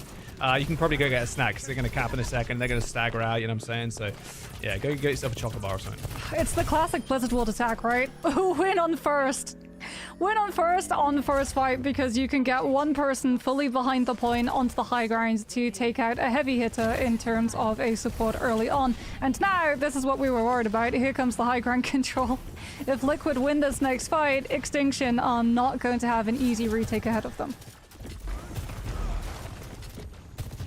Yeah, Infected checking all the angles now, but like you said, that's exactly where they want to be. They've managed to at least push him off for the time being, but the true test of mental here is how long can Sniper like stay and juggle on the ground while kind of juggling this high ground as well. Yeah, Grapes has also swapped off of the Juno onto the Wuyang this time around, but Infected is approaching that first flux. BDK has not been able to find an opening pick just yet, trying to use the high ground and the cover to keep himself safe. Sniper's in, Sniper's out. Accretion for Infected available. That's a nice connection, but the D.Va's already flying away. Flux! Oh, we got one. Okay, 1 for 3, all good. PDK ends up going down to Zera, though. I mean, this is kind of all falling apart. I mean, winning these fights is perfect for Team Liquid. This is not looking close. No, it feels like Vega as well is just going to send Zera with the Pulse Bomb yet again in with that Tidal Blast, and Extinction don't really have the means. Here it comes! Whoa, Zera didn't end up landing a connection there at all. Oh, scuffed! Was that a cancel rush on the point? No. It was not, but it was close. Ends up getting rocked as he was falling down to the ground there, as both rushes have scored the points. I mean, Team Liquid are just fighting on this with immunity now, as Infected has a bazillion HP after using that grasp. And now here comes the overflow from PDK. Not really an angle to look at, though. He's got forced out from the high ground. Tree also rocks that OC. Sniper used that self-destruct, but Ryan's already dead. Scuffed to fall as well. And that will be that, I'd imagine. Team Liquid can now just run on in. There's a tidal blast. It's on the Tracer, but it's all over. Team Liquid with a 3-2 win against Extinction. A nail-biter through those first few maps. But that was anything but in that final one. Yeah, the Sigma shield as well came in huge in that last fight. Like, PDK has the overclock, only has access to one angle from main, has to be very, very careful he does not overswing the corner and get his head instantly taken off, which means that Infected just positions the shield, catches all of the overclock damage, and then adjusts the angle to be able to catch the rest of the players from Extinction before they can get any amount of damage done on the objective itself. So yeah, not surprised that the Sigma came in huge in being able to shut down the Sojourn. All good, Team Liquid. Yep, they come up with it. That was like, I feel like this was almost a Cinderella kind of story, right? Where Extinction could come in, take down one of the heavy hitters in the league, like straight away. Kind of insane that it went to a map number 5, but Team Liquid still end up winning it out. And we got varieties of Spice Alive. We got a 3-0, 3-1, and a 3-2 for today. I mean, yeah, let's get Soy back in so we can wrap up the day. Yeah, man, honestly though, I feel like a lot of the story of this match has been the tanks. I am quite frankly surprised. I did not expect to see what we got to see from Sniper, from Extinction. Gotta be the talk of town after that map 1, and also further later on rather in the series. Like, the respect had to be put onto him. D.Va had to be banned, not just because D.Va is meta, but because Sniper played that D.Va so well. Like, that was a masterclass. And speaking of masterclasses, Winston ban had to come out because Infected was just like so dominant on it. And I absolutely love when you have to make it personal, you know, when it's individual players that need to be banned out. That's what I'm here for. I think this is really exciting for this region to see Extinction to play to such a high level and make Team Liquid sweat. Yes, they didn't get to play with their full roster. They have a sub in on that support, but still, like, I love what we saw from Extinction. Yeah, feeling like maybe team number 4 in the list, possibly. Like, I don't know, man. This is a very, very close game. There are a few team fights where you're like, oh, this is Extinction's. Like, they're just going to win the series. But Team Liquid come in and just managed to scrap it out a little bit longer. Very much could have gone either way. Lots of promise for the team, for sure. Like, there's a lot of potential, and I think that's what we wanted to see from our qualifying teams, right? Potential to be able to go up against the invited ones, so that every series is a close one. Absolutely. Yeah, no, this has been a fun one. A lot of highlight-worthy moments, of course. I also did love that we did get to see an increase here in Vendetta again. I feel like in our first 2 matches in the NA region, not as prominent as what we saw in EMEA, but for these 2 teams, then again, they also brought out the Hanzo, so I didn't have that on my bingo card, so there's that. Yeah, I mean, at some point, we knew Tree was going to play Hanzo, but I'm so glad it was in match 1. Like, it was going to come out at some point, and then it copped a ban as well. So I'm like, okay, yeah, this guy's serious about it. It can still be played. He can still rock it whenever he likes. I'm just hoping for the next couple of weeks, at least for Team Liquid, like, shore up and get some more practice with this lineup, because I think, yeah, this game was a lot closer than they want it to be, obviously. But I think in the weeks to come, the team is going to get a lot more solid and on the same page. I think Escanor did fairly well, serviceable on a Kiriko that came in the last minute. I would be a little bit concerned though, because we only saw them on the Kiriko. So surely if you're matching up against Liquid, one of your first bans that you would be thinking about would be the Kiriko. So I think for like Liquid, right away, your first step has to be getting Escanor comfortable on more than one support. Yeah, which again, for the people who are not familiar with this player, he's off-rolling here. Like, he's a DPS player. He's not actually a support player. So one step at a time, gotta get him into the mix in the Kiriko. But yeah, definitely bannable. That said though, the rest of the team is so flexible. I mean, the fact that Infected, Yeah. like, how much different stuff did he play? He's like busting it out left and right. And then they still have Kalush on the bench as well to step in and bring yet another look for this team. So Team Liquid, they do have stuff to work with. Interested to see what we will see moving forward against another opponent as well. Yeah, that's gonna the big test. I'm gonna repeat the schedule real quick. I'm gonna do a little cheating. You know what I'm saying? I'm gonna say regular season. What is Team Liquid's next game? The Team Liquid's next game is the Dallas Fuel, which is next week, of course. But you know, winnable here. Maybe they just need a few days. Like, shore things up, get ready, get practice. Dallas Fuel, they're coming for you. Although Dallas Fuel look pretty sick today.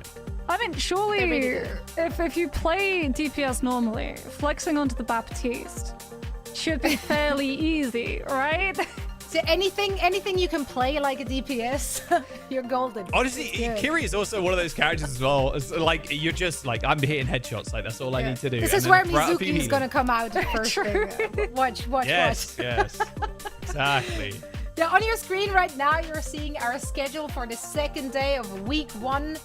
Just 3 weeks of regular season play, so these teams have to give it their all each and every single match day. I'm very excited actually for the very last one, because that's going to be more evenly matched, I think.